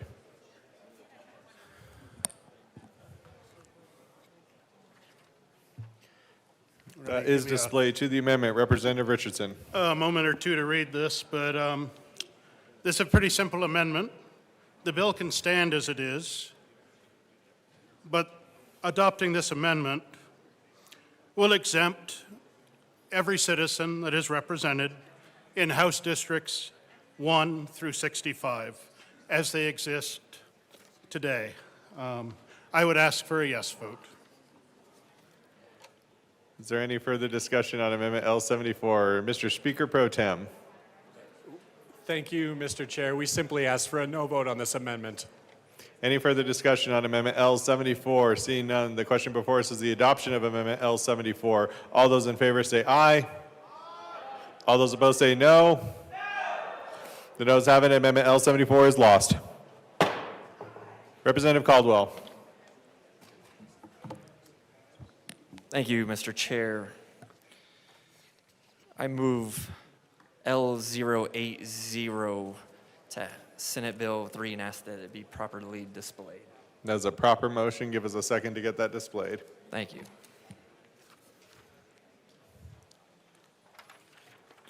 That is displayed to the amendment. Representative Caldwell. Thank you, Mr. Chair. I think this is one that my colleagues across the aisle, especially those that sit on Judiciary Committee, would be very supportive of. It's decriminalizing parts of the bill. And so we do not want to criminalize law-abiding citizens if they make a mistake. So this bill unfairly targets responsible gun owners with extreme penalties, and changing violations to civil infractions prevents innocent individuals from facing a criminal record simply for exercising their constitutional rights. And it aligns penalties with the offense. A $100 civil fine is reasonable for what is often a minor regulatory issue.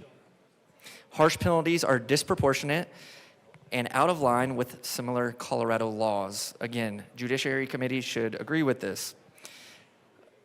Avoiding burdens on the criminal justice system. Law enforcement should focus on violent criminals, not ordinary citizens caught in bureaucratic firearm regulations.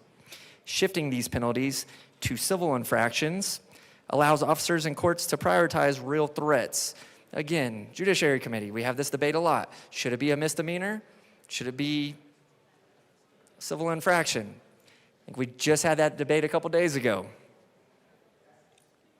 So, I ask for an aye vote on this amendment because we do not want to overcriminalize what would normally be law-abiding citizens, because that's not good for anybody. Thank you. Mr. Speaker Pro Tem.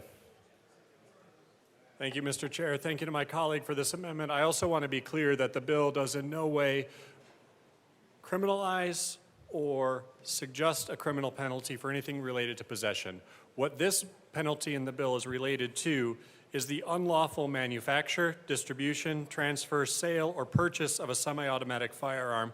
And we've said that that is a Class 2 misdemeanor, which candidly is a relatively low offense when we are considering that it is an FFL who is illegally selling a firearm, in this case to someone who has not completed the required training course. And I think as a result, we feel this is an appropriate penalty, in addition to the penalties that the FFL would face for that illegal sale through the state's through the state's firearm dealer licensing program. The idea here is that our federal firearm licensed dealers have an obligation to abide by the law. If they cannot do that, there should be consequences as it relates to the sale of a firearm. We ask for a no vote. Is there any further discussion on Amendment L80? Seeing none, the question before us is the adoption of Amendment L80. All those in favor say aye. Aye. All those opposed say no. The noes have it. Amendment L80 is lost. Representative Luck. Thank you, Mr. Chair. So, for all of those listening in and following along at home, I'm on the pre-amended version of the bill, page 11, lines 4 through 10. Actually, we're going to focus in on lines 8 through 10, where it says to complete a basic firearm safety course, a student must achieve a score of at least 90% on the exam. Now, being a teacher, that's a pretty high bar in this day and age, and so I am concerned that we are keeping out a variety of folks who will not be able to meet that standard. And just for perspective, current firearm safety course requires, requires 70% passage rate. And so I am going to move, and actually do move, Amendment L123 and ask for it to be displayed. That is a proper motion. Give us a second to get that displayed.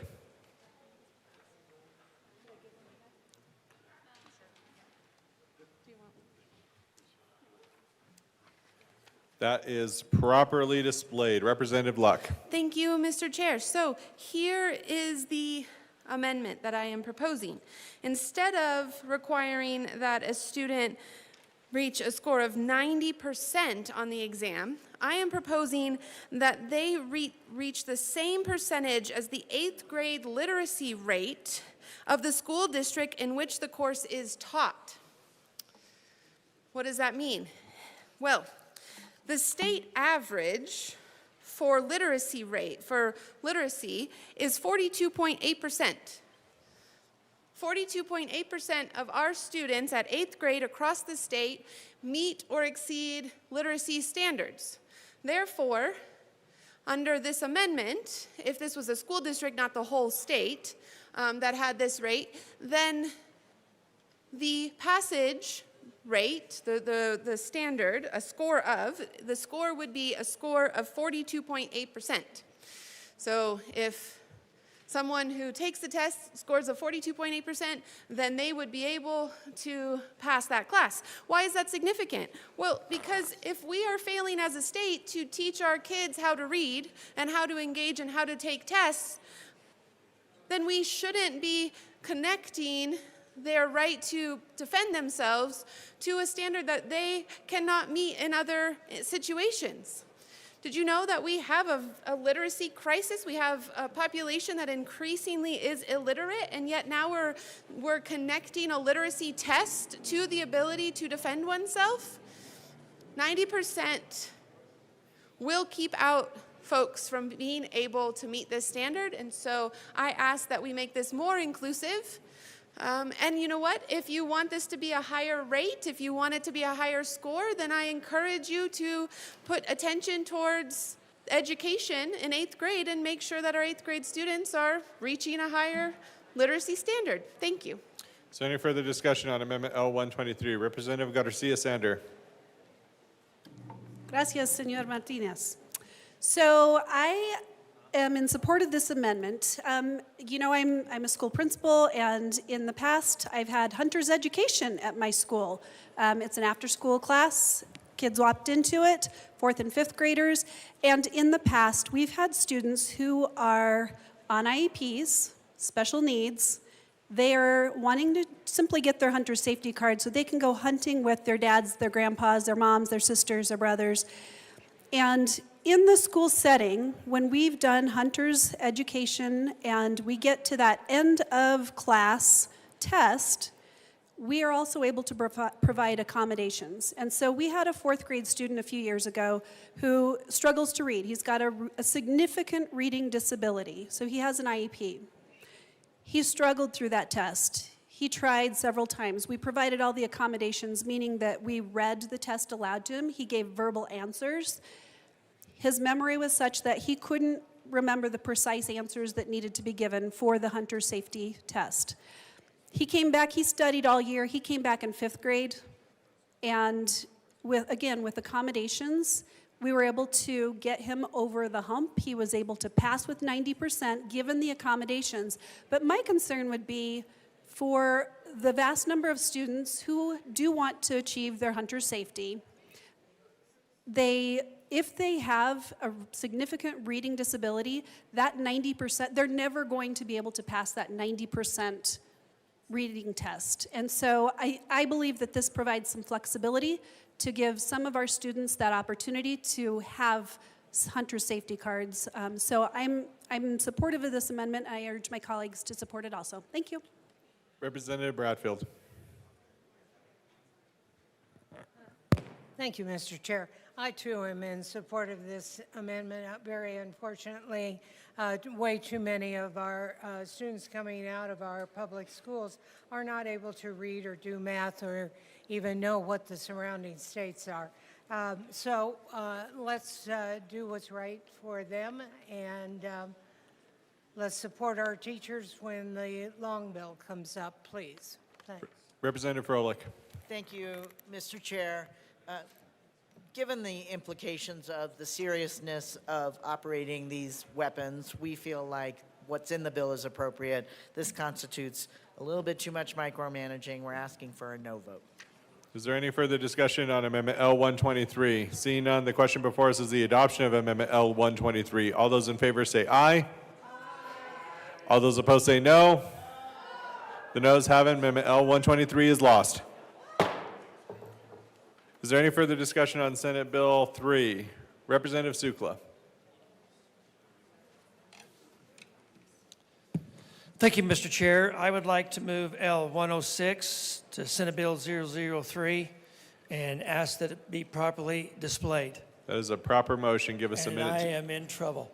Rose, I need my copies on my desk. I didn't get. Kimberly?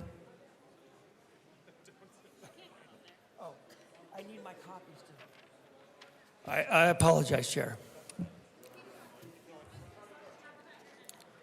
So this amendment is... Representative Sukla, we do not have that displayed. You're going to have to wait just a second.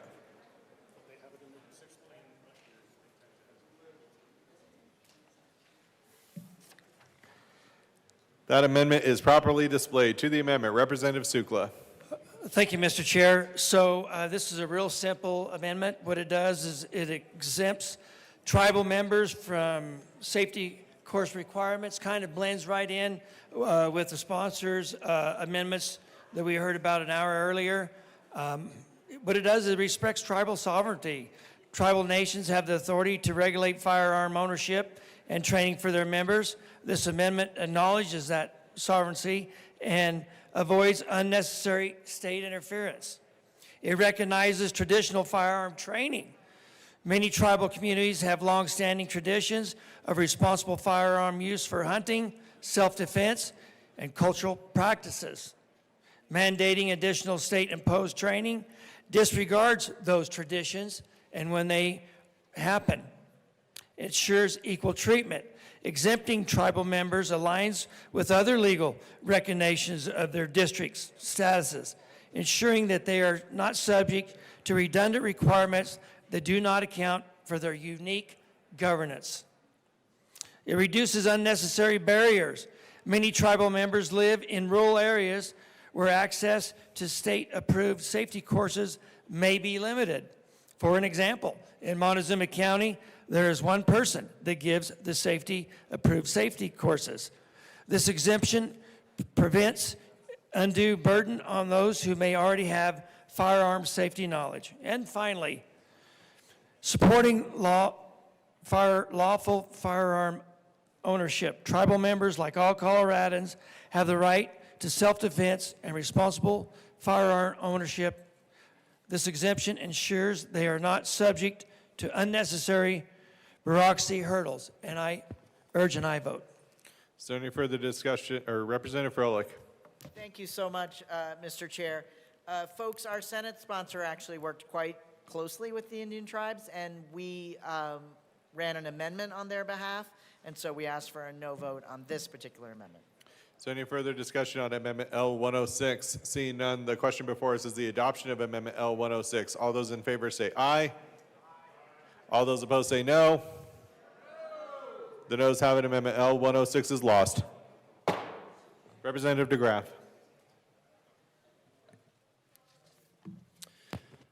All right, thank you, Mr. Chair. Try to make a bad bill better, or less bad. My apologies. To the bill, Representative DeGraff. Thank you, Mr. Chair. All right, some things about this bill that we are looking at when we're talking about statistics. Since 2019, the state population has increased 3.6%, and during that same time, the murder rate has increased by 13%. Overall violent crime has gone up 21%, and motor theft has gone up 33%.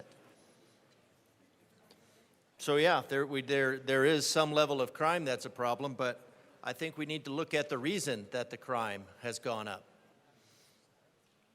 And that is largely the policies that come out of this room, decriminalizing criminal behavior, being soft on crime. And now your solution here is to come down and put restrictions and treat a Second Amendment right on something that we didn't need.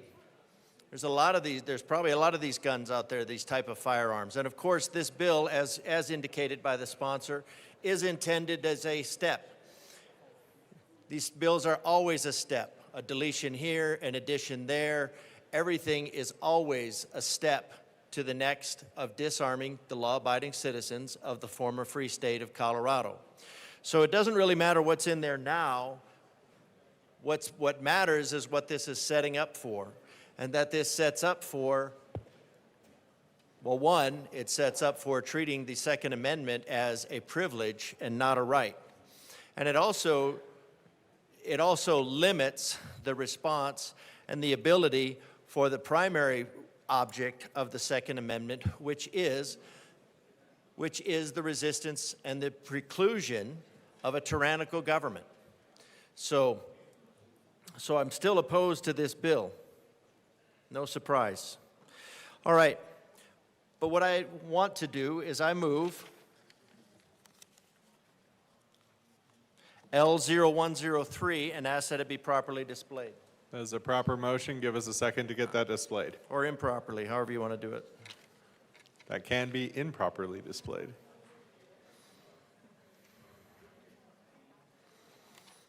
That is improperly displayed. To the amendment, Representative DeGraff. There we go. Thank you very much. I appreciate that. Okay. What this does, page 14, line 26.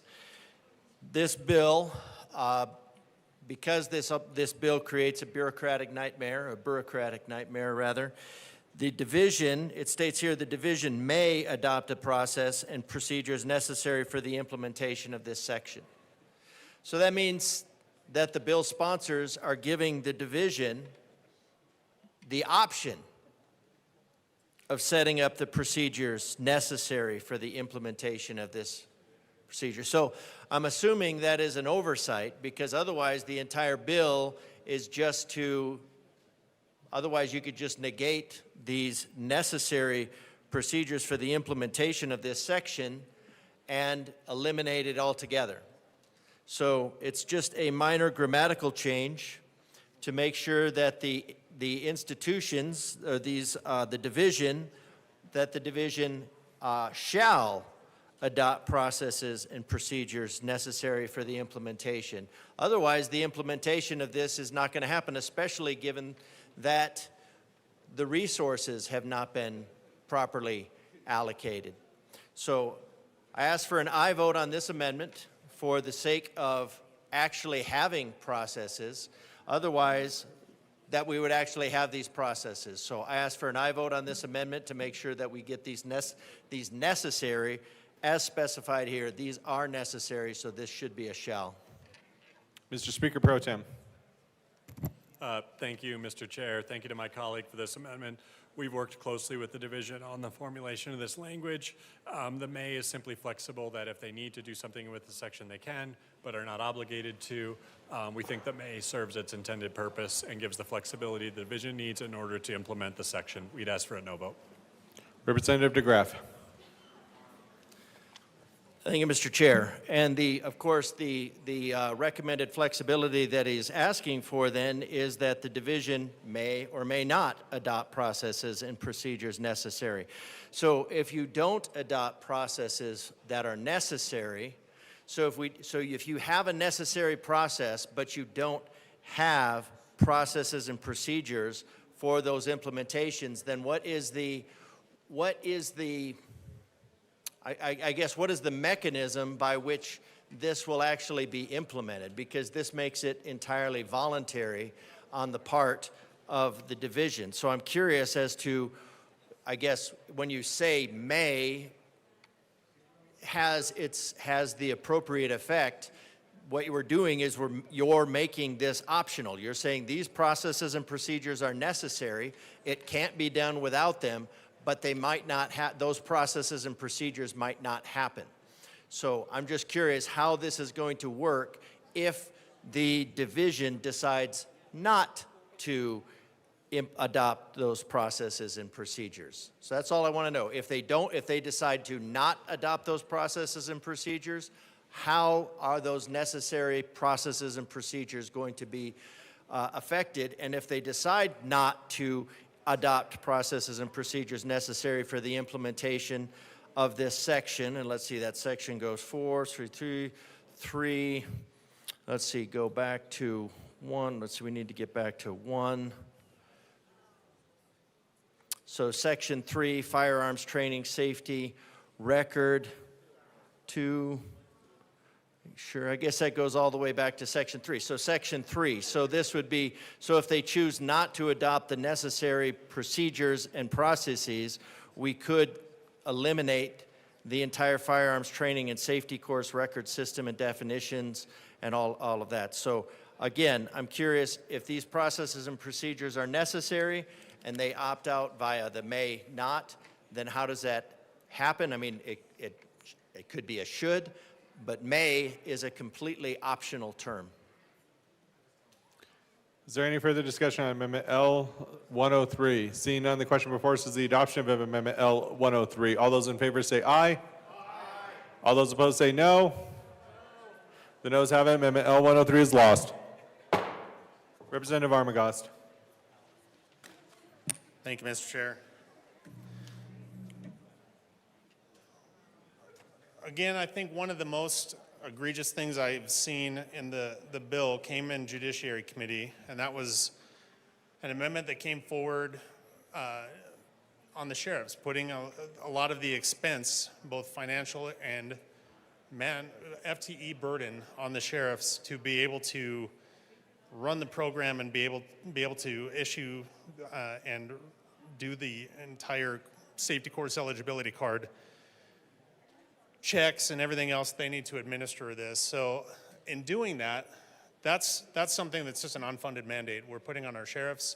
As a former sheriff's deputy myself, this is one that I took especially personally. So I think what we need to do is, if we're going to put this thing on our sheriffs and our chiefs, our law enforcement, our public safety, those who we employ in our counties to protect us, we're also, as a state, telling them, here, you deal with this. We're doing this. This is our job, our creation, but you're going to be the one dealing with this. That's wrong. That's just flat out wrong. If we're going to be doing that as a state, as a legislature, we need to be reimbursing them for that. We need to be giving them the resources that they need, whether it's financial, the FTEs, everything that they need to be able to facilitate the requirements and the demand, everything that we're putting on them. So the way of doing that is simply going to be issuing something, some sort of a reimbursement program from our state to the sheriffs, and anything that they can apply for, any kind of reimbursement program through the division. So the only way to do that responsibly would be to create that in the bill, create some sort of application program for our sheriffs to be able to apply for reimbursement from the state, to be able to facilitate a program that we're saying you have to deal with this because you opposed our bill. So I move L107 and ask to be properly displayed. That's a proper motion. Give us a moment to get that displayed.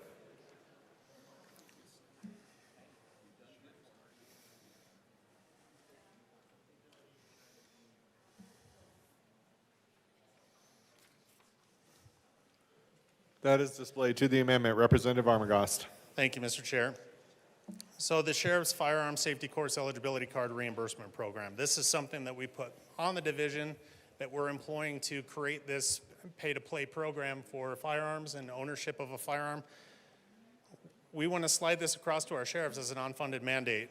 We at least need to have this in place, amended into the bill, that the division shall administer the program and shall develop policies and procedures for the program and create an application program for the sheriff's offices that are eligible for reimbursement on the actual safety course eligibility cards, the processing fees, everything that they're incurring on their own that we're putting in their face because they oppose a bill.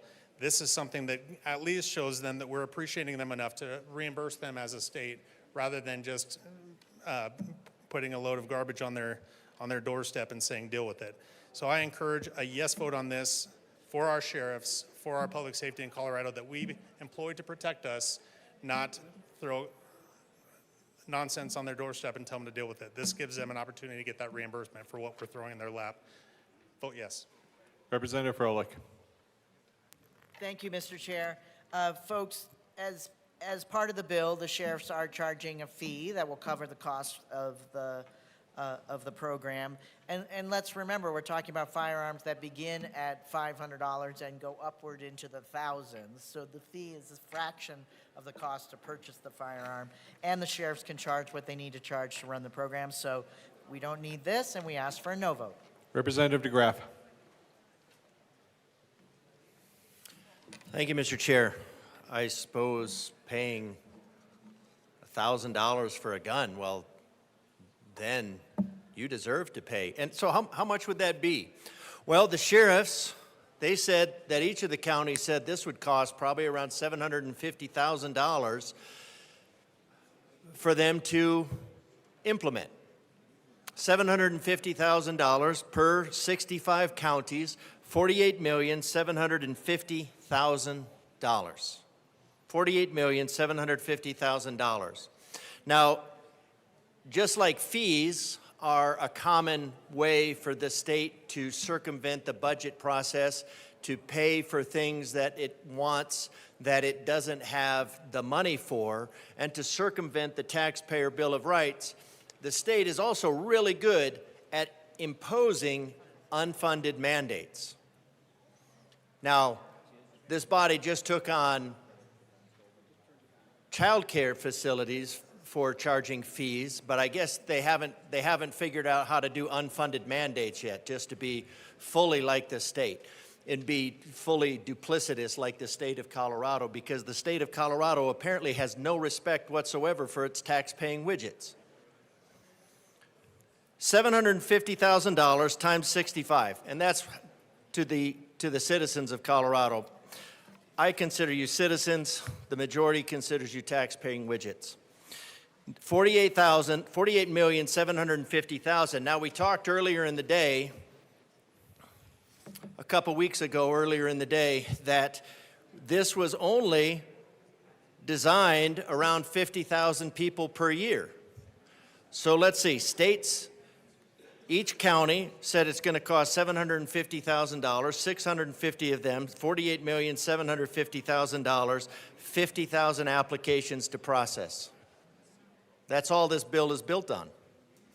So when you divide those out, you get $975 per application is what the fee needs to be in order to pay for this program, to implement the program as apparently envisioned by the sponsors. $975 per application to exercise a fundamental right. And again, this has gone from 10 to 18 pages, so we're talking about an entirely different bill than when this started. But so I noticed that the sponsor just said, well, they deserve to pay that much, whatever it is, but didn't really break it down, even though the sheriffs gave the cost in testimony as $750,000 per. So this is a massive unfunded mandate. So now if the sheriff doesn't charge $975 per, And then that's just, I guess, one of the fees, or however these fees worked, and they're stacked on top of each other. You have to get a permit to ask for the class and get permit. You have to get permission to have the other part, and then pay CPW, who's going to actually get paid through the sheriff, and this whole shell game of money. $48 million is being sapped out of the state economy by this bill. And you could say, well, that's for the gun, but you're also talking about, you're just talking about $48 million that is being pulled out of the state economy in order to pay for more bureaucracy. For the pure and simple purpose of setting up a program to treat a right like a privilege.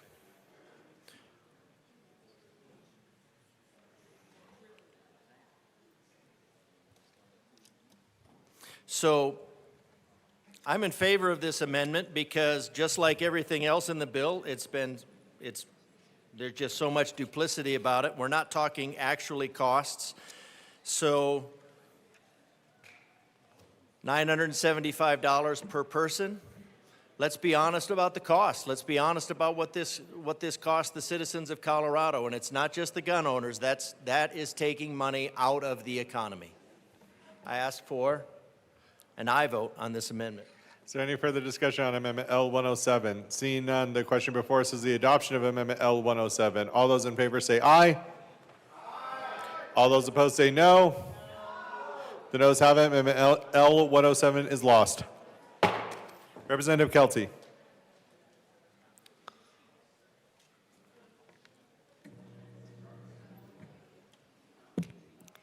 Thank you, Mr. Chair. Today we discussed a bill, SB25-003, that is a fundamental issue that threatens the very core of our American liberty, the right to bear arms. There is an attack on semi-automatic firearms along with imposed excessive requirements on gun ownership. These restrictions are not just unsafe, they are outright unconstitutional. The Second Amendment of the United States states, a well-regulated militia being necessary to the security of a free state, the right of the people to keep and bear arms shall not be infringed. You need to memorize this, and after today, hopefully, you will have. These words were not just meant to be debated or twisted to fit a modern political socialist communist agenda.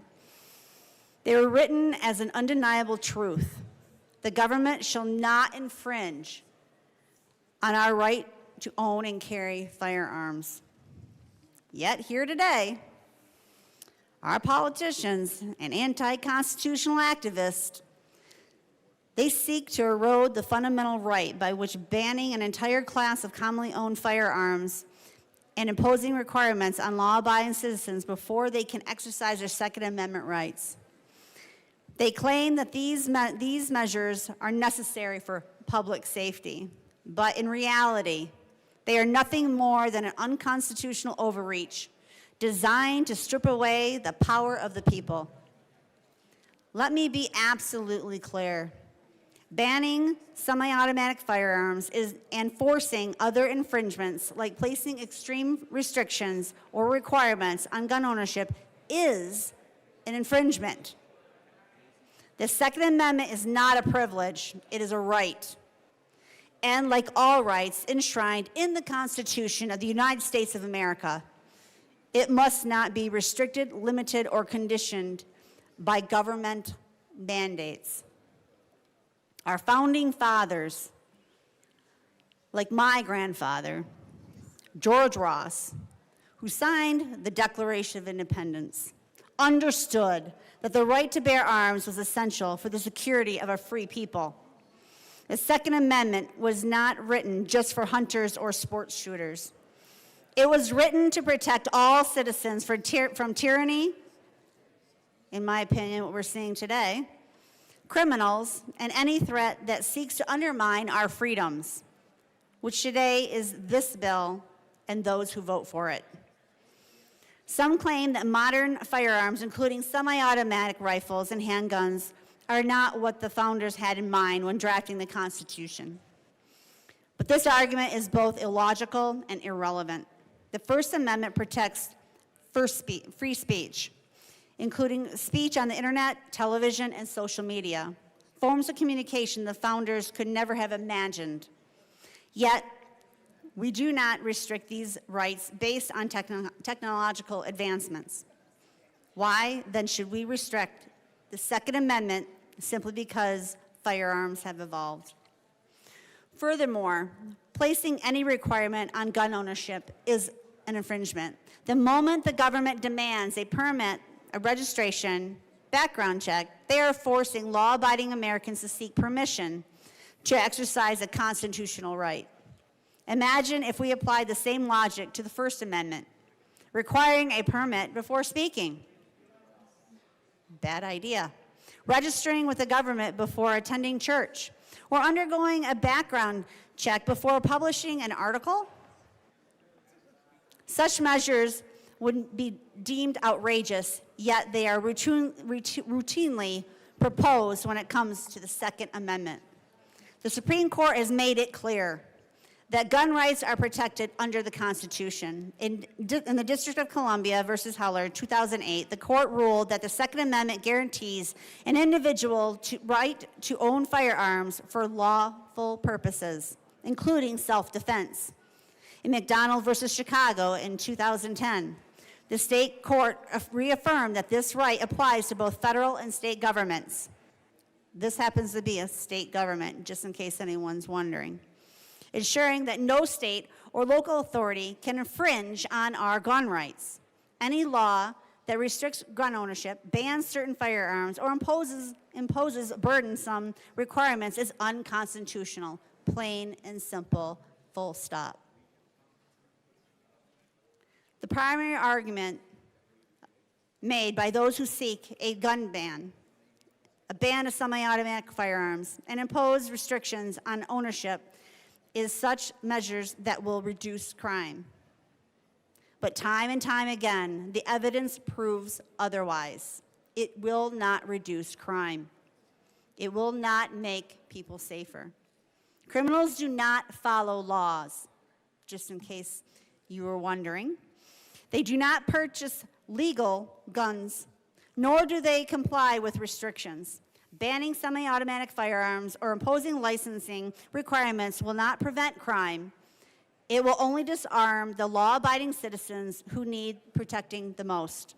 If gun control worked, cities like Chicago, New York, and Los Angeles, places with some of the strictest gun laws in the country, would be the safest. Instead, these cities are plagued by high crime rates because criminals know that their victims are disarmed and defenseless. They know that they are soft targets. Compare that to states with strong gun rights, like Texas, where crime rates are often lower because criminals fear armed citizens. An armed society is a safer society. Moreover, history has shown that when government disarms its people, tyranny follows. In Nazi Germany, Stalin's Soviet Union, and Mao's Communist China, oppressed regimes first enacted gun control measures before committing some of the world's worst atrocities. Our Second Amendment exists to prevent such a scenario from ever happening in the United States. Gun bans are not the only threat to our rights. Any requirement imposed on gun ownership is an unconstitutional barrier that infringes upon the Second Amendment, like this bill. Some politicians propose common sense regulations like universal background checks. I disagree. They want you to wait long periods. The longer you wait without the ability to keep your family safe is far too long. Background checks. Let's talk about that. The right to own a firearm is a constitutional right, not a privilege. If we do not require background checks to exercise free speech or practice religion, then we should not require them for gun ownership. Gun licensing and permits. The government should never have the power to decide who can exercise their rights. The license to own a gun is no different than a license to speak freely. It is an infringement. Firearm registration. Gun registration is a dangerous first step towards confiscation. History has shown that governments use registration to track gun owners when politically convenient, seize their weapons. Waiting periods. Making a law-abiding citizen wait to buy a gun while criminals obtain them illegally does nothing to prevent violence. It only leaves innocent people vulnerable. The Second Amendment guarantees that the people's right to keep and bear arms shall not be infringed. Any law, regulation, or requirement that restricts access to firearms is a violation of this right. The government does not get to dictate the terms of our freedoms.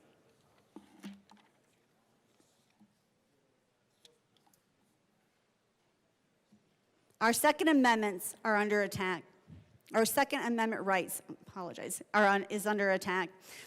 There are those who want to ban the safe transfer and purchase of semi-automatic firearms, and others who want to impose requirements on gun ownership that make it harder for law-abiding citizens to exercise their constitutional right. We cannot allow this to happen. The right to bear arms is not up for debate. It is a fundamental liberty enshrined in the Constitution. It is the last line of defense against tyranny and oppression, and it ensures that the American people will always have the ability to protect themselves. If we allow these unconstitutional restrictions today, where does it end? Will the government dictate what type of gun we can own? That's next. That's today. That's this bill. They already impose taxes, fees that make gun ownership impossible for the average citizen. If we surrender our Second Amendment rights, we will eventually surrender all of our rights.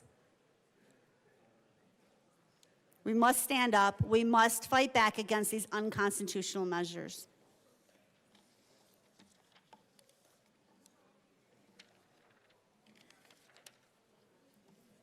Gun bans do not stop crime. They just make it easier for criminals. It makes it easier for them to make victims out of law-abiding citizens. I ask everyone to think hard, not just about the Second Amendment, but about our Americans and the entire Constitution and how that applies to everybody. First the Second Amendment, then the First Amendment, and then the rest. At some point, we have to say no more. Colorado needs to remain free. It needs to be constitutional for all of America to see. I ask everyone to vote no on this bill. Thank you. Representative Richardson. Thank you, Mr. Chair. Colleagues, it's probably no surprise that I am going to rise in strong and unwavering opposition to Senate Bill 25-003, a bill that, despite the word games and misleading language, is nothing less than an ill-conceived and poorly masked attempt at an assault weapons ban, whatever those are. Let's call it what it is, though. It's not the tidy little clarification of or enhancement of the 2014 so-called high-capacity magazine ban. It's evolved and changed through every committee into some Frankenstein monster. The bill actually looks like the next step in a coordinated, well-funded campaign to disarm law-abiding citizens in Colorado, 1 inch at a time, 1 page at a time, 1 amendment at a time. It's been dressed up to look moderate, even helpful, but if you scratch the surface, you'll find a dangerous and unconstitutional overreach built on what's primarily political theater, not public safety. But who pays the price for this bill? As we've discussed, it truly hurts the poor, the working class, the non-native English speakers, those that have intellectual and developmental disabilities. All people have an equal and inherent right to self-defense, but this bill sets up barriers that are anything but equal. Let's talk about the training requirements we've heard. They're extensive, expensive, and unrealistic. We're talking about time-consuming, multi-step processes that will require Coloradans, particularly those in rural and underserved areas, to travel long distances, pay for instructors, take time off for work, and possibly fail due to language barriers or disabilities, and do it all over again, and pay more money, and pay more time. So let me ask you, would we ever propose a law that requires you to pay a fee, pass a class, take a test before you're allowed to speak your mind? I don't think we would. We certainly don't require you to buy a license, read a book, take a test to worship, but we can force you to sit through hours of state-sanctioned instruction before you can purchase a firearm. But would we force you to sit through the same classes and instruction and tests before you could exercise your right to remain silent? Of course not. We'd call that tyranny. And yet, that's exactly what we're doing here, but only when it comes to the right to defend yourself and your family. To me, and I know it's not viewed that way by others, this bill is a farce. And frankly, I would be embarrassed to have my name on it, but my name isn't on it. Beyond its moral and constitutional flaws, the bill is a financial disaster waiting to happen. The cost to implement this kind of regulatory framework will be enormous. We spent hours talking about the appropriations and finance reports. We don't know how much it costs. It's somewhere between $1.2 million and 10. It'll take 24 people or 3 or 25, who knows. It's a huge unfunded mandate. And who's going to pay for it? Not the sponsors of the bill. We're really good at spending other people's money. Not the out-of-state lobbying groups that testified in support of it. No, it's going to come at the expense of Colorado sportsmen, conservationists, working families. There is a serious concern that we could lose up to $30 million annually in federal funding. We tried to protect that, but I guess that wasn't important enough. In a year, we're facing an over $1 billion deficit. We can't fund this kind of bloated policy forever. So let me tell you what I've been hearing from the people I represent, the people of the Eastern Plains, the Central Eastern Plains. These are good people, hardworking, tough, proud. They've lived on this land, their lands, for generations. They've raised families, grown crops, raised cattle, built communities, but more and more they're telling me, I don't even recognize this state anymore. Some of our agricultural producers, those families that have worked the same land for over 100 years, they're ready to sell it all. They're ready to pack up and go somewhere else, to states where they feel like their values are respected, where the Constitution still means something, and where they won't be criminalized just for trying to protect their homes and their families and their livestock. And maybe that's the point. Maybe the goal isn't safety at all. Maybe it's to make Colorado so inhospitable that anyone who still believes in the founding principles of this country, that they simply leave, clearing the way for those that want to reshape our state in their own image. Certainly this might solve our housing crisis, but we'll be driving out patriots. This is just another nail in the coffin. And let's be honest, the coffin by now is mostly made out of nails. It's time to take a breath, to stop pushing law-abiding citizens while we ignore the true causes of violence. We need to look at soft on-crime policies. We need to look at mental health. We need to look at the growing sense of alienation and despair that's fueling so many of the tragedies that we read about. Let's stop doing the same thing over and over again. We've been doing it over and over since 2014 in this state and expecting different results. We can't legislate away evil with red tape and regulations. We can't protect our communities by disarming people who are the most committed to protecting them. We cannot build a safer Colorado by tearing down our Constitution. Now, when I said earlier that I would be embarrassed to have my name on this bill, I meant that, but I don't want that to be taken as a slight to the sponsors.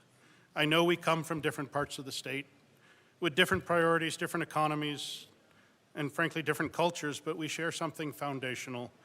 It's a duty to representing the people that sent us here. And that duty goes beyond party lines or political agendas. It's truly carrying the voice, the values, and the concerns of our districts into every committee room, and here onto the House floor.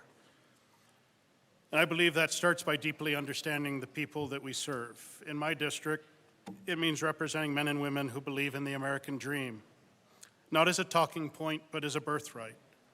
Folks that understand that life isn't always fair, but if you work hard, grit and faith in God will take you further than any government program ever will. These are the people who refuse to see themselves as victims, who know that success isn't guaranteed, but it's always possible if you're willing to work for it. They believe in self-sufficiency, in neighbors helping neighbors, and in the dignity of a job well done. They have a deep love for the land, the soil, the livestock, the seasons as they pass, and even now and again, the wind that blows. And they carry with them a quiet pride in building something that lasts, not for recognition, not for applause, but because it's the right thing to do. These values aren't flashy, they don't get attention on the evening news, but they're the backbone of our state and nation.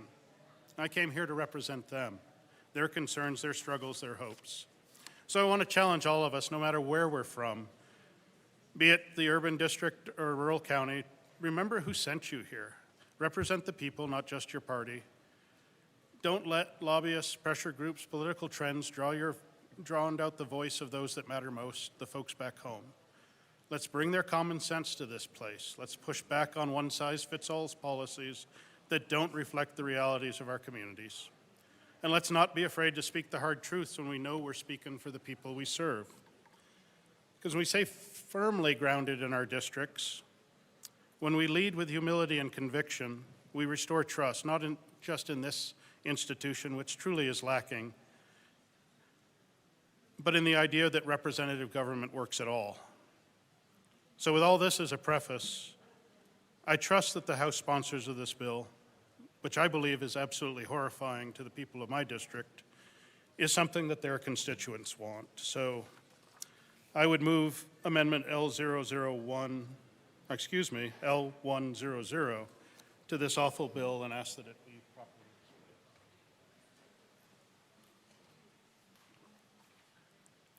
Now, earlier I offered an amendment that carved out House Districts 1 through 65. All right. Representative Richardson, that amendment is properly displayed to the amendment.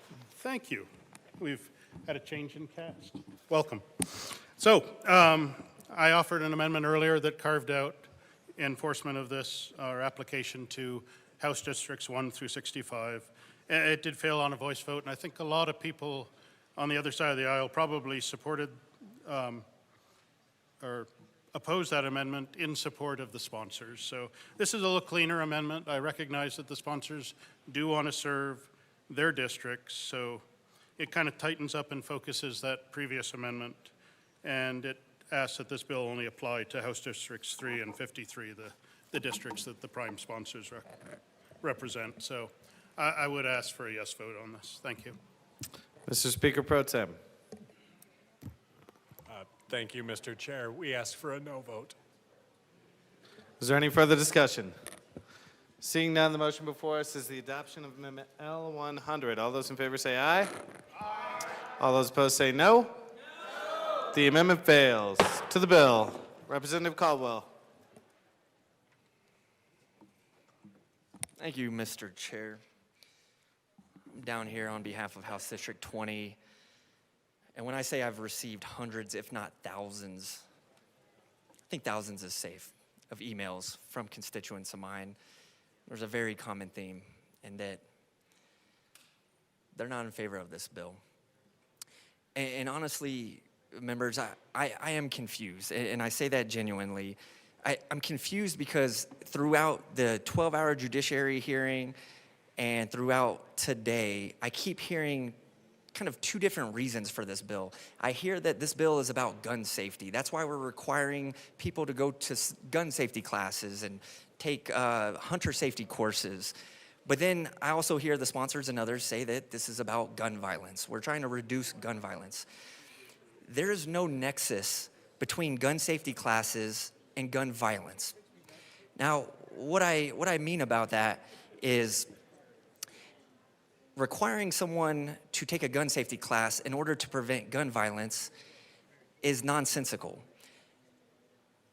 you do not go and commit a mass shooting, or you're thinking about going and committing a mass shooting, but then you change your mind because you learned how to properly use a firearm.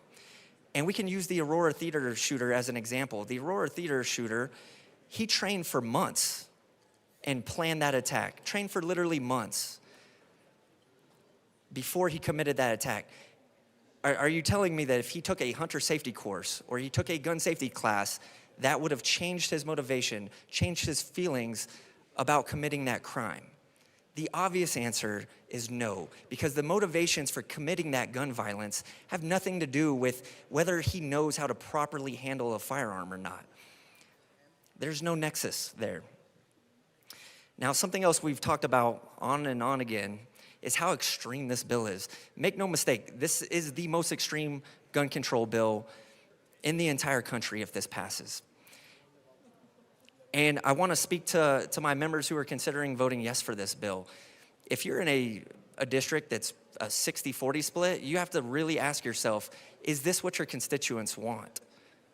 Do they want you to come here and vote on the most extreme gun control bill in the entire nation? Or do you think they want you to focus on the things that my constituents wanted me to focus on, like cost of living, and crime, affordability, education? Can you go back to your districts and tell them that you're okay, and that ask them if they're okay with you voting on the most extreme gun control bill in the entire nation? I really hope you consider that over the weekend. And not only that, there's been so many changes to this bill that even if your constituent supported the original version of this, do they actually know what this bill is now? Do they know what this bill is that you're going to be voting on thirds, assuming it passes today? There's been, if I understand correctly, over 30 accepted amendments, over 120 total amendments. This bill is nothing like it looked when it was introduced in the Senate months and months ago. So if your constituents maybe supported it then, do they support it now? Because do they even understand it? Because I'll be honest, I have a hard time tracking all these amendments that we're doing. They can get very confusing. Not only that, it's changed since I heard it in judiciary just last week for 12 hours. It's changed multiple times. Now, the bill sponsors came up here earlier and they talked about how New Jersey and Connecticut and Washington, D.C., they all have this, Maryland. Who cares? This is Colorado. We pride ourselves on the Western way of life. I don't care what Washington, D.C. passes or Maryland passes. And I lived in Maryland. And it's not that great. And what we're doing now is we're passing laws like Maryland passes, and soon we'll be not that great. So frankly, New Jersey, they can do what they want. This is Colorado. We pride ourselves on individualism, that rugged individualism, the Western way of life. I don't care what Connecticut does. Never even been to Connecticut. Members, this is the slippery slope that we're always talking about. The slippery slope of gun control. And we heard in committee time and time again from gun control activists that, this isn't an infringement on your Second Amendment right. This is just a speed bump, which is a weird way to call an infringement. And I thought we already did this speed bump. If you all recall, members, which most of you were here, we already passed a 3-day waiting period, 3-day minimum waiting period. Technically, it could be more than that. And we were told that was a speed bump. And now we're being told that this is just a speed bump. And when you consider that Colorado Parks and Wildlife told us that their hunter safety course right now is backed up a minimum of 120 days, that's one hell of a speed bump. That's a lot more than a 3-day waiting period. Just imagine what that 120-day waiting period is going to be when 2+ million gun owners all go to sign up for hunter safety course. That 120 days, probably going to be 120 years, but it's just a speed bump. There's a lot of things in this bill that it doesn't even specify. It doesn't specify how long the sheriffs have to approve this eligibility card, which, the idea of an eligibility card feels very 1984 to me, personally. But There's no limit on that. Do they have 30 days, 60 days, 90 days, 120 days? You're waiting for something because you want to purchase a firearm, and there's no limits on how long the sheriffs can take. And speaking of the sheriffs came out in full force when this was in judiciary last week, and the sheriffs all testified against this bill. And if my memory serves me correctly, I don't think there was a single sheriff that came and testified in favor of this bill. And they also said they didn't want to have the responsibility to do these eligibility cards. And at the time they were testifying, they didn't. But then we added it back in. At the end of the 12 hours, there was an amendment to add it back in. After they testified under the impression that they weren't going to have to do this, we threw them right back in there. But we won't refer this back to judiciary to give them another opportunity to speak about how this bill has already changed again. In Judiciary Committee, we heard about the increased lethality of these so-called assault rifles, these semi-automatic rifles. So I asked one of the gun control advocates, I said, you said increased lethality. Do you know when the AR-15 started being sold to the civilian population? And she had no idea. It's 1964. These ARs have been sold to the civilian population since 1964. As a matter of fact, back then, you could actually order firearms out of magazines, and they would be delivered to your house. But we weren't having the same problems we're having now. So what has changed? And I think my colleague that was just up here speaking to it hit the nail on the head. It's a societal change. There's a mental health change in this country. An AR-15 in 1964 is no more or no less lethal than an AR-15 made today. It has not changed. But we have. Society has. And instead of addressing that problem, now we're going after the tool. We're going after the piece of metal. There was some contention about the word arbitrary when we had this judiciary hearing. And the point that I made was, this is arbitrary because there's a list of 40 guns that are exempted. Now, one of those guns is the standard issue M1A Springfield Armory rifle. Now, the reason I use the word arbitrary because the Springfield M1A is the civilian version of the M14 rifle that was issued to the military a long time ago. The AR-15 is the civilian version of the M4 that's currently issued to our military today. The M1A has a detachable magazine. The M1A is gas operated. It was originally intended for military use. It's semi-automatic, just like the AR-15.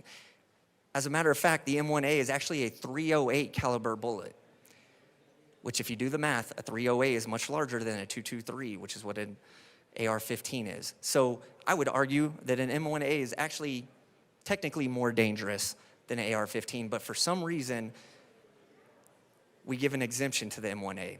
If that's not arbitrary, I don't know what arbitrary means. Now, ARs are a very big focus of this bill. Even though gas-operated semi-automatic handguns are a part of this list that you have to do all these speed bumps, the AR-15s have been a really big target. And so something I just wanted to point out is that some of the worst mass shootings in the history of our country were not done with semi-automatic rifles. Virginia Tech, 2 pistols, 32 killed. Navy Yard, shotgun and a pistol, 12 killed. Virginia Beach, Virginia, 12 killed. Thousand Oaks, California, pistol, 12 killed. Fort Hood, pistol, 13 killed. Luby's Cafeteria in Killeen, Texas, back in the 90s, 23 killed with pistols. But for some reason, we have this huge emphasis on a very particular type of rifle. And again, it is arbitrary. And the last point I'll make is that I talk a lot about cracking down on crime and holding the criminals accountable and not making the law-abiding gun owners now into criminals. Just this week, Pueblo, 3 police officers shot with a pistol by a felon who was out on 3 felony bonds, 14 felony counts before that, was not allowed to own a firearm, yet he had one, and yet he committed a crime with it. Let's get back to addressing the criminals and not turning the law-abiding owners into criminals. I will be a no vote on this bill, and I hope you will be too. Thank you. Representative Gonzalez. Thank you, Mr. Chair. And we are now into the mid-hours of the evening, members, and I just want to express my deep concern with the bill in its current form. And I believe I speak on behalf of most of the people in my district when we say that we don't agree with this specific type of policy, how it is today.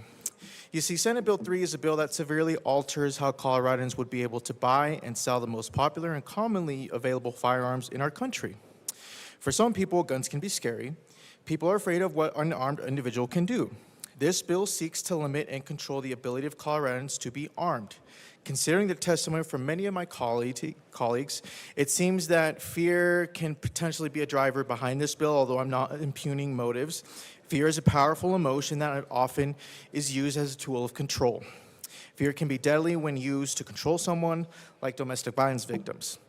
Just this past week, in my district, near my district in Greeley, a woman was murdered. She was shot by a man. This man had a restraining order against him, a piece of paper that said he wasn't allowed to come near this woman. The piece of paper that didn't stop him. I can only speculate that this woman who was murdered was afraid of this man. And that's probably why she got the restraining order. But the man was not afraid of this piece of paper, and it did nothing to stop him. What could have stopped this man? What could have caused him to be afraid to hurt an innocent victim? Guns make criminals afraid. This bill attempts to slow down the process by which a law-abiding Coloradan can purchase a firearm. Criminals are not afraid of the law, just like they aren't afraid of a restraining order. This is only one thing that will stop a criminal, only one tool that can protect a woman from an abuser. And this bill makes it more difficult for potential victims to be able to protect themselves, a pattern that is emerging in Colorado. A pattern where individuals who want to follow the law are penalized, and those who disregard the laws are not. My constituents, and many of them own guns, my constituents do not want to be victims. This bill turns all law-abiding Coloradans into second-class citizens, denying them the rights that our neighbors in bordering states still have. Coloradans deserve to have the same rights as every other American. And speaking to this bill, one of my biggest concerns is also the racial disparities when it comes to this. So on page 4 of the fiscal note, under prior conviction data breakdown, predicted convictions of specified semi-automatic firearms are based on conviction data of similar crimes, including this particular racial breakdown that I'm about to describe. Caucasian, 50%. Black African Americans, 42.36%. Hispanic, 4.43%. Asian, 1.48%. American Indian, 0.99%, and all others, 0.49%. This is an average of large capacity magazine convictions, where we have Caucasians at 50.49%, Black and African Americans at 42.16%, Hispanic at 4.41%, Asian at 1.47%, American Indian at 0.98%, and all others at 0.49%. Possessions of a weapon by a previous offender, convictions, Caucasian at 68.79%, Black African Americans at 22.7%, Hispanic at 4.73%, Asian at 0.95%, American Indian 0.71%, and all other individuals 1.89%. Dangerous weapons convictions, Caucasian at 72.25%, Black and African Americans at 15.03%, Hispanic at 6.36%, Asian at 3.47%, American Indians at 0.58%, and all others at 1.73%. This is a racial breakdown across Colorado: 66.06% white, 21.08 Hispanic or Latino, 4.18 Black or African American, 3.62% Asian, and 1.6% Native Hawaiian or Pacific Islander. Disproportionate impact on minority communities. Well, the conviction data shows that a disproportionate impact on Black and African American individuals, especially in categories related to firearms and magazines, which hold 15 rounds or more, which far exceeds the population average of 4.18 in Colorado. This suggests a racial bias in enforcement and or prosecution under current laws that could be exacerbated by the new law. There might be overrepresentation in convictions compared to population when you think about Black and African American individuals representing 42.36% of convictions for specified semi-automatic firearms offenses, but only 4.18% of the Colorado population. This stark disparity could point towards systemic racial biases in the application of firearm laws. Potential to worsen existing inequities. Given the racial existing disparities in the enforcement of firearm laws, SB25-003 could further institutionalize these disparities, potentially increasing the racial divide in the criminal justice outcomes, which includes and leads to the erosion of public trust. The overrepresentation of minorities, particularly Black and Hispanic communities in firearm-related convictions, may lead to the erosion of trust in law enforcement and the justice system, undermining community safety and cohesion. The bill's restrictions and the creation of new firearm-related offenses could be viewed as infringing on civil liberties, disproportionately affecting racial minorities who are already facing higher rates of police scrutiny and criminal convictions. And one of my great concerns here too is also people with disabilities. So, Mr. Chair, I move Amendment L118 to Senate Bill 003 and ask that it be properly displayed.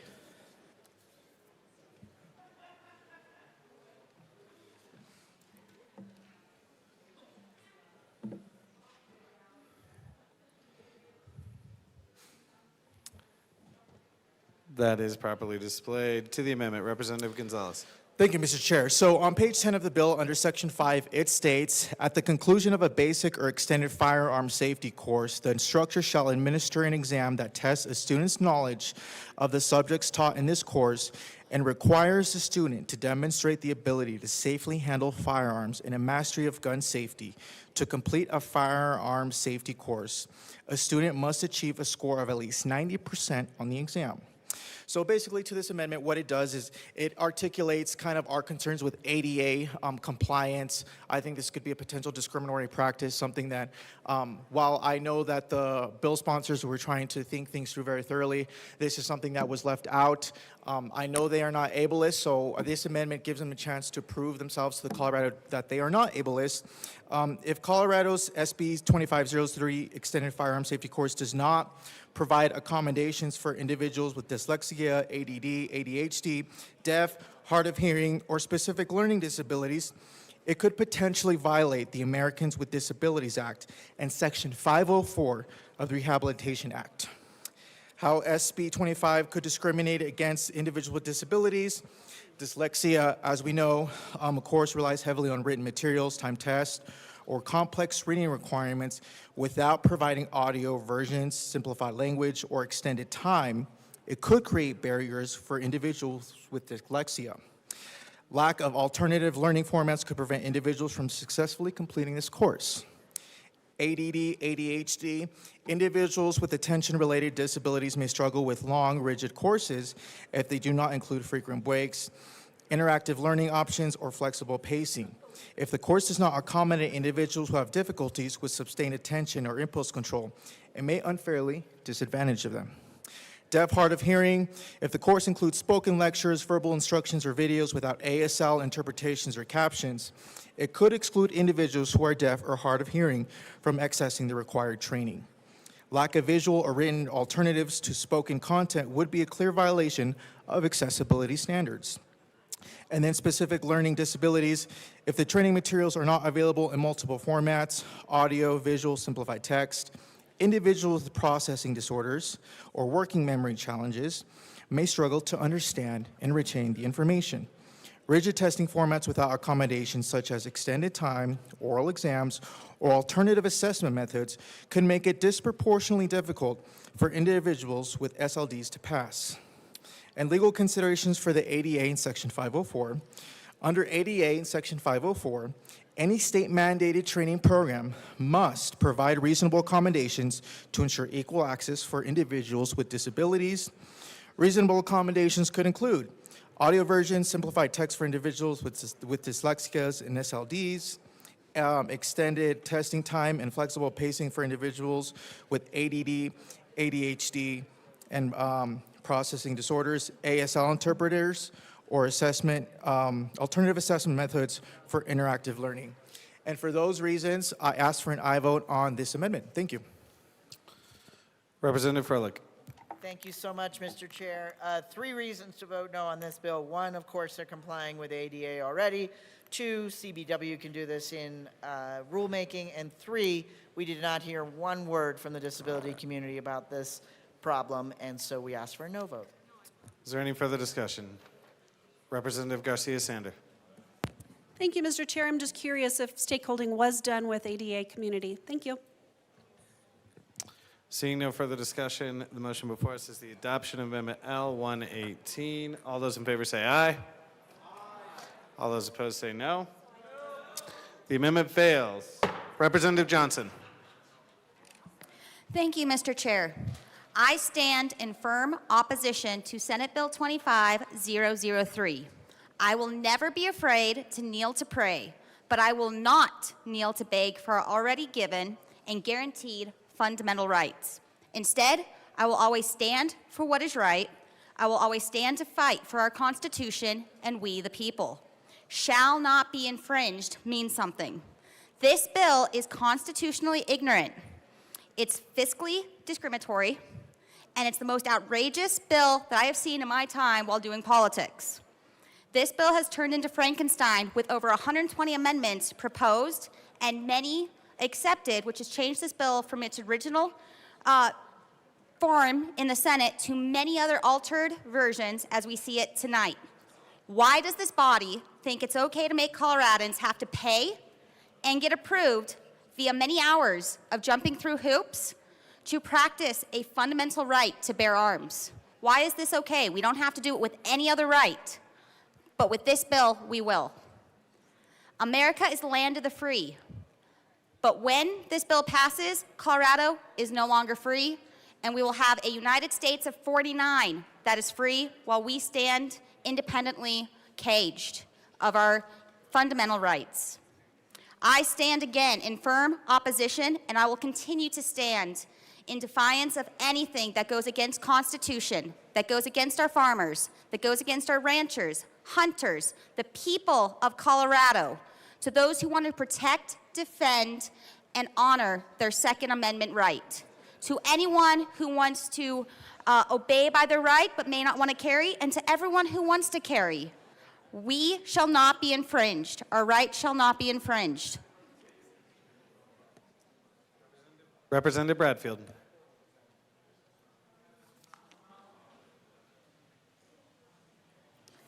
Thank you, Mr. Chair.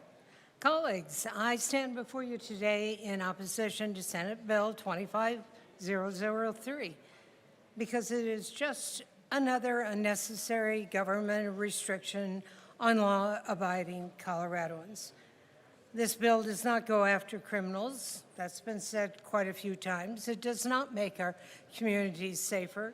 That's been said. Instead, it creates unnecessary, costly barriers for responsible citizens who simply want to exercise their constitutional right to protect themselves and their families.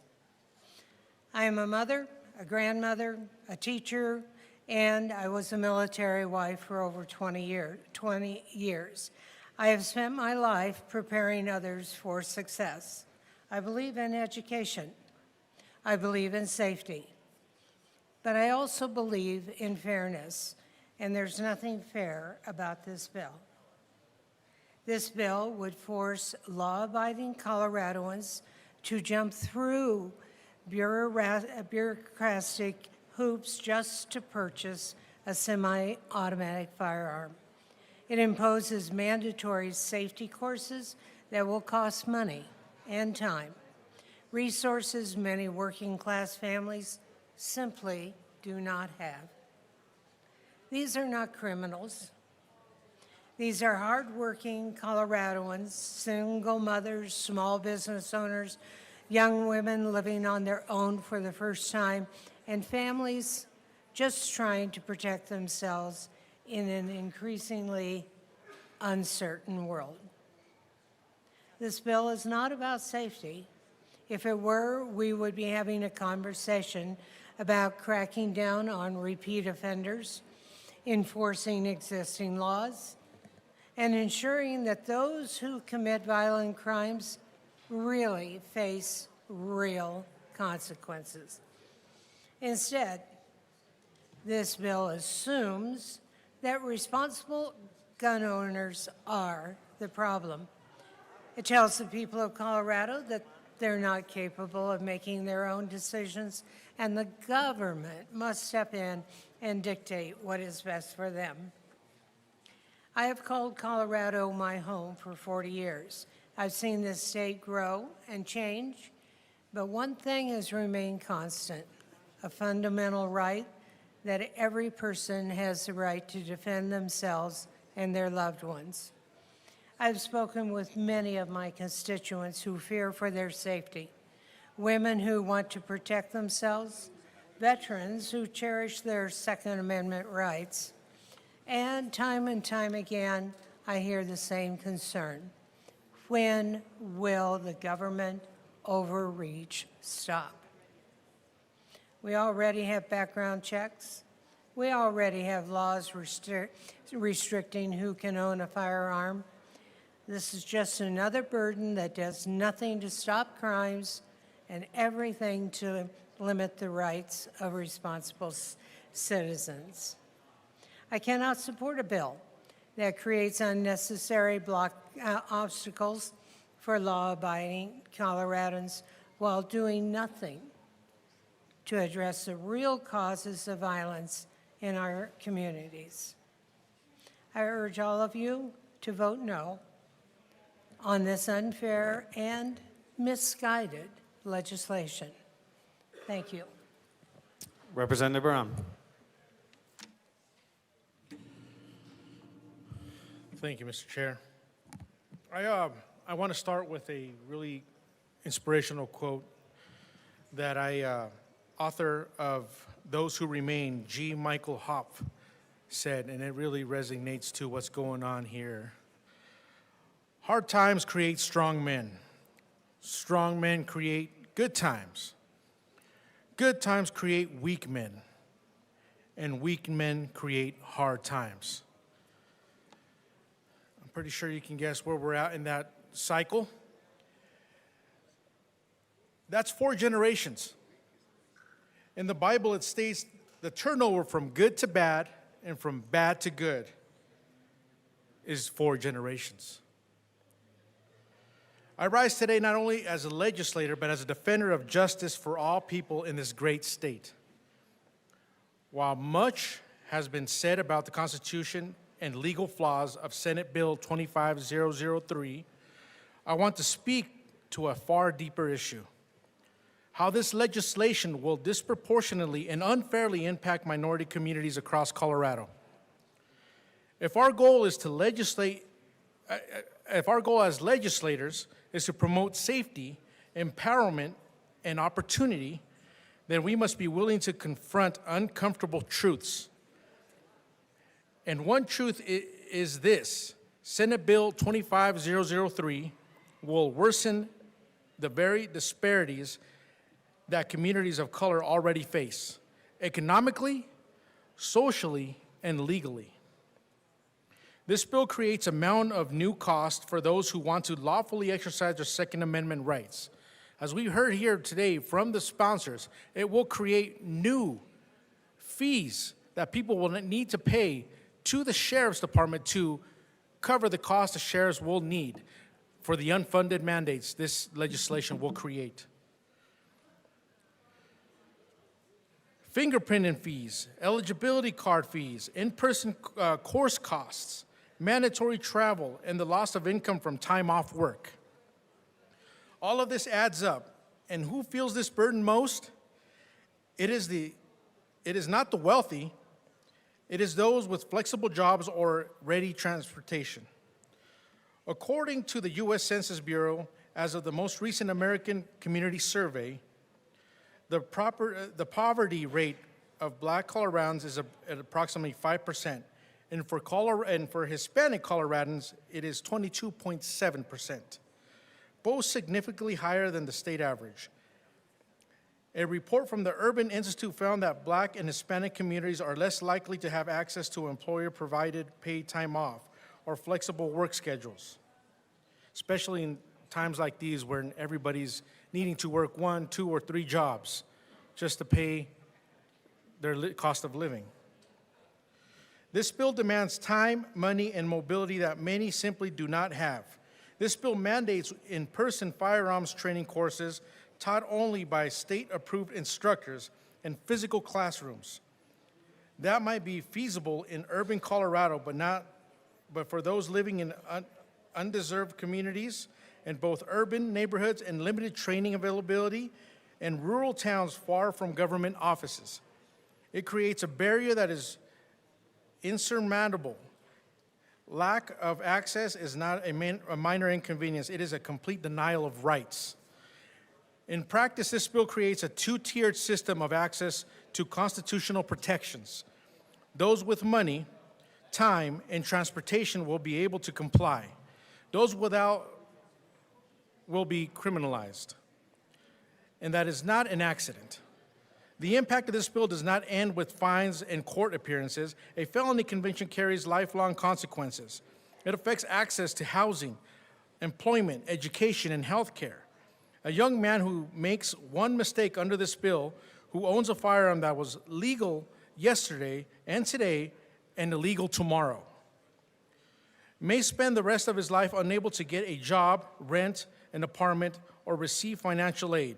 These are not just hypothetical outcomes. They are real, generational consequences that ripple through families and communities. We must also consider the implications for public health and safety. When people are economically restricted from legal firearm ownership, many are left defenseless. In high crime areas, law-abiding residents of minority neighborhoods deserve the right to defend themselves and their families. This bill makes self-defense a luxury for the privileged, not the right for all. We are truly concerned about reducing violence and promoting health and well-being in minority communities. Then we must start with investments in education, mental health services, affordable housing, job training, and health care. We must empower people, not punish them for being unable to navigate and afford a regulatory maze that was never built with them in mind. This bill is not fair. It is exclusionary. It does not lift communities up. It leaves them behind. It does not promote safety. It criminalizes hardship. And let us not forget a historical context. Communities of color have fought for centuries for equal access to civil rights, including the right to self-defense. From the Freedom Bureau of the post-Civil War era to the civil rights movement of the 1960s to modern struggles against systematic disarmament, minority Americans have constantly demanded equal protection under the law. Senate Bill 25-003 moves us farther away from that goal. In closing, I urge this body to consider the long-term consequences of what we are doing. A law that may appear neutral on paper can be devastating in practice. If we want to craft legislation that actually makes Colorado safer, more just, and more inclusive, just let us do the hard work. Let us bring communities of color to the table. Let us focus on prevention, not punishment. Let us fund mental health programs. Let us address poverty. Let us invest in education. And let us not pass this bill places greatest burden on those with the least power. Vote no on Senate Bill 25-003. Let us choose fairness, not us choose freedom. Thank you. Representative Garcia-Sander. Thank you, Mr. Chairman. I stand before you today as a teacher, a mentor, and a concerned citizen of this great state of Colorado. I've spent years educating and shaping the minds of our future leaders, guiding them toward a life of opportunity, responsibility, and freedom. It is with a heavy heart and a deep sense of duty that I speak to you about SB25-003, a bill that threatens not only our rights as law-abiding citizens, but also the very essence of what it means to live freely and securely in our communities. I've always believed in the power of education to shape a better future. As teachers, we work hard every day to teach our students critical thinking, the importance of personal responsibility, and the value of standing up for what is right. We educate them about the Constitution and the principles upon which this country was founded, and we hope that one day they will carry those values forward and build a society that is just, fair, and free. But when I look at Senate Bill 25-003, I fear for the future we are leaving for them. This bill is not just about gun laws. It's about freedom. It's about the values we instill in our children and the kind of society we want them to inherit. It's about whether we want to leave behind a Colorado where our young people can grow up feeling empowered and protected by their rights, or a Colorado where their rights are slowly stripped away by a government that doesn't trust them to make their own decisions. The fact that this bill is even being considered, I just want to be heard. Members, it's getting a little loud in here. The If we could fact that please this- keep it down. Thank you, Mr. Chair. Representative Garcia-Sander. Thank you, Mr. Chair. The fact that this bill is even being considered is a direct challenge to the freedoms that generations of Americans have fought for and that we as educators work tirelessly to preserve. As a teacher, I've witnessed firsthand the challenges our young people face. I've seen the struggles they endure, not just in their academic lives, but in their personal lives as well.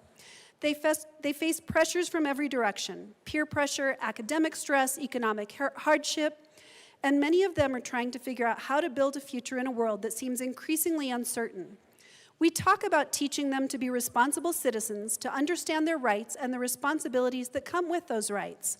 And yet, with this bill, we are sending them a message that their rights are negotiable, that their freedom is subject to the whims of lawmakers who don't understand their lives and don't appreciate the values they hold dear. It's the teacher look.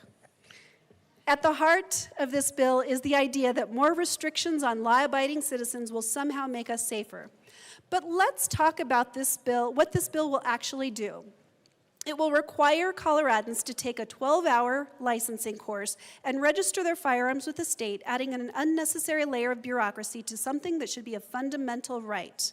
In rural communities, like the one I call home, this could be a logistical nightmare. Many don't have access to the same resources that urban areas do. The state can't even handle basic services like processing tax returns on time or managing some wildlife programs, and now they want to add another layer of bureaucracy to an already strained system.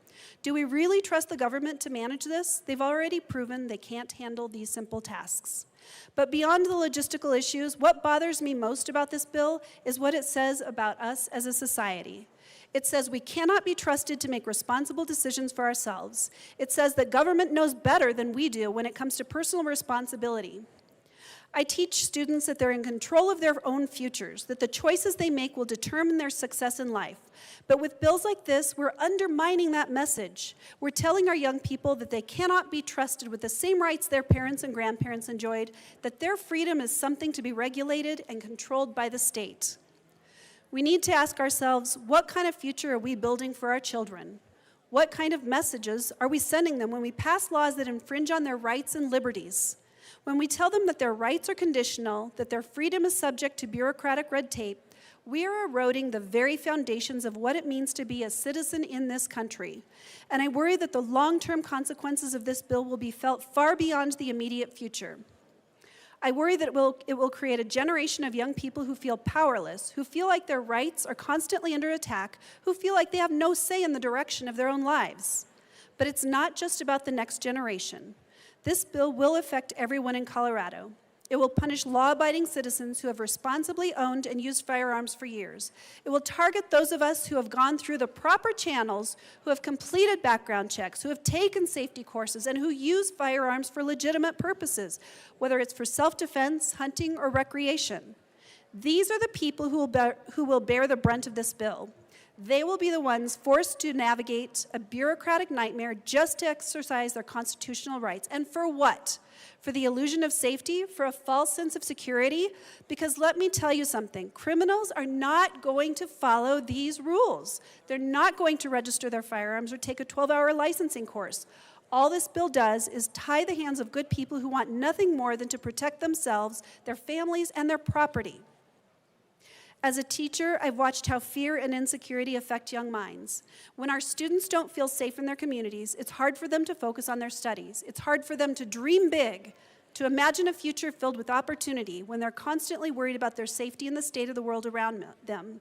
This bill won't make us safer. It won't reduce crime. It will just make it harder for law-abiding citizens to defend themselves and their families. It will make it harder for the young people I teach to feel empowered and secure in their own lives.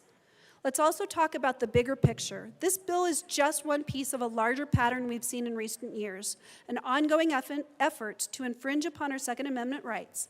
It's a slow, steady march toward total gun control, and this bill is a step in that direction.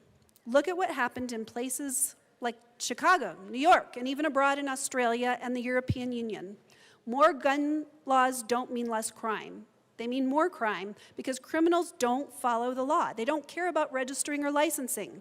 What they care about is access to weapons, and taking away the rights of law-abiding citizens only makes it easier to operate with impunity. As a teacher, I've always believed that education is the key to a better future. But it's not just about teaching students what's in the textbooks. It's about teaching them the values that will guide them through life. It's about teaching them to stand up for their rights, to speak out when they see injustice, and to fight for the freedoms that make this country great. Senate Bill 3 is an affront to those values. It's an attempt to limit the freedoms that our students should be inheriting, taking away the rights that their forefathers fought for and their teachers worked to instill in them. If this bill passes, it will have far-reaching consequences that we cannot afford to ignore. It will set a dangerous precedent that could lead to even more restrictive laws down the road. It will create unnecessary barriers for law-abiding citizens, particularly those in rural communities who rely on the ability to protect themselves and their families. And it will send a message to our students that their rights are not guaranteed, that their freedom is not something to be cherished, but something to be regulated and controlled by the state. I'm asking you, as an educator and as a lifelong Colorado citizen, to stand with me in opposing this bill. Let's work together to build a future where our children can grow up feeling safe, empowered, and free. Let's fight for a Colorado where they can exercise their rights without fear of government overreach. Let's protect the freedoms that make this state and this country great. Vote no on Senate Bill 3. Thank you. Representative Sukla.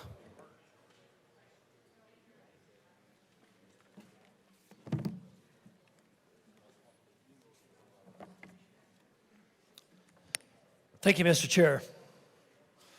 All the Salem cattle to here now, who give me one? I want not a minute, one, not a minute, two, three, the been here now, four, here, not a minute, not a four, not a minute, five, here, not a minute, $6, not a minute, $7, Solem, $7. Sorry, that helps me when I'm a little nervous. To the bill. To the bill. To the bill. Thank you, Chair. Might have been to the bill, but I didn't understand. Kind of to the bill. Yes, it was. We was going in dollars, not 100. No, we're low. There is no fees. So when I was in, when I first started to run, the first thing that I did, I went into the U Cafe and I'm sitting around there and they're drinking coffee in the morning. And they said, "Hey, if I vote for you, will you do whatever you can to protect my God alien rights?" And I said, "Yes, I would." And then I went to the IFA feed store. And they said to me, "Well, if I vote for you, will you go over there in the city and will you help to protect my God-given alien rights?" And I said, "Yes, I will." And then I went to Gunnison. and they told me the same story. When I was growing up in a family of 4, my dad and my mother said, we're going to do whatever we can to protect you. We are going to show you how to use a gun to protect yourself, and then when you have a family, we want you to do the same thing, and we want you to teach them how to protect themselves. I'm not going to be up here any longer. I have got a stack of over 1,000 petitions that was sent to me. They're on my desk back there. You can see them. I have a few names. They're from Delta. They're from Gunnison. They're from Ouray. They're from Dolores County, Montezuma County, Montrose, Hinsdale County. And they sent me over here, and they told me to tell you one message and one message only. This is what they told me to tell you. This is from House District 58. You can take my gun when you pry it from my cold, dead hands. Thank you. Representative Hartsook.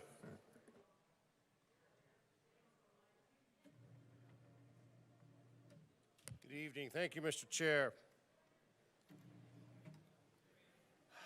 So we're pushing on the 8 o'clock hour. We've been at this all day long. I've heard the sponsors talk about gun violence. We've heard a lot of people talk about gun violence. Society has a problem with violence, not gun violence. It has a problem with... Members, it's a little too loud in here. If we could keep it down so we could hear the conversation happening in the well. Representative Hartsook, to the bill. Thank you, Mr. Chair. We have a problem with violence. Society writ large has shifted more and more towards violence as a way to resolve conflict. That is not the way we should be going. Since the dawn of time, murder has been illegal. Assault has been illegal. The technology has changed over time from stones and clubs, swords, cannons, pistols, all the way up to nuclear weapons. Yet, in the United States, so far, the single largest loss of life from inside the country was the Oklahoma City bombing by Timothy McVeigh. He detonated a truck filled with ammonium nitrate and diesel, simple farm products.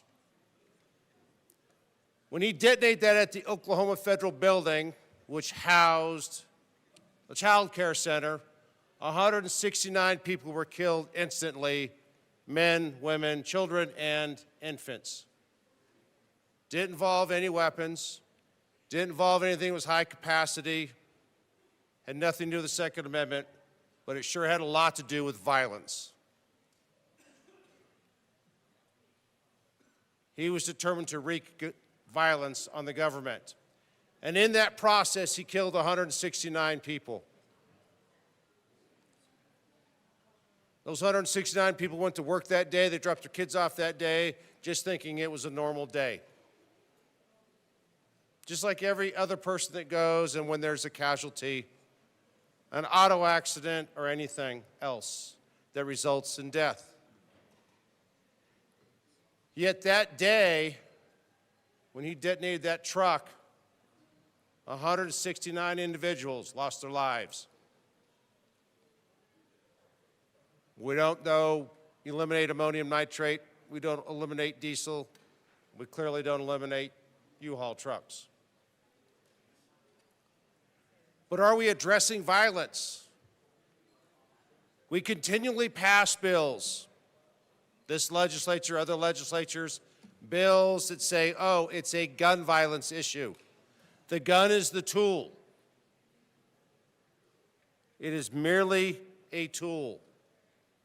Tools can be used for great accomplishments, and they can be used for evil. They can be used for death and destruction, or they can be used to save lives. Law-abiding citizens use the weapons to save lives.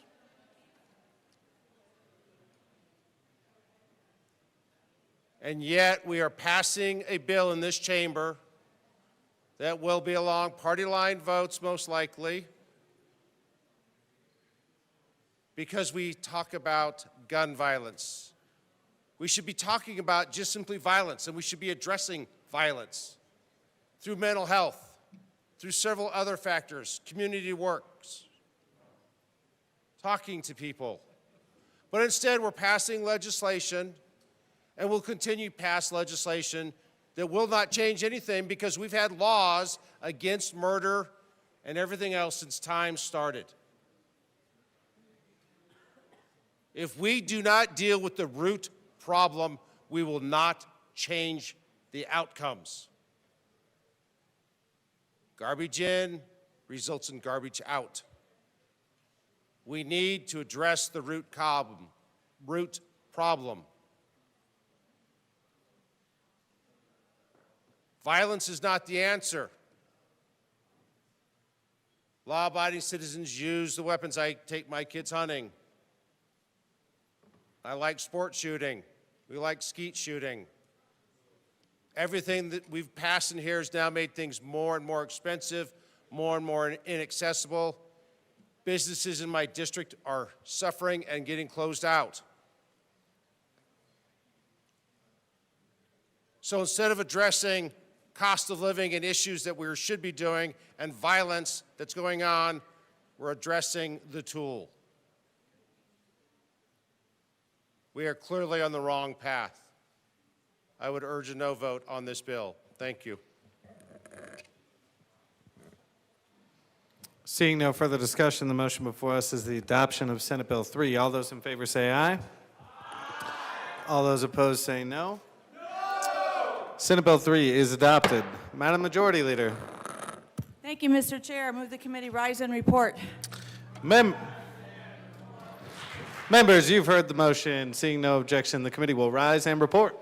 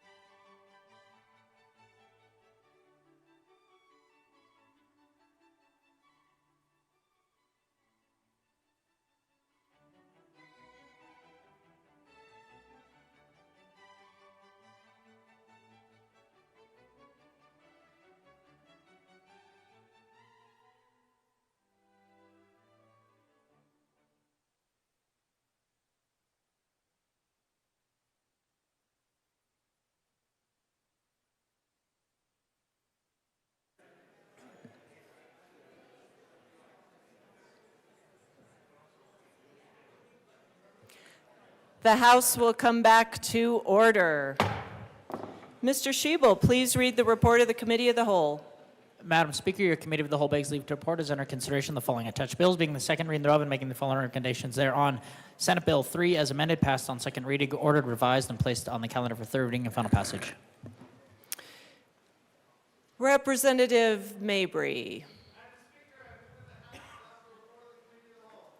Members, you have heard the motion. There are amendments at the desk.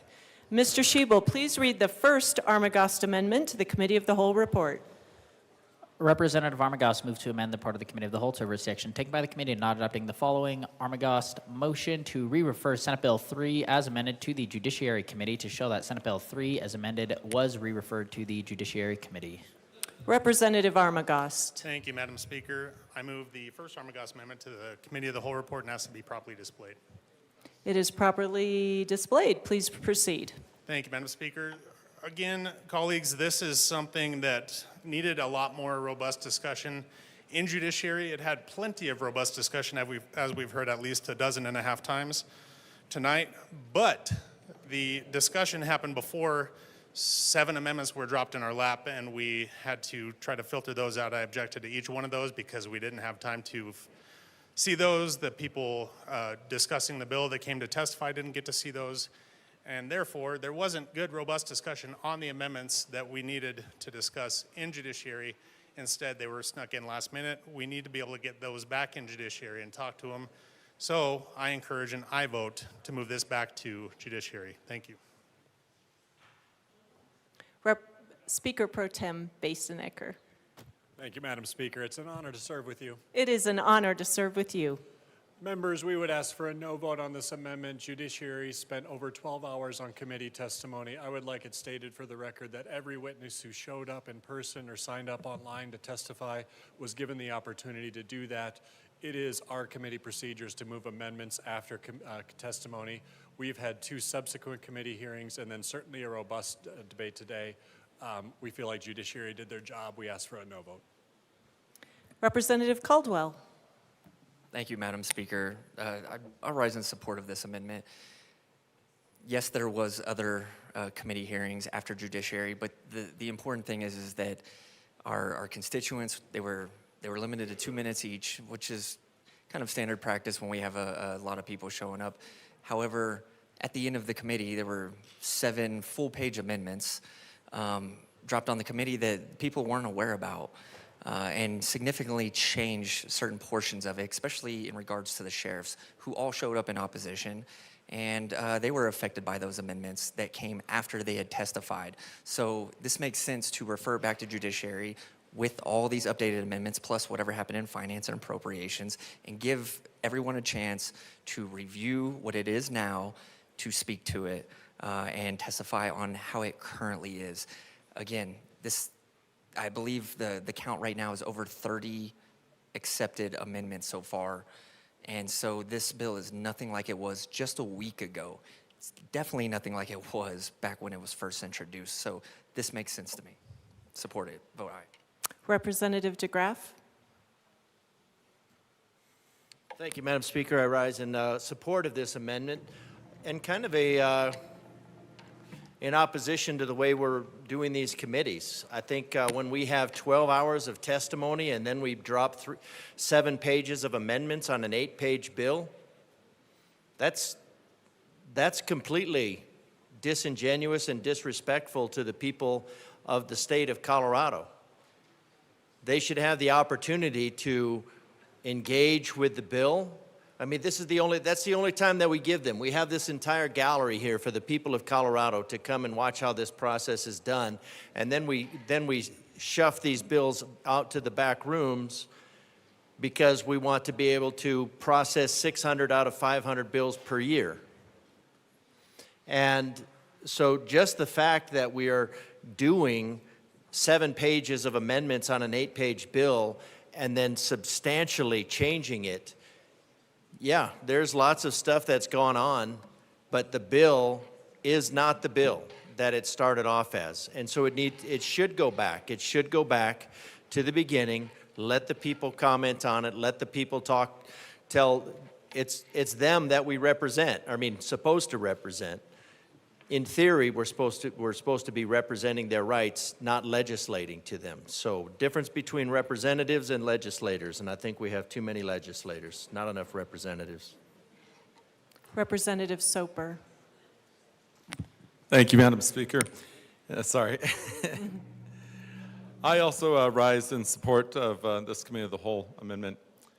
It should go back to judiciary because fundamentally this bill has changed multiple times since we had the witness testimony phase within judiciary, to be able to give the people of Colorado the ability to come and to testify to what the bill does look like now, since it continues to constantly change.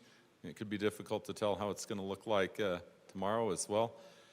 This bill,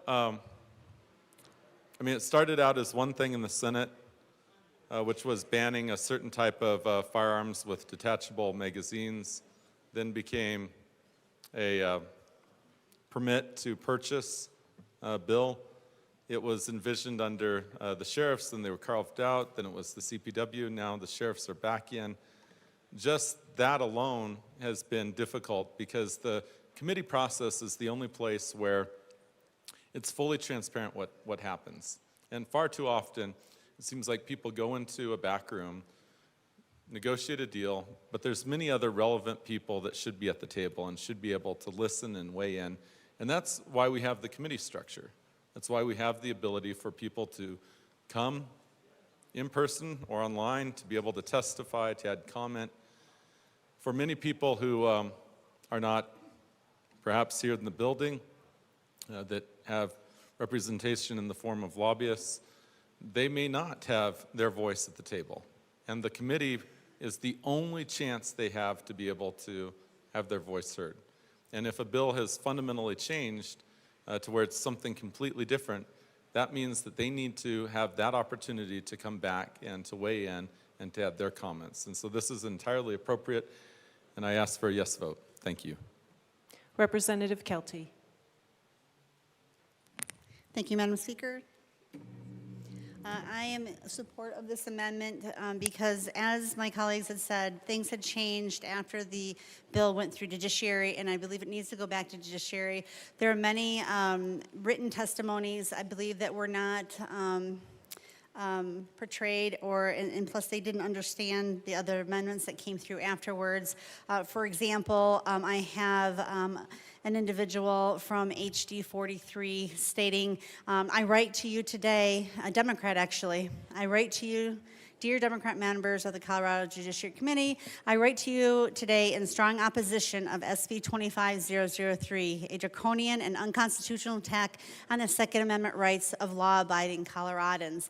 And it goes on and on. Then I have another one for another constituent from HD 43. It says, good morning. And he gives a story about a young man armed with a legally purchased pump-action shotgun and three devices and a machete. He walked into a high school, and he's saying that even though he was part of this, he actually still wants us to not pass Senate Bill 25-003. Then I have a constituent from HD 42. She goes, dear Representative, I'm writing to express my strong opposition of Senate Bill 003 and urge you to vote against this unconstitutional legislation. I have another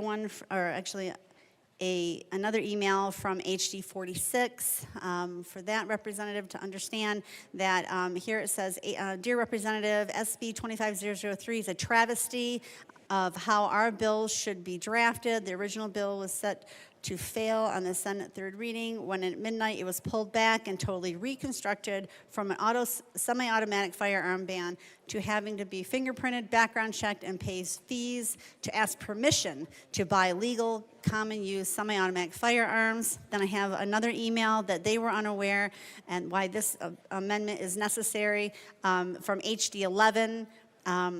This member says, members of the House Judiciary Committee, obviously it was before, she did not understand before the amendments were done. I am writing to oppose the dumping of a toxic, divisive, controversial, and likely illegal, unconstitutional gun ban on the good people of Colorado, parks, and wildlife. Here's another one from HD 42.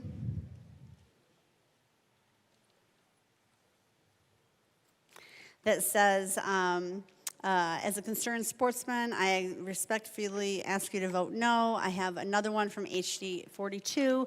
I have another one asking us to vote it down from HD 49. I have another email from HD 37 asking for us to not pass this bill and vote no. I have another email from a Democrat constituent that says from HD 11 to please vote no.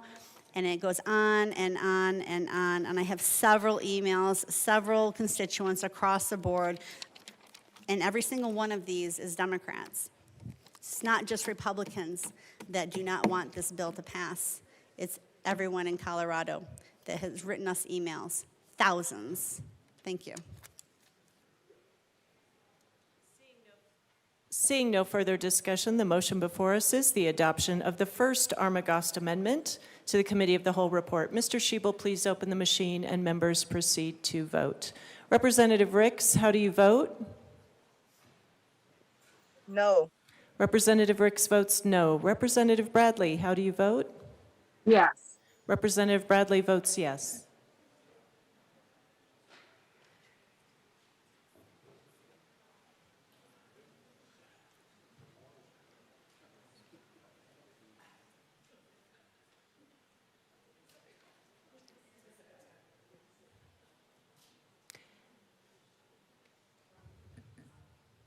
English. Please close the machine. With 22 aye, 42 no, and 1 excuse, the first Armagost Amendment is lost. Mr. Schiebel, please read the second Armagost Amendment to the Committee of the Whole report.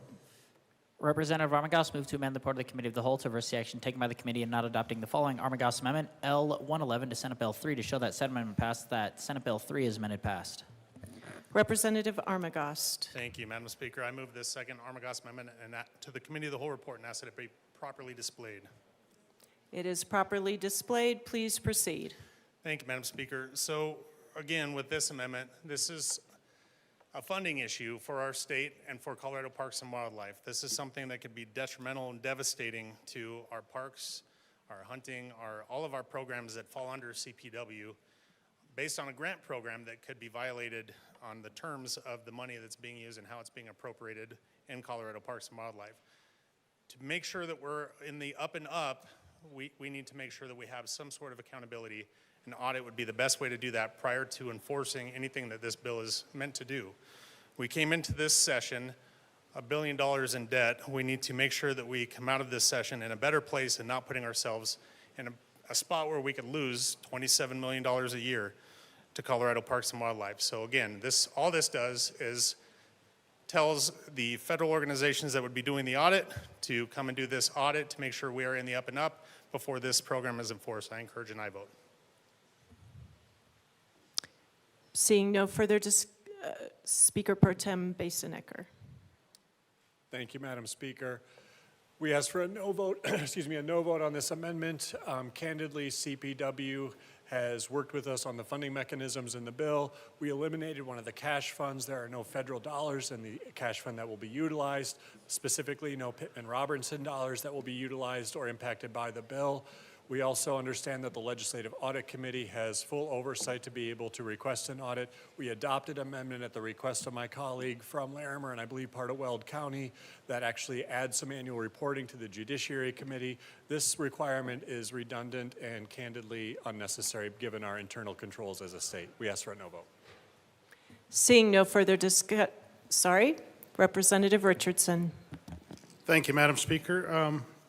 I know there wasn't an awful lot of debate in the room earlier in the day. A lot of folks weren't in the room. A lot of people that were here may not have actually been absorbing everything that was said at the well. There were a lot of good points made. It's very, very important that we ensure that the funds that we get from the federal government are properly used. And I think asking for this audit to ensure that we don't have a loss of funds that support conservation and environment in this state is truly important. So if you didn't have a chance, and I know when we did the voice vote, I was amongst a lot of people that voted yes, so it sounded really loud in my ears, but didn't necessarily mean we had the vote, but I think it's important that we record this. So I'd urge a yes vote. Thank you. Seeing no further discussion, the motion before us is the adoption of the second Armagost Amendment to the Committee of the Whole report. Mr. Schiebel, please open the machine and members proceed to vote. Representative Ricks, how do you vote?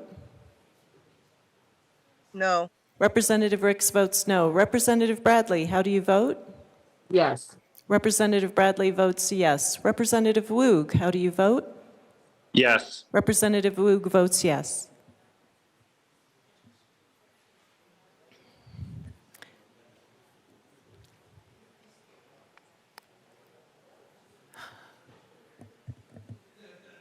Representative Carter? He is excused and fined $7. Please close the machine. With 23 aye, 41 no, and 1 excuse, the amendment is lost. Mr. Schiebel, please read the third Armagost Amendment to the Committee of the Whole report. Representative Armagost move to amend the report of the Committee of the Whole to reverse the action taken by the committee in not adopting the following Armagost Amendment L107 to Senate Bill 3 to show that said amendment passed, that Senate Bill 3 as amended passed. Representative Armagost. Thank you, Madam Speaker. I move the third Armagost Amendment to the Committee of the Whole report and ask it be properly displayed. One moment. It is properly displayed. Please proceed. Thank you, Madam Speaker. Again, our sheriffs were in the discussions in this bill, but were never in a position where they could support what the bill was doing. When that became prevalent, that the sheriffs were going to remain in and oppose, even though the fees were taken away from them, they remained in the oppose, the fees were slapped back in their lap, and now it's on the sheriff's office to stick it to the consumers to be able to pay for these fees that are now on the sheriffs rather than on the state, because we all know that creates a fiscal note, which is a no-no. We have to be able to get the state to reimburse those sheriff's offices so they don't have to stick it to the consumer who's simply trying to get a firearm. We don't need to pay to play when it comes to our Second Amendment right. The sheriff's office doesn't need to enforce that when they are elected to uphold the Constitution just like we are. We don't need to expect them to violate that as well. So we need to have a reimbursement program for the sheriffs to be able to get reimbursed for the fees we're sticking to them so that they can stick to the consumer, us that are trying to protect and utilize our Second Amendment rights. So I encourage and I vote. Speaker Pro Tem Basenecker. Thank you, Madam Speaker. On the pre-amended version of the bill, page 13, lines 9 through 11, the sheriff, line 6. Each sheriff may establish a processing fee. The amount of the fee must reflect the actual indirect costs for the sheriff for issuing a firearm safety course eligibility card. The sheriffs have the ability through the bill to utilize a fee for the payment of the program. Reimbursement from the state is not necessary. I would also like to state that the sheriffs have always been in the bill since they came to us from the Senate. They were never removed from this bill. And so this has been the program that the Senate adopted an amendment on. We have kept with that program here and made sure that the sheriffs can be made whole for staffing or other implementation needs that they would have. They have that legislative authority in the bill. We'd ask for a no vote. Seeing no further discussion, the motion before us is the adoption of the third Armagost Amendment to the Committee of the Whole report. Mr. Schiebel, please open the machine and members proceed to vote. Representative Ricks, how do you vote? No. Representative Ricks votes no. Representative Bradley, how do you vote? Yes. Representative Bradley votes yes. Representative Woog, how do you vote? Yes. Representative Woog votes yes.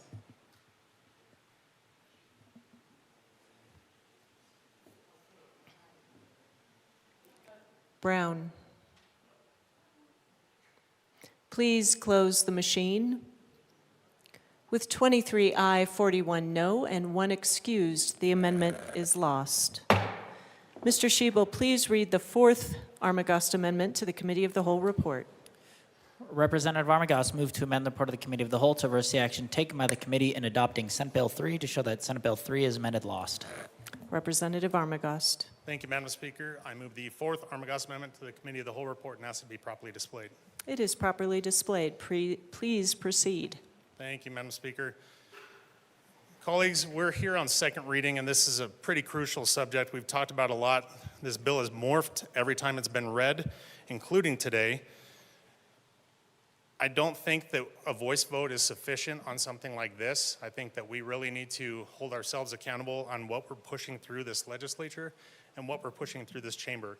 It doesn't matter what this was when it came from the Senate, what it came from per each committee, as we saw the drastic and dramatic changes that it took on every single time it was read.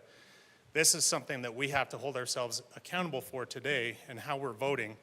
And that accountability is in a recorded vote. So this is something where we have to decide where we stand on this today before we leave this building and before we continue on with any of these other amendments to the Committee of the Whole report. I encourage you to vote yes on this amendment, to also agree that this bill lost. This bill should not move forward. This bill should be stopped where it's at today, and we need to do that on a recorded vote. We need to hold ourselves accountable for our districts, for our rights, and for what we swore in an oath to protect and defend for our citizens in Colorado. I encourage a yes vote. Speaker Pro Tem Basenecker.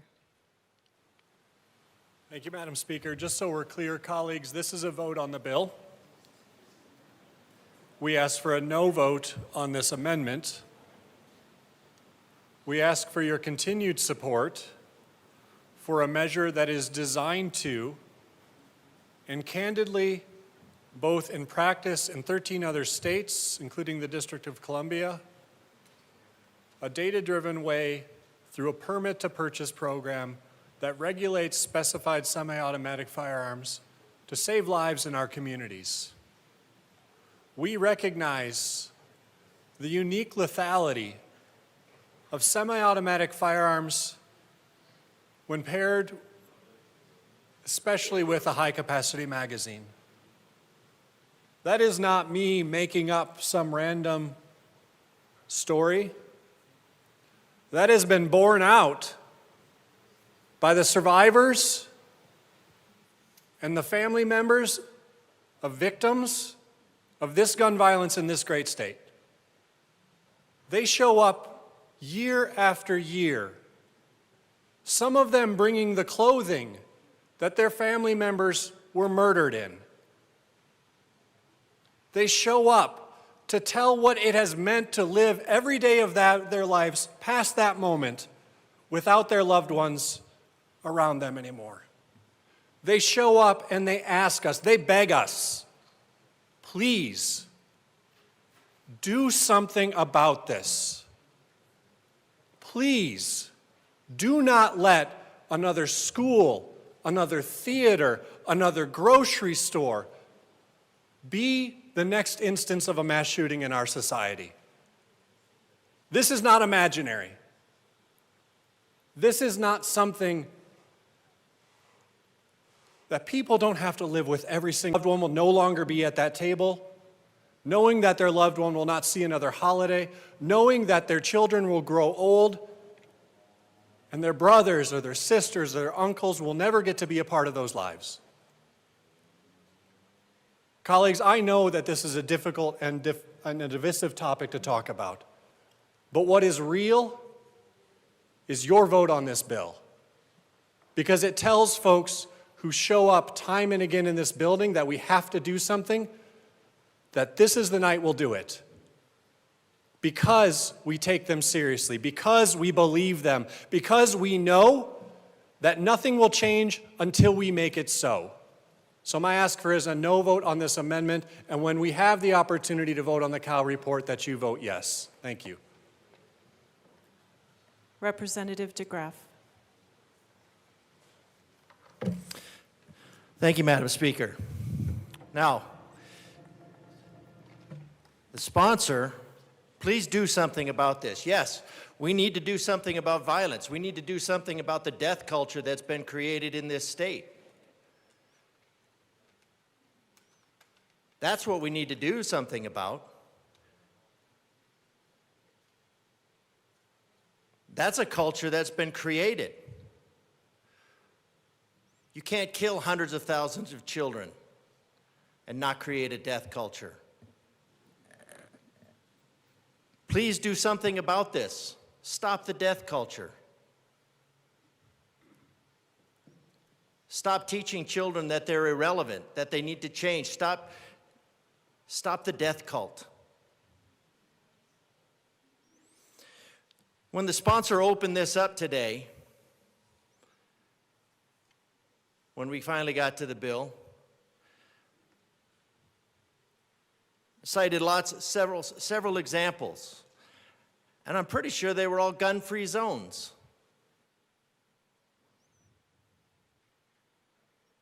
Do something about this. Well, there's something that you could do about it. What you can do about it is not make the problem worse. What you can do about it is you can teach people a value for life.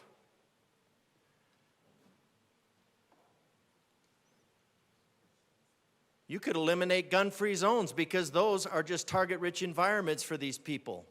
They know how to do the cost-benefit analysis. That's where they go. How come that's not on the table here? Do something about this.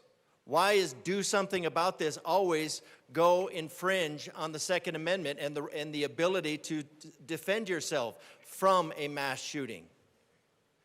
3 million times per year.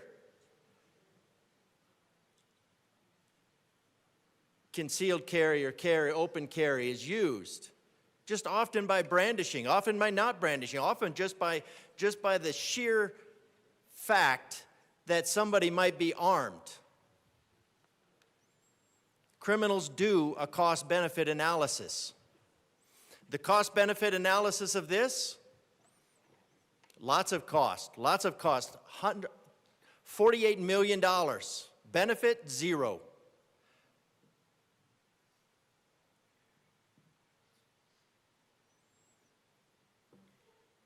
One step in the direction. Is this bill as radical as when it started, as radical as the sponsor wants it to be? No. It's notably been taken down a few notches. But the intent behind this bill is to be one of the most radical gun grabs in the history of ever.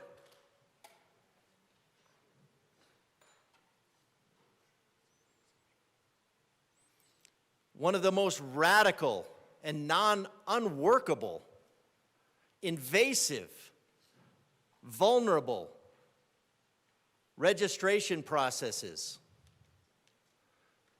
People's data about their Second Amendment, about their ability to defend themselves,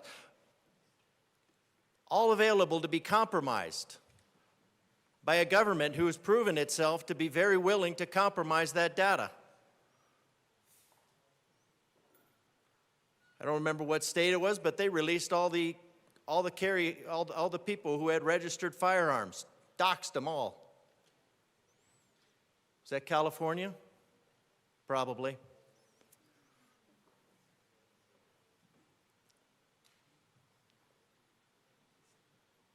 The special interest groups, whose aim is to disarm all of America. Is to disarm the law-abiding citizens of America, to reduce them to being a bunch of tepid sheep, unable to defend themselves. What happens when you take away the firearms? You just create a victim culture. Now, I don't know why the sponsors want to create a victim culture. I'm not speaking to their motives. That is historically what happens.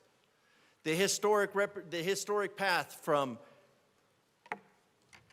gun registration to genocide is about 10 years. Fortunately, we have some other states around us. But this bill, this do something, this is not the way to go. This is not going to solve the problem. This is just going to be another step in the, oh, well, that didn't solve the problem, so we need to be a little bit more oppressive to the people in Colorado. We need to take more of their rights away. We need to give them back. No, we're not going to give them as privileges. We're going to create a 40-year backlog for a 5-year permit. This is a gun grab. This is the removal of the right to self-defense. This is not valuing the lives of the 3 million people who every year are protected by a handgun that's not used. Yes, there are bad people out there, most of whom you invited into the country. This is not going to solve the problem. Stop pretending like it's going to solve the problem. If you're serious about reducing violence, stop the death cult. Representative Bottoms. Thank you, Madam Speaker. This is always the ploy, is we're going to tell you of some people that were killed. That happens constantly. We're going to tell you of some people that were killed. We're not going to tell you of the 3 million people's lives that were saved because somebody had a firearm on them. We're going to tell you of the ones that were killed. And then we act like somehow that has something to do with this bill. It has nothing to do with this bill. That is a lie. That is a smokescreen. It has nothing to do with this bill. The reason is because the Representative criminals... Bottoms, just be careful about implying that our bill sponsors are lying.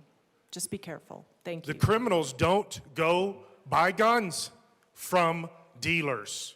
They don't go through the exams. They don't get a concealed carry. The examples that they gave over and over and over are examples of people using illegal firearms. Illegal firearms. Name one thing in this bill that's going to stop somebody from illegally using a firearm. Not going to happen. To acquire a firearm. Not going to happen. To not shoot people. That's still against the law too. Not shoot people. But this bill's not going to do anything. But we get up here and we say this is about safety. It has nothing to do with safety. It has to do with the tyranny of taking away your rights. This is taking away your rights. And people will die because of this. And we can tell all the stories and make everybody feel when in reality people are going to die because of this bill, and 3 million people their lives were saved last year because of the opposite of this bill, which is what we still call our constitutional right to the Second Amendment. This bill is horrible. It's a smokescreen, and it is to literally take our rights away. And I will not let that stand, and for the rest of my life, I will continue to fight to make sure that people can defend themselves, first from a government like this one, and second from people that are trying to harm us, which is still a government like this one. Representative Richardson. Thank you, Madam Speaker. Excuse me. Thank you, Madam Speaker. I do support this amendment, but I do want to thank the sponsor for his comments after this was offered. For probably the first time in 11 hours, we heard somebody come up to these microphones and actually passionately express what the purpose of this bill is intended to be. That's how debate is supposed to work. People are supposed to come forward. They're supposed to defend what they're trying to push. They're supposed to come up and talk about why they don't think this is a good idea.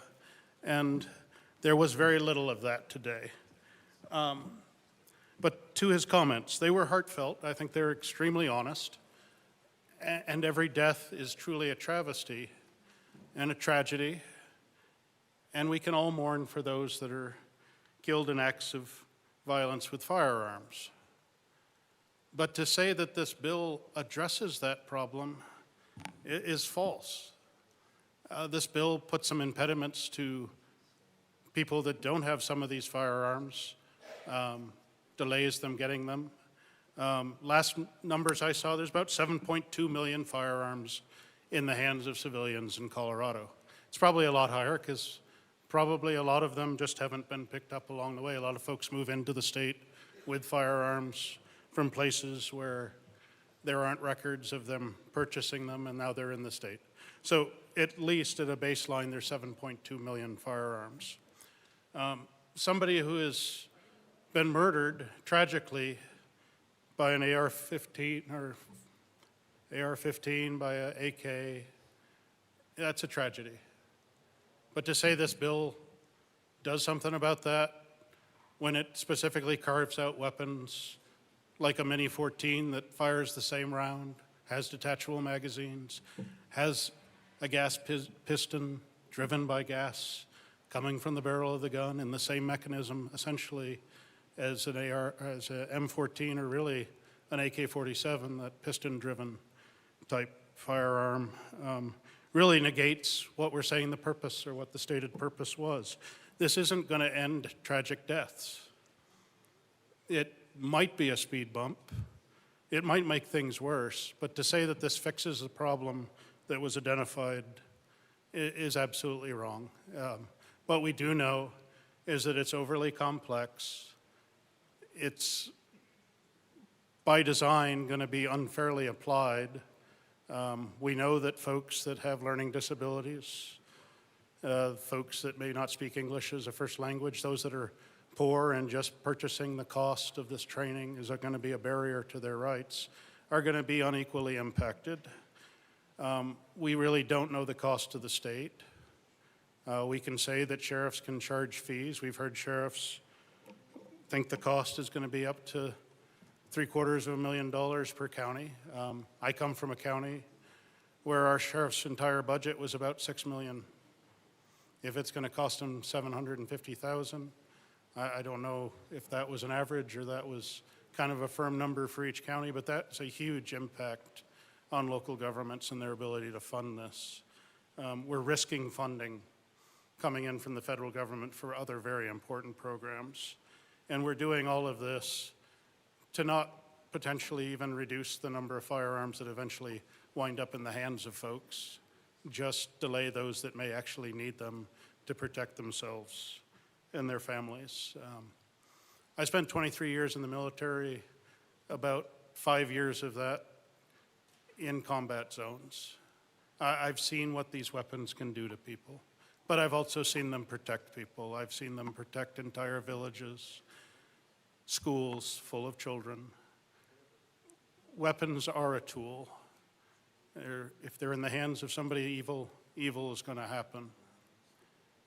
And I don't want this to sound trite or this isn't the normal talking point, but we are doing harm to the people of Colorado with the passage of this bill. So I would ask that you seriously consider reaching for that red button and doing the right thing. So please vote no. Green button? Oh, sorry. Green button. You do it all the time. Use the green button. Thanks. Seeing no further discussion, the motion before us is the adoption of the fourth Armagost Amendment to the Committee of the Whole report. Mr. Schiebel, please open the machine and members proceed to vote. Representative Ricks, how do you vote? No. Representative Ricks votes no. Representative Bradley, how do you vote? Yes. Representative Bradley votes yes. Representative Woog, how do you vote? Yes. Representative Woog votes yes.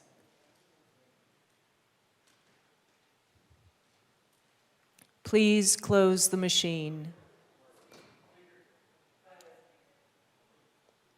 Have you closed it? I'm sorry, Representative Carter, it is closed. You were excused for a vote earlier. Once the machine is closed, we cannot reopen it. I did not announce, Mr. Schiebel.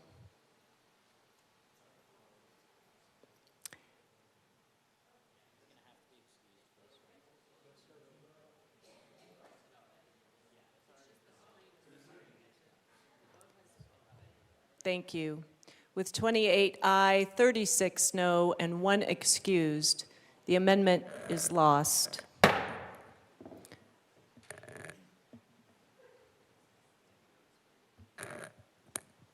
Thank you. Mr. Schiebel, Please read the Bottoms Amendment to the Committee of the Whole report. Representative Bottoms moved to amend the part of the Committee of the Whole to reverse the action taken by the committee and not adopting the following Bottoms Amendment L109 to Senate Bill 3 to show that said amendment passed and that Senate Bill 3 is amended passed. Representative Bottoms. I move the Bottoms Amendment to the report of the Committee of the Whole and ask for it to be properly displayed. One moment. It is properly displayed. Please proceed. Again, this goes back to the federal money. This is just an attempt to keep our federal money from being taken away.